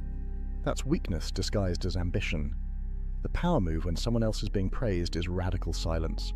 Not bitter silence, not jealous silence, but genuine, grounded, appreciative silence. You listen, you acknowledge their success. You might even congratulate them, but you don't make it about you. You don't redirect attention. You don't say, "That's great, and by the way, I just did this thing too." You let them have their moment, fully, completely. And here's what happens. Here's the subtle magic of this kind of silence. People notice. They notice that you're secure enough to let someone else shine without dimming their light. They notice that you're not competing for scraps of attention. They notice that you operate from abundance, not scarcity. And paradoxically, your status rises. Not because you sought it, but because you demonstrated something rare. The confidence to be content in silence while others are celebrated. Think about social media for a moment. The entire platform is built on people broadcasting their achievements, seeking validation, competing for attention, constant updates about promotions, accomplishments, vacations, possessions, and underlying all of it is a desperate need to be seen, to be acknowledged, to be praised. The Stoic approach is the opposite. Do great work, accomplish meaningful things, and then, largely, keep quiet about it. Let your life speak louder than your posts. I'm not saying never share your achievements. I'm saying your first instinct, your driving motivation, should never be the need for others to acknowledge them. There's a massive difference between sharing from a place of abundance and sharing from a place of need. One is generous, an offering to inspire or inform. The other is begging, a plea for validation disguised as an update. The man who masters this fourth form of silence develops something priceless: internal validation. He becomes his own source of acknowledgement. He pats himself on the back. He tells himself he did well. He recognizes his own growth and effort. And that self-recognition becomes stronger and more sustaining than any external praise ever could be, because it's always available. It can never be taken away, and it doesn't depend on anyone else's mood, attention, or opinion. Seneca wrote, "Until we have begun to go without them, we fail to realize how unnecessary many things are. We've been using them not because we needed them, but because we had them." The same is true of praise. Once you begin to go without seeking it, once you develop the discipline to let others shine while you remain quiet, you realize how unnecessary that external validation was. You were seeking it not because you needed it, but because the opportunity to seek it was always there. The confident man lets others be praised. The insecure man makes sure he's praised too. Which one are you? The next time you're in a room and someone else is getting recognition, watch your internal reaction. Notice if you feel that urge to redirect attention to yourself. And if you do, breathe. Let it pass. Stay silent. Let them have their moment. And notice how strong you feel when you do. That feeling, that quiet strength of not needing the spotlight, that's real power. That's the kind of power that can't be shaken because it doesn't depend on anything outside yourself. The fifth situation is one that destroys more potential than almost anything else. And it's so common, so normalized, that most men don't even recognize they're sabotaging themselves when they do it. You get excited about a new goal. Maybe it's a business idea. Maybe it's a fitness transformation. Maybe it's learning a new skill. Whatever it is, the excitement is real. The vision is clear. And your immediate instinct is to tell people about it. You want to share your plans. You want to announce your intentions. You want people to know what you're about to accomplish. And the moment you do that, the moment you broadcast your plans before you've executed them, you've just dramatically reduced your chances of success. There's actual science behind this, and it perfectly validates what the Stoics knew 2,000 years ago. When you tell people about your goals, your brain gets a hit of dopamine. It feels good. It feels like you've accomplished something just by sharing the intention. And that feeling, that premature sense of accomplishment, it actually reduces your motivation to do the work. Studies have shown that when people announce their goals publicly, they're less likely to achieve them because the announcement scratches the itch that the accomplishment was supposed to scratch. But beyond the psychology, there's strategy. When you share your plans too early, you invite doubt, negativity, and sabotage, often from people who don't even mean to derail you. They'll question your idea. They'll point out obstacles you haven't considered. They'll share stories of others who tried and failed. And even if their intentions are good, even if they think they're being helpful, they're planting seeds of doubt in your mind during the crucial early stage when your belief needs to be strongest. The Stoic principle here is simple. Actions speak louder than announcements. Marcus Aurelius wrote, "Waste no more time arguing what a good man should be one." The same applies to your goals. Waste no more time announcing what you're going to do. Do it. Let your results announce themselves. Let your transformation be the reveal. Let your success be the notification. Think about the entrepreneurs who talk endlessly about the business they're going to start versus the ones who quietly build until they have something real to show. Think about the guys who announce they're getting in shape, post about their new gym membership, tell everyone about their meal prep, versus the guys who just start training and let their physical transformation do the talking 6 months later. Which approach commands more respect? Which one actually gets results? There's power in moving in silence. When you keep your plans to yourself, you maintain strategic advantage. Competitors don't know what you're working on. Doubters can't plant seeds of uncertainty. Negative people can't drain your energy with their skepticism. You're operating in stealth mode, building momentum without interference, accumulating small wins without the pressure of public accountability to people who don't actually matter. And there's something deeper happening too. When you keep your plans silent, you're developing internal accountability. You're proving to yourself that you don't need external pressure or validation to follow through. You're building the muscle of self-discipline, the capacity to commit to something and execute it without needing cheerleaders or witnesses. That's real strength. That's the difference between someone who needs accountability partners to do anything and someone who's accountable to themselves. I know a guy who wanted to write a book. For 2 years, he told everyone he was working on it. He talked about the premise at parties. He discussed his progress on social media. He sent update emails to friends, and 2 years later, he had maybe 50 pages written. Then he met someone else who had published 3 books. When he asked this person how they did it, the answer was simple. I stopped talking about writing and started writing. I told no one, I just wrote every day. And when the first draft was done, then I mentioned it. That's the difference. One person needed the validation of others knowing he was a writer. The other just quietly became one. The man who announces his plans is creating accountability to the wrong people. He's making himself answerable to friends, family, social media followers, people who have no real stake in his success and no authority to judge his progress. The man who keeps his plans silent is accountable only to himself and to reality. Either he does the work or he doesn't. Either the results materialize or they don't. No one to make excuses to, no one to explain himself to, just him and his commitment. Seneca advised, let your progress become your proof. Not your promises, not your announcements, your actual, tangible, undeniable progress. That's what earns respect. That's what can't be argued with. Anyone can talk about what they're going to do. The man who keeps quiet and then shows up with results, that man is rare. That man is dangerous, because he's demonstrated that his word to himself is stronger than his need for external validation. So the next time you feel excited about a goal, about a plan, about a vision, feel that excitement fully. Let it fuel you, but keep it to yourself. Guard it like a secret. Protect it from the energy vampires, the doubters, the well-meaning but ultimately unhelpful opinions of people who aren't in the arena with you. Work in silence. Build in private, and when the time comes, when you have something real to show, let your results do the announcing. Let people be surprised. Let them wonder when you found the time, how you developed the discipline, why they didn't see it coming. That surprise, that gap between their perception and your reality, that's the signature of a man who knows how to move with power. Talk less, do more. Let the world catch up to what you've already become. Now, the 6th and final situation is perhaps the most difficult.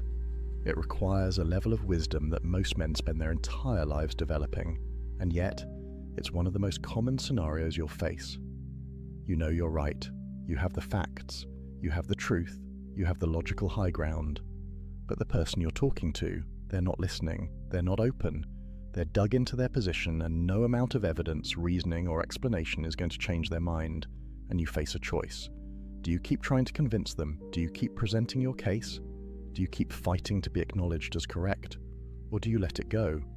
This is where most men stumble, because there's something in us, something deep and primal that needs to be recognized as right when we know we are. It feels like defeat to walk away from an argument we could win. It feels like cowardice to let someone remain wrong about something we could correct. And so we keep talking, keep explaining, keep arguing, even when we know it's futile. Even when we can see that nothing we say will make a difference.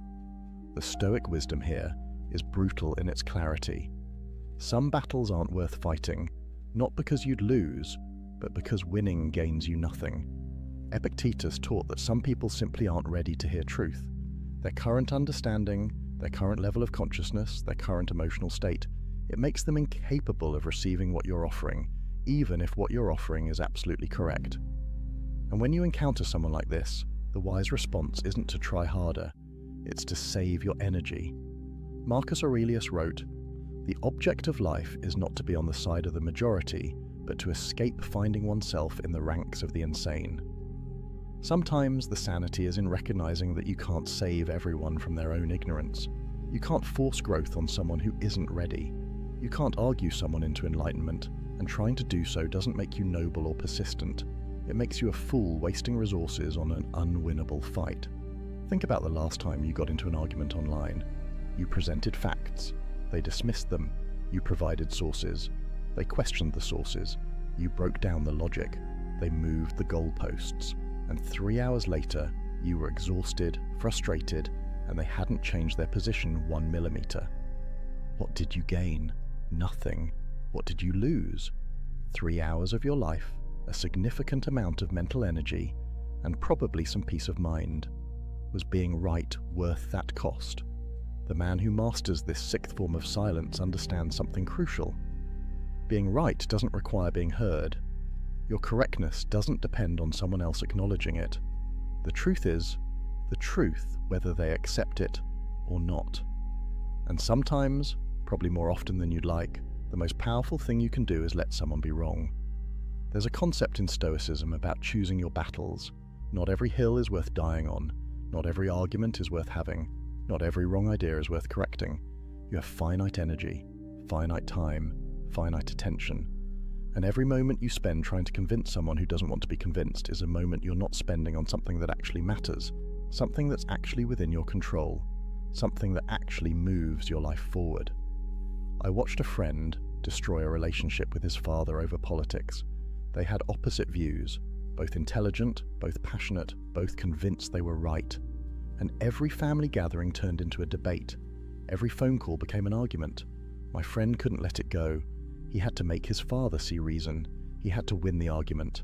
And eventually, they stopped speaking. Years of silence. All because my friend couldn't accept that some minds won't change and some arguments aren't worth the cost of winning them.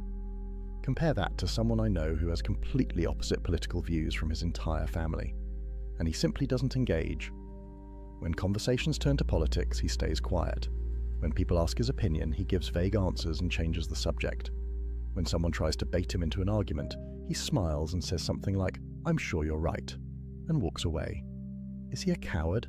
No, he's wise. He's recognized that winning political arguments with his family gains him nothing and costs him relationships he values. So he chooses silence. He chooses peace.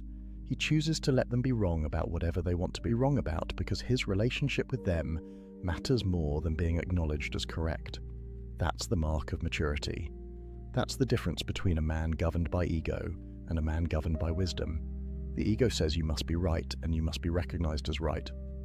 Wisdom says, sometimes being at peace is more valuable than being proven correct. Seneca wrote about this extensively. He talked about how the wise man is discerning about where he spends his attention. He doesn't engage with every fool who challenges him. He doesn't correct every error he encounters. He doesn't try to educate everyone who misunderstands. Instead, he focuses on what he can actually influence, what actually matters, what actually aligns with his values and goals. Everything else, he lets it be. This doesn't mean you become passive. This doesn't mean you never stand up for truth. There are absolutely times when speaking up is necessary, when silence would be complicity, when the stakes are high enough that you must engage regardless of whether you'll win. But those situations are rarer than you think. Most of the time, most of the arguments you're tempted to have, they're not about justice or truth or principle. They're about ego.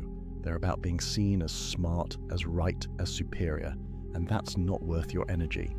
The liberation that comes from letting people be wrong is profound. You stop carrying the weight of other people's ignorance. You stop feeling responsible for educating everyone who doesn't get it. You stop exhausting yourself trying to change minds that don't want to change. Instead, you invest that energy in yourself, in your growth, in your goals, in the people who actually want to learn from you, in the battles that actually matter. Being right doesn't require being heard. Your truth doesn't need someone else's validation to remain true. And sometimes the most powerful statement you can make is complete silence in the face of determined ignorance. It says your opinion of reality doesn't change reality. It says I'm not going to waste my energy trying to convince you of what I already know. It says, I have better things to do than argue with someone who isn't listening. So the next time you find yourself in an argument with someone who clearly won't change their mind, take a breath. Recognize what's happening. You're about to spend energy on something that will produce no return. You're about to sacrifice peace for the temporary satisfaction of explaining why you're right to someone who doesn't care. And then make a different choice. Let them be wrong. Wish them well, even if only silently in your own mind. And walk away, not in defeat, not in frustration, but in wisdom.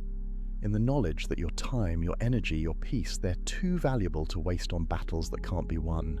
Save your strength for fights that matter, and let silence be your answer to those that don't. So here we are, 6 situations where silence is your ultimate weapon. When someone attacks you with anger, when critics try to provoke you, when gossip and rumors circulate, when someone else receives praise, when you're tempted to announce your plans, and when you're right, but speaking won't change anything. 6 moments where weak men talk themselves into defeat and strong men stay silent and maintain power. But let's be clear about something. This isn't about never speaking. This isn't about being a doormat. This isn't about passive acceptance of everything. The Stoics weren't silent because they were weak. They were silent because they were strong enough to choose when to speak and when to stay quiet. Disciplined enough to resist the pull of ego, emotion, and social pressure. Wise enough to recognize that not every moment requires a response. The transformation from reactive to strategic, from emotional to grounded, from weak to powerful, it all starts with one realization. You don't have to respond to everything. You don't have to defend everything. You don't have to explain everything.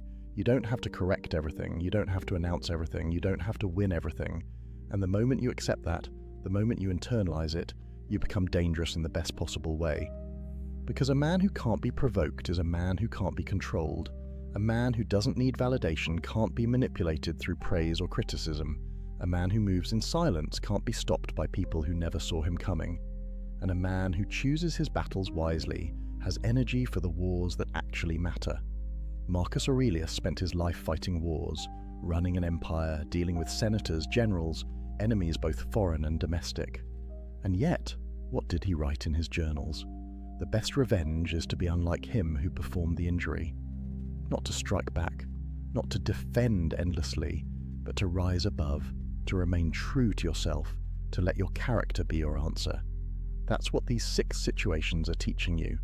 How to rise above, how to remain true, how to let your life be your answer when words would only weaken your position. This week, I want you to do something.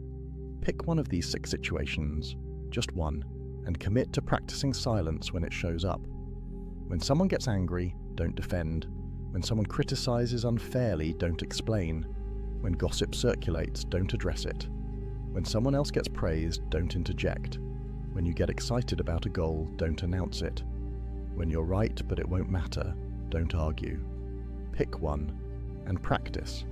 Because this isn't theory. This is training.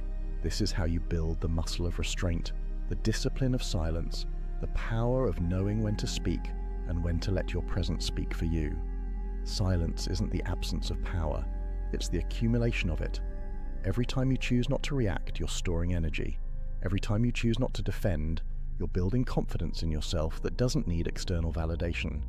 Every time you choose not to argue, you're proving to yourself that you're governed by wisdom, not emotion. And over time, those choices compound. They turn you into someone different, someone rare, someone who walks into any room and commands respect without saying a word, someone who other men instinctively know not to test, someone who women recognize as genuinely strong, not performatively masculine. That's who you can become. Not through talking about it, but through practicing it. Not through announcing your journey, but through walking it in silence. Not through defending your transformation, but through embodying it so completely that no defense is necessary. The ancient Stoics built empires, survived slavery, advised kings, and faced death itself. And the wisdom they left us wasn't complex. It wasn't hidden. It was simple, practical, and powerful. Speak less. Choose carefully. Let silence be your strength. In a world where everyone's shouting, the quiet man stands out. In a culture where everyone's defending themselves, the man who doesn't need to is magnetic. In an age where everyone's announcing everything, the man who moves in silence is unstoppable. So go out there and practice. Let angry people exhaust themselves against your silence. Let critics reveal their own emptiness. Let gossip die of starvation. Let others have their moment in the spotlight.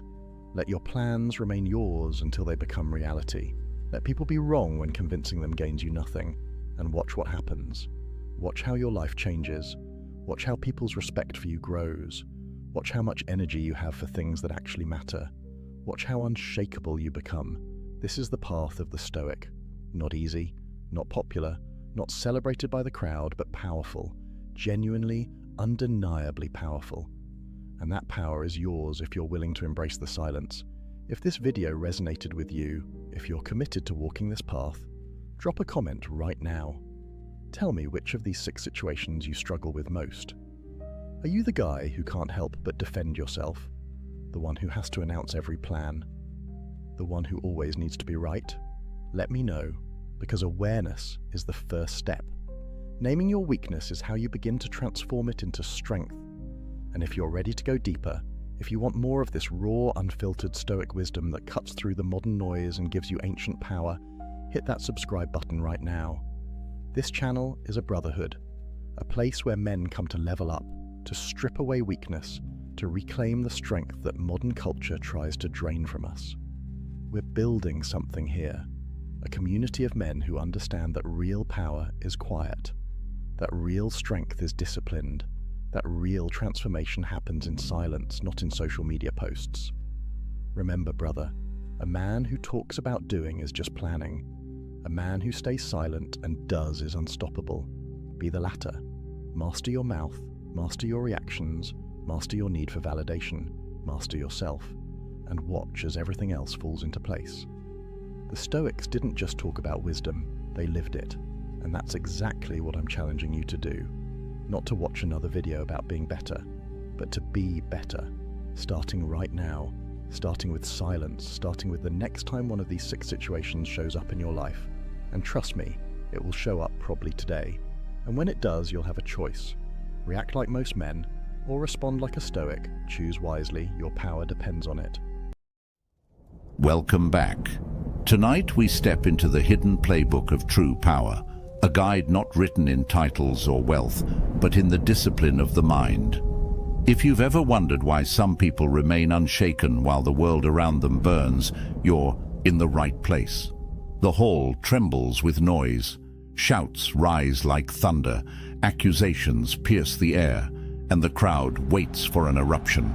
At the center sits a single figure, a leader, motionless, unflinching. Their hands rest calmly on the table, their gaze steady, their breath even. Around them, chaos rages. Advisors demand action, rivals whisper insults. The room seethes with tension. Yet this leader does not rise, does not argue, does not take the bait. They remain silent. This moment is more than stillness. It is dominance. Because what unsettles the crowd is not what the leader says or does, but what they choose not to say, what they choose not to do. We are conditioned to think of power as loud, forceful, overwhelming. But what if true power is something else entirely? What if real strength lies not in striking back, but in refusing to be moved at all? So I ask you, what makes someone truly powerful? It's not the battles they win, it's the battles they refuse to fight. The greatest strength does not always come from the sword or the shout. It comes from the discipline to withhold reaction when every fiber of the world demands you explode. Tonight, we're going to explore 6 things powerful people never react to. Not sometimes, not occasionally, never. 6 moments that would make the average person boil with anger, break down in despair, or lose themselves in temptation, yet the powerful stay calm, grounded, and unshaken. Each one is a test of composure, each one a crucible of strength, We'll journey through history, where Stoic philosophers like Marcus Aurelius and Seneca held their ground against ridicule and ruin. We'll step into fiction, where imagined warriors and leaders show us the timeless image of restraint as mastery. And we'll bring it into the modern day, where insults, rumors, setbacks, and even praise demand more from us than we realize. Along the way, you'll see how philosophy, discipline, and perspective intertwine to create an armor thicker than steel. The ability to control your own mind when the world loses control around you. Because the battlefield of life isn't fought only with armies, money, or politics, it's fought within, in the split-second decision of whether you react or remain still. So as we begin, I want to ask you something. Think about your own life for a moment. What is one thing you wish you could stop reacting to? Maybe it's criticism, maybe it's gossip, maybe it's failure, or the sting of loss. Whatever it is, imagine how much freer, stronger, and calmer you would feel if it no longer had power over you. Hold on to that thought, because by the end of this journey, you may discover that the path of Stoic mastery isn't about controlling the world. It's about controlling yourself, and it all begins here, with silence in the middle of chaos.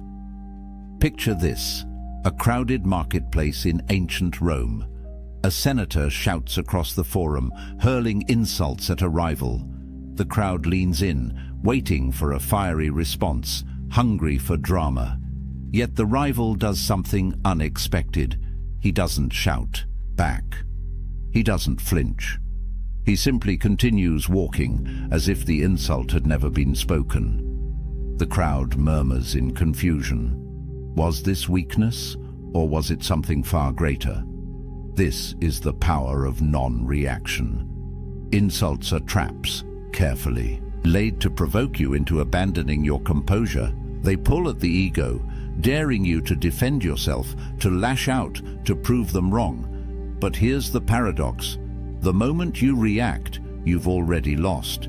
You've given control to the other person. You've let their words dictate your state of mind. And that is exactly what the powerful never allow. Stoic philosophy teaches us that insults only sting if we grant them permission. Epictetus once said, "If someone reviles you, it is his own action. You can choose to interpret it as harm or not." Think about that. The insult doesn't carry inherent power. It's our reaction that breathes life into it. Without your consent, the insult withers, hollow and harmless. Consider Marcus Aurelius, Emperor of Rome. He faced endless criticism from politicians, generals, even his own people. Yet in his private writings, the Meditations, he constantly reminded himself not to be disturbed by words. He wrote, "If an insult from another stirs you, it is your own opinion that has provoked you." He knew the truth. The insult itself is powerless. It's our attachment to reputation that causes the pain. Now imagine a modern version of this scenario. You post something online and suddenly the comments flood in. Someone mocks you. Someone twists your words. You feel the heat rise in your chest, your fingers itching to strike back. But what happens if you don't? What if you simply carry on, as though their words were smoke drifting in the air? The effect is immediate. The aggressor loses their audience. The crowd sees composure, not weakness. The power shifts back to you. Fiction often mirrors this lesson.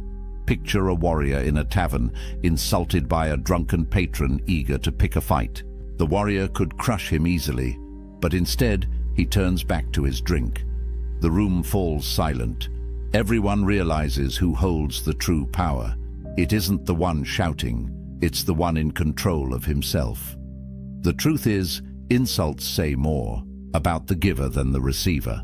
They expose the speaker's insecurity, anger, or envy. By not reacting, you hold up a mirror that reflects their weakness back to them. Your silence becomes louder than any retort. So the question is, How do you master this art? The next time someone tries to provoke you, pause. Ask yourself, does this insult truly harm me, or is it just air? Remember, powerful people don't waste energy swatting at words. They save their strength for battles that matter. Now I'll turn it to you. Think of the last time someone insulted you. What if you had met it with silence instead of reaction? Wouldn't that have felt like victory? The story begins in whispers. A single voice in a crowded room suggests something unflattering. Another person repeats it. Soon, the whisper multiplies until it becomes a rumor spreading like wildfire. No one knows if it's true. No one even stops to ask. But suddenly, your reputation, your name, your very identity feels under siege. This is the world of rumors and lies, an invisible battlefield where words, not weapons, can destroy legacies. Most people panic in this moment. They scramble to explain themselves, to fight back, to stamp out every falsehood before it takes root. But here's where powerful people stand apart. They don't chase lies. They don't waste their energy wrestling with shadows. They let the truth reveal itself in time. History gives us countless examples. Consider Marcus Aurelius, the philosopher-emperor. During his reign, enemies accused him of weakness, of being too contemplative to lead Rome's armies. Yet Marcus did not call for trials or proclamations to defend himself. Instead, he focused on what he could control, leading with virtue, acting with integrity, and ensuring his deeds spoke louder than gossip. Centuries later, he's remembered as one of the greatest emperors in history, not because he silenced lies, but because he outlived them with action. Seneca, too, knew this battle well. As a tutor to the young Emperor Nero, he was accused of greed, corruption, and treachery. Some of the accusations may have been exaggerated, others entirely fabricated, but Seneca's writings show us his response. He refused to let slander dictate his peace of mind. He reminded himself, and us, that reputation is not within our control. Our character, however, always is. Fiction helps us see the same truth in sharper relief. Imagine a wise ruler in a kingdom, accused of betrayal by jealous courtiers. The people murmur, the nobles circle. The ruler knows he could denounce his enemies, demand loyalty oaths, or punish the liars. But instead, he chooses restraint. He continues ruling with fairness, justice, and clarity. Weeks later, the rumors die, and the liars reveal themselves by their desperation. The ruler emerges untarnished, not because he fought every rumor, but because he made the lies irrelevant. Now let's fast forward to today. In the digital age, rumors move faster than ever. A single tweet, a manipulated video, or a half-truth can reach millions before the truth even laces up its boots. And the natural impulse is to react, to clarify, to defend yourself in front of the crowd. Yet here's the paradox. The more attention you give to a lie, the more oxygen it gets. By acknowledging it, you confirm its existence in the minds of others. Silence, on the other hand, robs the rumor of momentum. Stoic philosophy equips us for this. Epictetus taught that we are disturbed not by events, but by our judgments about them. A rumor is only as harmful as the weight we give it. If we anchor ourselves in virtue, living with honesty, acting with fairness, staying aligned with our values, then rumors become like waves crashing against a rock, loud but ultimately powerless. There's also a deeper psychological effect at play.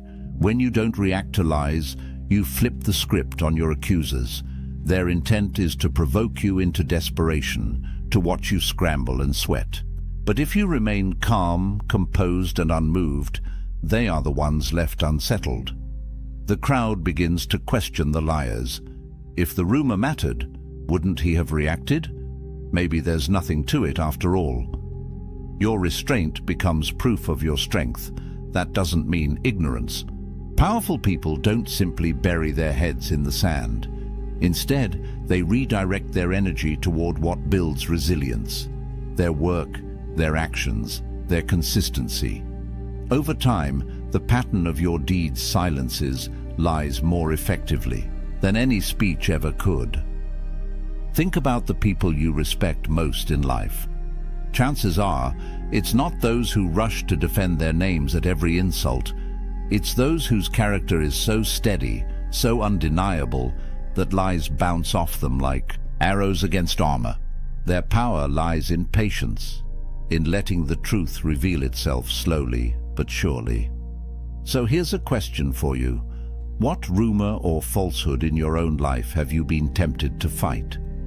What if, instead of burning your energy in defense, you chose to rise above it, to let your actions over time write the story for you? Could you allow silence to be your greatest rebuttal? The Stoics remind us that reputation is a fickle thing, never fully in our control, but character, that is always ours to guard. And it is through character, not reaction, that we outlast rumors, dismantle lies, and prove ourselves truly powerful. Failure, the very word, makes the heart tighten. We are taught to fear it, to hide it, to run from it. Yet every powerful figure, real or imagined, has walked through the fire of failure and emerged transformed. The difference is not that they never stumble. The difference is how they respond when the ground gives way beneath them. Picture a Roman general on campaign. His strategy collapses, his soldiers scatter, and the banners of Rome fall into enemy hands. The camp is heavy with shame, the whispers of defeat crawling through the night air. Most leaders would rage, panic, or break down in despair. But imagine instead a general who sits quietly by the fire, studying the maps again, adjusting, recalculating. To his men, his calm is unsettling. To his enemies, it is terrifying. They see not a broken man, but someone already planning the next victory. This is the Stoic way. Failure is not the end, it is information. Marcus Aurelius captured this beautifully when he wrote, "The impediment to action advances action. What stands in the way becomes the way." In other words, the setback is not a barrier, it's the path itself. For the Stoic, failure isn't shameful, it's raw material for growth. Take Seneca, advisor to emperors and one of the richest men in Rome. Despite his wealth and influence, he endured exile, political disgrace, and ultimately an order to take his own life. Yet through all this, he kept writing, turning his misfortunes into teachings that still inspire us today. Seneca understood that external circumstances, loss, disgrace, even death, could not rob him of the inner power to choose his response. His failures became his legacy. Epictetus went even further. Born a slave, crippled from abuse, he might have seemed destined for a life defined by failure. Yet he transformed his suffering into wisdom, teaching that setbacks are not punishment, but training. He compared life to a wrestling school, where every hardship is a sparring partner, shaping you into something stronger. Fiction often illustrates this vividly. Picture a warrior in a story who loses a great battle. He returns home in shame, mocked, and diminished. Yet instead of retreating into bitterness, he trains harder, studies his mistakes, and grows into a leader greater than before. His eventual triumph is not despite his failure, it is because of it. The very setback that once defined him becomes the foundation of his future power. Now think about how failure shows up today. Maybe it's a project collapsing at work, a business that never took off, or a personal relationship that fell apart. The temptation is to see these moments as permanent scars, but powerful people see them as stepping stones. They don't dwell in the rubble, they build something new with it. The modern Stoic practice here is simple but profound. Reframe. Instead of asking, "Why did this happen to me?" ask, "How is this useful to me?" Failure reveals blind spots. It humbles arrogance. It forces adaptation. And those who learn to reframe setbacks, not as dead ends but as detours, discover that failure is not their enemy, it is their teacher. Here's the deeper truth. Reacting emotionally to failure, rage, despair, self-pity, only prolongs the suffering. It burns energy without creating solutions, but non-reaction, calm reflection, and steady adjustment allow you to transform failure into fuel. The Stoics remind us that fortune can take away everything except one thing: your ability to decide how you respond. There is also a subtle power in the way others perceive your handling of failure. People expect collapse. They expect excuses. When you respond instead with composure, with a clear head and quiet resilience, you inspire trust. You become the unshakable center others can rely on. Failure, in this way, becomes not just personal growth, but leadership itself. So here is your challenge. Think of your last failure. Maybe it still stings. Maybe it still feels unresolved. What if you could go back and reframe it, not as an end, but as preparation? What skills did it force you to learn? What strength did it secretly build? What future success might still be hidden inside that apparent defeat? The Stoics would tell you, stop fearing failure. Fear never learning from it, because every setback is a forge, and you are the iron, heated, hammered, shaped, not broken. And that is why powerful people never react to failure with despair. They transform it into the very source of their strength. The crowd roars. In the theater, in the Senate, in the stadium, voices rise not in praise but in scorn. Boos, hisses, jeers, criticism delivered not by one voice but by thousands. Imagine yourself standing there, every eye fixed on you, the tide of disapproval pressing in like a storm. Most of us would crack under such weight.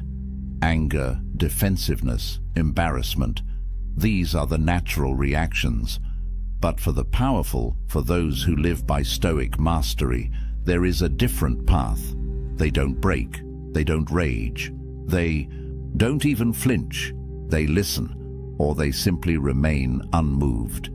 This isn't passivity. It's control. And it unnerves people more than any shouted rebuttal ever could. In Rome, emperors faced this test constantly. Marcus Aurelius, though revered by history, was not always loved in his lifetime. He endured public criticism, whispers in the Senate, and discontent among the masses. Yet in his meditations he reminded himself, "If anyone can prove me wrong, I will gladly change, for I seek the truth, which never harmed anyone. But the one who persists in his error and ignorance harms himself." Notice the dual wisdom here. Marcus stayed open to truth hidden in criticism, but he refused to be ruled by the crowd's judgment. He took what was useful, ignored the rest, and kept walking forward. Seneca echoed this resilience. He argued that criticism is inevitable for anyone who dares to live differently. "If you wish to be approved by all," he wrote, "you must resemble all." For him, mass disapproval was not a sign of failure. It was proof that you were living authentically, not bending to the lowest common denominator. Fiction dramatizes this beautifully. Imagine a philosopher in a grand forum presenting an idea that cuts against tradition. The mob erupts in mockery, demanding he take back his words. Instead of arguing, he pauses, lets the jeers subside, and then calmly repeats his point with even greater clarity. The crowd falls silent, not because they all agree, but because they recognize the courage of someone unwilling to bow to their noise. His strength is not in silencing them, but in refusing to be silenced himself. In our modern world, the crowd, looks different, but it may be even louder. Social media, workplace culture, public opinion, each can turn critical in an instant. A single post may trigger thousands of negative comments. A bold idea at work might spark resistance. And once again, the temptation is to fire back, to argue, to justify. But here lies the Stoic secret: don't confuse volume with truth. Criticism from the masses is often just an echo chamber of emotion, not wisdom. That doesn't mean ignore it entirely. The powerful treat criticism like sifting for gold in a river. Most of it is mud, irrelevant, emotional noise. But occasionally, buried within, is a nugget of truth, something useful that can sharpen character or improve judgment. The art lies in listening without being consumed, discerning without being wounded. Why is this so difficult? Because humans crave approval. We are wired to seek belonging, to win applause. So when the masses disapprove, it feels like rejection of our very existence. But the Stoics remind us, the opinions of the crowd are beyond our control. To tie our worth to them is to hand over our peace of mind. Instead, tie your worth to your virtues, your actions, your choices. Let your inner compass, not the crowd, guide your steps. There is also a quiet power in the optics of non-reaction. When a leader remains calm under criticism, it sends a message: I am larger than the noise. Followers respect this. Enemies are unsettled by it. The masses may jeer louder in the moment, but over time, they remember the composure. In fact, history shows us that criticism fades, but dignity endures. Think of figures you admire. Chances are they weren't universally loved in their lifetimes. Many were ridiculed, doubted, even despised. Yet they stood firm. And because of that, their names outlasted the noise of their critics. So ask yourself, how do you react when the masses turn against you? Do you scramble to explain? Do you retreat in shame? Or could you practice the Stoic way, taking what is useful, discarding the rest, and walking forward with calm purpose? The next time criticism swells around you, remember this: the crowd is fickle. Today's boos may be tomorrow's cheers, and neither should rule your soul. The powerful don't let the masses dictate their identity. They let truth, reason, and inner strength decide who they are. That is why criticism from the masses is something powerful people never react to. Not because it doesn't exist, but because it doesn't define them. The fire spreads through the palace, devouring marble halls, priceless art, and treasures collected over a lifetime. Courtiers scream, servants scramble with buckets of water, their efforts useless against the roaring blaze. In the middle of it all, the king stands motionless, watching the flames consume what once defined his power. His voice is calm, almost chilling. You can take my walls, but not my will. This image may sound like legend, but it illustrates a truth the Stoics held above all. Loss is inevitable. Misfortune is certain. To live is to risk having everything you love stripped away. But how you meet that loss, whether with despair or with calm acceptance, determines whether you remain powerful or become broken. For most people, loss feels unbearable. We react with panic when wealth disappears, with bitterness when fortune turns, with devastation when loved ones are taken from us. Misfortune presses against our deepest fears, reminding us how little we control. Yet this is exactly where the Stoics found freedom, by learning not to react with desperation, but to accept, adapt, and endure. Take Epictetus, for example, born into slavery, crippled by his master, stripped of dignity and freedom. If anyone had the right to despair, it was him. Yet he refused to let misfortune define him. Instead, he taught that our possessions, our status, even our health, are not truly ours. They can vanish at any moment. What is ours always is our ability to respond with virtue. He wrote, "It is not what happens to you, but how you react to it that matters." His life became proof of that philosophy. Marcus Aurelius, too, endured unimaginable loss. He buried children, faced plagues that swept through his empire, and lived constantly under the shadow of war. Yet, in his meditations, he reminded himself each day that loss was part of nature. When you kiss your son, whisper to yourself, "Tomorrow he may die." This was not cold detachment, it was radical clarity. By remembering the fragility of life, Marcus trained himself to meet loss with strength, not despair. Even Seneca, often caricatured as wealthy and comfortable, understood the role of misfortune. He warned his readers to practice poverty, to strip life down to the bare minimum, so that when true loss arrived, it would not catch them unprepared. For Seneca, misfortune was not a threat, but a teacher, a reminder that what is truly valuable cannot be taken away. Fiction paints this lesson in vivid color. Imagine a warrior who loses his kingdom, his fortune, even his family. In despair, he could collapse, wandering aimlessly, broken by grief. But the story becomes powerful when he refuses to let misfortune end him. Instead, he rebuilds, not his palace, but his soul. He learns that while fate can strip away everything external, it cannot touch his discipline, his wisdom, or his will. This transformation makes him more formidable than before. Today, we face misfortune in different forms: the sudden loss of a job, the betrayal of a friend, a diagnosis that shatters the life we imagined. These moments shake us, revealing how fragile our comforts really are. But here lies the Stoic choice. Do we react with despair, or do we see loss as part of the natural order?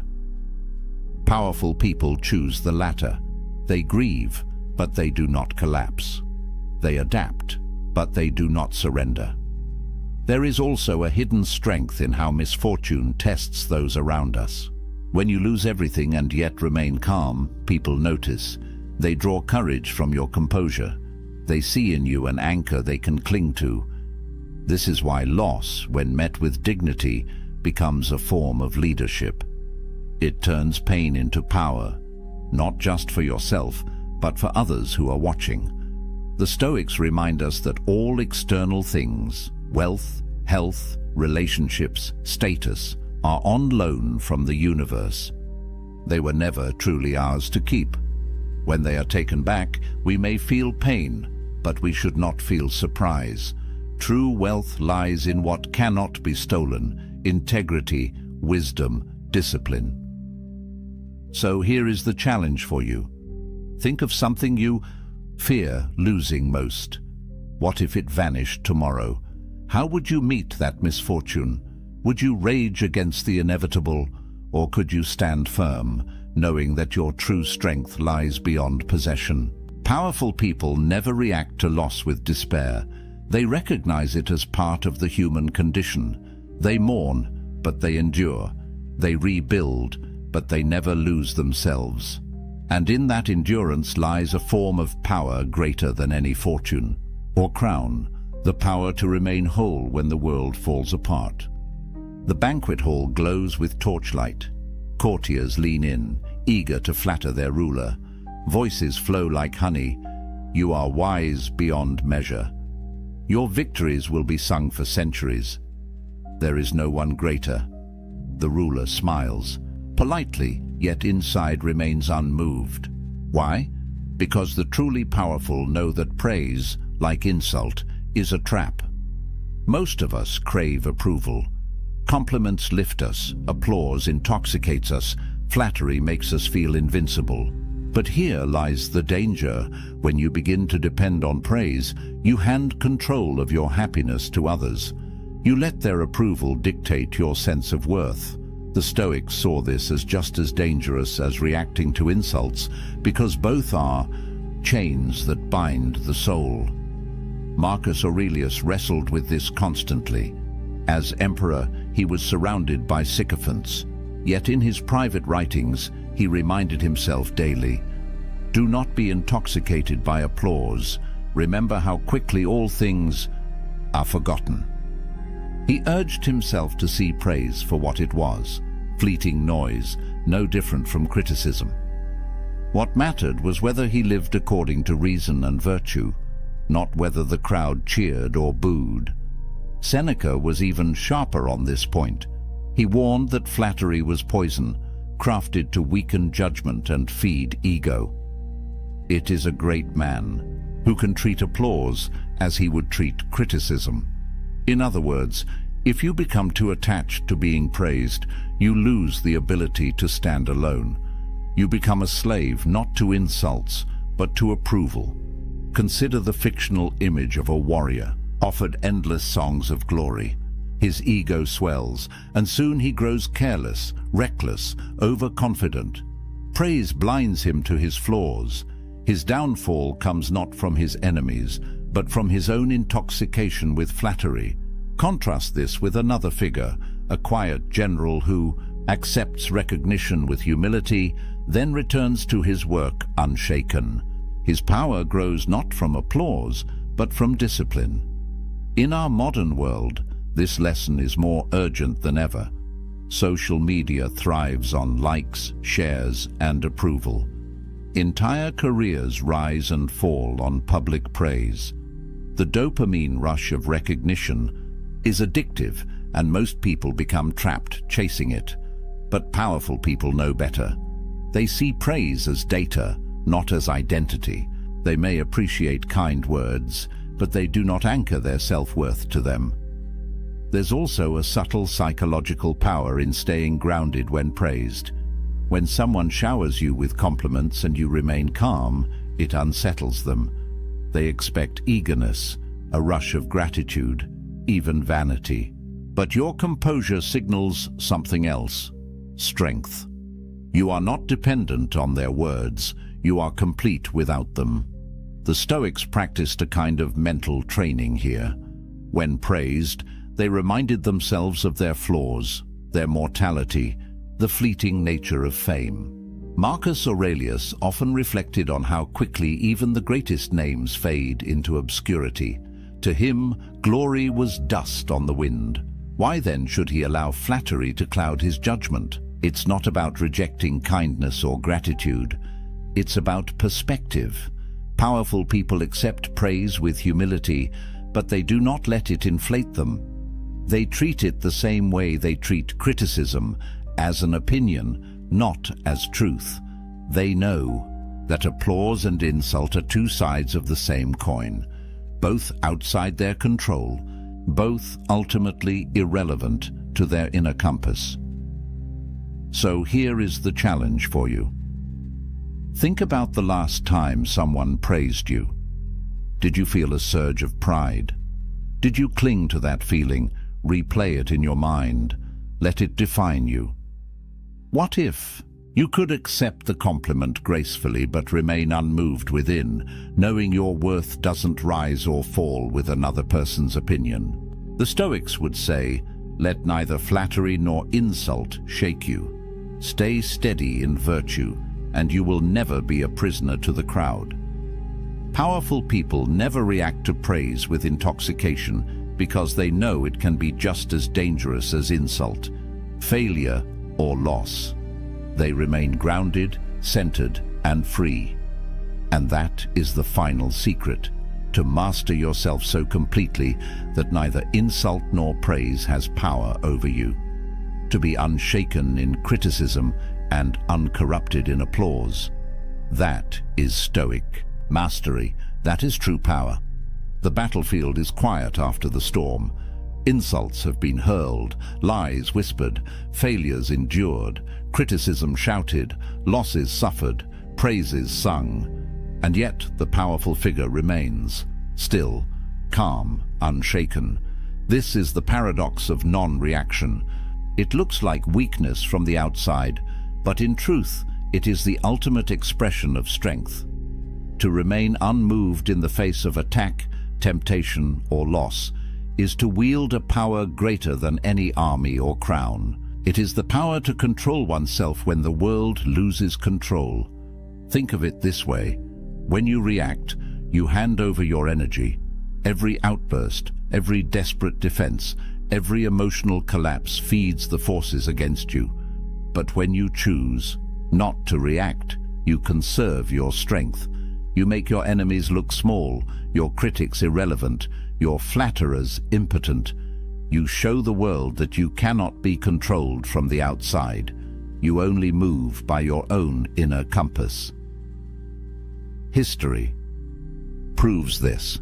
Marcus Aurelius ruled through plague and war, yet never allowed panic or praise to alter his steady hand. Epictetus was enslaved, abused, and maimed, yet remained freer in spirit than his masters. Seneca faced disgrace and death with the calm of a man who knew that fortune could take everything but his will. Their legacies endure not because they conquered others, but because they mastered themselves. Fiction tells us the same story in another language. Heroes who ignore the baited insult.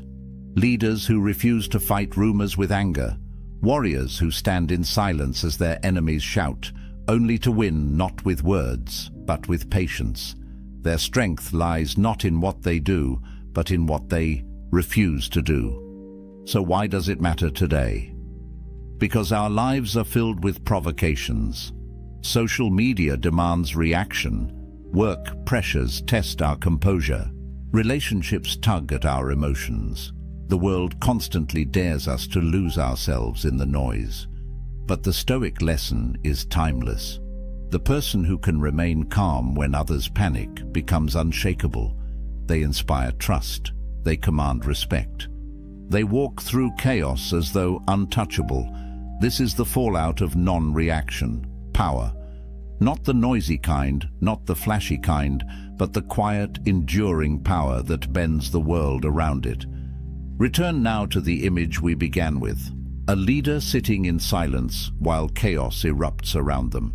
At first, the crowd mistakes it for weakness, but slowly they realize the truth.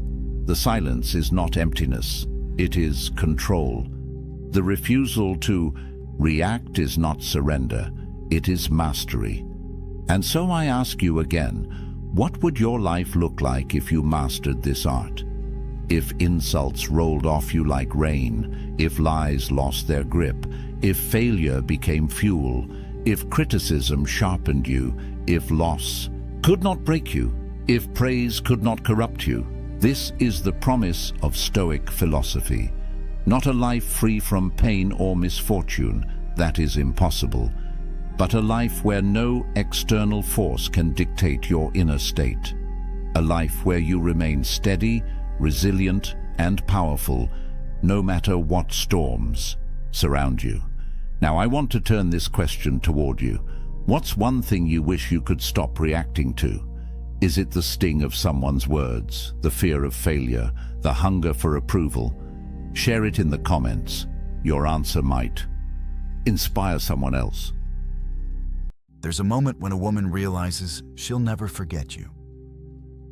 Not because of your looks, your money, or your smooth words, but because of something far more powerful, something that reaches past her defenses and plants itself in her mind like an ancient oak tree, growing stronger with each passing day. Most men will never experience this moment. They'll remain footnotes in her story, blurred faces in old photos, names she struggles to remember. But there exists a rare breed of man who understands something the masses don't. Something Marcus Aurelius knew when he ruled Rome. Something Seneca whispered to his students in the dead of night. These men don't chase. They don't beg. They don't perform. Yet women can't stop thinking about them. Years later, decades later, their presence still echoes. Today, I'm revealing 6 Stoic behaviors that create this permanent psychological imprint. Not manipulation, not games, but ancient masculine wisdom that modern men have forgotten. The kind of wisdom that makes you unforgettable not just to women, but to everyone who crosses your path. And here's the paradox that will reshape how you see attraction forever. The less you try to be remembered, the more unforgettable you become. The less you chase her mind, the more you occupy it. Because these 6 behaviors don't make you interesting, they make you irreplaceable. Let me tell you about 2 men in a coffee shop. Both successful, both attractive, both interested in the same woman. The first man's phone buzzed during their conversation. Bad news from work. A client pulling out of a major deal. His face flushed red, his jaw clenched. He apologized, excused himself, and spent 10 minutes outside, pacing, making angry calls, letting everyone see his frustration. The second man faced something similar a week later. Same coffee shop, same woman. His phone lit up with news that his business partner had betrayed him, taking half their clients. But watch what happened next. He glanced at the message, took a deep breath that seemed to pull calmness from the air itself, and simply turned his phone face down. When she asked if everything was okay, he said with genuine calm, "It's something I'll handle. Right now, I'm here with you." 3 years later, she's married to the second man, not because he was richer or more successful, but because in that moment, she saw something rare. A man who could hold the storm inside without letting it spill onto everyone around him. Marcus Aurelius once wrote, while plague ravaged Rome and Germanic tribes attacked his borders, "You have power over your mind, not outside events. Realize this, and you will find strength."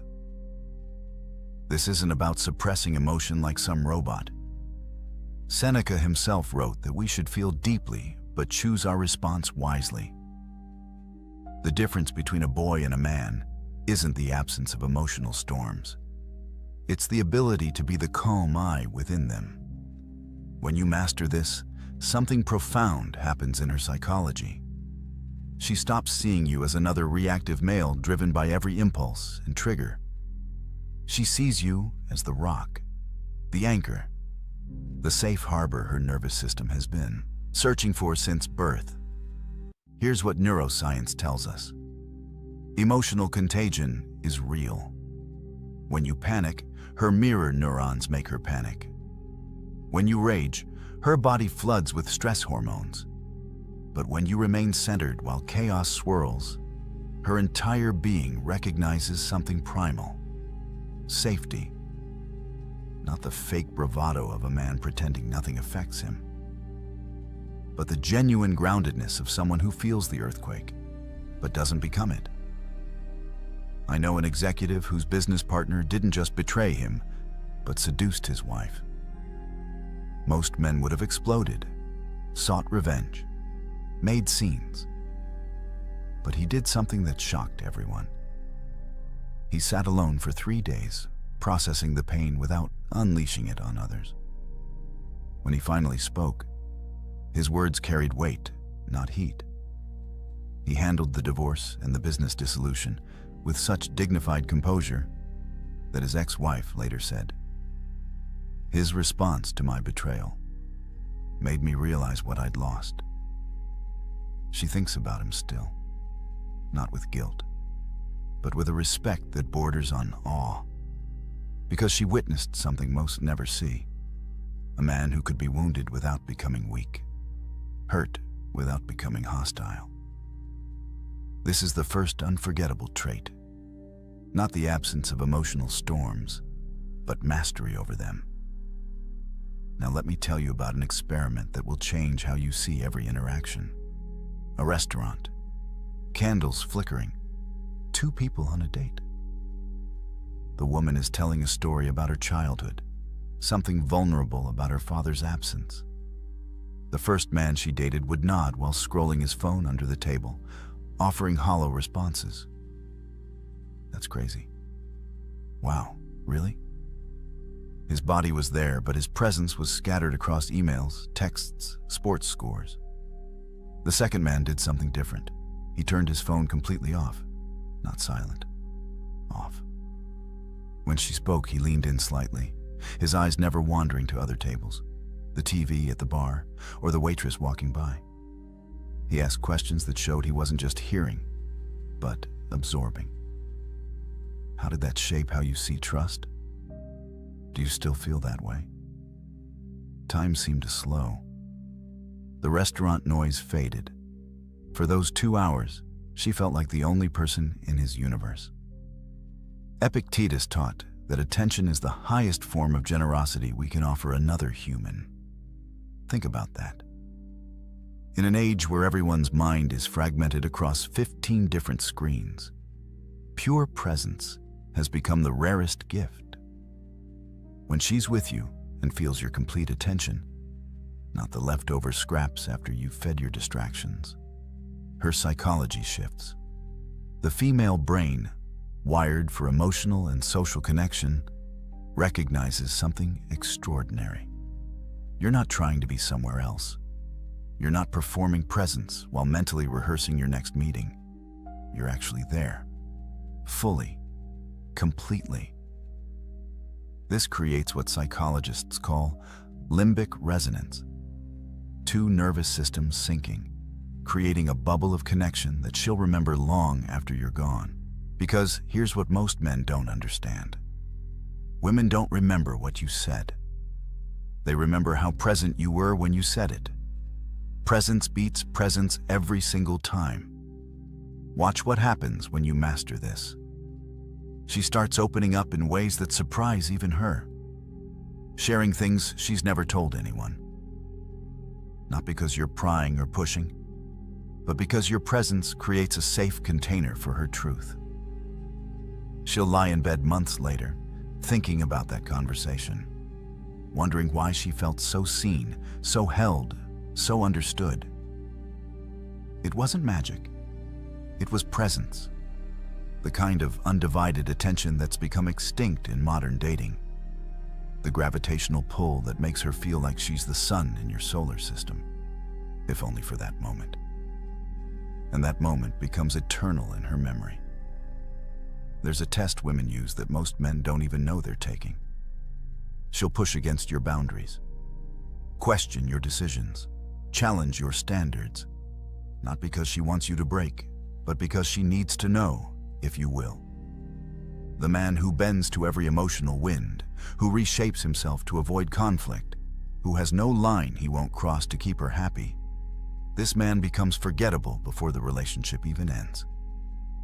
But let me tell you about Marcus, not the emperor, but a tech founder I know. He was dating a woman who wanted him to fire his female assistant. No real reason, just insecurity.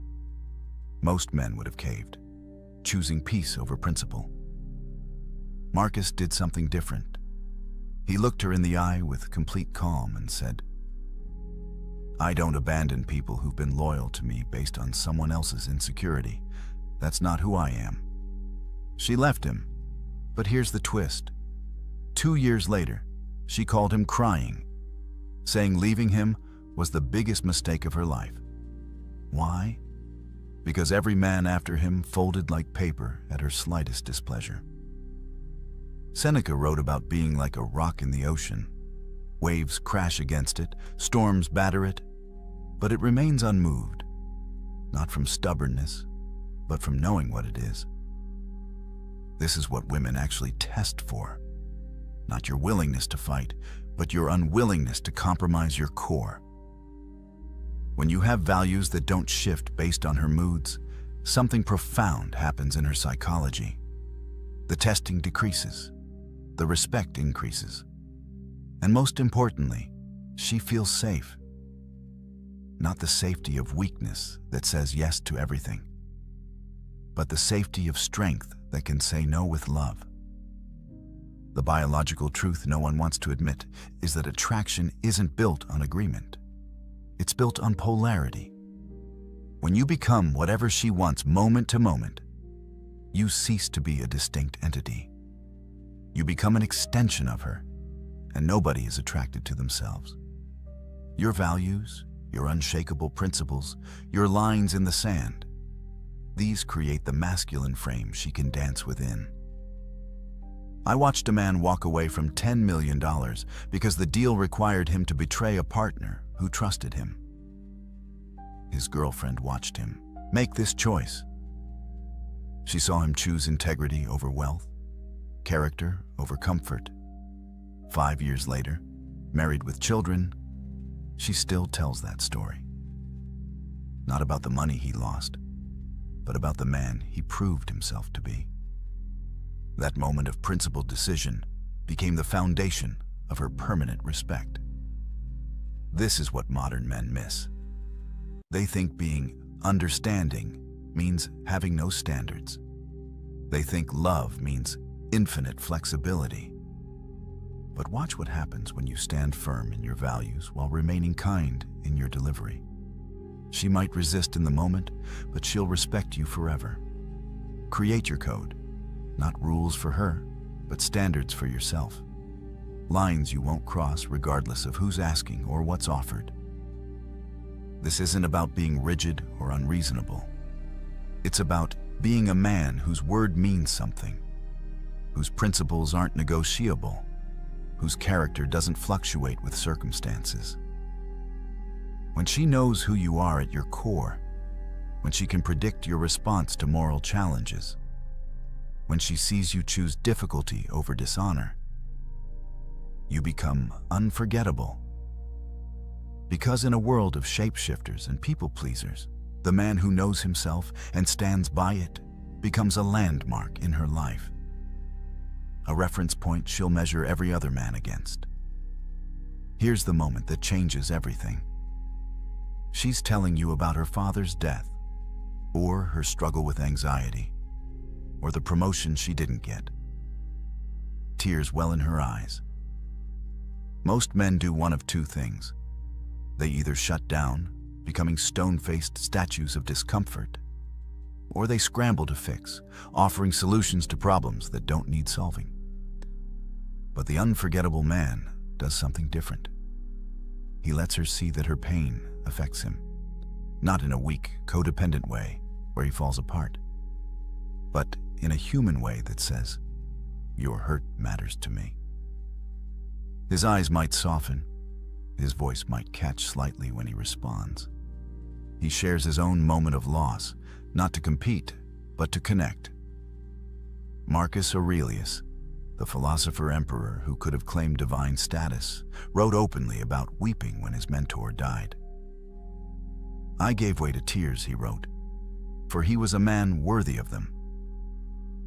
The strongest man in the world admitted to crying. Yet somehow modern men think feeling makes them weak.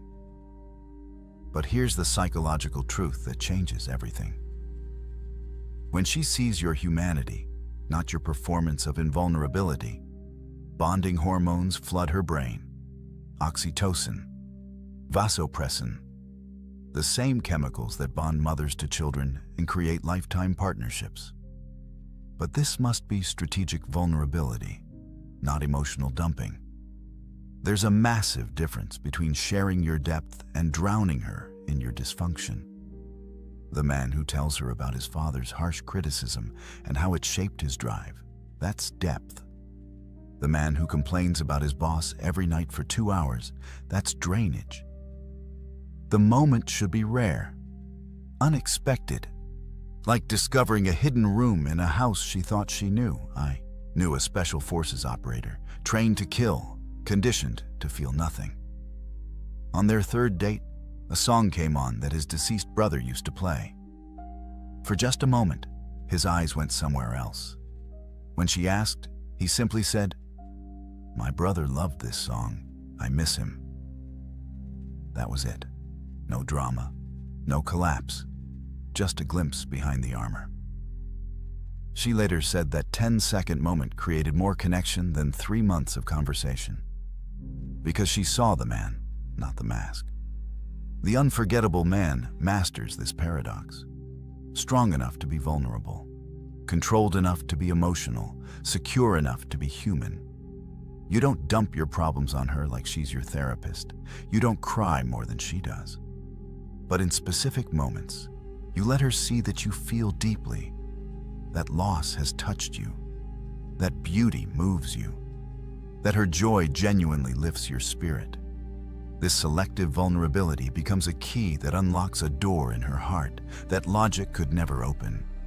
She stops seeing you as another emotionally constipated male or an emotional wreck. She sees you as whole, complete, a man who has integrated his shadows instead of hiding or being consumed by them. Watch what happens to a man without a mission. He makes her his mission. Every text becomes urgent. Every moment apart feels like abandonment. He orbits her like a lost satellite, and she feels the weight of being his only source of meaning. This man becomes forgettable the moment she realizes she's dating a boy, looking for a mother, not a man looking for a partner. But the man with purpose moves differently through the world. He loves deeply but doesn't need desperately. He wants her but doesn't require her for his existence to make sense. Epictetus said it best. First, say to yourself what you would be, then do what you have to do. This is the magnetic pull of direction. Women are biologically wired to recognize this. Throughout history, they've attached themselves to men moving towards something greater than comfort. The hunter tracking prey, the warrior defending the tribe, the builder creating shelter. The modern equivalent isn't about hunting mammoths. It's about having something you're building that exists independent of any relationship. Your mission becomes your North Star, and she becomes someone who might join your journey, not the journey itself. I watched an entrepreneur choose to delay expanding his business to care for his ailing mother. His girlfriend watched him sacrifice immediate profit for principle. But here's the key. He didn't abandon his mission. He adjusted its timeline for values-based reasons. She saw a man who could balance ambition with humanity, drive with duty. 3 years later, she still talks about that decision. Not because he chose family, but because he had something worth choosing between. Your mission doesn't have to be grand. You don't need to be Elon Musk trying to colonize Mars. But you need something you're moving toward that would exist, whether she's there or not. A business you're building, a skill you're mastering, a cause you're serving, a legacy you're creating. When she sees you have direction independent of her presence, her role clarifies. She's not responsible for your happiness. She's not the source of your purpose. She's someone who might enhance your journey and you hers. This creates the kind of healthy polarity that keeps attraction alive for decades. She can be feminine because you're handling the masculine burden of direction. She can flow because you're providing structure. She can trust your leadership because you're actually going somewhere worth following. Build your personal philosophy. Not what sounds good, but what you actually believe, what you stand for, what you're creating, what legacy you want to leave. When she asks about your dreams, and you speak with the fire of genuine purpose, not rehearsed ambitions, but real direction, she feels something ancient stir.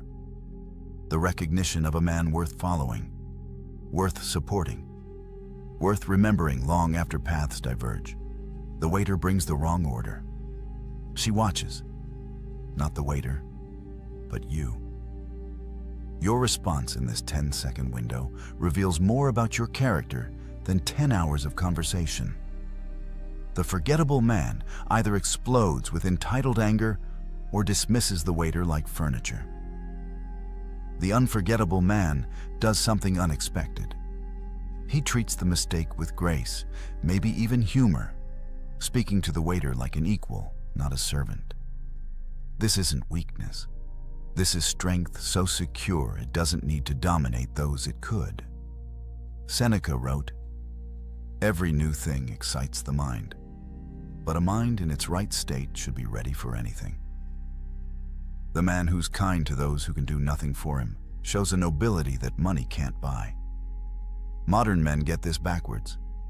They think kindness is weakness, that being good is being soft.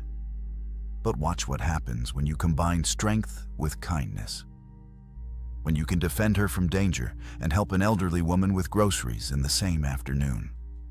When you can negotiate million-dollar deals and remember your doorman's daughter's name. When you can be fierce when needed and gentle when possible. This is the final piece of the unforgettable puzzle. Not kindness from weakness that's really just people-pleasing, but kindness from strength that chooses to lift rather than crush. She sees you hold the door for strangers. Tip generously even when service wasn't perfect. Speak respectfully about your ex even though she hurt you. These moments accumulate in her mind, building a picture of your true character. The most powerful moment I ever witnessed was a CEO who discovered his employee had been stealing from the company. Instead of prosecution, he sat with the man, learned about his son's medical bills, and worked out a repayment plan while helping him find better insurance. His wife watched this unfold. She saw power used to heal rather than harm. Years later, after his death, she said, that moment defined the man she married. Not his success, not his wealth, but his choice to be kind when he had every right to be cruel. This is what echoes through time. The moral character that shows up when no one's watching. The kindness that expects no reward. The goodness that comes from strength, not weakness seeking approval. Brother, these 6 traits aren't just about being unforgettable to women. They're about becoming the kind of man who leaves a permanent mark on everyone he meets. The man who masters his emotional storms becomes the calm in everyone's chaos. The man who gives his full presence makes every person feel like they matter. The man with unshakable values becomes a landmark in a world of shifting sands. The man who balances strength with vulnerability shows others what wholeness looks like. The man with a mission inspires others to find their own. The man who combines power with kindness demonstrates true nobility. This isn't about perfection. It's about direction, about becoming more of who you're meant to be and less of what others expect you to be. Start with one trait. Master your emotional responses this week. Or give someone your complete presence, or define one unshakable value. The transformation doesn't happen overnight, but each step moves you closer to becoming unforgettable, not just to her, but to yourself. Because in the end, the man you become while pursuing these traits matters more than who remembers you. Subscribe now and join a brotherhood of men who refuse to be forgotten. Who choose depth over surface, character over comfort, legacy over likes.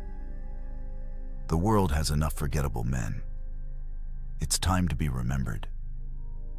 Your move, brother. Studies show that 73% of women admit they've lost respect for a man they were once attracted to, not because he changed, but because he revealed who he was beneath the surface. And here's what most men will never understand. You're probably making these same mistakes right now, watching the respect drain from her eyes, and you have no idea why. Most relationship advice is garbage. It tells you to communicate more, be more vulnerable, show her you care. But the ancient Stoics understood something that modern psychology is only now confirming. Attraction isn't built on what you say. It's destroyed by what you do. And the 7 mistakes I'm about to reveal, they're silent killers. You won't see them coming, but she will. And by the time you notice, it's already too late. Marcus Aurelius commanded armies. Epictetus survived slavery and became one of history's most influential teachers. These men understood human nature at a level that makes modern dating coaches look like children playing dress-up. They knew that respect isn't given, It's commanded through your actions, your frame, and your absolute refusal to abandon yourself for anyone. Over the next 25 minutes, you're going to learn exactly why women lose respect for men. Not theories, not feel-good platitudes. Cold, hard truths backed by ancient philosophy and modern neuroscience. I'll be referencing statistics that will shock you, Stoic principles that have stood for 2 millennia, and the exact behavioral patterns that separate men who keep respect from men who lose it. But here's what you need to know before we go further. The 7th mistake on this list is so devastating, so completely fatal to attraction, that once you commit it, there's almost no coming back. It's the mistake that makes all the others inevitable, and I guarantee you're either doing it right now, or you're one decision away from falling into it.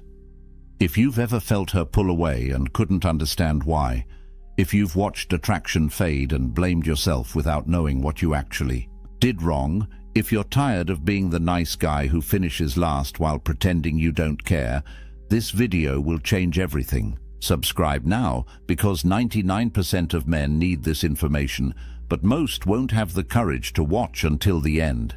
Let's begin with the first mistake. It seems innocent. You probably think you're being reasonable when you do it, but it's already destroying how she sees you. The first mistake that kills respect is excessive explanation of your choices.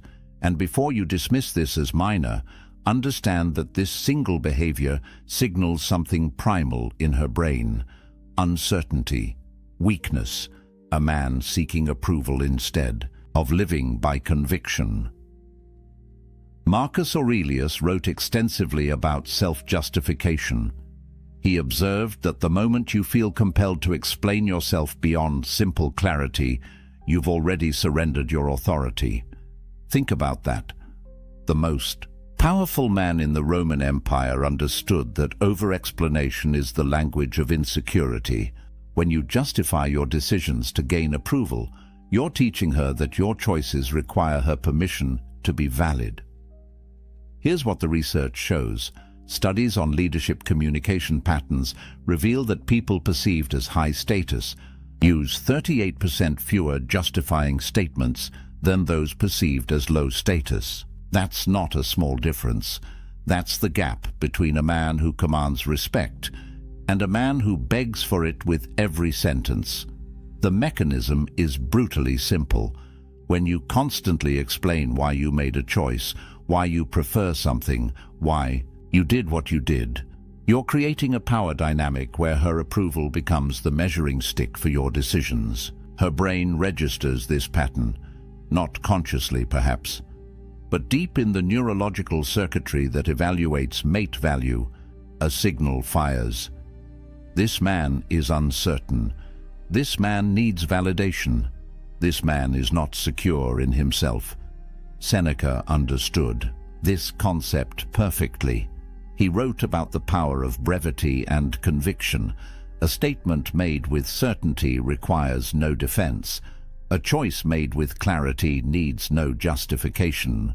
When you speak your truth and move forward, you demonstrate something that triggers respect at a biological level: self-trust. And a man who trusts himself is a man worth following. But here's where men get confused. They think explaining is being considerate, thoughtful, communicative, and there's a difference between accountability and approval seeking that most men never learn. Accountability sounds like, I chose this because it aligns with my values. Approval seeking sounds like, I chose this because I thought you'd like it, and if you don't, I can change it. I just wanted to make sure you were okay with it. And see the difference. One is a statement. The other is a negotiation with reality itself. Epictetus taught his students about the dichotomy of control. Your judgments belong to you. Other people's opinions belong to them. When you explain yourself excessively, you're trying to control something that isn't yours to control.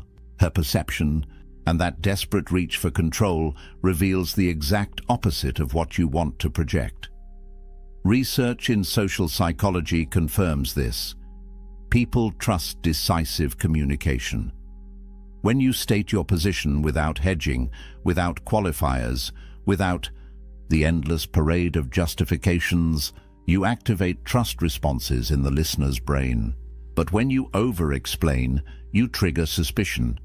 Because at a subconscious level, she's wondering, why does he need to convince me this much? What is he hiding? What is he uncertain about? The Stoics had a phrase for this: living according to nature. Not nature as in trees and rivers, but nature as in your essential character. A tree doesn't explain why it grows toward the sun. A river doesn't justify its path to the ocean. They simply are what they are. And when you live with that same unconflicted certainty, when you make choices and state them without the desperate need for approval, you embody something that respect cannot help but follow. So here's your first truth. Secure men state, insecure. Men explain, which one are you? But this next mistake is worse, because you're doing it to be nice. Mistake number 2 destroys more masculine potential than perhaps any other error on this list, except for what's coming later. And it's this: abandoning your mission for validation, sacrificing your purpose, your goals, your direction in life, because you think it will make her respect you more. It does the exact opposite. Musonius Rufus, a Stoic philosopher less known than Marcus Aurelius but equally profound, taught extensively about purpose and direction. He argued that a man without a mission is like a ship without a rudder, tossed by every wave, controlled by every wind. And here's what modern relationship research confirms. Studies show that women report significantly higher satisfaction, attraction, and respect in relationships where their partner demonstrates clear life direction independent of the relationship itself. Let me break down those numbers for you. In longitudinal studies tracking relationship satisfaction, couples where the male partner maintained strong personal goals and pursuits showed 42% higher reported respect levels from female partners compared to relationships where men primarily oriented their lives around the relationship. 42%. That's not a rounding error. That's the difference between keeping her or losing her. Marcus Aurelius wrote something that should be carved into every man's mind. You have power over your mind, not outside events. Realize this, and you will find strength. Apply that to relationships. You have power over your purpose, your mission, your direction. You do not have power over whether she approves of it. And the moment you abandon what you know you should be doing to chase her approval, you've lost both your mission and her respect. Here's the paradox that breaks most men. They believe availability equals value. They think, if I'm always there, always accessible, always putting her first, she'll see how much I care and respect me more. But the data reveals something completely different. Research on attraction patterns shows that women consistently report higher attraction to partners who demonstrate what psychologists call high investment in personal goals. Not high investment in chasing her, high investment in building themselves. The Stoic framework explains why. External validation is inherently unstable. Today she approves of your choices. Tomorrow she doesn't. Today she wants your attention. Tomorrow she wants space. If your mission changes based on her shifting moods, you're not a man with direction. You're a weather vane spinning with every breeze, and no woman respects a weather vane. Epictetus taught the dichotomy of control with surgical precision. There are things within your control: your choices, your values, your effort, your discipline. There are things outside your control: her moods, her approval, her attraction, her respect. When you sacrifice what you control, your mission, to chase what you don't control, her validation, you've committed the cardinal sin of Stoic philosophy. You've traded your power for powerlessness. But here's where it gets deeper. Neuroscience. Research on relationship dynamics shows something fascinating. When a man maintains strong personal direction, when he has goals and pursuits that exist independently of his partner, it triggers what researchers call mate value perception stability. In simple terms, she sees you as more valuable because your value doesn't depend on her. Your worth exists whether she's there or not. And that independence, that unwavering commitment to your path, activates attraction at a primal level.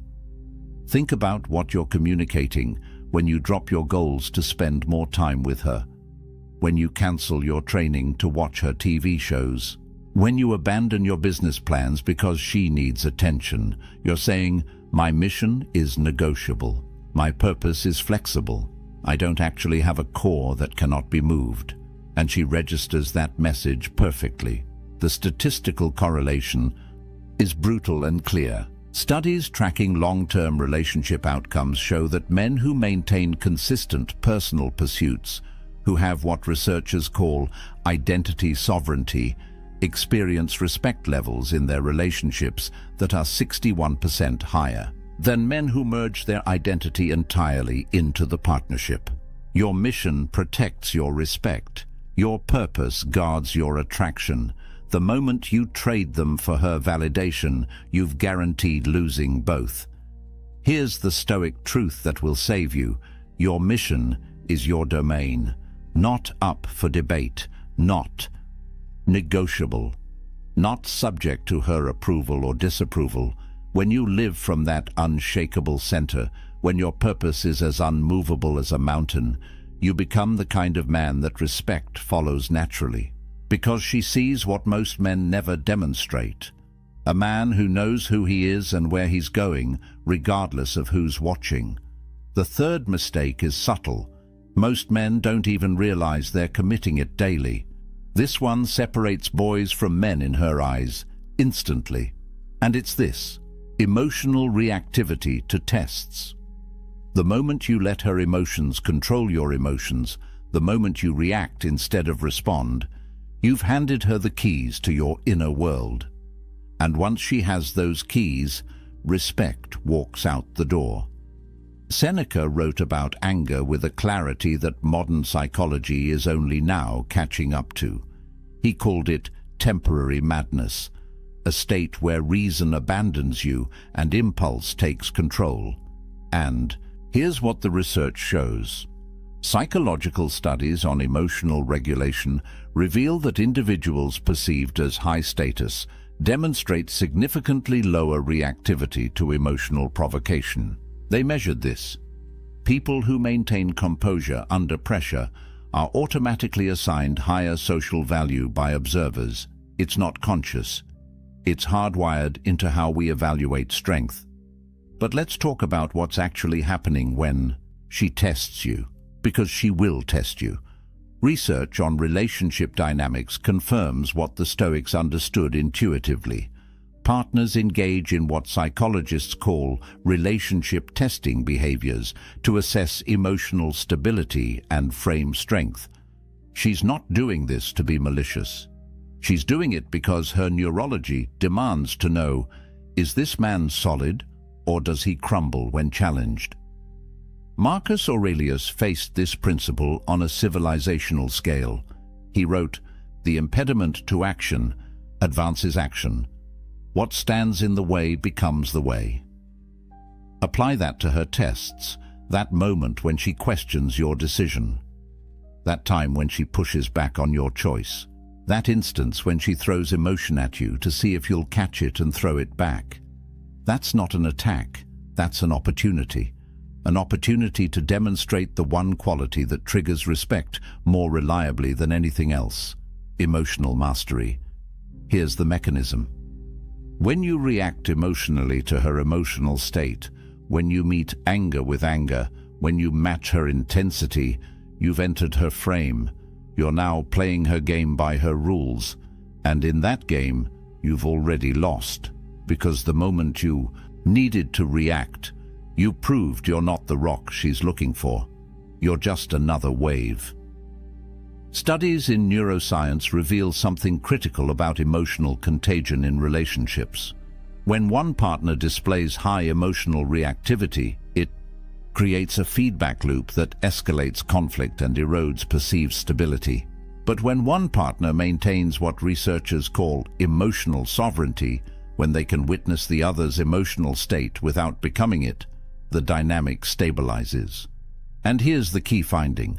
The partner who maintains composure is consistently rated as more trustworthy, more competent, and more attractive. The Stoic practice of premeditatio malorum, negative visualization, was designed exactly for this. You imagine the worst that could happen. You rehearse your response to chaos. So when it actually arrives, you're not surprised, you're prepared. Epictetus taught his students to expect resistance, to anticipate challenges, to train for difficulty. Because when you're surprised by her test, you react. But when you expected it, you respond. And there's a universe of difference between those two words. Reaction is automatic, emotional, controlled by external circumstances. Response is chosen, deliberate, controlled by internal discipline. When she says something designed to provoke you, and you pause, breathe, and respond from a place of centered calm, you've just demonstrated something her biology is screening for: strength under pressure. Research data on relationship respect levels tied to emotional stability is staggering. Partners who demonstrate consistent emotional regulation receive respect ratings that are 54% higher than partners with high reactivity patterns. That's more than half. Over half the difference between respect and contempt comes down to whether you can control your emotional state when tested. But here's what most men miss. They think emotional mastery means suppression, becoming stone, showing nothing. That's not stoicism, that's avoidance. Marcus Aurelius felt deeply. Seneca wrote about grief with profound emotion. The difference is they felt their emotions without being controlled by them. They experienced the wave without becoming the wave. And that's what she needs to see. Not that you don't feel, but that what you feel doesn't dictate what you do. The statistics on this are clear. Relationship studies show that emotional reactivity is one of the top 3 predictors of long-term respect loss. When you consistently react to her emotional state with your own emotional chaos, you're training her to see you as unstable, unreliable, not the foundation she thought you were. And once that perception sets in, reversing it is almost impossible. So here's your third truth. Your reaction reveals everything about your character. She doesn't remember what you said when you were calm. She remembers what you did when you were tested. And if what you did was lose control of yourself, you've shown her exactly who you are beneath the surface. Mistake number 4 is where good men unknowingly sabotage themselves. Most relationship advice tells you to do this, but the Stoics knew it kills attraction, and it's this: seeking permission instead of leading. Asking, "Is this okay?" when you should be stating, "This is what we're doing." Turning every decision into a negotiation when leadership requires conviction. Heracles, a Stoic philosopher less celebrated than Marcus Aurelius, but deeply insightful, wrote about natural hierarchy and roles within partnerships. He understood something that modern egalitarian thinking tries to erase, but biology refuses to forget. Certain dynamics create attraction, and certain dynamics destroy it. And one of the fastest ways to destroy it is to transform yourself from a leader into a permission seeker. Statistical data on this is remarkably consistent. Relationship satisfaction studies show that partnerships where decision-making follows clear leadership patterns report 29% higher satisfaction, ratings than relationships characterized by constant negotiation and approval seeking. 29%. That's the difference between a relationship that flows and one that stagnates in endless discussions about what to have for dinner. But let's be precise about what we mean. This isn't about domination. It's not about ignoring her input or steamrolling her preferences. The Stoics understood the difference between tyranny and leadership, and so should you. Epictetus taught about taking ownership of choices, making decisions from clarity, and then executing them with confidence. That's not the same as asking permission for your every move. Here's what happens in her mind when you constantly seek approval. Research on decisiveness and perceived competence shows that individuals who demonstrate what psychologists call decision-making confidence are rated as significantly more competent, more trustworthy, and more attractive than those who display hesitation patterns. When you ask, "Is this okay?" before making simple choices, you're communicating uncertainty. And uncertainty in a man triggers doubt in a woman's mind about whether you can handle larger challenges. Think about the message embedded in permission seeking. Is it okay if I go to the gym? Do you mind if I see my friends? Are you fine with this restaurant choice? Every one of these questions carries a subtext. I need your approval to know if my choice is valid. I'm not confident enough in my own judgment to simply act. I require your permission to exist in the way I want to exist. And that subtext kills polarity. Marcus Aurelius commanded legions. Do you think he asked his soldiers if they minded marching north? No. He assessed the situation, made the decision, and communicated it with clarity. That's leadership. And while a relationship isn't a military campaign, the principle of decisive action remains the same. Consideration is valuable. Seeking permission is weak. The neuropsychology of leadership and attraction reveals something fascinating. Brain imaging studies show that when people observe decisive behavior, it activates neural pathways associated with trust and security. When they observe hesitation and approval seeking, it activates pathways associated with uncertainty and anxiety. Your indecision makes her anxious. Your confidence makes her secure. Which state do you think triggers respect?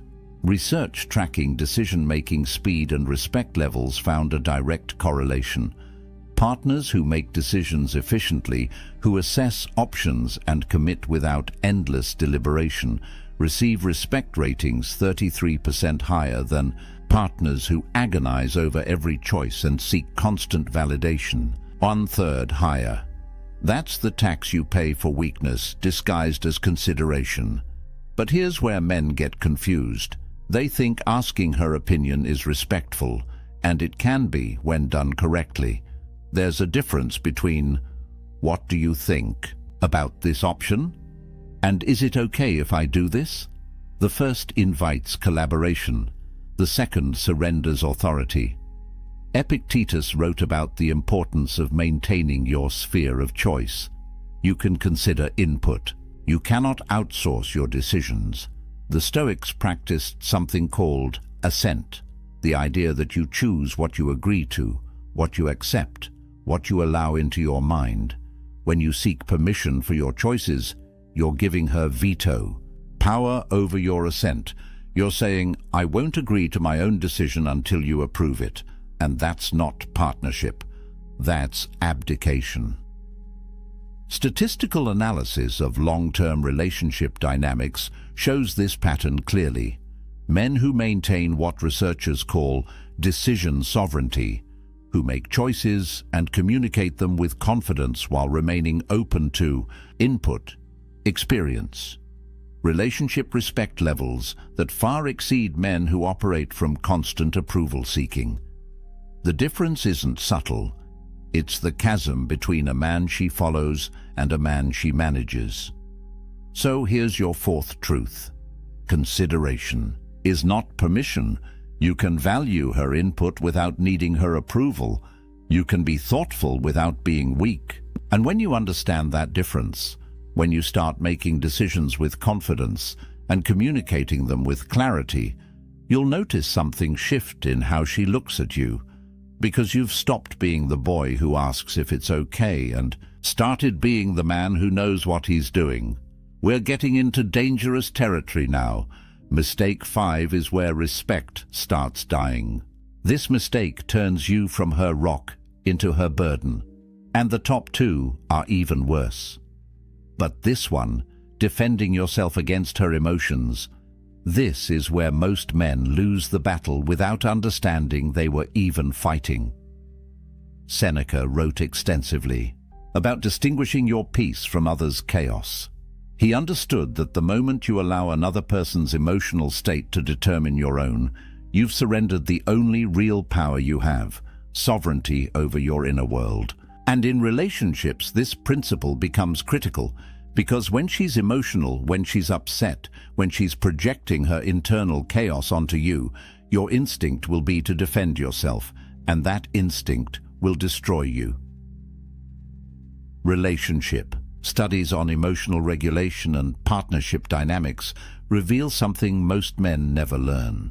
Research shows that in conflict situations, when one partner responds to emotional accusations with logical defense, it escalates the conflict 84% of the time. 84%. You're not solving the problem by defending yourself. You're feeding it. You're validating the premise that you need to defend against her emotional state, which means you've accepted that her emotional state has power over you. Here's the mechanism. She says something emotionally charged. Maybe it's an accusation. Maybe it's blame. Maybe it's just emotional venting that happens to be directed at you. And your immediate response is to defend. That's not what I meant. You're misunderstanding me. I didn't do that. Every single one of those statements is an attempt to logically dismantle her emotional experience, and every single one of them makes it worse. Epictetus taught something revolutionary. Men are disturbed not by things, but by their opinions about things. Apply that here.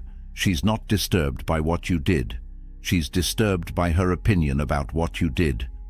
And when you defend against her opinion, when you try to logic your way out of her emotional state, you're attempting to control something that isn't yours to control.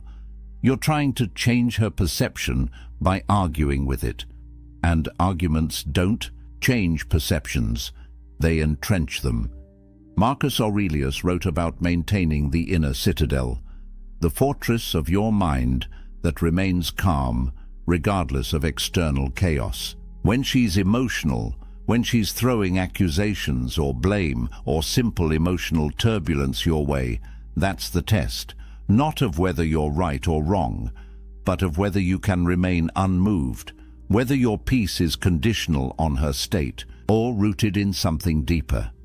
Research on conflict resolution styles and long-term respect is devastating to the defending strategy. Studies tracking couples over 5-year periods found that men who consistently engaged with emotional accusations, who defended themselves against emotional attacks, experienced respect erosion at rates 57% higher than men who maintained emotional non-reactivity.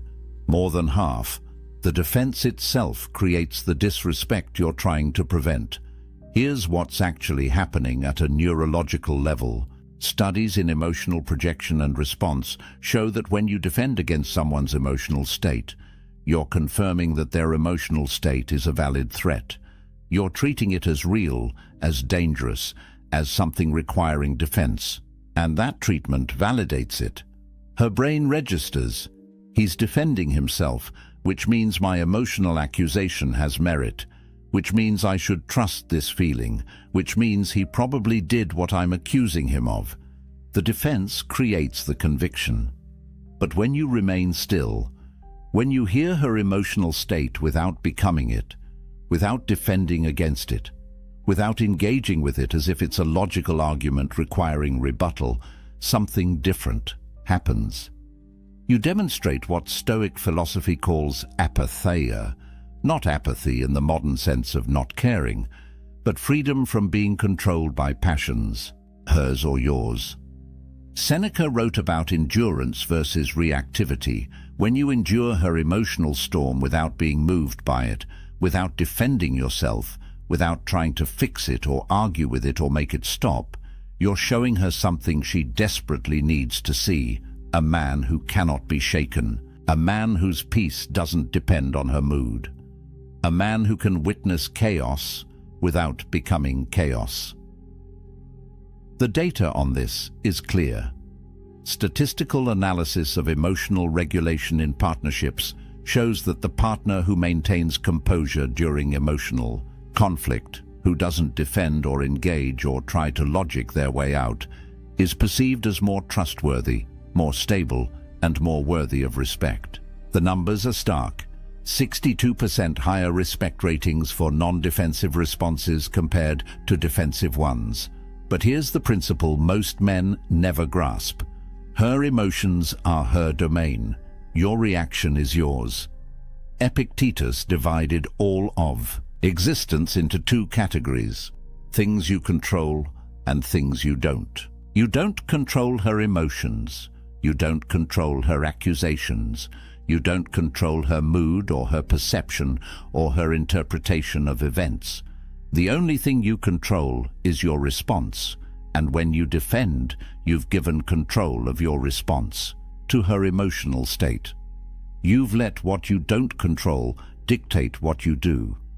Marcus Aurelius faced betrayal, criticism, and chaos on scales we can barely imagine, and his response was always the same: maintain the inner citadel. Don't let external turbulence penetrate the fortress of your peace. When she's emotional, that's not an attack on you. That's her processing her internal experience. And the moment you make it about you, the moment you defend yourself as if you're under assault, you've failed the test. Research shows that men who remain unmoved during emotional conflict, who can witness without defending, who can stay present without becoming reactive, create what psychologists call secure base dynamics. She learns that your stability isn't conditional, that your peace isn't fragile, that you're actually the rock she thought you were, and that realization doesn't come from your words. It comes from your stillness. So here's your fifth truth. Defending creates the problem you're trying to solve. Engagement with emotional accusations validates them. Your stillness is your strength. And when you understand that her emotions are her domain and your peace is yours, when you stop defending and start simply being unmoved, respect follows naturally. Because you've shown her what she's been testing for all along: a man who cannot be broken by her storms. The final two mistakes are fatal. They kill respect permanently. Number 6 happens when you think you're being strong. This is where most modern men fail completely, and they think they're doing the right thing. They think they're being strong, being mature, being the bigger person. But what they're actually doing is confusing tolerance with strength, and that confusion kills respect faster than almost anything else on this list. Marcus Aurelius wrote about boundaries as virtue, not as punishment, not as control, but as the necessary structure that allows anything good to exist. He understood that a man without boundaries is not peaceful, he's simply being eroded. And modern relationship research confirms what the Stoics knew. Boundaries aren't optional, they're the foundation of respect. Statistical data on boundary setting and relationship longevity reveals something most relationship advice ignores. Studies tracking long-term partnerships show that relationships where clear, consistent boundaries exist demonstrate 49% lower rates of contempt development, compared to relationships characterized by high tolerance of boundary violations, almost half. The difference between respect and contempt often comes down to whether you enforce your boundaries or tolerate their destruction. But here's where men get it catastrophically wrong. They've been taught that strength means endurance. That real men tolerate. That setting boundaries is rigid, controlling, or insecure, so they tolerate disrespect. They tolerate boundary violations. They tolerate behavior that corrodes their self-respect. And they call it strength. But it's not strength. It's cowardice dressed in philosophical clothing. Cato the Younger, a Stoic known for his unwavering principles, chose death over compromise of his values. That's not tolerance. That's the opposite. He understood that some lines cannot be crossed, some standards cannot be lowered, some violations cannot be endured without losing the core of who you are. And while your relationship isn't a political crisis in ancient Rome, the principle remains. You teach people how to treat you by what you tolerate. Psychological research on boundary enforcement and attraction reveals something that destroys the tolerance myth completely. Studies show that partners who enforce clear boundaries consistently are rated as significantly more attractive and more worthy of respect than partners who tolerate boundary violations in the name of harmony. The data is explicit. Women report higher attraction to men who maintain standards than to men who accommodate disrespect. Here's the mechanism most men miss. When she crosses a boundary and you tolerate it, you're not being strong. You're not being understanding. You're teaching her nervous system something critical. This man's boundaries are negotiable. This man will sacrifice his standards to keep me. This man values my presence more than his self-respect. And once her neurology learns that lesson, respect begins its inevitable decline. Epictetus wrote, "No man is free who is not master of himself." Apply that to boundaries. If you cannot master your own standards, if you cannot enforce your own limits, if you allow others to violate your boundaries without consequence, you're not free. You're enslaved to her approval. And slavery never generates respect. It generates contempt. Neuroscience research on respect and boundary violations shows something brutal. Brain imaging studies reveal that when people observe others tolerating mistreatment, it activates neural pathways associated with lowered status perception. Your tolerance of disrespect literally lowers your perceived value in her brain, not consciously. At the level of automatic neural processing, her biology is watching how you treat yourself, and it's downgrading your worth accordingly.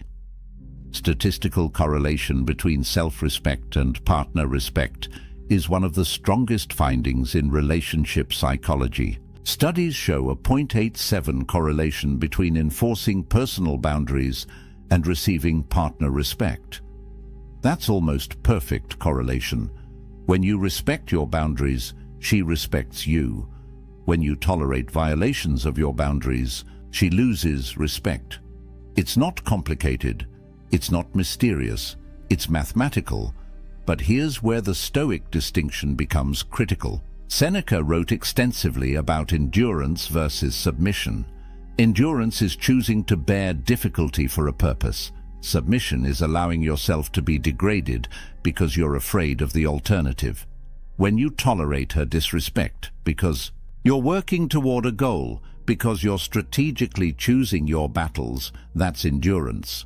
When you tolerate her disrespect because you're afraid she'll leave if you don't, that's submission. And she can tell the difference.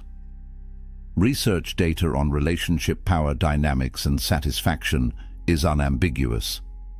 Partnerships where one partner consistently violates boundaries without consequence show satisfaction decline rates of 68% over 3-year periods. 2/3 of satisfaction erodes when boundaries aren't enforced.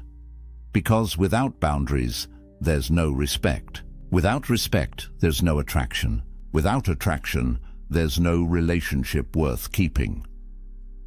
Here's what most men don't understand about boundary testing. She doesn't cross your boundaries to see if you'll tolerate it. She crosses your boundaries to see if you'll enforce them. It's a test, and every time you fail to enforce, every time you tolerate what you should correct, every time you let violations slide in the name of keeping peace, you fail the test. And she registers that failure deep in the part of her brain that evaluates mate quality. Marcus Aurelius faced constant challenges to his authority, his principles, his boundaries, and his response was never tolerance of violations.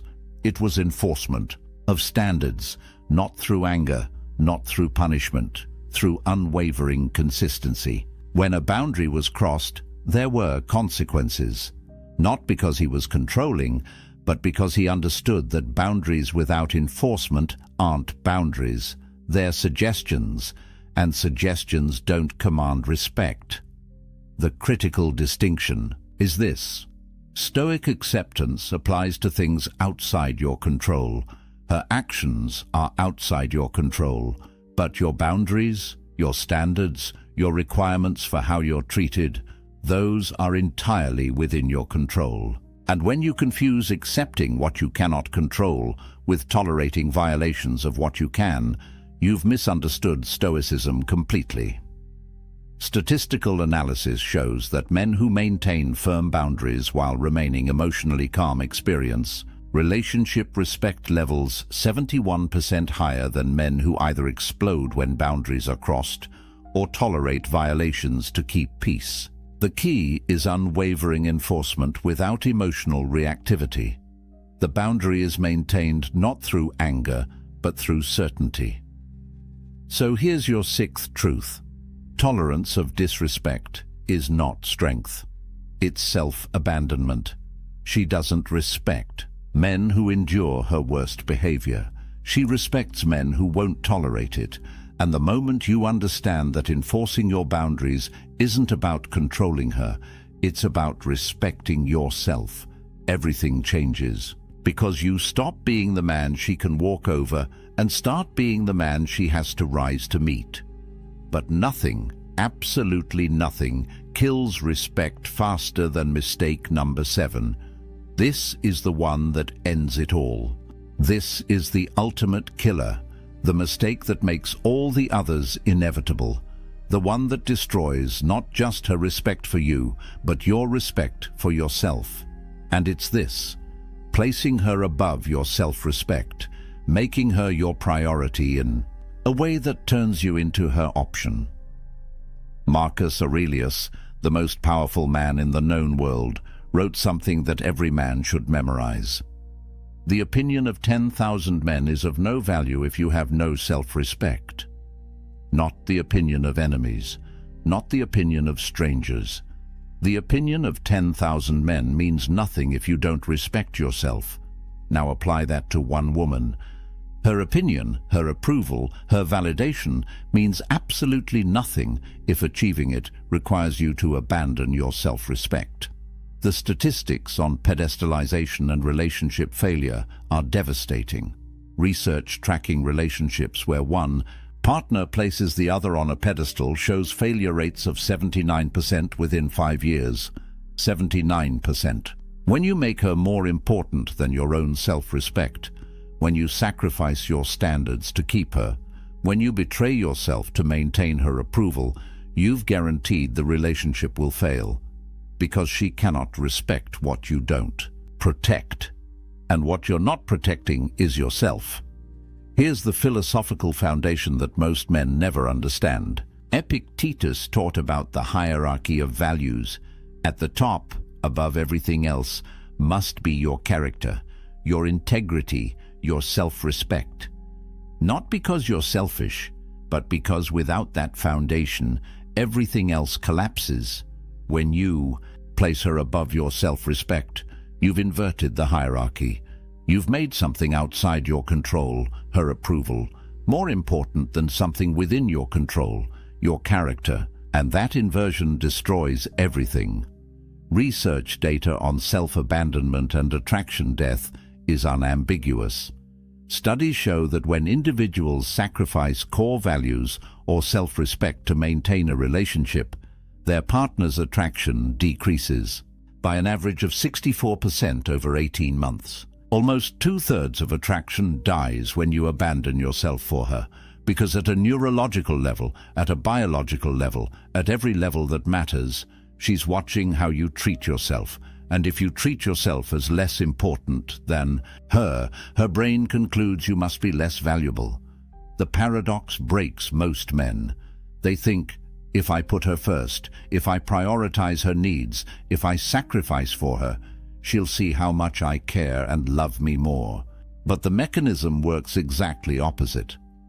When you make her your priority, you communicate that your value is contingent on her, that you need her more than she needs you, that you're willing to betray yourself to keep her. And that desperation, that willingness to abandon your self-respect, triggers the opposite of attraction. It triggers contempt. Musonius Rufus wrote about self-governance as the highest virtue, not governance of others, governance of yourself, your thoughts, your choices, your standards, your self-respect. When you can govern yourself, when you maintain your standards regardless of external pressure, you demonstrate the only kind of strength that matters. But when you cannot govern yourself, when you let her desires override your self-respect, you've proven you're ungovernable, unreliable, a ship without an anchor. Neuroscience research on value perception and scarcity reveals why this mistake is fatal. Brain imaging studies show that we assign higher value to things that are scarce, that are not easily obtained, that maintain their standards regardless of our desire for them. When you abandon your self-respect to keep her, you've made yourself abundant, available, willing to compromise anything to maintain her approval. And abundance kills value. Scarcity creates it. Statistical analysis on self-respect levels and partner respect shows the strongest correlation in relationship psychology. The data is crystal clear. Men who maintain unwavering self-respect, who refuse to compromise their core values regardless of relationship pressure, receive respect ratings 93% higher than men who sacrifice self-respect for relationship maintenance. 93%. This isn't a minor factor. This is the entire game. But here's where it gets deeper. Seneca wrote, "A man who does not respect himself cannot respect others." Think about what that means. When you abandon your self-respect for her, you're not just harming yourself, you're harming your ability to genuinely respect her. Because if you'll betray yourself for approval, what won't you betray? If your self-respect is negotiable, what standards do you actually have? If you can't maintain boundaries with yourself, how can you maintain them with anyone? The mechanism is brutally simple. She watches how you treat yourself because that's the preview of how you'll eventually treat her. If you don't respect yourself enough to maintain your standards, why would she believe you'll respect her enough to maintain yours with her? If you'll abandon your values to keep her approval, what happens when keeping her approval requires abandoning her? Your self-abandonment doesn't make her feel special, it makes her feel unsafe, because she's with a man who has no core. Research on long-term relationship outcomes reveals something that should terrify any man making this mistake. Studies tracking partnerships over 10-year periods show that the single strongest predictor of relationship failure is asymmetric value placement, where one partner values the relationship more than self-respect. When you place her above yourself, you've created an asymmetry that guarantees collapse. Because healthy relationships require two people who respect themselves enough to maintain standards, not one person chasing another's approval. Marcus Aurelius faced unimaginable pressures: political intrigue, military threats, personal betrayals, and through all of it, he maintained one unwavering standard: self-respect above all else. Not because he was arrogant, but because he understood that the moment you sacrifice your self-respect for any external goal, no matter how valuable that goal seems, you've lost the only thing that makes achieving any goal meaningful. Here's the final truth about this mistake. When you place her above your self-respect, you're not showing her love. You're showing her fear. Fear that you're not enough. Fear that she'll leave. Fear that without her approval you have no value. And fear kills attraction at a cellular level. Research confirms this. Displays of fear-based behavior in relationships correlate with attraction decline rates of 86%. When she sees you afraid of losing her enough to abandon yourself, she's already gone. The Stoic principle is absolute. Your self-respect is non-negotiable, not because you're selfish, but because without it, you have nothing of value to offer anyone. When you maintain unwavering self-respect, when you refuse to place anyone above your own character and integrity, when you demonstrate that your standards are unmovable regardless of who's watching, you become the kind of man that respect follows. Naturally, she cannot respect what you don't protect. And if you won't protect your self-respect, if you'll sacrifice it to keep her, you've shown her exactly what you are, a man without a core, a man who can be moved, a man whose value is determined by her approval. And that man, no matter how nice, how caring, how available he is, will never command her respect. Because respect isn't given to men who abandon themselves. It's given to men who remain unmovable in who they are, regardless of the cost. So there they are, 7 fatal mistakes that kill respect. Excessive explanation, abandoning your mission, emotional reactivity, seeking permission, defending against her emotions, tolerating disrespect, and the ultimate killer, placing her above your self-respect. But here's what you need to understand.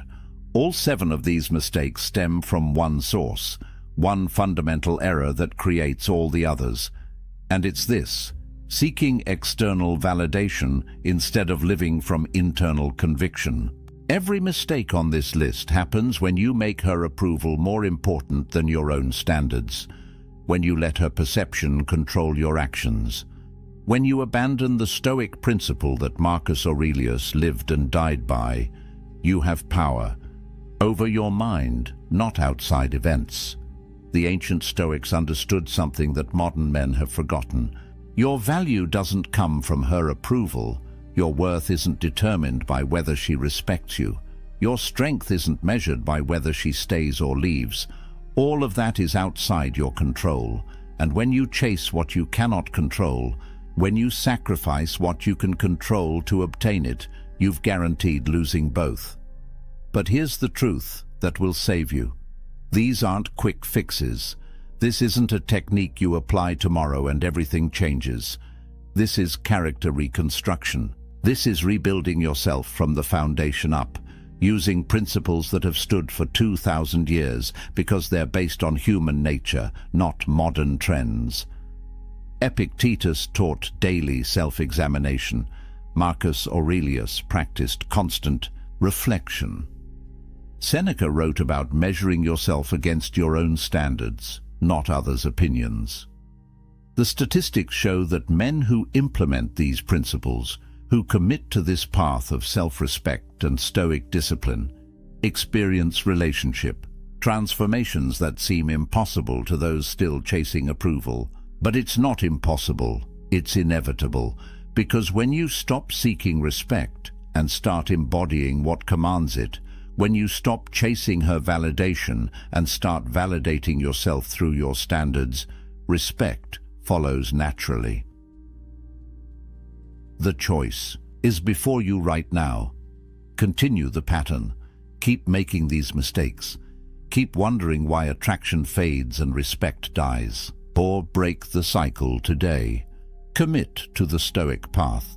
Prioritize self-respect above all else. Maintain your mission. Control your emotions. Lead with conviction. Enforce your boundaries. And watch how everything changes when you stop being the man who needs her approval and start being the man who doesn't. Subscribe to this channel for more Stoic wisdom that actually works in the real world. No feel-good platitudes, No modern relationship nonsense. Just ancient truths backed by modern science, delivered directly. Comment below which mistake hit you hardest. Most men won't admit it, but the ones who do are the ones who actually change. And if you want to know what comes next, if you want to learn the 7 Stoic behaviors that make women pursue you instead of you chasing them, that video is coming next. The inverse of everything you just learned, the actions that create attraction instead of destroying it.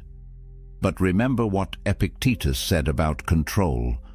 You control your choices, you control your discipline, you control your self-respect. Her response, her attraction, her respect, those are consequences of your choices, not your responsibility to force. When you live from that understanding, when you embody these principles not to manipulate her reaction, but to build your character, you become dangerous, not to her, to the version of yourself that accepted less than you deserved.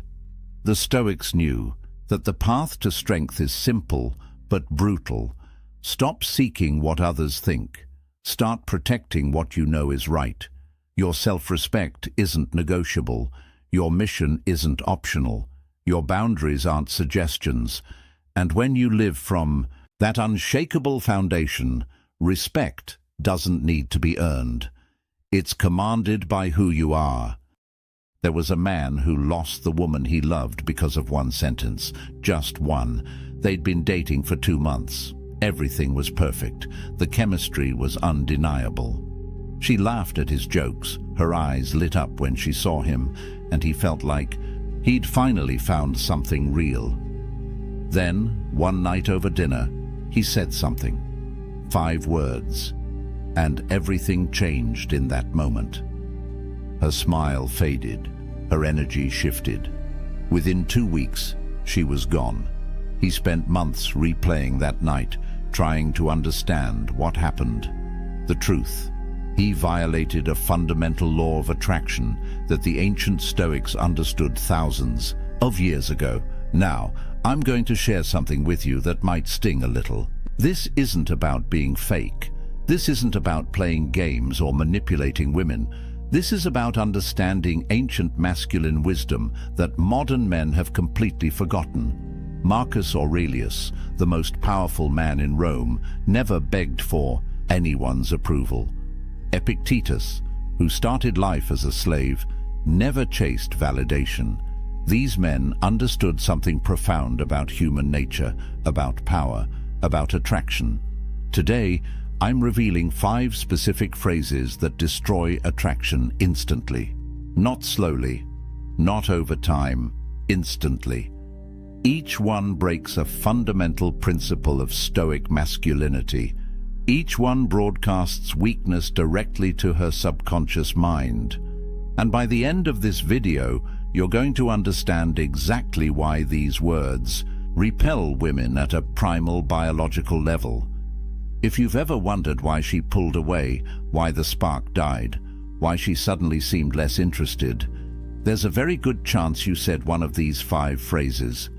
Stay with me until the end, because the 5th one is what most men say when they're desperate, and it's the most damaging of all. But first, before I reveal what that man said at dinner that night, you need to understand something the Stoics knew about female psychology that modern dating advice completely misses. Something that will change how you see every interaction with women from this moment forward. Let's talk about control. Epictetus, one of the greatest Stoic philosophers, taught something radical. He said, there are things within your control and things outside your control. That's it. That's the line. Your thoughts, your actions, your character, within your control. Other people's opinions, their feelings, whether they choose you, completely outside your control. He called this the dichotomy of control, and it's the foundation of everything I'm about to tell you. Here's where it gets interesting. You cannot control whether she likes you. You cannot control whether she finds you attractive. You cannot force chemistry, manufacture desire, or negotiate attraction. But here's what you can control: your dignity, your frame, your self-respect, and how you show up in this world. When you understand this deeply, not just intellectually but in your bones, everything changes. Now let me connect this to something most men don't understand about female psychology. Women are biologically wired to detect neediness, not as a conscious choice. This is evolutionary programming that goes back hundreds of thousands of years. In ancient times, a needy man was a survival threat.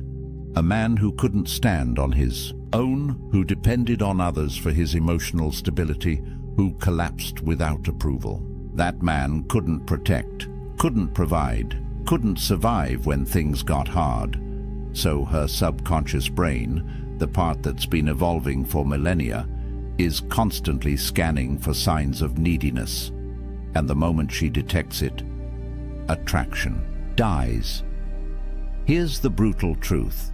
The moment you try to control her feelings, you lose.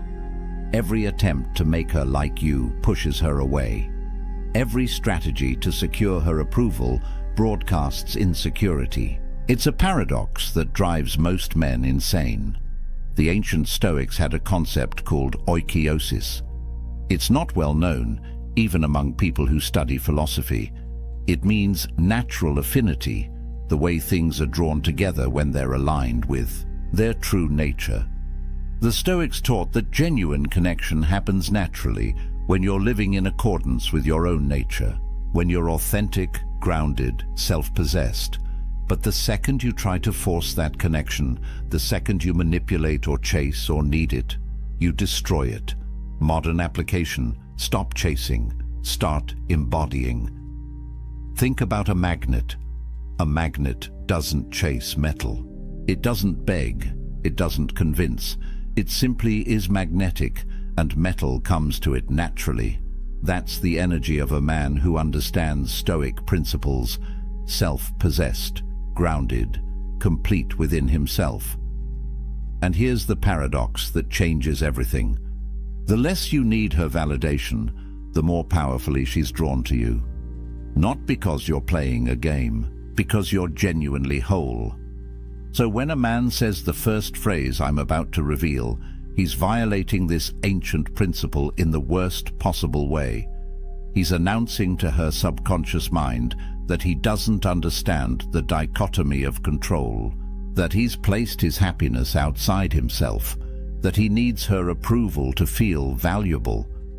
The first phrase seems harmless. Most men say it thinking they're being honest, being vulnerable, being real. But to her subconscious mind, it's a red flag that screams one thing: this man is not enough on his own. Let me tell you what it is.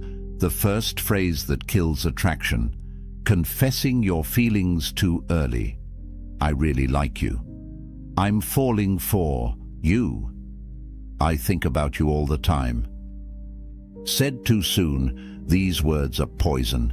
Let me tell you about James. He met a woman at a coffee shop. They exchanged numbers, went on a first date, then a second. The chemistry was electric. She was texting him every day, laughing at his jokes, touching his arm when they talked. He felt something he hadn't felt in years. On their third date, sitting across from her at a restaurant, he couldn't hold it in anymore. He looked into her eyes and said, I just need you to know, I really like you. I think you're amazing. I haven't felt this way in so long. He thought he was being honest, vulnerable, real. The moment those words left his mouth, he watched her face change.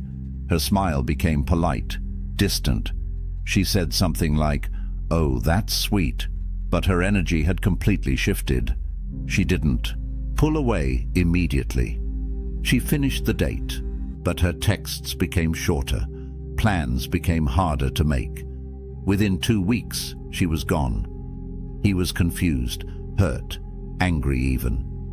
I was just being honest. What's wrong with telling someone how you feel? Everything. Everything is wrong with it when you do it too soon. Here's why.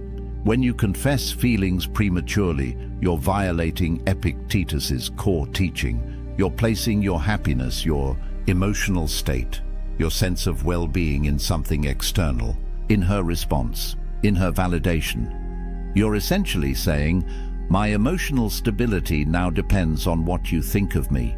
That's not love. That's dependency. And dependency repels. It shows outcome dependency. Your emotional state is controlled by whether she reciprocates. A Stoic man's emotional state comes from within, from his character, from living according to his values. When you say, I really like you, after 3 dates, you're announcing, I've already decided you're the prize, before I even know who you are. Think about what that communicates. You don't have standards, you don't have options, you're not selective, you're just grateful someone is paying attention to you. And here's something most men don't understand about female psychology. Women are attracted to mystery, to uncertainty, to the thrill of not quite knowing where they stand. That tension, that space between, does he like me, and I think he might, that's where attraction builds. The moment you remove all doubt, the moment you hand her absolute certainty about your feelings, the game is over. There's nothing left to discover. No tension, no excitement, just the pressure of your expectations weighing on her. From a biological standpoint, women are attracted to men who are selective. High-value men don't fall for every woman who gives them attention. They're discerning. They have options. They take time to evaluate compatibility. When you confess deep feelings after barely knowing someone, her subconscious translates that as this man doesn't have options. He's decided I'm his best chance. And if I'm his best chance, what does that say about his value? Marcus Aurelius wrote, "The best revenge is not to be like your enemy."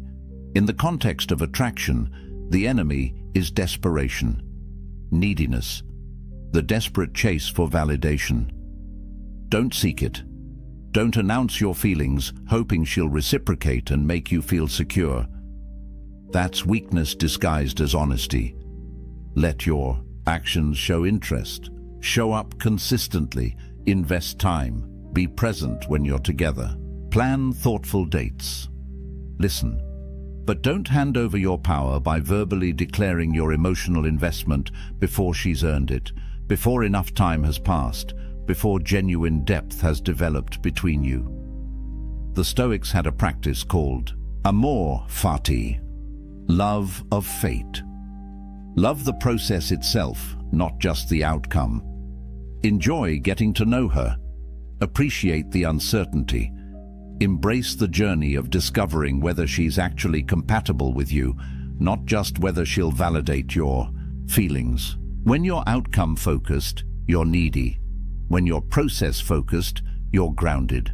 One repels, one attracts. So if you're dating someone right now and you feel that urge to confess, to tell her how much you like her, to seek reassurance that she feels the same way, pause, breathe. Remember the dichotomy of control. You cannot control her feelings, but you can control your dignity. Keep it. But here's what's even worse than confessing too early. The second phrase actually makes you the problem in her eyes. It makes you a burden she has to carry. And that weight? It crushes whatever attraction existed. The second phrase that destroys attraction. You make me so happy. You complete me. I need you.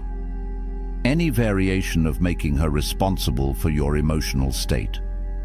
David had been with his girlfriend for 6 months.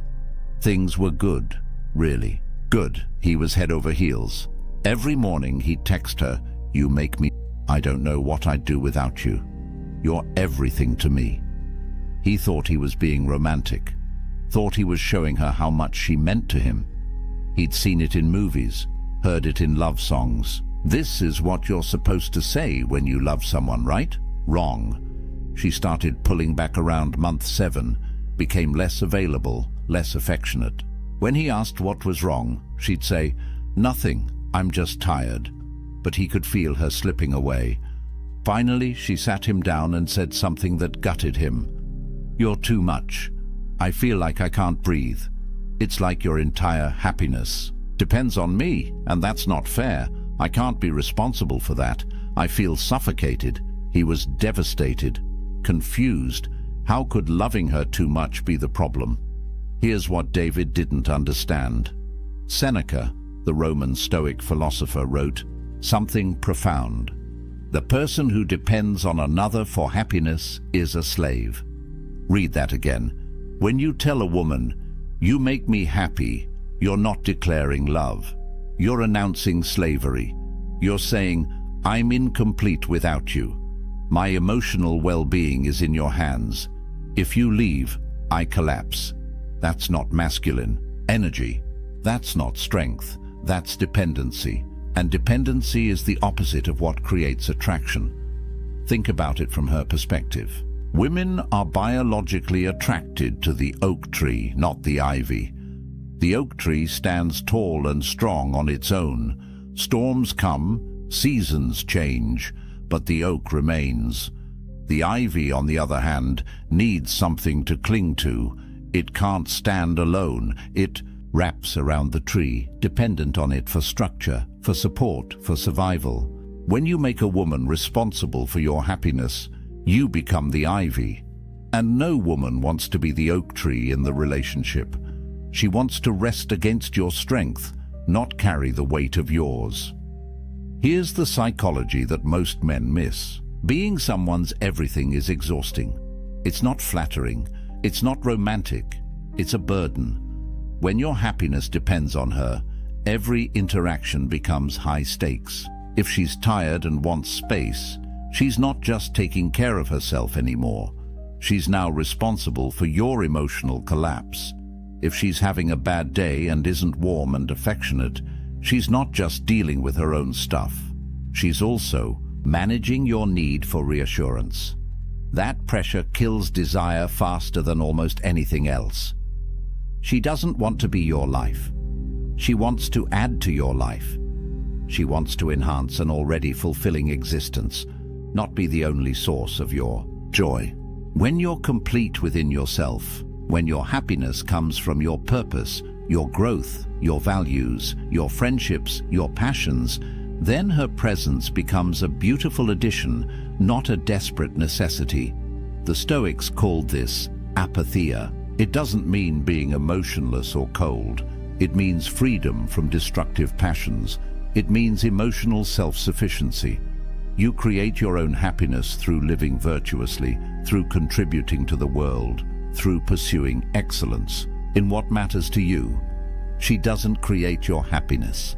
She shares in it. Epictetus taught, "Don't seek to have events happen as you want them to, but instead want them to happen as they do happen, and your life will go well." Apply that to relationships. Don't need her to be a certain way for you to be happy. Don't need her to stay for you to be whole. Your happiness is your responsibility, always. When you're emotionally self-sufficient, something interesting happens. She feels free, free to be herself, free to have bad days without managing your emotions, free to be imperfect without you falling apart. And in that freedom, attraction thrives. She's drawn to your strength, to your groundedness, to the fact that you'd be fine without her, but you choose her anyway. That's love from a position of power, not neediness. Now, the third phrase is sneaky. Most men don't even realize they're saying it. They think they're being considerate, being a gentleman. But she hears something completely different. She hears manipulation disguised as niceness, and it repels her at a deep level. The third phrase, "Whatever you want. I don't care, you decide. It's up to you." Constant agreeableness, having no opinions of your own. Meet Ryan. Nice guy. Really nice. Maybe too nice. He'd been seeing Sarah for about 2 months, and everything seemed fine on the surface. But there was a pattern. Every single time they made plans, the conversation went the same way. Where should we go for dinner? I don't know. Wherever you want. What movie should we see? You pick. I'm good with anything. Should we go to the beach or stay in the city this weekend? Whatever makes you happy. Ryan thought he was being considerate, accommodating, the perfect boyfriend who never causes conflict. 3 months in, she ended it. Her exact words. I don't even know who you are. You're like a ghost. You have no preferences, no opinions, no spine. I feel like I'm dating a mirror. Ryan was shocked, hurt. He'd done everything to make her happy. How could that be the problem? Here's what he missed. Marcus Aurelius wrote, "Waste no more time arguing what a good man should be. Be one." A man without opinions is a man without character. A man who constantly defers isn't showing respect. He's committing self-erasure. He's disappearing right in front of her. Think about attraction. Real, visceral, sexual attraction. It requires polarity. Masculine and feminine energies create spark through contrast, through difference, through tension. When you agree with everything, when you have no preferences, when you're just a mirror reflecting whatever she wants, there's no contrast, no friction, no electricity, just boring sameness. Women test for backbone, not consciously, but instinctively. When she asks, "Where should we eat?" that's not really about food. It's a test. Can you lead? Do you have conviction? Are you capable of making a decision and standing by it? Every time you say, "I don't care, you choose," you fail that test. Every single time. Here's the covert contract that nice guys operate under. They think, if I agree with everything she wants, if I never challenge her, if I'm always accommodating, she'll like me more. She'll see how easy I am to be with. But the opposite happens. She loses respect with every whatever you want, because deep down, she knows what you're doing. You're not being agreeable because you genuinely don't have preferences. You're being agreeable because you're afraid. Afraid of conflict, afraid she'll disagree, afraid she'll leave if you're not perfect. That fear, she can smell it. The Stoics practiced something called premeditatio malorum, negative visualization. They'd imagine the worst outcomes to prepare themselves mentally. Apply that here. Imagine what happens if you please everyone. The answer, you please no one, especially not yourself. When you have no opinions, no preferences, no boundaries, you become invisible, forgettable, replaceable. Epictetus taught, if you wish to be good, first believe that you are bad. In this context, it means acknowledge the people-pleasing tendency. Recognize that your constant agreeableness isn't kindness, it's avoidance. It's fear-based behavior disguised as consideration. Here's what women actually want. They want to feel your presence, your direction, your masculine certainty, not arrogance, not domination, just the simple confidence to say, I'd prefer Italian tonight, or I'm not really into action movies, let's do the thriller instead, or I want to go to the mountains this weekend. Simple preferences, stated calmly. That's it. That's all it takes to show you're a real person with real opinions. And here's the secret. She doesn't even need to agree with your preferences. She just needs to know they exist. Disagreement is fine, healthy even. What kills attraction is the void where your personality should be. Be willing to have opinions. State them without apology. And be equally willing to hear hers and find compromise when it matters. That's partnership. That's polarity. That's attractive. The fourth phrase is what men say when they're losing her. And instead of slowing the decline, it accelerates it. If you've said this next one, you know exactly how she responded, and it wasn't good. The fourth phrase that kills attraction, seeking constant reassurance. Are we okay? Do you still like me? Are you mad at me? Did I do something wrong? Michael couldn't handle silence, couldn't handle space, couldn't handle uncertainty. He'd been dating Lisa for about 4 months when the pattern started. Anytime she seemed quiet, anytime she didn't respond to a text within an hour, anytime her tone seemed even slightly different, he'd panic. "Hey, are we good? You seem distant. Is everything okay? I feel like something's off. Did I do something?" At first, Lisa would reassure him. "No, babe, we're fine. I'm just tired. Everything's good, I promise. You didn't do anything wrong. I'm just busy at work." But the questions kept coming. Every week. Sometimes multiple times a week. Eventually, her reassurances became shorter, less convincing, until finally she stopped responding to his "Are we okay?" text altogether. 2 days later, she sent him a long message. "I can't be your therapist. This constant need for reassurance is exhausting. I feel like I'm managing your anxiety instead of being in a relationship. I'm done." Michael was crushed. He thought he was just communicating, being open about his feelings, addressing issues. Before they became problems, what he didn't realize, he was creating the very problem he feared. The Stoics taught amor fati, love of fate. It means accepting what is, exactly as it is, without resistance. Every time you ask, "Are we okay?" you're rejecting what is. You're fighting reality because you're afraid. You don't trust the present moment. You don't trust her. You don't trust yourself. You're essentially saying, "I don't believe this is stable. I don't believe I'm enough. Please convince me otherwise." And here's the brutal psychology. Every time you seek reassurance, you plant a seed of doubt in her mind. She might have been completely fine before you asked, but now she's thinking, "Why is he asking? What does he see that I don't? Is there a problem I haven't noticed?" Your insecurity becomes contagious. You're literally creating instability through your fear of instability. Women interpret constant reassurance seeking as, "He doesn't believe. He's enough." And if you don't believe it, why should she? Confidence isn't arrogance.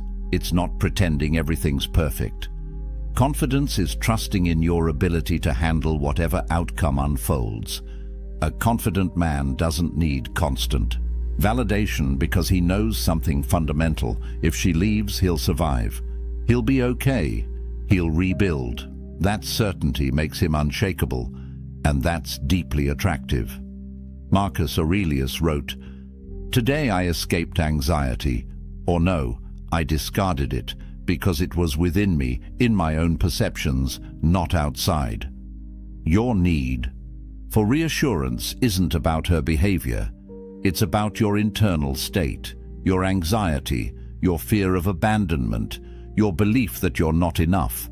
That's your work to do, not hers to constantly soothe. Here's what happens when you keep seeking reassurance. You create a death spiral. Your insecurity makes you ask, "Are we okay?" She pulls back slightly because the neediness is unattractive. You notice her pulling back, which increases your insecurity, which makes you ask again. She pulls back more. You ask more, round and round until the relationship is dead. You kill it with the very behavior meant to save it. The Stoics practiced negative visualization. Imagine the worst outcome. She leaves. You're alone. Now really sit with that. Would you actually die? No. Would you be devastated? Probably. For a while. But would you survive? Yes. Would you eventually heal? Yes. Would you find someone else? Very likely. When you deeply internalize that you'd be okay, even in the worst-case scenario, you stop operating from fear. You stop needing constant reassurance. And that shift in energy changes everything. Stop asking if you're okay. Just be okay. With uncertainty, with silence, with not knowing exactly where you stand every single moment. That's confidence. That's strength. That's attractive. But nothing, and I mean nothing, kills attraction faster than the fifth phrase. This is the phrase of total desperation, the nuclear option that obliterates any remaining respect she had for you. If you're watching this because you're going through a breakup or she's pulling away, you've probably said this, or you're thinking about it. Don't. The fifth phrase. The one that destroys not just attraction, but your self-respect. Any form of begging. Please don't leave. Give me another chance. I'll change, I promise. I can't live without you. Just tell me what to do and I'll do it. This is the story of Tom. He'd been with Rachel for 8 months. Things had been rocky for a while. She'd been pulling away, becoming distant, less affectionate. He could feel her slipping through his fingers. One night, she sat him down and said the words he'd been dreading. I don't think this is working anymore. I think we should break up. Tom's world collapsed in that moment. Panic flooded his system. He couldn't let this happen. He couldn't lose her. So he begged. He grabbed her hands and pleaded, "Please, don't do this. I love you. I'll change. Whatever you need me to do, I'll do it. Just give me one more chance. Please." Tears streaming down his face, voice breaking, completely falling apart. She looked uncomfortable, sad even. But her mind was made up. She left that night. Tom spent the next 3 days blowing up her phone. Long text messages about how much he loved her. Voicemails apologizing for everything. He showed up at her apartment with flowers, wrote her a letter promising he'd be different. He thought if he just showed her how much he cared, she'd come back. Instead, she blocked him on everything. Phone, social media, email, everything. And here's the truly painful part. He didn't just lose her, he lost himself. Every time he replayed those moments in his mind, begging, pleading, falling apart, he felt a deep sense of shame. He'd betrayed himself in the worst possible way. Epictetus taught, "No person is free who is not master of himself." When you beg, you become a slave to the outcome, a slave to her decision, a slave to your fear of being alone. You hand over every ounce of power you have, your dignity, your self-respect, your very identity, and you give it all to someone who's already decided they don't want it. Here's the brutal truth about begging. It confirms every single doubt she had about you. She left because she saw weakness. Maybe you were too needy. Maybe you lacked purpose. Maybe you'd become too comfortable, too dependent. Whatever the reason, something about you made her lose attraction. And when you beg, you prove she was right. You validate every concern she had.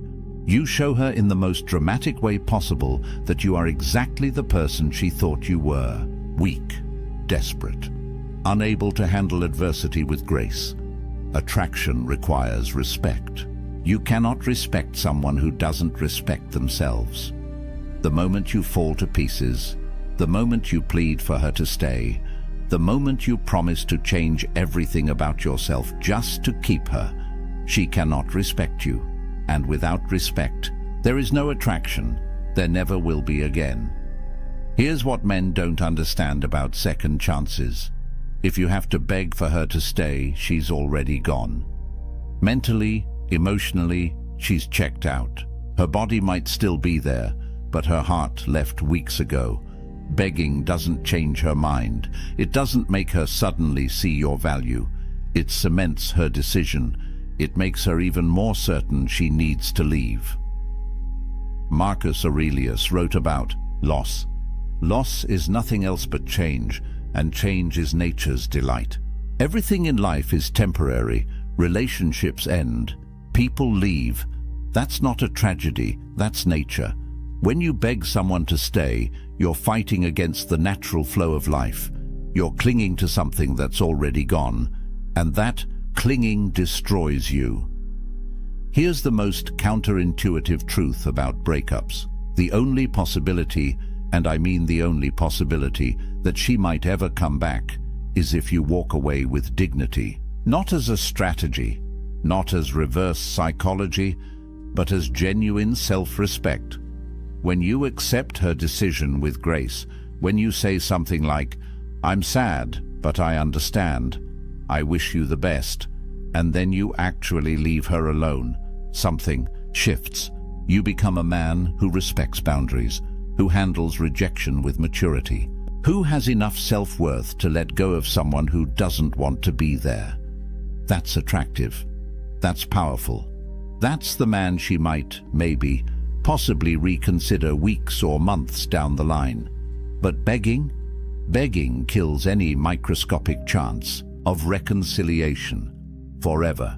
The Stoics had a practice called Pre-Socratic, mindfulness, attention to your values in every moment, especially difficult ones. When you're facing loss, when she's walking away, when everything in you wants to collapse and beg, that's when your character is tested. Stay present to your values. Your dignity matters more than any relationship. Your self-respect is not negotiable, not for her, not for anyone.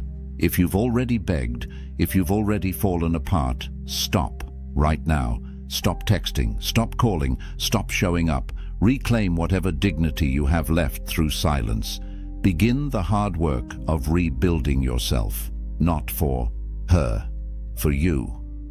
Seneca wrote, "A gem cannot be polished without friction, nor a man perfected without trials."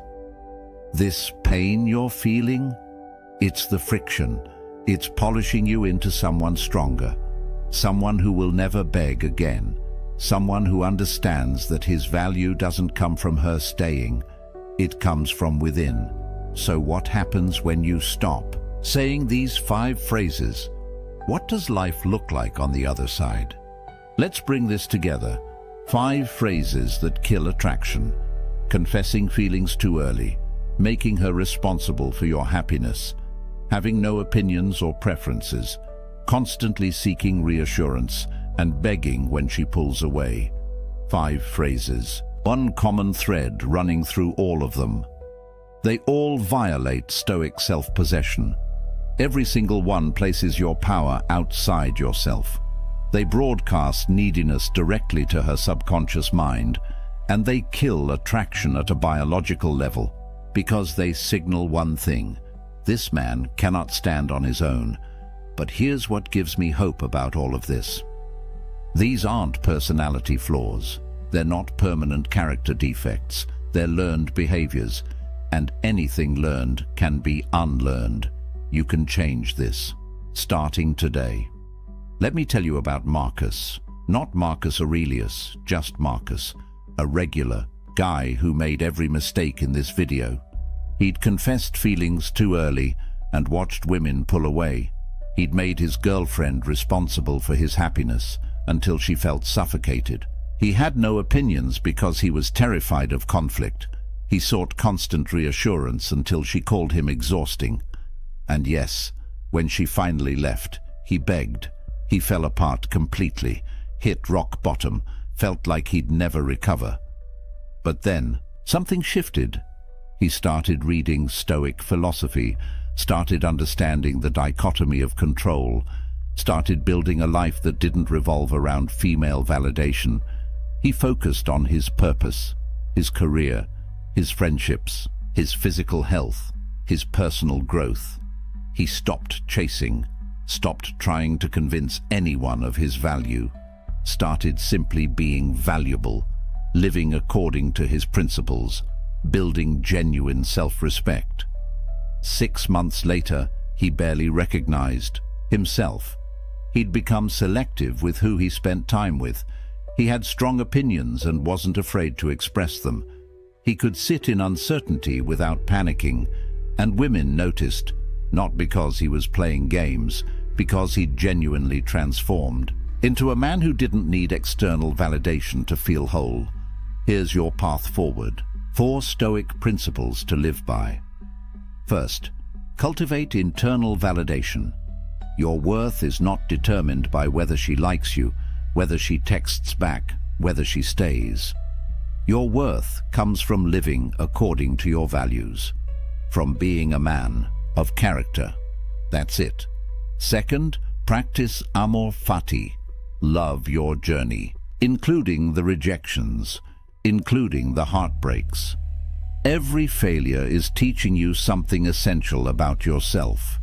Third, embody apatheia, emotional self-sufficiency, not coldness, not being unavailable, but being complete within yourself, so that relationships enhance your life rather than define it. Fourth, live with prosoch. Stay mindful of your principles in every interaction, especially when you're triggered, when you want to seek reassurance, when you feel the urge to confess feelings prematurely. Pause. Return to your values. Marcus Aurelius said it perfectly. Very little is needed to make a happy life. It is all within yourself, in your way of thinking. Build a life so fulfilling that a woman's presence is a bonus, not a necessity. Pursue work that matters. Cultivate deep friendships. Develop your body. Feed your mind. Contribute to something larger than yourself. When you do this, when you become genuinely whole, attraction happens naturally. Not because you're using techniques, because you've become the kind of man who doesn't need validation to feel valuable. The promise is this: when you stop saying these 5 phrases, when you stop operating from neediness, everything changes. You become selective instead of desperate, grounded instead of anxious, present instead of outcome-focused. And that version of you, that's the man women are drawn to. If this video resonated with you, if you've made these mistakes and you're ready to change, you're not alone. Subscribe for more Stoic wisdom on relationships and masculine development. Drop a comment and tell me which phrase hit the hardest. Which one have you been guilty of? Let's build a community of men who choose dignity over desperation. Next video, we're diving deep into the Stoic art of walking away. How to leave any situation with your power intact. You won't want to miss it. Remember this: the Stoics didn't chase. They attracted through self-mastery. Stop saying these 5 phrases. Start becoming the man who doesn't need to. That's where real power lives. That's where freedom is. That's where you become unshakable. Now go build that life. You're sitting across from someone you trusted, a business partner maybe, or someone you thought was close. The conversation feels off, like walking through fog where nothing is quite solid. They ask a question, something that sounds innocent enough, but the moment it leaves their lips, you feel it. A shift, a pressure. Your chest tightens. Your mind starts racing, trying to defend yourself against an accusation that was never actually made. And before you know it, you're the one explaining yourself, justifying your thoughts, questioning. Whether you're crazy for even noticing something was wrong in the first place, that's not an accident, that's manipulation.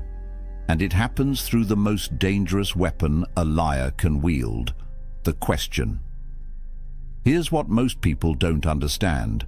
Manipulators don't need grand schemes or elaborate lies. They don't need to convince you of anything dramatic. All they need is the right question at the right moment, delivered with the perfect mix of innocence and accusation, and suddenly you're dancing to their tune without even realizing the music started. Studies show that the average person encounters manipulative tactics multiple times a day: workplace, relationships, social media, even casual conversations, and most never recognize what's happening. They feel the discomfort. They sense something's wrong, but they can't name it. They can't defend against what they can't see. The ancient Stoics understood this 2,000 years ago. Marcus Aurelius, Epictetus, Seneca. These men didn't just philosophize about virtue in ivory towers. They lived in a world of political intrigue, betrayal, and deception. that would make today's drama look tame. And they developed something powerful, a framework for staying unshakable when everyone around you is trying to shake you. Because here's the truth, when you understand how manipulation works, when you can recognize the questions designed to control you, you become immune. Not cold, not paranoid, just clear, unshakably clear. And that clarity is freedom. By the end of what I'm about to share with you, you'll be able to spot these 5 manipulative questions the moment they're asked. More importantly, you'll know exactly how to respond with the kind of calm authority that makes manipulators powerless. So let's begin. Before we break down the 5 specific questions liars use, you need to understand why questions are such effective weapons. Think about how conversations work. When someone makes a statement, you can challenge it, you can disagree, you can demand proof. But questions shift the burden. They put you in a position where you have to defend, explain, justify. They create an immediate power dynamic where the questioner controls the frame and you're left scrambling to respond. This is psychological warfare disguised as innocent curiosity. A liar knows that if they say you're too sensitive, you might push back. But if they ask, why are you so sensitive? Suddenly, you're in defense mode, trying to prove you're not sensitive, which ironically makes you look more sensitive. The question itself becomes the trap. And here's the really insidious part. These questions are designed to make you doubt yourself. They exploit what psychologists call cognitive dissonance, that uncomfortable feeling when your reality doesn't match what someone else is telling you it should be. So you start questioning your own perceptions, your own memories, your own sanity. And the moment you doubt yourself, you've given them control. Marcus Aurelius wrote something profound in his Meditations. He said, "Everything we hear is an opinion, not a fact. Everything we see is a perspective, not the truth." The Stoics understood that external events and external people have no power over your inner fortress unless you grant them that power. And manipulation only works when you forget this fundamental truth. The manipulator's question isn't reality. It's their attempt to shape your reality. But you get to choose whether to accept that frame or stand in your own. So the Stoic principle here is simple but revolutionary. What's within your control? Your perception, your judgment, your response. What's outside your control? Their behavior, their questions, their attempts to manipulate.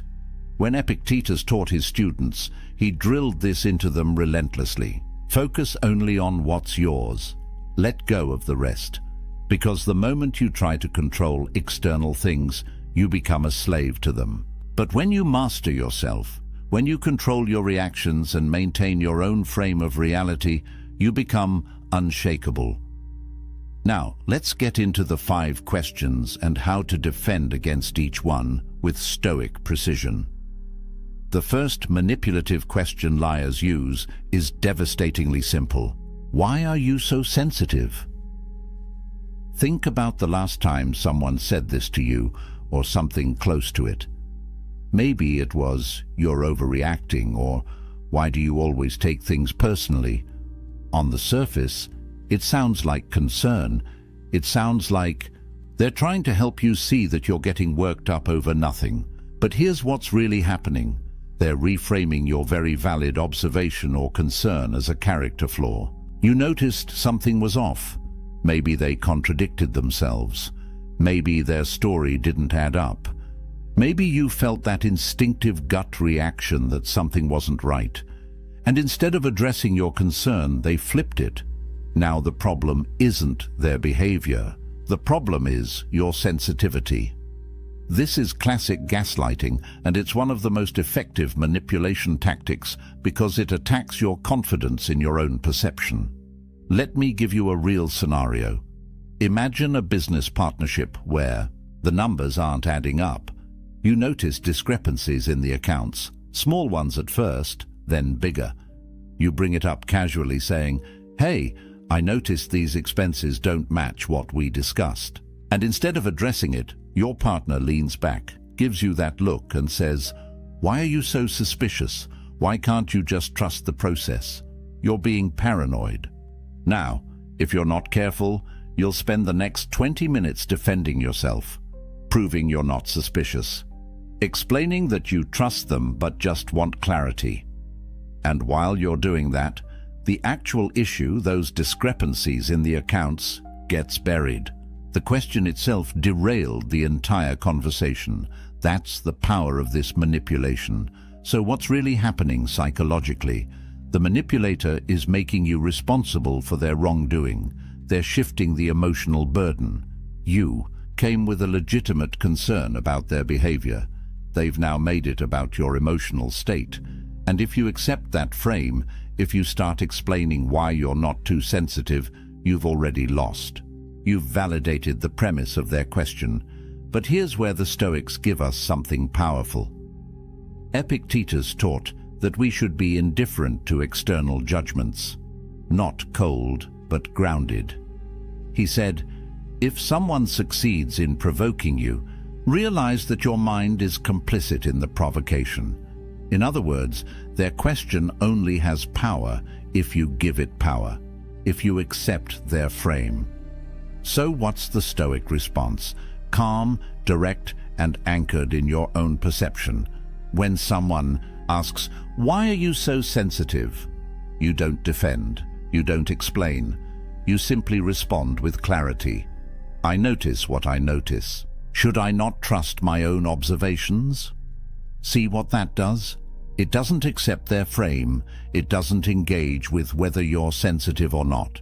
It redirects back to the actual issue, your observation, and it puts a question back to them. Are they suggesting you should ignore what you see?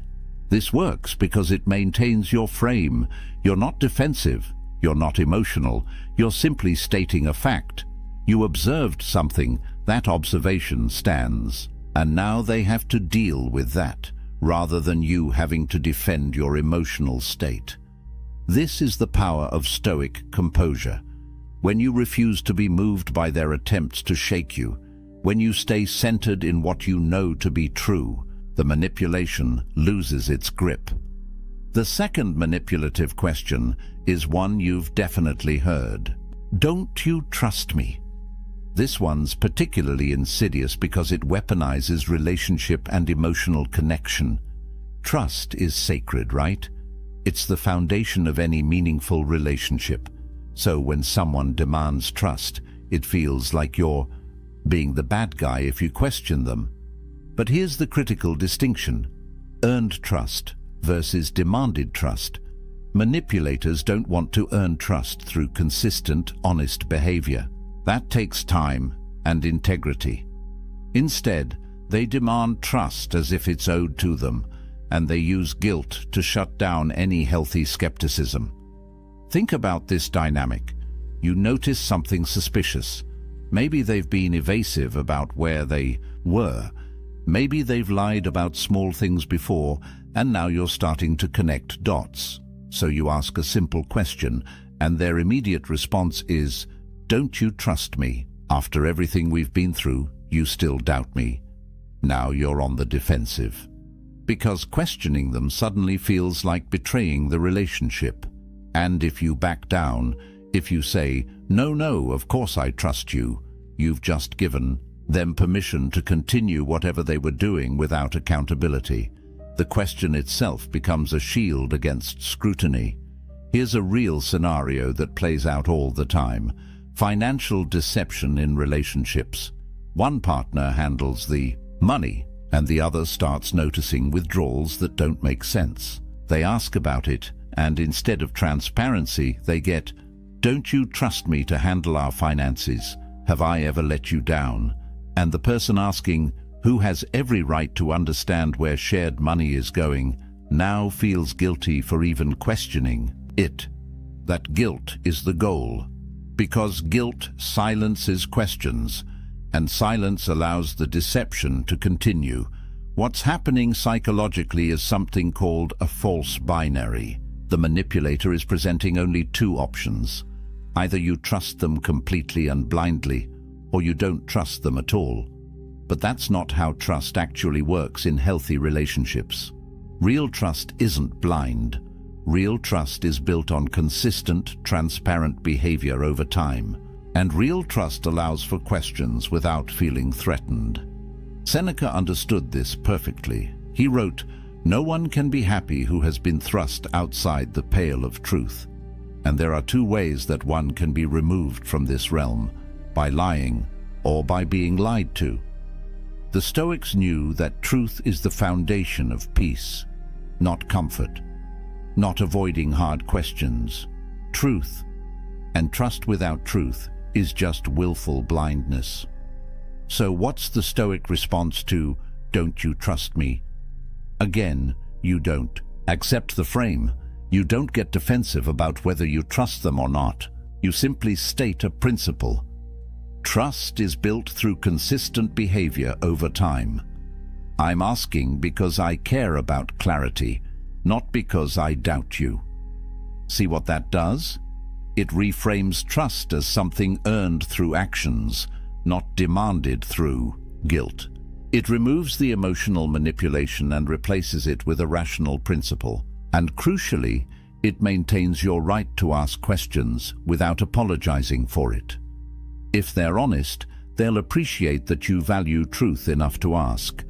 If they're manipulating, they'll likely get defensive, which tells you everything you need to know. Either way, you stayed grounded. You didn't let their question control your response. That's Stoic strength in action. The third manipulative question is maybe the most aggressive. Are you calling me a liar? This one goes straight for the throat. It's a defensive reversal that puts you on trial for daring to question them. And it's incredibly effective because most people are conflict averse. They don't want to be seen as accusatory or confrontational. So when someone flips the script and makes you the aggressor, your natural instinct is to backpedal. Let's break down what's happening here. You've noticed inconsistencies. Their story changed between yesterday and today. Details don't line up. So you gently point it out, maybe saying, "I'm confused because you said something different earlier." And their response isn't to clarify, it's to attack. Are you calling me a liar? Is that what you think of me? Suddenly, you're no longer talking about their inconsistent story. You're talking about whether you're accusing them of lying, and that's a much more uncomfortable conversation to have. This works because it creates instant fear. Fear of confrontation, fear of being wrong, fear of damaging the relationship. So you scramble to soften your position. No, I'm not saying you lied. I'm just confused. Maybe I misunderstood. And in that scramble, the actual issue, the inconsistency in their story, gets completely buried. They've successfully redirected the conversation away from their behavior and onto your character. Here's a real scenario. Imagine you have a family member who borrowed money and promised to pay it back by a certain date. That date comes and goes. You bring it up, and they get immediately defensive. Are you calling me a liar? You think I'm trying to steal from you? I said I'd pay you back, and I will. Why are you attacking me? Now, instead of discussing when you'll get your money back, you're defending yourself against accusations of being accusatory. That's the power of this manipulation. Psychologically, this is a false equivalence. They're equating asking questions with making accusations. But these are not the same thing. Honest people don't fear questions. Honest people welcome clarity. They'll address inconsistencies by explaining them, not by attacking the person who noticed them. But liars can't afford clarity. Clarity exposes them. So they make the act of seeking clarity itself seem like an attack. Marcus Aurelius offers us wisdom here. He wrote, "If someone is able to show me that what I think or do is not right, I will gladly change, for I seek the truth, by which no one was ever truly harmed. It is the person who continues in self-deception and ignorance who is harmed. The Stoics valued truth above comfort. They understood that being wrong and correcting course is strength, not weakness, and they modeled this by welcoming examination rather than fearing it. So what's the Stoic response to, "Are you calling me a liar?" You stay calm, you stay factual, and you don't let them make you the villain for seeking truth.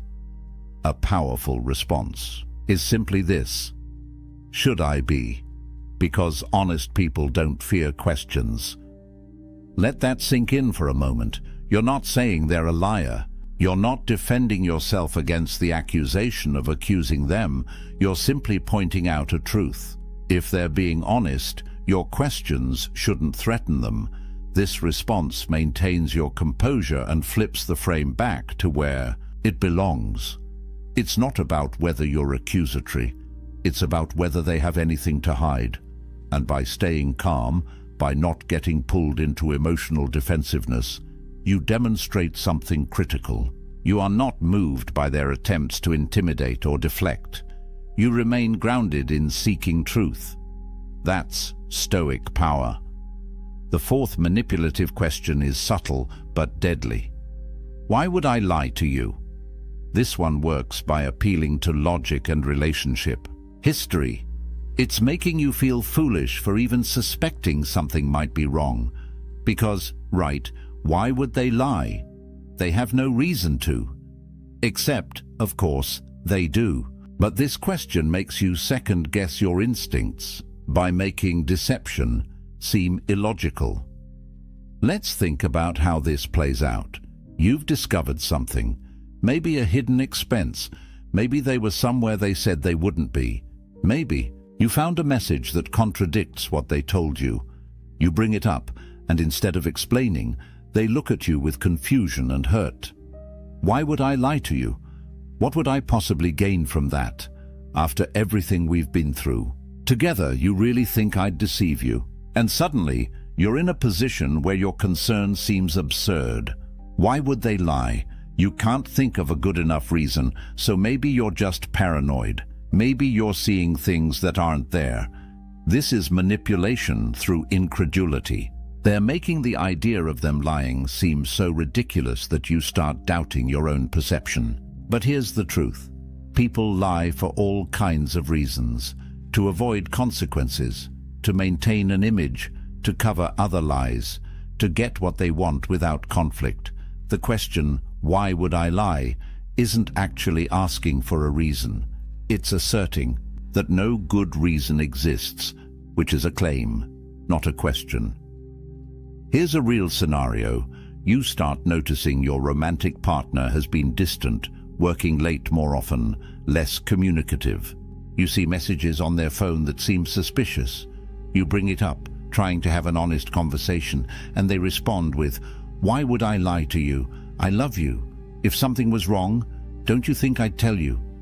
And in that moment, it's easy to feel foolish. Maybe you're being paranoid. Maybe you're creating problems where none exist. But psychologically, what's happening is a logical fallacy wrapped in emotional appeal. Just because you can't immediately articulate why someone would lie doesn't mean they're not lying. And more importantly, your observation, the thing that triggered your concern in the first place, doesn't disappear just because you can't explain their motive. The facts don't change based on whether you understand their reasoning. Epictetus taught his students to focus on what's actual, not on assumptions.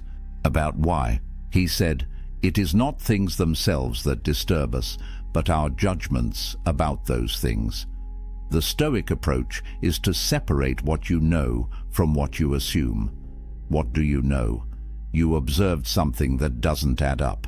That's a fact. What? You don't know their motivation. But you don't need to understand their motivation to trust your observation. So what's the Stoic response to, "Why would I lie to you"? You don't justify your concern. You don't try to explain their possible motives. You simply state what triggered your question. "I'm asking because something doesn't add up.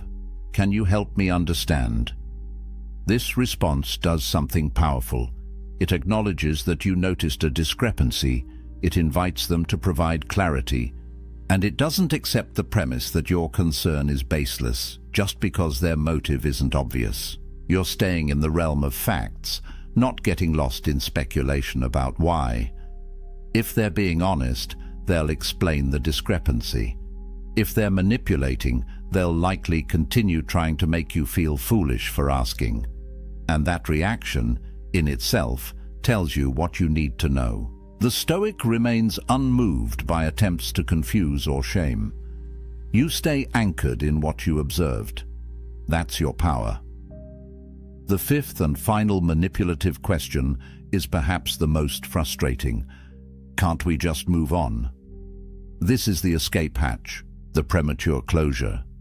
The attempt to avoid accountability by making resolution seem like the mature thing to do. But here's the problem. You can't truly move on from something you haven't actually addressed. And that's exactly what the manipulator is counting on. This question usually comes after they've been caught in something they can't easily explain. You've confronted them. You've presented evidence. They've tried deflection, denial, maybe even some of the other questions we've already covered. And when none of that works, when you don't back down, they pivot to, can't we just move on? Why? Do we have to keep dwelling on this? I thought we were past this. What makes this so effective is it appeals to your desire for peace. Nobody wants to live in constant conflict. Nobody wants to be the person who won't let things go. So when someone frames moving forward as healthy and addressing the issue as dwelling, it's tempting to agree. You don't want to be difficult. You don't want to be the problem. So you agree to move on. Except you haven't resolved anything. You've just agreed to stop talking about it, and the manipulator gets exactly what they wanted: escape without consequence. Let me give you a real scenario. You discover your business partner has been taking money from the company account for personal expenses without discussing it with you. You confront them, and after some initial defensiveness, they finally admit it, but minimize it. Okay, fine, I used some company funds for personal stuff. It wasn't that much. I'll pay it back. Can't we just move on? Why are we still talking about this? And you're left feeling like if you push for more, a clear repayment plan, an understanding of why it happened, assurance it won't happen again, you're being unreasonable. But here's what's really happening. They want the discomfort of the conversation to end, without the discomfort of actual accountability. They want resolution without understanding. They want forgiveness without change. And the question, can't we just move on, is designed to make you feel like continuing the conversation is the problem, not their behavior that started the conversation. Psychologically, this is about comfort over truth. And the Stoics were very clear on this point.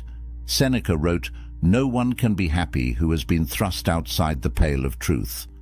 Moving on without truth isn't peace, it's avoidance.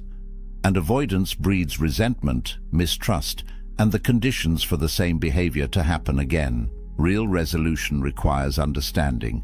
It requires acknowledgement. It requires often a plan for how things will be different moving forward. The Stoic perspective is that premature peace is no peace at all.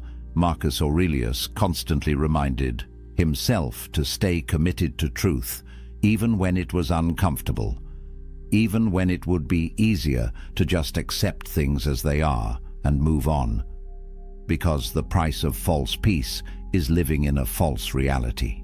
And eventually, that reality collapses. So what's the Stoic response to, can't we just move on? You maintain your requirement for understanding.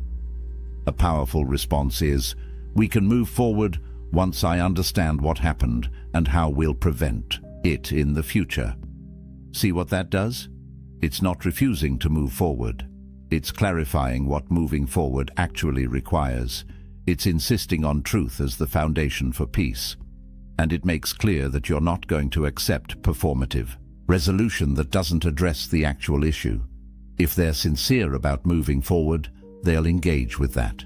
They'll provide the understanding and assurance you're asking for. If they're manipulating, they'll get frustrated that you won't just drop it. They'll likely try to frame you as difficult or unforgiving, but the Stoic doesn't need their approval. The Stoic needs truth. And once you have that, genuine moving forward becomes possible.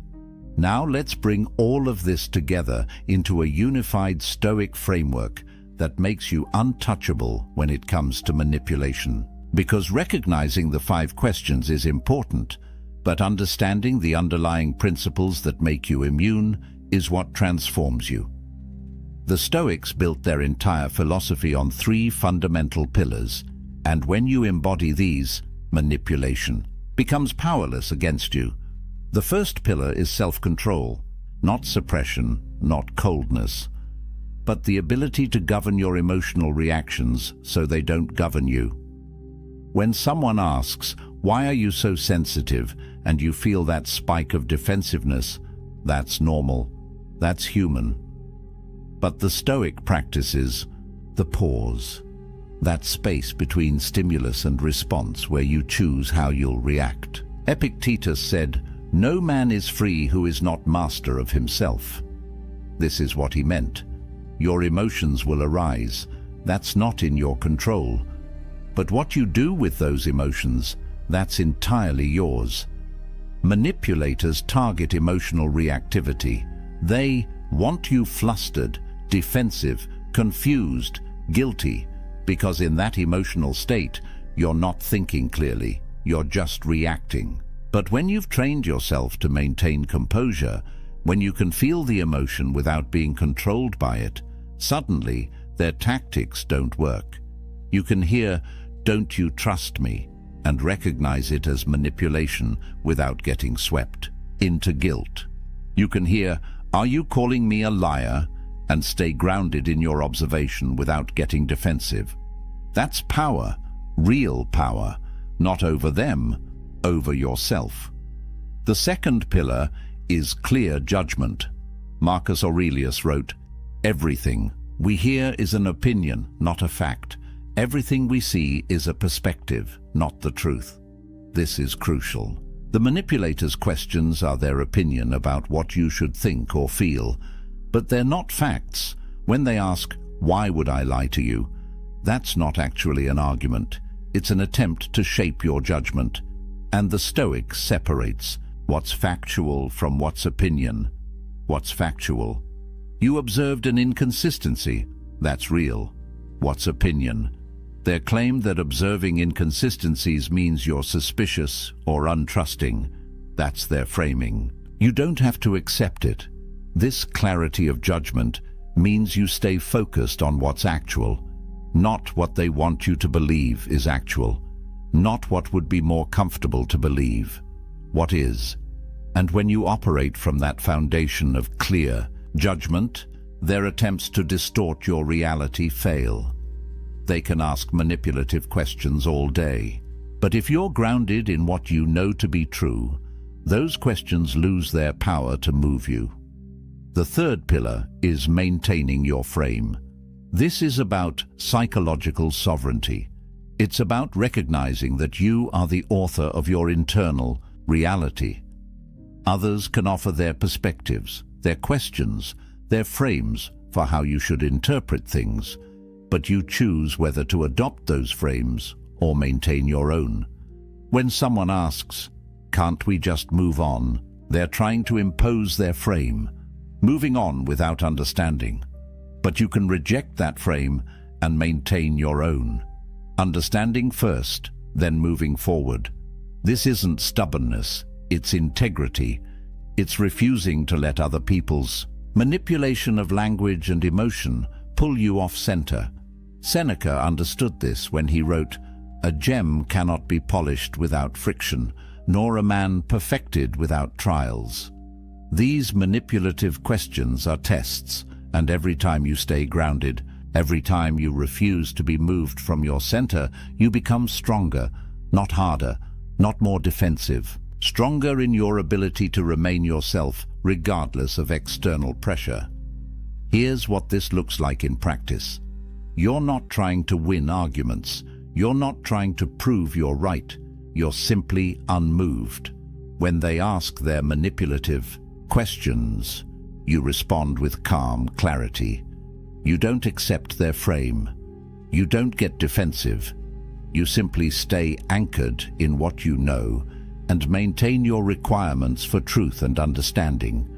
And that combination, self-control, clear judgment, maintaining your frame, that makes you essentially manipulation-proof.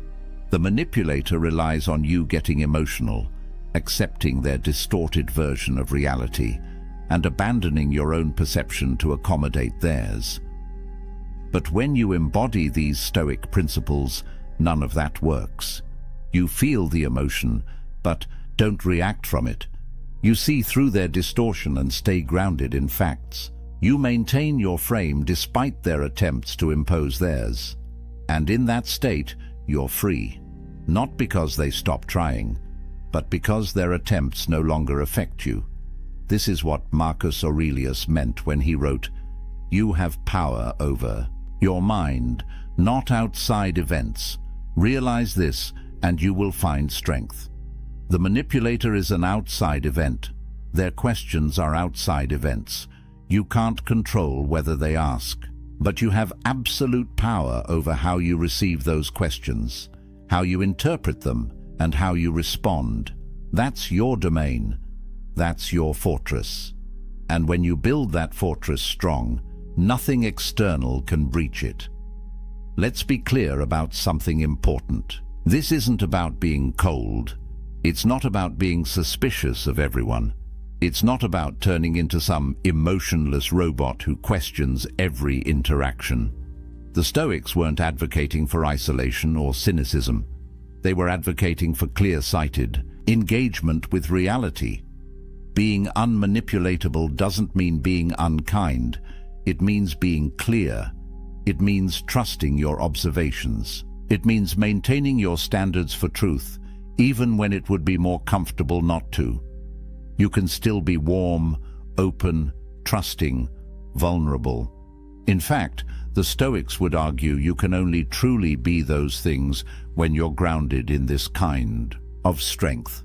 Because vulnerability without discernment is just naivety. Trust without verification is just wishful thinking. The Stoic is both compassionate and clear, both open and discerning. It's not either or, it's both. You can love people deeply while also recognizing when they're trying to manipulate you. And recognizing it doesn't mean the relationship is over. It means you're addressing reality instead of pretending it doesn't exist. Here's the beautiful paradox. When you become unshakable in this way, when manipulative questions can't move you, you actually improve your relationships. Because you're no longer tolerating lies for the sake of peace. You're no longer accepting distorted versions of reality to avoid conflict. You're insisting on truth as the foundation, and relationships built on truth, even uncomfortable truth, are infinitely stronger than relationships built on comfortable lies. The people in your life who are honest will appreciate this about you. They'll value that you ask direct questions, that you don't accept manipulative deflection, that you maintain high standards for truth and accountability. And the people in your life who rely on manipulation, they'll either change how they interact with you, or they'll remove themselves. Either way, you win, because you're no longer carrying the weight of their deception. So where does this leave us? You now know the 5 manipulative questions liars use. Why are you so sensitive? Don't you trust me? Are you calling me a liar? Why would I lie to you? Can't we just move on? You understand what each question is designed to do, how it shifts power, how it creates doubt, how it deflects accountability, and more importantly, you have the Stoic framework for responding with unshakable clarity. You maintain self-control so you're not reactive. You exercise clear judgment so you're not confused. You hold your frame so you're not manipulated, and from that place of strength, you can engage with the world, with relationships, with difficult conversations, without losing yourself in the process. This is what the Stoics discovered 2,000 years ago, and what remains just as true today. Your power doesn't come from controlling others. It comes from mastering yourself. Marcus Aurelius ruled an empire. Epictetus was born a slave and became one of history's greatest teachers. Seneca advised emperors and wrote profound philosophy. These men lived through political intrigue, betrayal, war, loss, everything you can imagine, and what they all concluded was this: external circumstances cannot rob you of your internal fortress unless you let them. Lies cannot control you unless you accept them as truth. Manipulation cannot move you unless you abandon your center. So be unmoved, not unfeeling, not cold, just clear. Clear about what you observe, clear about what you know, clear about your standards and your boundaries. Let manipulative questions bounce off that clarity like waves against a rock, because that's what you are when you embody these principles. Immovable, not because you're stubborn, but because you're grounded in truth. And truth, unlike lies, never needs to manipulate. It simply is. If this resonated with you, if you recognized yourself in any of these scenarios, or you've dealt with these manipulative questions before, hit that like button. It tells me this content is serving you, and it helps more people find it. Subscribe to this channel for more Stoic wisdom that cuts through the noise and gives you practical tools for living with strength and clarity. These aren't just philosophical ideas. They're weapons you can use every single day to protect your peace, your truth, and your power. And drop a comment below. Which of these 5 questions have you encountered most? Which one hit closest to home? I read every comment, and I want to hear your experiences, because that's how we learn together. We share what we've been through. We recognize the patterns, and we support each other in standing firm. Remember this: a man who controls his mind cannot be controlled by lies. A man who knows his truth cannot be shaken by manipulation. And a man who embodies Stoic principles doesn't need to prove anything to anyone. He simply stands in his reality, clear-eyed and unshakable. Be that man. The world needs more people who can't be manipulated, more people who insist on truth, more people who remain themselves no matter what pressure they face. That's the path. That's the power. That's the promise of Stoicism. Now go walk it. There was a man named David who did everything right, or so he thought. He texted back within seconds, every single time.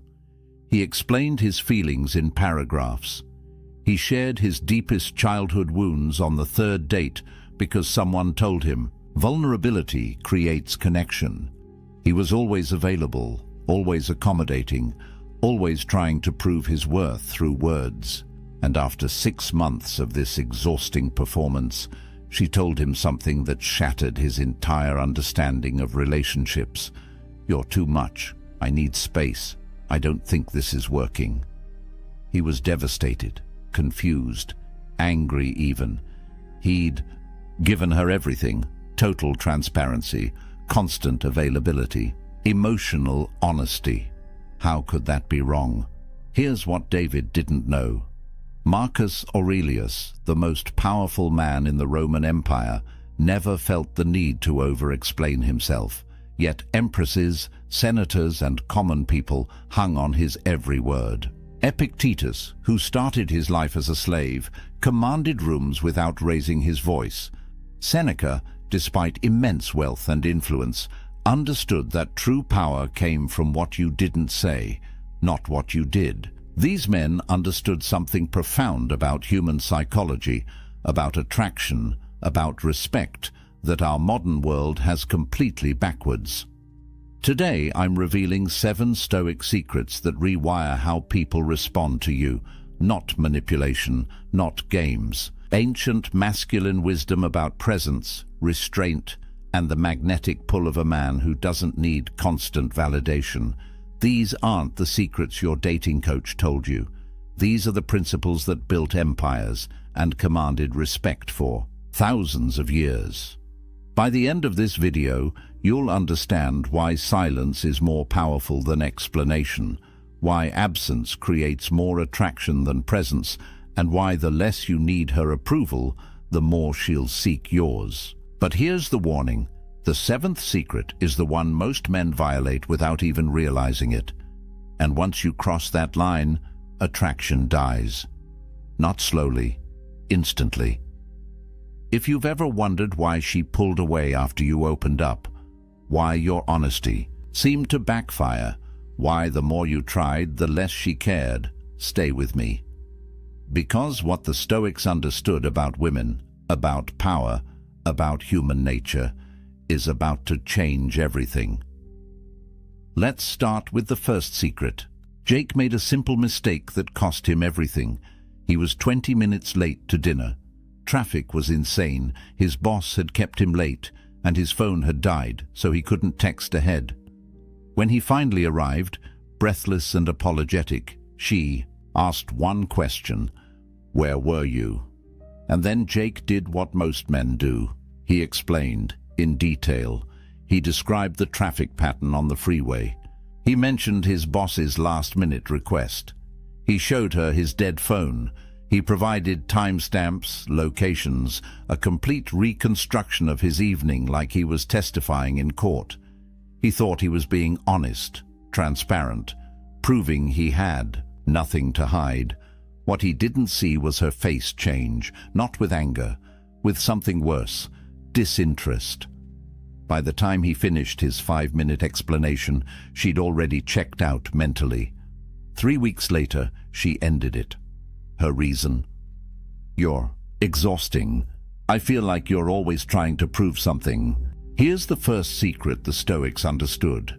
The best men don't defend themselves. They don't need to. Marcus Aurelius wrote, "The best revenge is to be unlike your enemy." In modern terms, when chaos comes at you in the form of a question, an accusation, a test, matching it with frantic explanation drags you into her frame. You become the defendant, she becomes the judge, and you've already lost. The Stoic path is calibrated brevity. When she asked where he was, Jake could have said 7 words. "Traffic was terrible. I apologize for being late." Then stop. Complete stop. No elaboration, no justification, no desperate attempt to be understood. That silence after his statement isn't weakness. It's a declaration of self-possession. Here's what happens in her brain when you do this. Humans are wired for narrative. That intentional gap, that unexplained space, creates mystery. And mystery creates engagement. Her mind begins working, filling in blanks, wondering about your calm confidence. You transform from the man seeking her approval into the puzzle she wants to solve. This isn't about being evasive or dishonest. It's about understanding that over-explanation broadcasts insecurity. It screams, "I need you to believe me. I need your validation. I'm afraid of your judgment." That fear? She can smell it from across the table. The Stoics called this handing your peace to fortune. You're surrendering your internal calm to the opinion of another person. Epictetus taught that we should control what's within our power and accept what isn't. Your conscience is within your power. You know you didn't do anything wrong. Her interpretation, that's outside your control. The moment you start performing for her approval, you've given away your power. Strong men answer with precision, and then stop. They don't fill silence with nervous chatter. They don't justify, defend, or plead their case. They state the truth calmly and let it stand on its own merit. That restraint, that refusal to seek validation, is what separates men who command respect from men who beg for it. Think about the people in your life who truly command your attention. Do they explain themselves constantly? Do they justify every decision? Or do they speak with such quiet conviction that you simply believe them? That's the energy of the unexplained. It's not arrogance, it's self-contained strength. Jake lost. Her, because he didn't understand this principle. He thought honesty meant total transparency, complete explanation, a detailed account of every movement. What he didn't realize is that attraction isn't built on information. It's built on presence. And you cannot be present when you're drowning someone in explanations. So here's your first Stoic practice. Cut your explanations by half. When someone asks you a question, answer it in one sentence, then stop. Feel the discomfort of that silence. Resist the urge to fill it with more words, more justification, more proof. That discomfort you're feeling, that's your ego dying. Let it die. What emerges on the other side is something far more powerful. But if over-explaining pushes women away, what Jake did on their third date was even worse. The second secret is about a specific type of honesty that destroys attraction faster than anything else. And most men think they're being vulnerable when they do it. It was a simple comment, almost throwaway. They were at a party, talking with friends, when Sarah mentioned another guy. "Oh, Jake from work. Yeah, he's hilarious. We went to lunch yesterday." Nothing scandalous, nothing inappropriate, just a casual mention. And Brian's world tilted. His chest tightened. Within seconds he was asking questions. "Who's Jake? Why didn't you mention lunch? Is he someone I should be worried about?"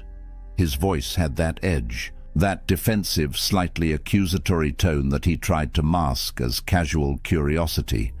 Sarah looked at him, and something in her eyes changed. Not guilt, disappointment. 2 months later, she ended it. Her reason: "You're insecure. I can't constantly reassure you that I'm not interested in other men." Brian didn't understand what happened. He thought he was protecting the relationship, setting boundaries, communicating his feelings. What he actually did was fail a test he didn't even know he was taking. Here's the third secret the Stoics understood. When a woman tests you, defending yourself is losing. These tests aren't conscious.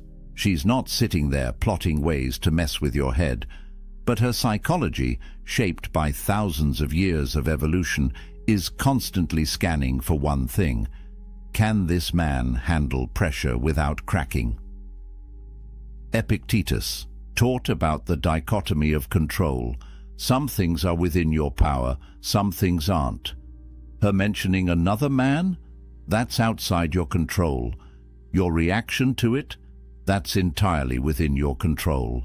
And your reaction tells her everything she needs to know about your frame, your confidence, your emotional stability. When Brian immediately jumped to defense mode, asking questions, seeking reassurance, he broadcast loud and clear, "I'm threatened. I'm insecure. My sense of self is so fragile that a casual mention of another man's name sends me into interrogation mode." That's not masculine energy. That's fear. The Stoic response to that comment? Absolute calm. Maybe a slight smile. Maybe, "That's cool. He sounds like a good guy." And then continue the conversation like nothing significant happened. Because to a secure man, nothing significant did happen. His woman having male co-workers isn't a threat. His worth isn't dependent on her never acknowledging another man's existence. Here's what tests actually measure. They measure whether your emotional state is tied to her behavior or grounded in yourself. When you defend, you're essentially saying, "My peace of mind depends on you acting a certain way." When you remain unmoved, you're declaring, "I am my own source of strength." Marcus Aurelius ruled an empire filled with political enemies, backstabbers, and people constantly testing his authority. His response. He focused on what was within his control, his own virtue, his own actions, his own character. He didn't chase down every rumor, didn't defend against every slight, didn't justify himself to people questioning his decisions. That unshakable frame is what made him a legend. Think about the subtext of Brian's defensive questions. He's essentially asking Sarah to manage his emotions for him, to reassure him, to prove her loyalty on demand. That's exhausting, a high value. Woman doesn't want to be someone's emotional caretaker. She wants a partner who can handle uncertainty without falling apart. The paradox here is brutal but true. The more you need reassurance, the less reassuring her words become. Because you've already shown that you don't trust her, don't trust yourself, and can't handle the discomfort of not having total control and certainty. So what does the Stoic man do when tested? He notices the test. He recognizes it for what it is, a subconscious probe into his emotional stability, and he responds with calm indifference. Not cold, not distant, just unaffected. He trusts himself enough that external circumstances don't shake his internal foundation. Here's the practice. Next time something triggers that defensive impulse, that need to question, to clarify, to seek reassurance, pause. Take a breath.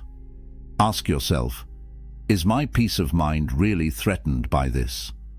Or is my ego just uncomfortable? Let the ego be uncomfortable. Respond from your center, not from your fear. But here's where it gets even more counterintuitive. The fourth secret isn't just about how you respond to tests. It's about your entire orientation to the relationship, and it's the secret that separates men who attract from men who chase. Daniel had been seeing Emma for 3 months. Things were good, really good. But lately he'd noticed a shift. Her texts were shorter, plans were harder to make. The anxiety started creeping in. So Daniel did what seemed logical. He tried harder. More compliments, more texts checking in, more elaborate date plans, more words of affirmation. He was fighting to keep something he could feel slipping away, and the harder he fought, the faster she pulled back. Until one evening, she sat him down and said words that destroyed him. "I need space. This feels too intense. I think we should take a break." Daniel spent the next week in agony.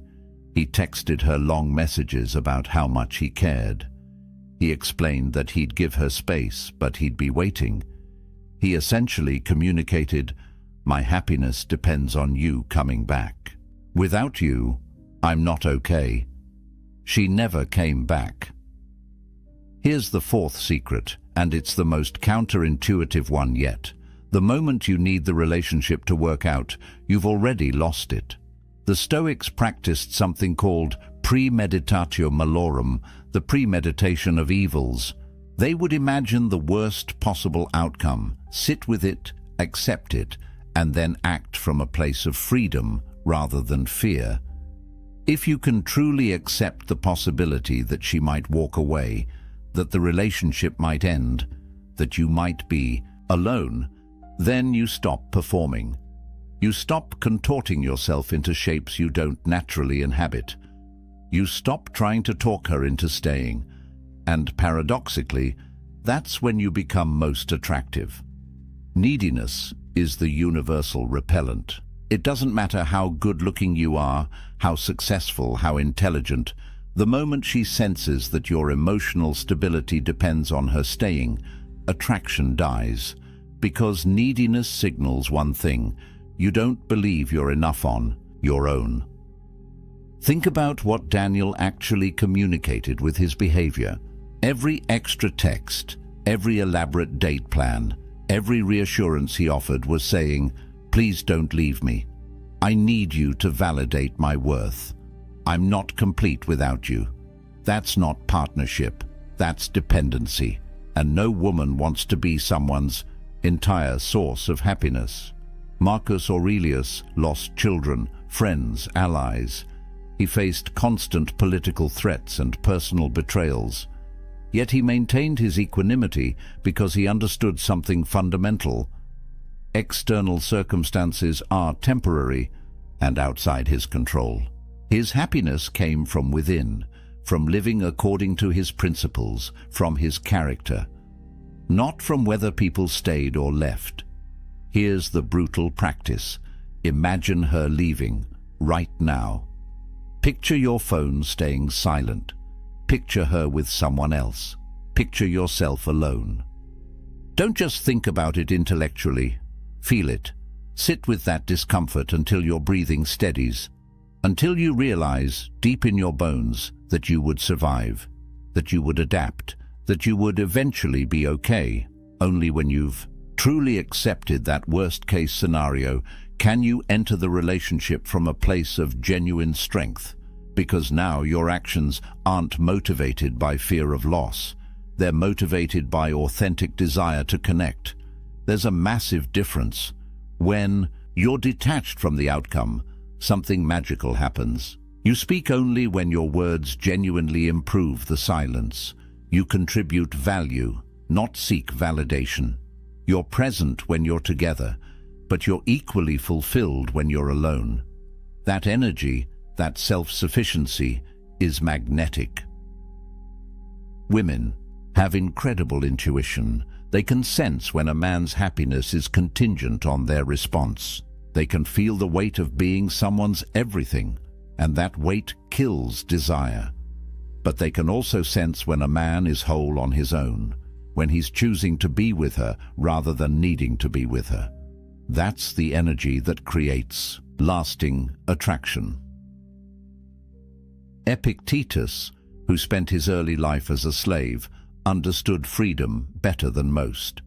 He taught that true freedom comes from wanting what you have, not having what you want. Applied to relationships. Be with someone because you genuinely enjoy their company, not because you need them to complete you. Daniel lost Emma the moment he made his happiness dependent on her staying.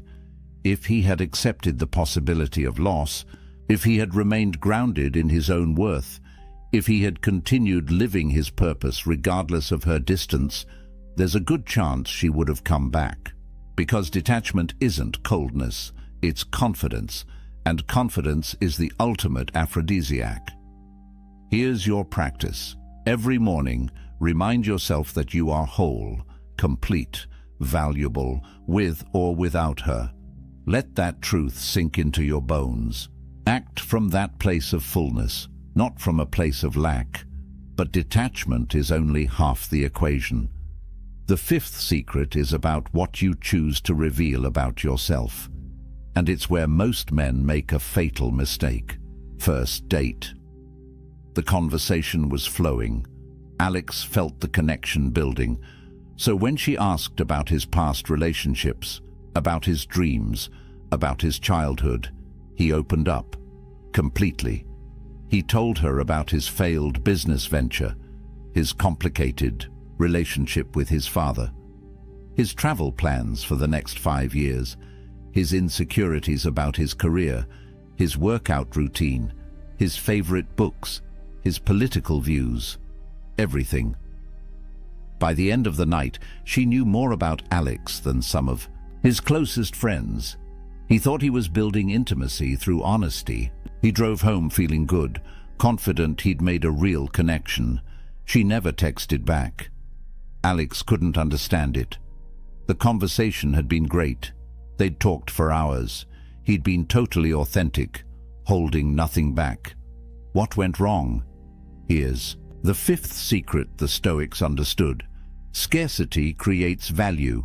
When everything is immediately available, nothing is precious. Seneca, despite his immense wealth, chose to live simply for periods of time. He did this to remind himself that luxury was optional, that true value came from restraint and self-mastery. He understood that abundance without scarcity breeds contempt. Apply this to personal disclosure. When you reveal everything about yourself on the first date, you eliminate mystery, you remove intrigue, You give her brain nothing to work with, nothing to imagine, nothing to wonder about. The story is complete. There are no chapters left to discover, and humans are wired for narrative. We're drawn to stories that unfold over time, not stories that are dumped on us all at once. Think about your favorite TV series. What keeps you watching? The slow reveal, the mysteries that build, the questions that get answered gradually. Imagine if the first episode gave you every plot point, every character backstory, every twist and turn. You'd stop watching. There's nothing left to discover. That's what Alex did. He gave her the entire season in one episode, and her brain, designed to seek novelty and invest in gradual discovery, simply lost interest. There was no reason to come back. She already knew everything. The Stoic man parcels out his story strategically, not because he's playing games, but because he understands that connection is built on gradual investment. One meaningful childhood memory per month. One significant life challenge revealed when trust has been earned. One dream shared when the relationship has proven its worth. Marcus Aurelius, despite being emperor, remained private about many aspects of his life. His meditations, the closest thing we have to his inner thoughts, weren't meant for public consumption. They were private reflections. He understood that maintaining some level of mystery, some unrevealed depth, was essential to maintaining respect and authority. When you ration your personal narrative, something powerful happens. She begins to invest her imagination. She wonders what else you've experienced. She creates stories about your character based on limited information. And once she's invested mental and emotional energy into understanding you, she values you more.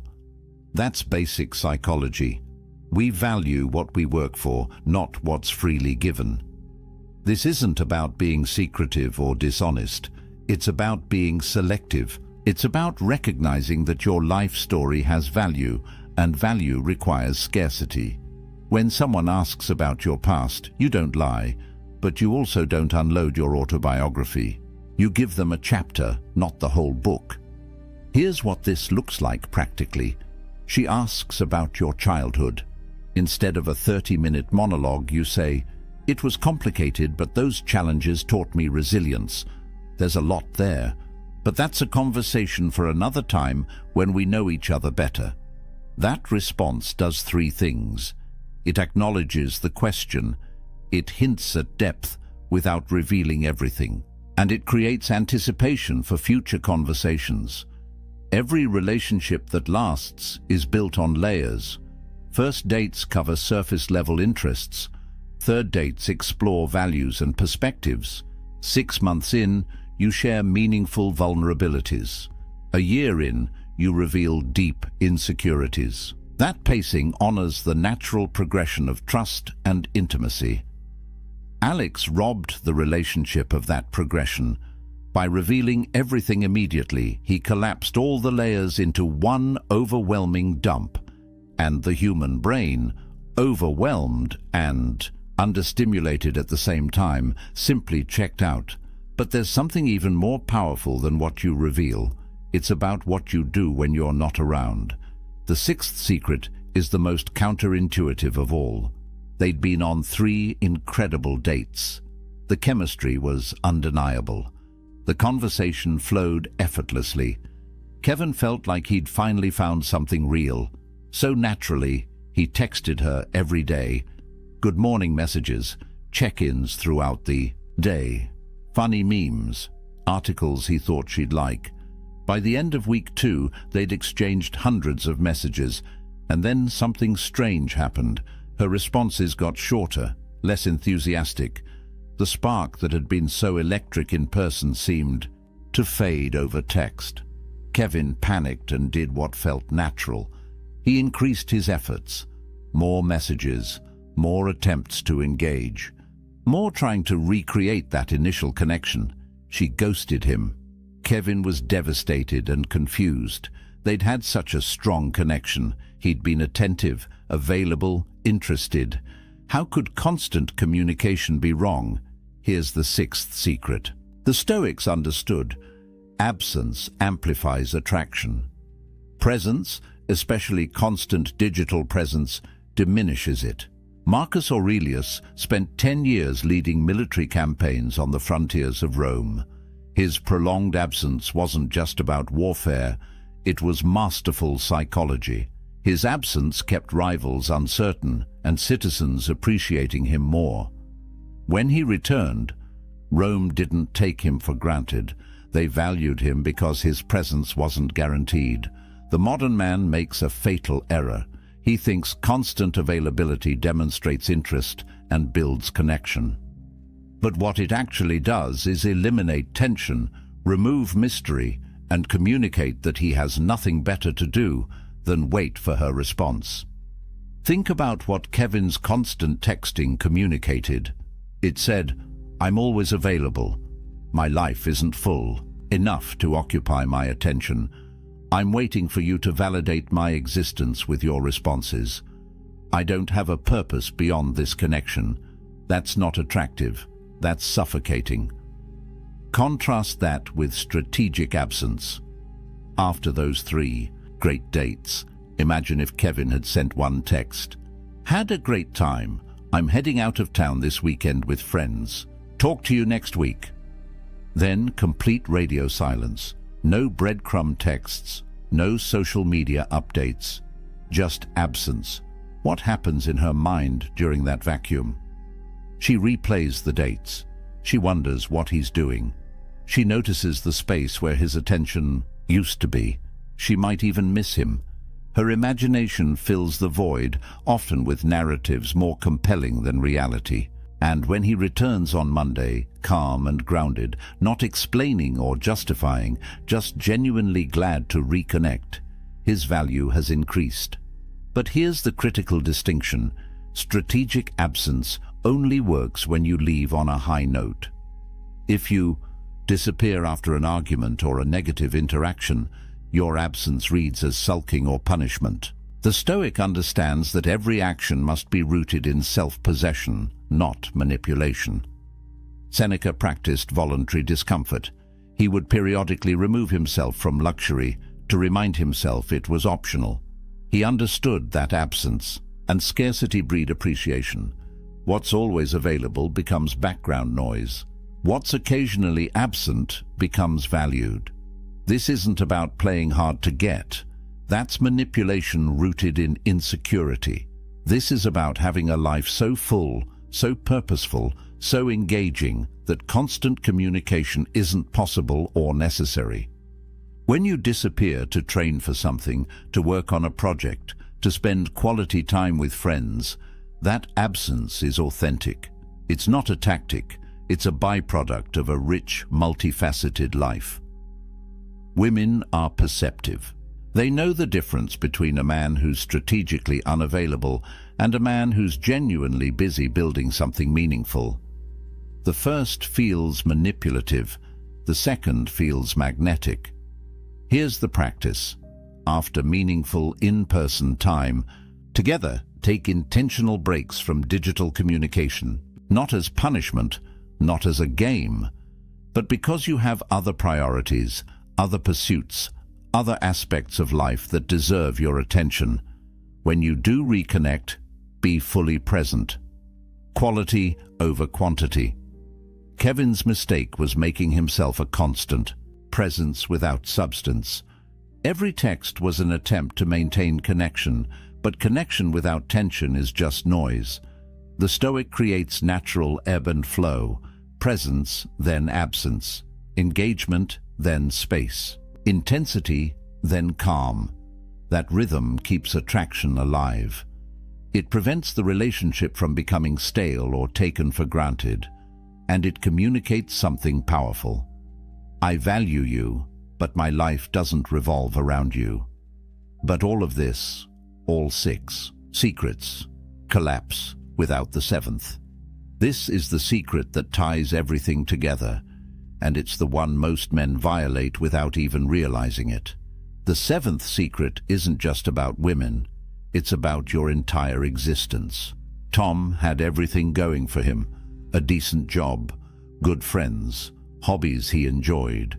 Then he met Rachel, and slowly, imperceptibly, everything else faded into the background. He stopped going to the gym because she didn't work out.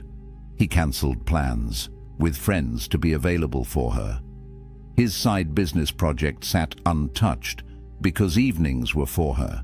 His dreams, his goals, his identity, all of it gradually dissolved until his entire world revolved around one person. For the first few months, Rachel seemed to appreciate the attention. But then something shifted. She started making comments. "Don't you have your own things to do? You should hang out with your friends more. What happened to that business you were starting?" Tom didn't understand. He'd made her his priority. He'd shown her she was the most important thing in his life. Isn't that what women want? 6 months in, she ended it. Her reason gutted him. "I fell in love with someone who had a life. Now you're just someone who revolves around mine. I don't want to be your whole world. It's too much pressure." Here's the seventh and most critical secret the Stoics understood. The moment you make another person your life's purpose, you become a burden to them and a stranger to yourself. The Stoics lived for virtue, for contribution, for mastery of their craft. External relationships were valuable, but they were additions to an already complete life, not the foundation of it. Marcus Aurelius was emperor of Rome, but his purpose transcended any single relationship. He was committed to philosophy, to justice, to the well-being of the empire. His wife was important, but she wasn't his reason for existence. That independence, that self-sufficiency, that internal purpose is what made him worthy of respect and attraction. Think about what Tom communicated when he abandoned everything for Rachel. He essentially said, "I don't have anything meaningful in my life beyond you. My dreams aren't compelling enough to pursue. My friendships aren't valuable enough to maintain. My purpose isn't strong enough to command my attention. You are all I have." That's not love. That's dependency. And dependency is suffocating. When you make someone your entire world, you place an impossible burden on them. They become responsible not just for their own happiness, but for yours as well. Every time they want space, they're denying you your sole source of fulfillment. Every time they prioritize something else, they're essentially destroying your world. No person can carry that weight. And more importantly, no person wants to. Women are drawn to men who are building something. Men who have a mission that transcends the relationship. Men whose days are structured around compelling goals and meaningful pursuits. Not because these men are emotionally unavailable, but because they're fundamentally engaged with life itself. When Rachel met Tom, he was working on a business. He had friends he valued. He had a gym routine that grounded him. He was a complete person inviting her into an already vibrant life. That version of Tom was attractive because he had substance, direction, purpose. He wasn't looking for someone to complete him. He was looking for someone to complement an already fulfilling existence. But the Tom who emerged 6 months later was hollow, an empty vessel waiting to be filled by her presence. And that transformation from self-possessed to dependent killed her attraction faster than any other mistake he could have made. Epictetus taught that we should focus on what's within our control. Your purpose, your growth, your contribution to the world, these are within your control. Her feelings, her decisions, her level of investment, these are not. When you make her your purpose, you've oriented your entire life around something you cannot control. That's not just unattractive, it's psychologically devastating. Here's the brutal truth. The version of you she fell for had a life, passions, goals, friends, commitments. That version was attractive because he was already whole. The moment you abandon all of that to focus solely on her, you become someone else, someone needier, someone smaller, someone less interesting, and she didn't sign up for that person. The Stoic path is to build your life around virtue and purpose. Relationships are beautiful additions, but they're not the foundation. You train your body not to impress her, but because physical excellence is a virtue. You build your business not to provide for her, but because creation and contribution are meaningful. You maintain friendships not to show her you're social, but because deep connections with other humans enrich your life. When your life is structured this way, something powerful happens. You're not inviting her to be your everything. You're inviting her to be part of something already extraordinary. The pressure is off. She's not responsible for your happiness. She gets to add to it, not create it from nothing. And paradoxically, that's when relationships thrive, when both people are complete on their own, choosing to share their lives rather than needing to merge them. When you have a silent purpose, a mission that commands your attention and energy, her presence becomes a beautiful bonus, not a desperate necessity. Tom lost Rachel the day he made her his world. If he had maintained his business, his friendships, his gym routine, his identity, she would have felt drawn to be part of that world, not burdened by being all of it. Here's your practice. Identify your mission. What are you building? What are you mastering? What legacy are you creating? If the honest answer is nothing beyond this relationship, then you've already lost. Start today. Pick one thing that matters to you beyond any romantic connection. Commit to it. Build it. Let it occupy your time and attention. When you're busy forging yourself into something greater, silence isn't a tactic. It's your natural state. Your focus is elsewhere, and women notice. They see a man engaged with life itself, and they want to be part of that life. Not the center of it, part of it.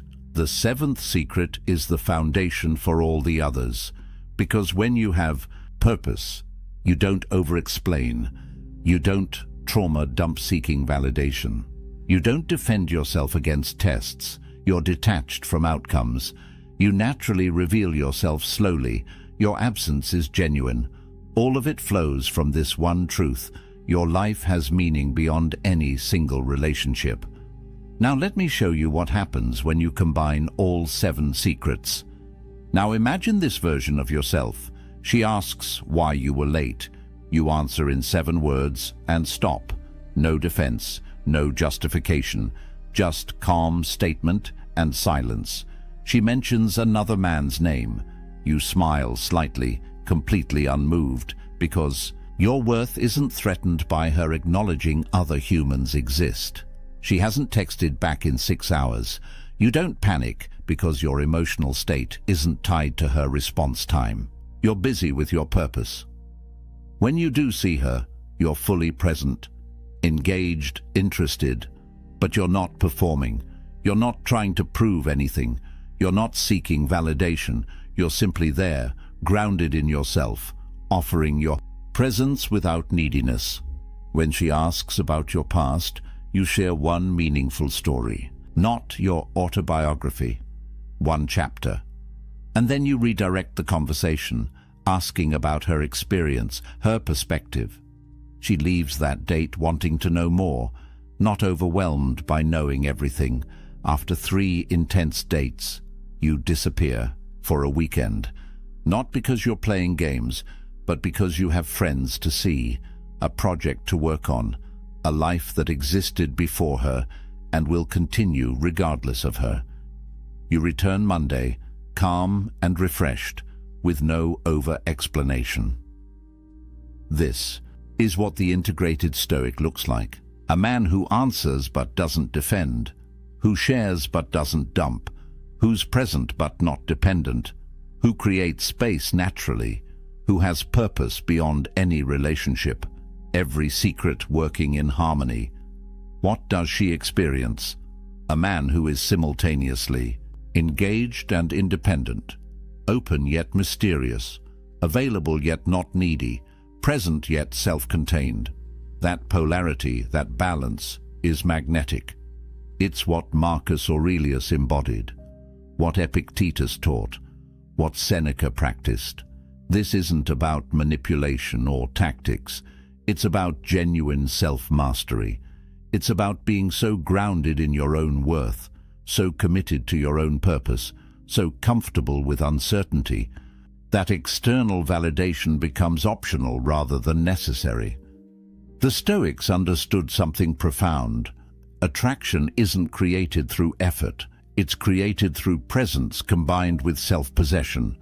When you stop trying to make her like you and start simply being someone worth liking, everything changes.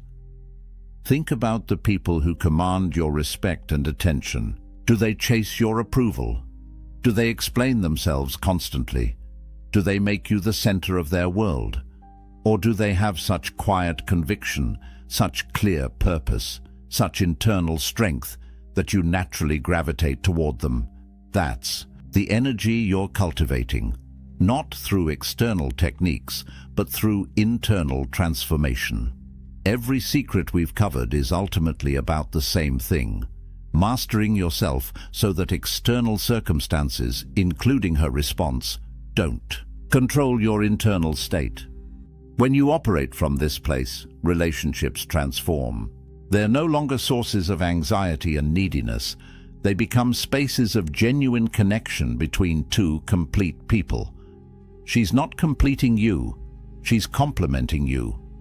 And that's the only foundation for lasting attraction. The man who loses women through over-explaining, trauma-dumping, defensive reactions, neediness, oversharing, constant presence, and lack of purpose. That's a man who hasn't done the internal work, who's looking outward for validation that can only come from within.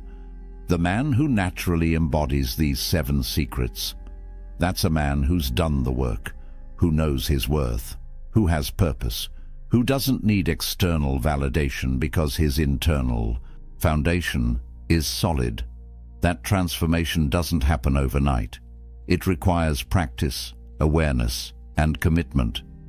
But every step toward that version of yourself makes you not just more attractive to women, but more respected by everyone and more at peace with yourself. Now let me warn you about the most common mistakes men make when trying to apply these secrets. Here's where most men fail when they try to implement these secrets. They turn wisdom into weaponry. They use silence to manipulate rather than to master themselves. And that approach always backfires. First pitfall: using strategic absence to provoke jealousy. You disappear not because you're living your life, but because you want her to feel anxious, to wonder, to chase. She will sense this immediately. Women have incredible intuition for distinguishing authentic behavior from manipulation. When absence is manufactured to control her reaction, it reeks of insecurity. When absence is natural because you're genuinely engaged with your purpose, it's attractive. The litmus test is simple. Are you silent to control her reaction, or are you silent to govern your own internal state? The first destroys trust. The second builds respect. Second pitfall: overcorrection. You've been the over-explaining, constantly available, emotionally dependent guy. You learn these secrets and suddenly you become a stone wall, completely shut down. No vulnerability, no warmth, no genuine sharing. You've gone from one extreme to the other. Mystery needs windows, or people assume the house is abandoned. The Stoic isn't emotionally unavailable. He's emotionally selective. He shares, but with intention. He's vulnerable, but at appropriate times with earned trust. There's a massive difference between being measured and being closed off. Balance is the key. Offer one genuine compliment per date. Not a barrage of flattery, but one specific, observed appreciation. Share one meaningful thought or experience, but not your entire psychological history.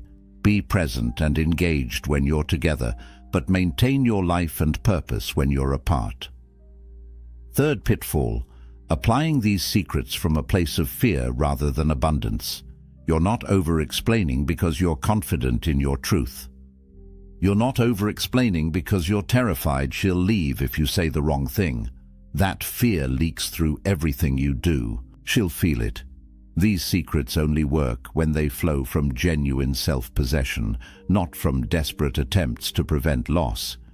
If you're detached from the outcome because you've truly accepted that you'd be fine either way, that's powerful.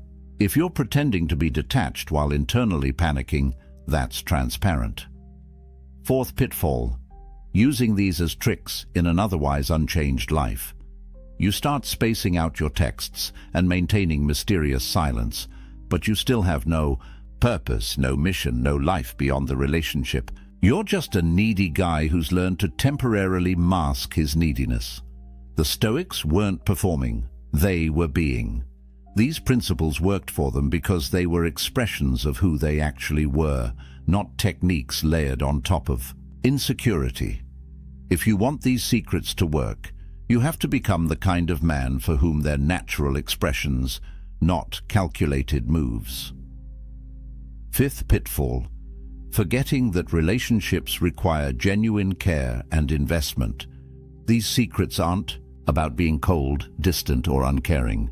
They're about being grounded, purposeful, and self-possessed, while still showing up fully for someone you care about. The Stoic man doesn't refuse to explain himself because he doesn't care what she thinks. He doesn't explain because he trusts in his own integrity and doesn't need external validation. See the difference? One is rooted in contempt. The other is rooted in self-respect. When applied correctly, these secrets don't create distance. They create healthy space. They don't reduce intimacy. They make intimacy more meaningful when it happens. They don't communicate lack of care. They communicate self-respect and invite mutual respect. The goal isn't to become an emotionless robot, calculating every interaction. The goal is to become so grounded in your own worth and purpose that these behaviors become natural, authentic expressions of who you are. Now let me give you a practical challenge that will make these secrets automatic. Here's your challenge for the next 7 days. This single practice will transform how you communicate and how people respond to you.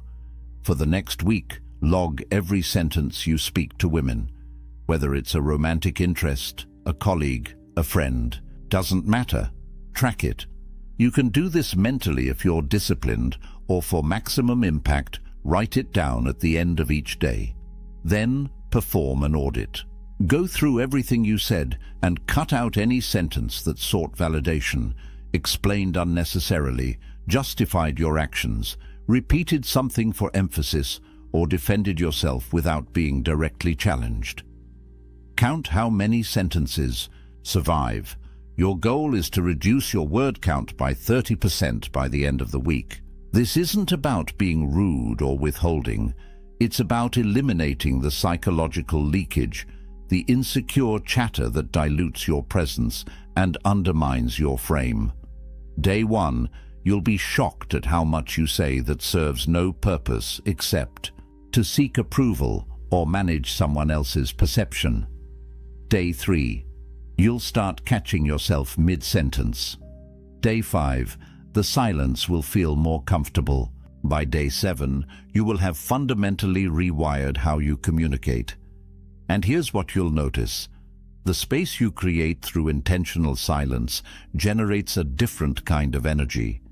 People lean in more, they listen more carefully, they value your words more because they're not drowning in them. That tension, that deliberate economy of speech is often more powerful than any words you could say.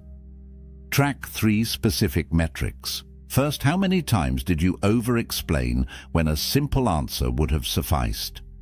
Second, How many times did you share information seeking validation rather than contributing value? Third, how many times did you defend yourself against questions that weren't actually attacks? Those three patterns, over-explaining, validation-seeking, and unnecessary defending, account for probably 70% of the words that undermine your attraction and respect. Cut them, and you've transformed your entire presence. By Friday, you'll feel different, calmer, more centered, more self-possessed. You'll have stopped leaking energy on words that serve no real purpose, and women will feel it. The shift will be palpable. Conversations will have more weight. Your silence will command attention. Your words will land with impact. This isn't theory. This is practical transformation. 7 days. Track, audit, cut. That's it. Simple, but not easy. Because you'll be fighting every conditioning you've received about communication, about sharing, about proving yourself through words. But here's the truth the Stoics understood. Most talk is noise. Most explanation is insecurity. Most words dilute rather than amplify. The man who speaks less but means more commands the room.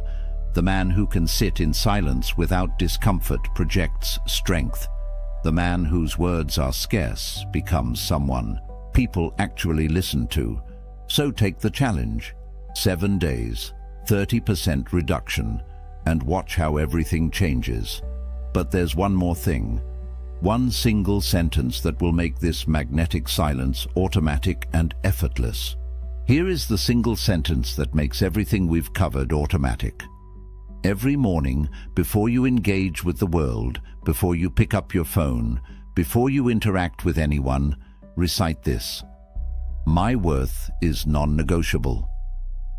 Explanations are optional. Say it out loud. Put it in your phone as a daily reminder. Write it on a card you see every morning. Let it sink into your subconscious. Because when you truly internalize that your value is inherent, not contingent on external validation, the compulsive need to justify yourself simply quiets down. Explaining becomes a choice, a conscious decision to add clarity when it serves mutual understanding, not a desperate reflex born from fear of judgment. That single shift, that one reframe, rewires every interaction that follows. Your worth is non-negotiable.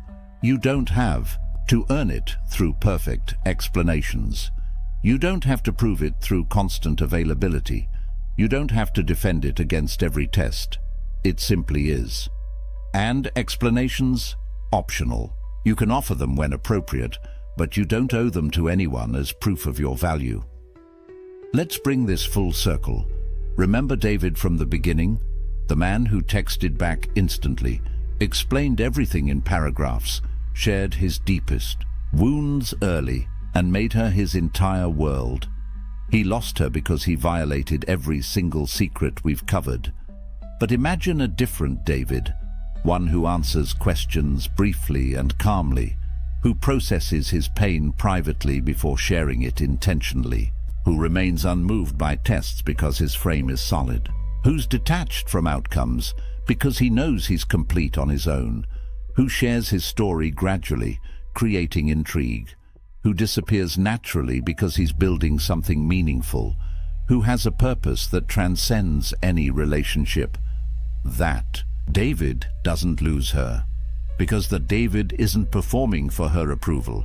He's living from a place of genuine self-mastery, and that energy, that quiet strength, that self-contained power is what attraction is actually built on. You now have the blueprint. 7 Stoic secrets that ancient men understood and modern men have forgotten. The strength of the unexplained. Never trauma dumping early, stopping defensive reactions, detaching from outcomes, revealing yourself slowly, using strategic absence, building purpose beyond relationships. These aren't tricks. They're pillars of character that people instinctively recognize as solid. When you embody them, you stop chasing attraction and start commanding it. You stop seeking respect and start earning it naturally. You stop performing and start simply being someone worth knowing. Speak less, mean more, live with purpose, and watch as women, respect, and genuine connection flow toward you rather than away from you. The next move is yours. This isn't theoretical philosophy. This is practical transformation. Apply just one of these secrets this week. Choose the one that hit hardest. Put it into practice. Then come back and tell me what happened in the comments. If this video shifted something in you, share it with a friend who's still stuck in the cycle of over-explaining and underliving. Comment below which secret resonated most. I read every early comment because your engagement fuels this mission. Subscribe for weekly Stoic wisdom on relationships, purpose, and masculine development. The next video breaks down the specific words that destroy attraction and the exact phrases that build it. You won't want to miss it. Until next time, remember what the Stoics knew. True power doesn't announce itself. It doesn't explain itself. It doesn't defend itself. It simply is. Choose silence. Choose self-mastery. Choose strength. Now close this video, put down your phone, and go build something that matters. Rome wasn't built by men who double-texted. Neither is the life you actually want. There's a man sitting alone in his apartment right now. The city hums outside his window. His phone buzzes with notifications, dating app matches, messages from people wanting his attention, his time, his energy. He looks at the screen, then sets it face down on the table. He pours himself a drink, opens a book, and settles into the silence. And in that moment, he possesses something most men are desperately searching for, but will never find. Freedom. Real freedom. The kind that can't be given or taken away. The kind that lives inside you, independent of anyone else's approval, desire, or presence. Society will tell you this man is broken, that he's missing out. That true fulfillment only comes when you find someone to complete you. But what if I told you that the ancient Stoics, men who built empires and weathered exile, who faced death with calm eyes and lived through chaos with unshaken minds, understood a truth that modern culture has forgotten? What if the greatest power a man can possess isn't the ability to attract someone, but the ability to be whole without anyone at all? This isn't about bitterness. This isn't about fear or avoidance. This is about sovereignty, about building an inner fortress so strong that you don't need external validation to feel alive. Marcus Aurelius ruled the Roman Empire, commanded armies, held the fate of millions in his hands. Yet he wrote in his private journal that the most peaceful place a man can retreat to isn't a mansion in the countryside or a vacation by the sea. It's his own mind, his own soul, the space within that no one else can touch. The Stoics called this autarkia, self-sufficiency, the ultimate virtue. And they understood that until a man learns to be complete in his solitude, he'll spend his entire life as a beggar seeking scraps of worth from others. So, let me ask you something. When was the last time you sat in silence with yourself and felt at peace? When was the last time you made a decision purely for you, without considering what someone else might think? When was the last time you felt truly free? Because what I'm about to share with you isn't just philosophy, it's liberation. And once you see it, you can't unsee it. The world has sold you a script. From the time you were a boy, you've been handed a blueprint for what success looks like. Get the girl, build the relationship, settle down, find your other half. The narrative is everywhere, in movies, in songs, in the casual conversations where people ask with pitying eyes, "Why are you still single?" as if being alone is a disease that needs curing, as if you're incomplete until someone else validates your existence. And here's the trap. Most men spend their entire lives chasing this script without ever questioning whether it's true. They measure their worth by their relationship status. They gauge their masculinity by how attractive their partner is, by how quickly they can lock someone down, by whether they can prove to the world that they're wanted. But the Stoics saw through this illusion 2,000 years ago. Epictetus, who spent years as a slave before becoming one of history's greatest philosophers, taught that true freedom has nothing to do with external circumstances. A man can be chained in a prison cell and be free. A man can live in a palace and be enslaved. The difference isn't what surrounds you, it's what lives within you. He wrote that when you attach your happiness to anything outside your control, you become a slave to that thing. The weather, your reputation, other people's opinions, and yes, whether or not you're in a relationship. Think about that for a moment. Every time you check your dating app, hoping for a match, you're giving away your power. Every time you change who you are to be more appealing to someone else, you're surrendering your sovereignty. Every time you measure your day by whether she texted back, you're living as a prisoner. And the cruelest part is that society applauds this slavery. It calls it love. It calls it devotion. It calls it being a good partner. But here's what nobody tells you. 63% of men between 18 and 29 are single right now. That's not a statistic from ancient Rome. That's from 2025. And it's rising. Meanwhile, only 34% of women in that same age group are single. What does that tell you? It tells you that the dating landscape has fundamentally shifted. It tells you that the old rules don't work anymore. And it tells you something even more important. You're not alone in feeling like the game is rigged. But here's where most men make their fatal mistake. They look at these numbers and feel inadequate. They internalize the message that something is wrong with them, that they're not good enough, attractive enough, successful enough. They double down on the chase, working harder to prove their value in a marketplace that treats them as disposable. And with every rejection, every ghosting, every situation where they compromise their values just to keep someone interested, they lose a little more of themselves. The Stoics would look at this and see madness. They'd ask, why are you seeking your worth in the opinions of others? Why are you measuring your happiness by whether someone else chooses you? Why are you giving away the one thing that truly belongs to you, your inner peace, in exchange for scraps of external validation? Marcus Aurelius wrote, "You have power over your mind, not outside events. Realize this, and you will find strength." Read that again. You have power over your mind, not over whether she likes you back, not over whether your relationship works out, not over whether you end up alone. You have power over how you interpret these things, over what meaning you assign to them, over whether they disturb your peace or leave you untouched.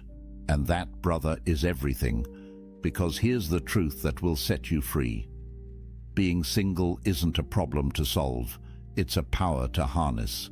And the moment you understand that, the moment you stop seeing solitude as something to escape and start seeing it as something to embrace, everything changes. You stop being a man who needs someone.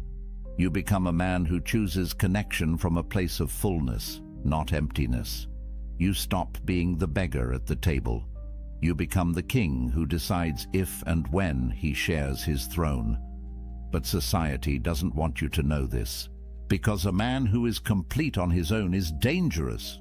He can't be controlled. He can't be manipulated. He doesn't need the validation that keeps the whole system running.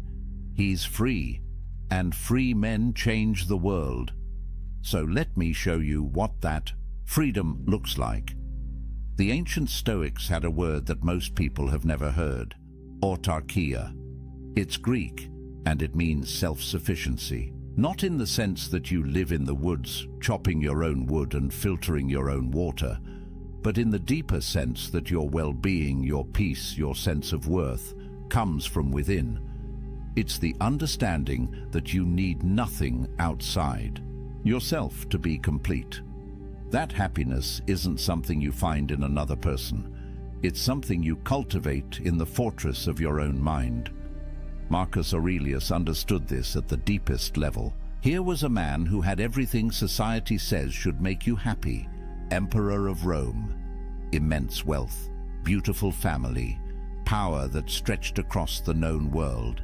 Yet he wrote in his meditations, "Nowhere can man find a quieter or more untroubled retreat than in his own soul, not his palace, not his empire, his own soul." And he added, "It is in your power to retire into yourself whenever you choose." Think about what he's saying. The greatest sanctuary you'll ever know isn't a place. It's a practice.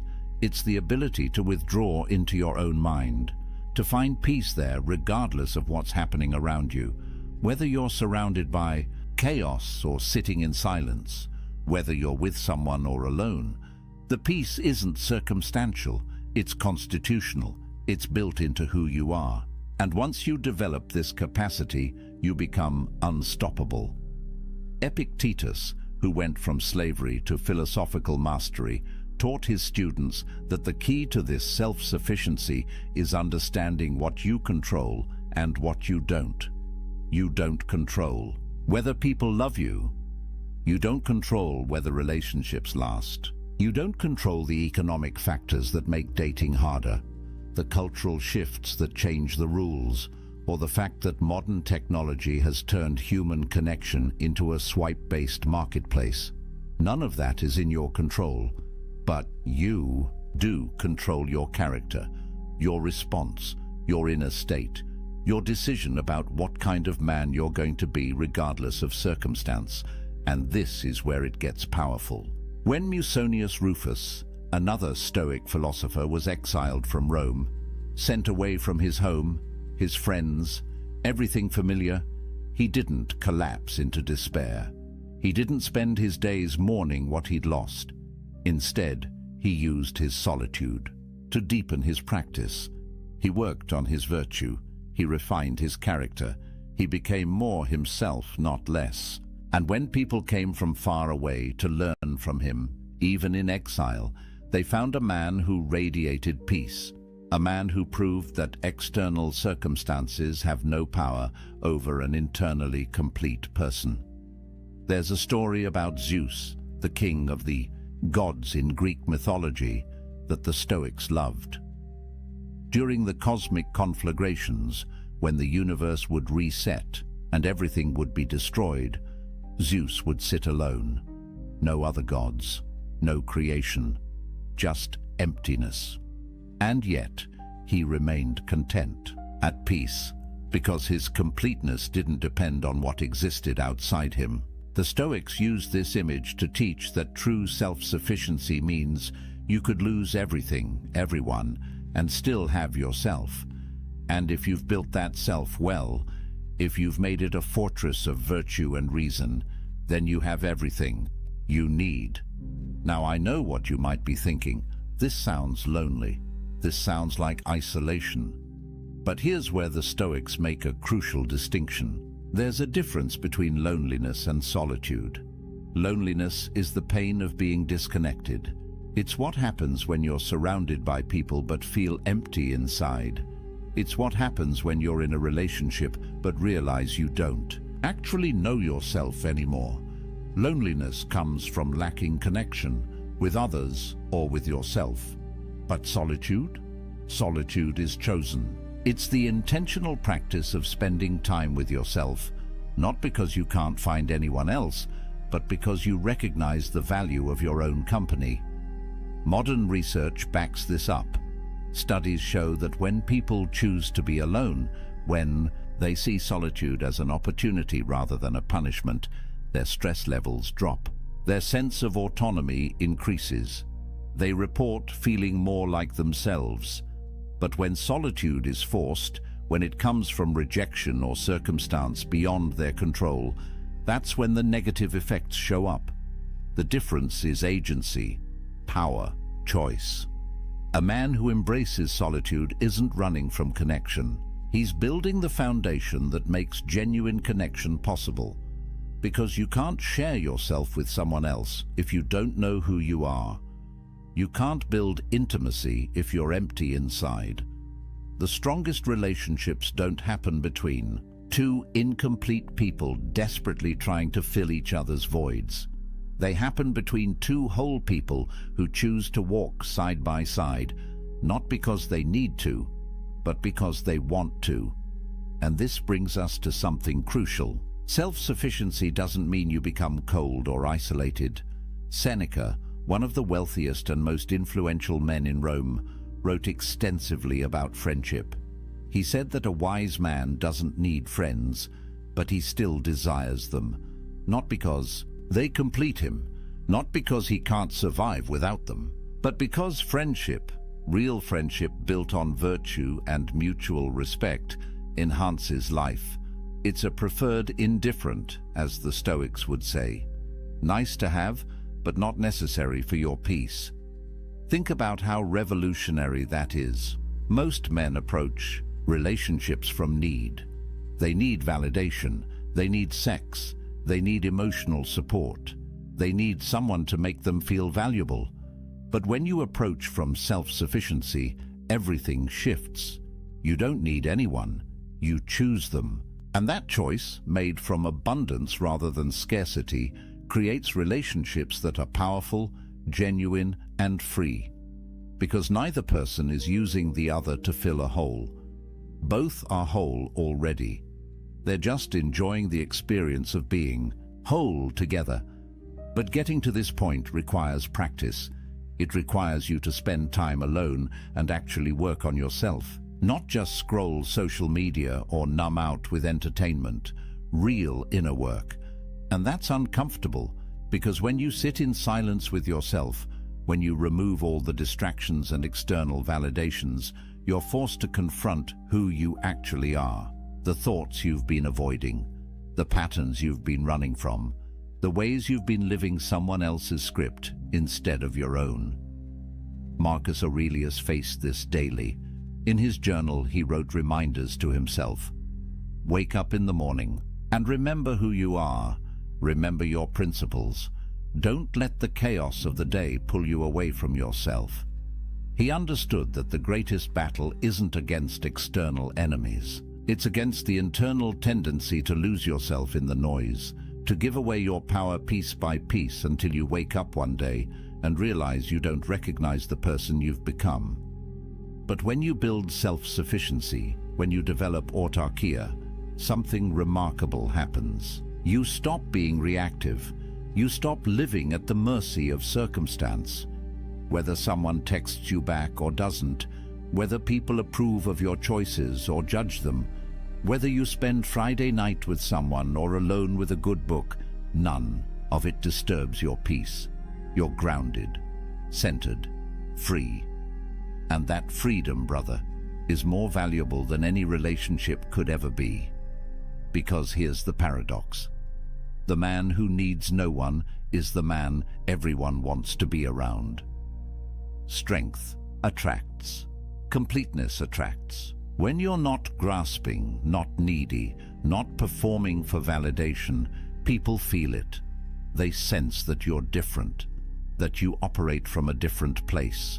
And the connections you do form, when you're ready, if you choose them, will be deeper and more real than anything you could build from a place of need. So what does this actually give you? What changes when you embrace solitude instead of running from it? The Stoics believed that external goods come in two categories: things that are genuinely good, like virtue and wisdom and character, and things that are preferred indifference, wealth, health, relationships. Nice to have, but not essential to your well-being, not determinative of your worth. The moment you internalize this distinction, a weight lifts, because you stop attaching your happiness to things you can't control. Let's Get practical. When you're single and you embrace it, you have financial sovereignty. No expensive dates where you're performing, trying to impress someone. No shared expenses where you have to negotiate every purchase. No compromise on how you spend your money. Every dollar you earn is yours to allocate as you see fit. You can invest in yourself, build your skills, travel, save, create, and you don't have to justify these choices to anyone. Modern research shows that single men, particularly those who embrace their status rather than fighting it, report lower financial stress. They have more control over their economic futures. They're not tied to another person's spending habits, debt, or financial crises. And in a world where economic pressure is one of the leading causes of relationship breakdown, that's not a small thing. You eliminate an entire category of stress simply by being financially sovereign. Then there's time sovereignty. Think about the hours you get back when you're not texting constantly, planning dates, negotiating weekend plans, attending social functions for someone else's sake. Time is the only truly non-renewable resource. Once it's gone, it's gone. And most men give away enormous chunks of their time without even realizing it, not because they want to, but because they feel obligated, because they're afraid of what will happen if they don't, because they're trying to keep someone happy, keep the relationship going, prove they're committed. But when you're single, every hour belongs to you.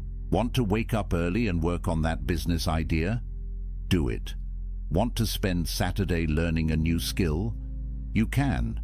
Want to sit in complete silence for an afternoon and just think? Nobody's going to text you asking where you are or why you're being distant. This isn't selfishness, it's self-ownership. And the Stoics believed that a man who doesn't own his time doesn't own his life. Marcus Aurelius, again, the busiest man in the empire, wrote about guarding his time like a fortress. He knew that every hour given to someone else's priorities was an hour stolen from his own development, his own contemplation, his own practice of virtue. He wasn't antisocial, he fulfilled his duties, but he was ruthless about protecting the time he needed to be alone with his own mind, because he understood that without that time, he'd lose himself in the chaos of external demands. Then there's mental sovereignty. This might be the most important one. When you're in a relationship, especially one built on neediness rather than choice, you carry enormous emotional labor. You're managing someone else's feelings, anticipating their needs, walking on eggshells to avoid conflict, constantly adjusting yourself to maintain harmony. And over time, this erodes you. You start to forget what you actually think, what you actually want, because you've spent so much energy managing the relational dynamics. But when you're alone, your mind is your own. You can think clearly, process your own emotions, develop your own worldview. Make decisions based on your values, not on what will keep the peace. There's a reason why great thinkers throughout history, from philosophers to scientists to artists, often did their best work in solitude. Because the mind needs space to wander, to connect ideas, to see things from new angles, and you can't do that when you're constantly reactive, constantly managing relationship dynamics, constantly split between your own needs and someone else's. Research in neuroscience shows that solitude activates what's called the default mode network in your brain. This is the network responsible for self-reflection, for integrating experiences, for creative thinking. It's the mode your brain enters when you're not responding to external stimuli, and it only activates when you're truly alone, not just physically but mentally. When you're not checking your phone every 5 minutes to see if she responded, when you're not running through conversations in your head, analyzing what you said wrong, when you're just present with yourself. And this is where creativity and insight emerge. Every major breakthrough you've had, every moment of clarity, probably came when you were alone. in the shower, on a walk, lying in bed before sleep, because your brain needs that downtime to process, to connect, to see patterns. But if you're constantly engaged with others, constantly stimulated, constantly performing, you never give your brain that space. You stay on the surface, reactive, never truly creative or deeply thoughtful. The Stoics understood this intuitively. They practiced morning and evening reflection, time alone to examine their day, their choices, their progress toward virtue. Seneca wrote about the importance of setting aside time each day to commune with yourself, not to judge yourself harshly, but to observe, to understand, to refine your character away from the eyes and opinions of others. Because real growth happens in private. The person you become in solitude is the person you actually are. Everything else is performance. Then there's creative sovereignty. How many men have buried their dreams because a relationship demanded their time and energy elsewhere? How many businesses never started, books never written, skills never mastered, because there was always someone else's needs taking priority? This isn't about blaming relationships. It's about recognizing that everything has a cost, and the cost of relationship, especially one you're not fully choosing, is often paid in abandoned potential. When you're alone, you can be selfish with your ambition. You can pour yourself into your craft, your mission, your vision for who you want to become. No negotiations, no guilt, no compromise. Just pure focused energy on building the life you actually want. And here's what's interesting. The men who do this, who use their solitude to build something significant, often find that relationships come naturally later, not because they went looking, but because they became someone worth finding, someone who radiates purpose and completeness, and that energy attracts. But there's something even deeper here, something the Stoics saw clearly. When you build your life on your own terms, when you develop skills and pursue excellence and create value, you build self-respect. Real self-respect. Not the fake confidence you try to project to impress people, but the genuine, unshakable knowledge that you're living with integrity, that you're becoming who you're meant to be, that you're not wasting your life trying to meet someone else's expectations. And self-respect, true self-respect, is the foundation of everything else. You can't love yourself if you don't respect yourself. And you can't respect yourself if you're living a life of compromise and neediness. Epictetus taught his students that the only thing truly yours is your character. Everything else can be taken away. Your possessions, your relationships, your reputation, your health. But your character, the quality of your inner life, belongs only to you. And it's built in solitude, in the choices you make when nobody's watching, in the discipline you maintain when there's no external reward, in the integrity you hold when it would be easier to compromise. This is why the Stoics saw self-sufficiency as the ultimate virtue, not because they were antisocial, but because they understood that a man who can't be happy alone will never be truly happy with anyone else. He'll always be grasping, always be insecure, always be dependent on external validation to feel okay. And that's not freedom. That's slavery with extra steps.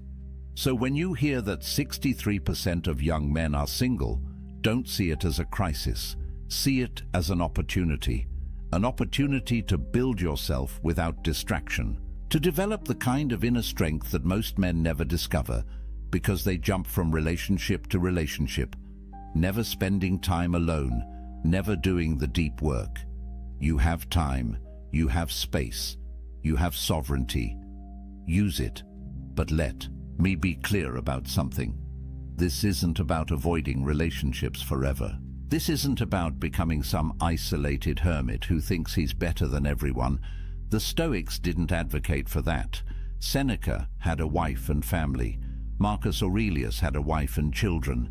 They participated fully in social life, but they did it from a place of inner completeness. They engaged with others not because they needed to, but because they chose to. And there's all the difference in the world between those two positions. The goal isn't to stay single forever. The goal is to become the kind of man who doesn't need to be in a relationship to feel complete. And once you're that man, if you choose to be with someone, it will be from a place of strength, not weakness, from abundance, not scarcity, from sovereignty, not desperation. And those kinds of relationships, rare as they are the only ones worth having. But here's what most men miss. They think being single means they're incomplete. They've internalized the message that they're only half a person until they find their other half. And this belief, more than anything else, keeps them trapped. Because when you believe you're incomplete, you'll do anything to feel whole. You'll compromise your values. You'll tolerate disrespect. You'll lose yourself piece by piece trying to hold on to someone, anyone, who makes you feel less empty. But the Stoics would tell you this is backward. You're not empty. You never were. You've just been taught to see yourself that way. Society profits from your insecurity. The entire dating industry, the relationship advice industry, the self-help industry depends on you believing you're broken and need fixing, that you're incomplete and need completing. But what if none of that is true? What if you're already whole, you've just forgotten how to feel it? Marcus Aurelius wrote about this constantly. The idea that we already possess everything we need. That virtue, the only true good, is already within our capacity. We don't need to acquire it from outside. We need to cultivate it from within. And the best place to do that cultivation is in solitude, away from the noise, away from the opinions, away from the endless pressure to be something other than what you are. In solitude, you can be honest. You can strip away the masks you wear for others and look at who you actually are. And that honesty, uncomfortable as it might be at first, is the beginning of real transformation. There's a concept in psychology called self-determination theory. It says that humans have three basic needs: autonomy, the sense that you control your own life; competence, the feeling that you're capable and growing; and relatedness, connection with others. Most people think relatedness is the most important, but research shows that autonomy is actually the foundation. Without it, without the sense that you're living your own life on your own terms, the other needs can't be truly satisfied. You might have relationships, but you'll feel trapped in them. You might be skilled, but you'll never feel like it's enough because you're measuring yourself by external standards. But when you build autonomy, when you develop true self-sufficiency, everything else flows naturally. You pursue competence for its own sake, not to impress anyone. And when you do connect with others, it's genuine, because you're not performing, you're not pretending, you're just being yourself, and you're okay if people accept that or don't. That's the power position, that's freedom. And here's something crucial. The Stoics believed that you had to be careful about who you spent time with. They weren't elitist about it, but they understood that you become like the people you surround yourself with. Spend time with complainers, you become a complainer. Spend time with people who lack integrity, your own integrity erodes. Spend time with people who see relationships as transactions, who manipulate and play games, and you start to see the world that way too. But when you're selective, when you use your solitude to clarify your values and then only engage with people who align with those values, your life transforms. You're no longer tolerating relationships out of loneliness. You're cultivating connections based on mutual respect and shared virtue. And those connections, even if they're fewer, are infinitely more valuable than 100 shallow relationships. Built on convenience or need, Seneca wrote extensively about this. He said that you should associate with people who will improve you and avoid people who will corrupt you. And he added that you should also be someone worth associating with, someone who adds value, someone who embodies the virtues you want to see in the world. That's the work of solitude. Becoming that person, not for anyone else, for yourself, because you want to look in the mirror and respect who you see. And this brings us to perhaps the most important point, the validation trap. Traditional masculinity, at least the toxic version of it, measures a man's worth by his romantic and sexual success. Can he get girls? Is he a player? Is his girlfriend hot? These are the metrics by which many men, consciously or unconsciously, judge themselves and each other. And it's poison, because it makes your self-worth dependent on factors largely outside your control. Physical attractiveness, which is mostly genetic, social status, which is often circumstantial, the approval of others, which is fickle and unpredictable. But the Stoics would say this is insane. Why would you tie your sense of value to things you can't control? Why would you give others that much power over your inner state? Epictetus taught that the only thing you truly control is your will, your capacity to choose your response, your commitment to virtue. That's it. Everything else is fortune, and fortune is unreliable. So when you measure yourself by relationship status, you're basically saying that your worth depends on luck, on being born with certain features, on meeting the right person at the right time, on 1,000 variables you have no control over. And that's a recipe for lifelong insecurity, because even if you do get into a relationship, you'll never feel secure. You'll always wonder if you're good enough. You'll always fear losing what you've tied your identity to. You'll be jealous, controlling, needy, because deep down, you know your worth isn't real.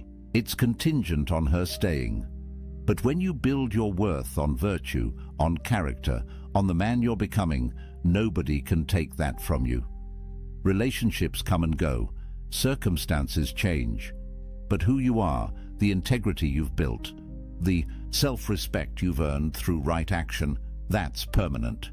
That's unshakable. And paradoxically, when you stop seeking validation from relationships, when you develop genuine self-worth, you become more attractive. Because people can sense desperation, they can feel neediness, and it repels them, but they can also sense strength, completeness, self-possession, and that draws them in. The Stoics weren't advocating for pride or arrogance. Marcus Aurelius constantly reminded himself that he was just a human, fallible and temporary. But he also knew that his worth came from his character, not from his circumstances. He could be emperor or exile, and his value as a person wouldn't change. Because value, true value, is internal. It's the quality of your thoughts, your choices, your virtue. And that's entirely within your control to develop. So here's what I want you to hear. If you're single right now, you're not broken, you're not incomplete, you're not less than. You have something precious: time, space, sovereignty. Use it. Build yourself. Develop your skills. Clarify your values. Strengthen your character. Read the books that expand your mind. Pursue the projects that ignite your passion. Train your body. Master your emotions. Become so complete in yourself that you don't need anyone else's validation to feel whole. And when you do that, one of two things will happen.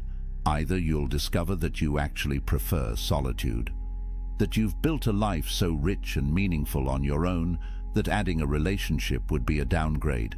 And that's fine. That's a valid choice. The Stoics would respect it. Or you'll eventually meet someone and choose to build something with them. But it will be from a place of strength, from wholeness, from sovereignty. And that relationship, if it happens, will be powerful because it's not built on need. It's built on choice, on two complete people deciding to walk together, not because they have to, but because they want to. But either way, you win, because you'll have done the work. You'll have built the inner fortress. You'll have developed self-sufficiency. And nobody can take that from you. Not rejection, not loneliness, not societal pressure. You'll be free. And freedom, brother, is everything.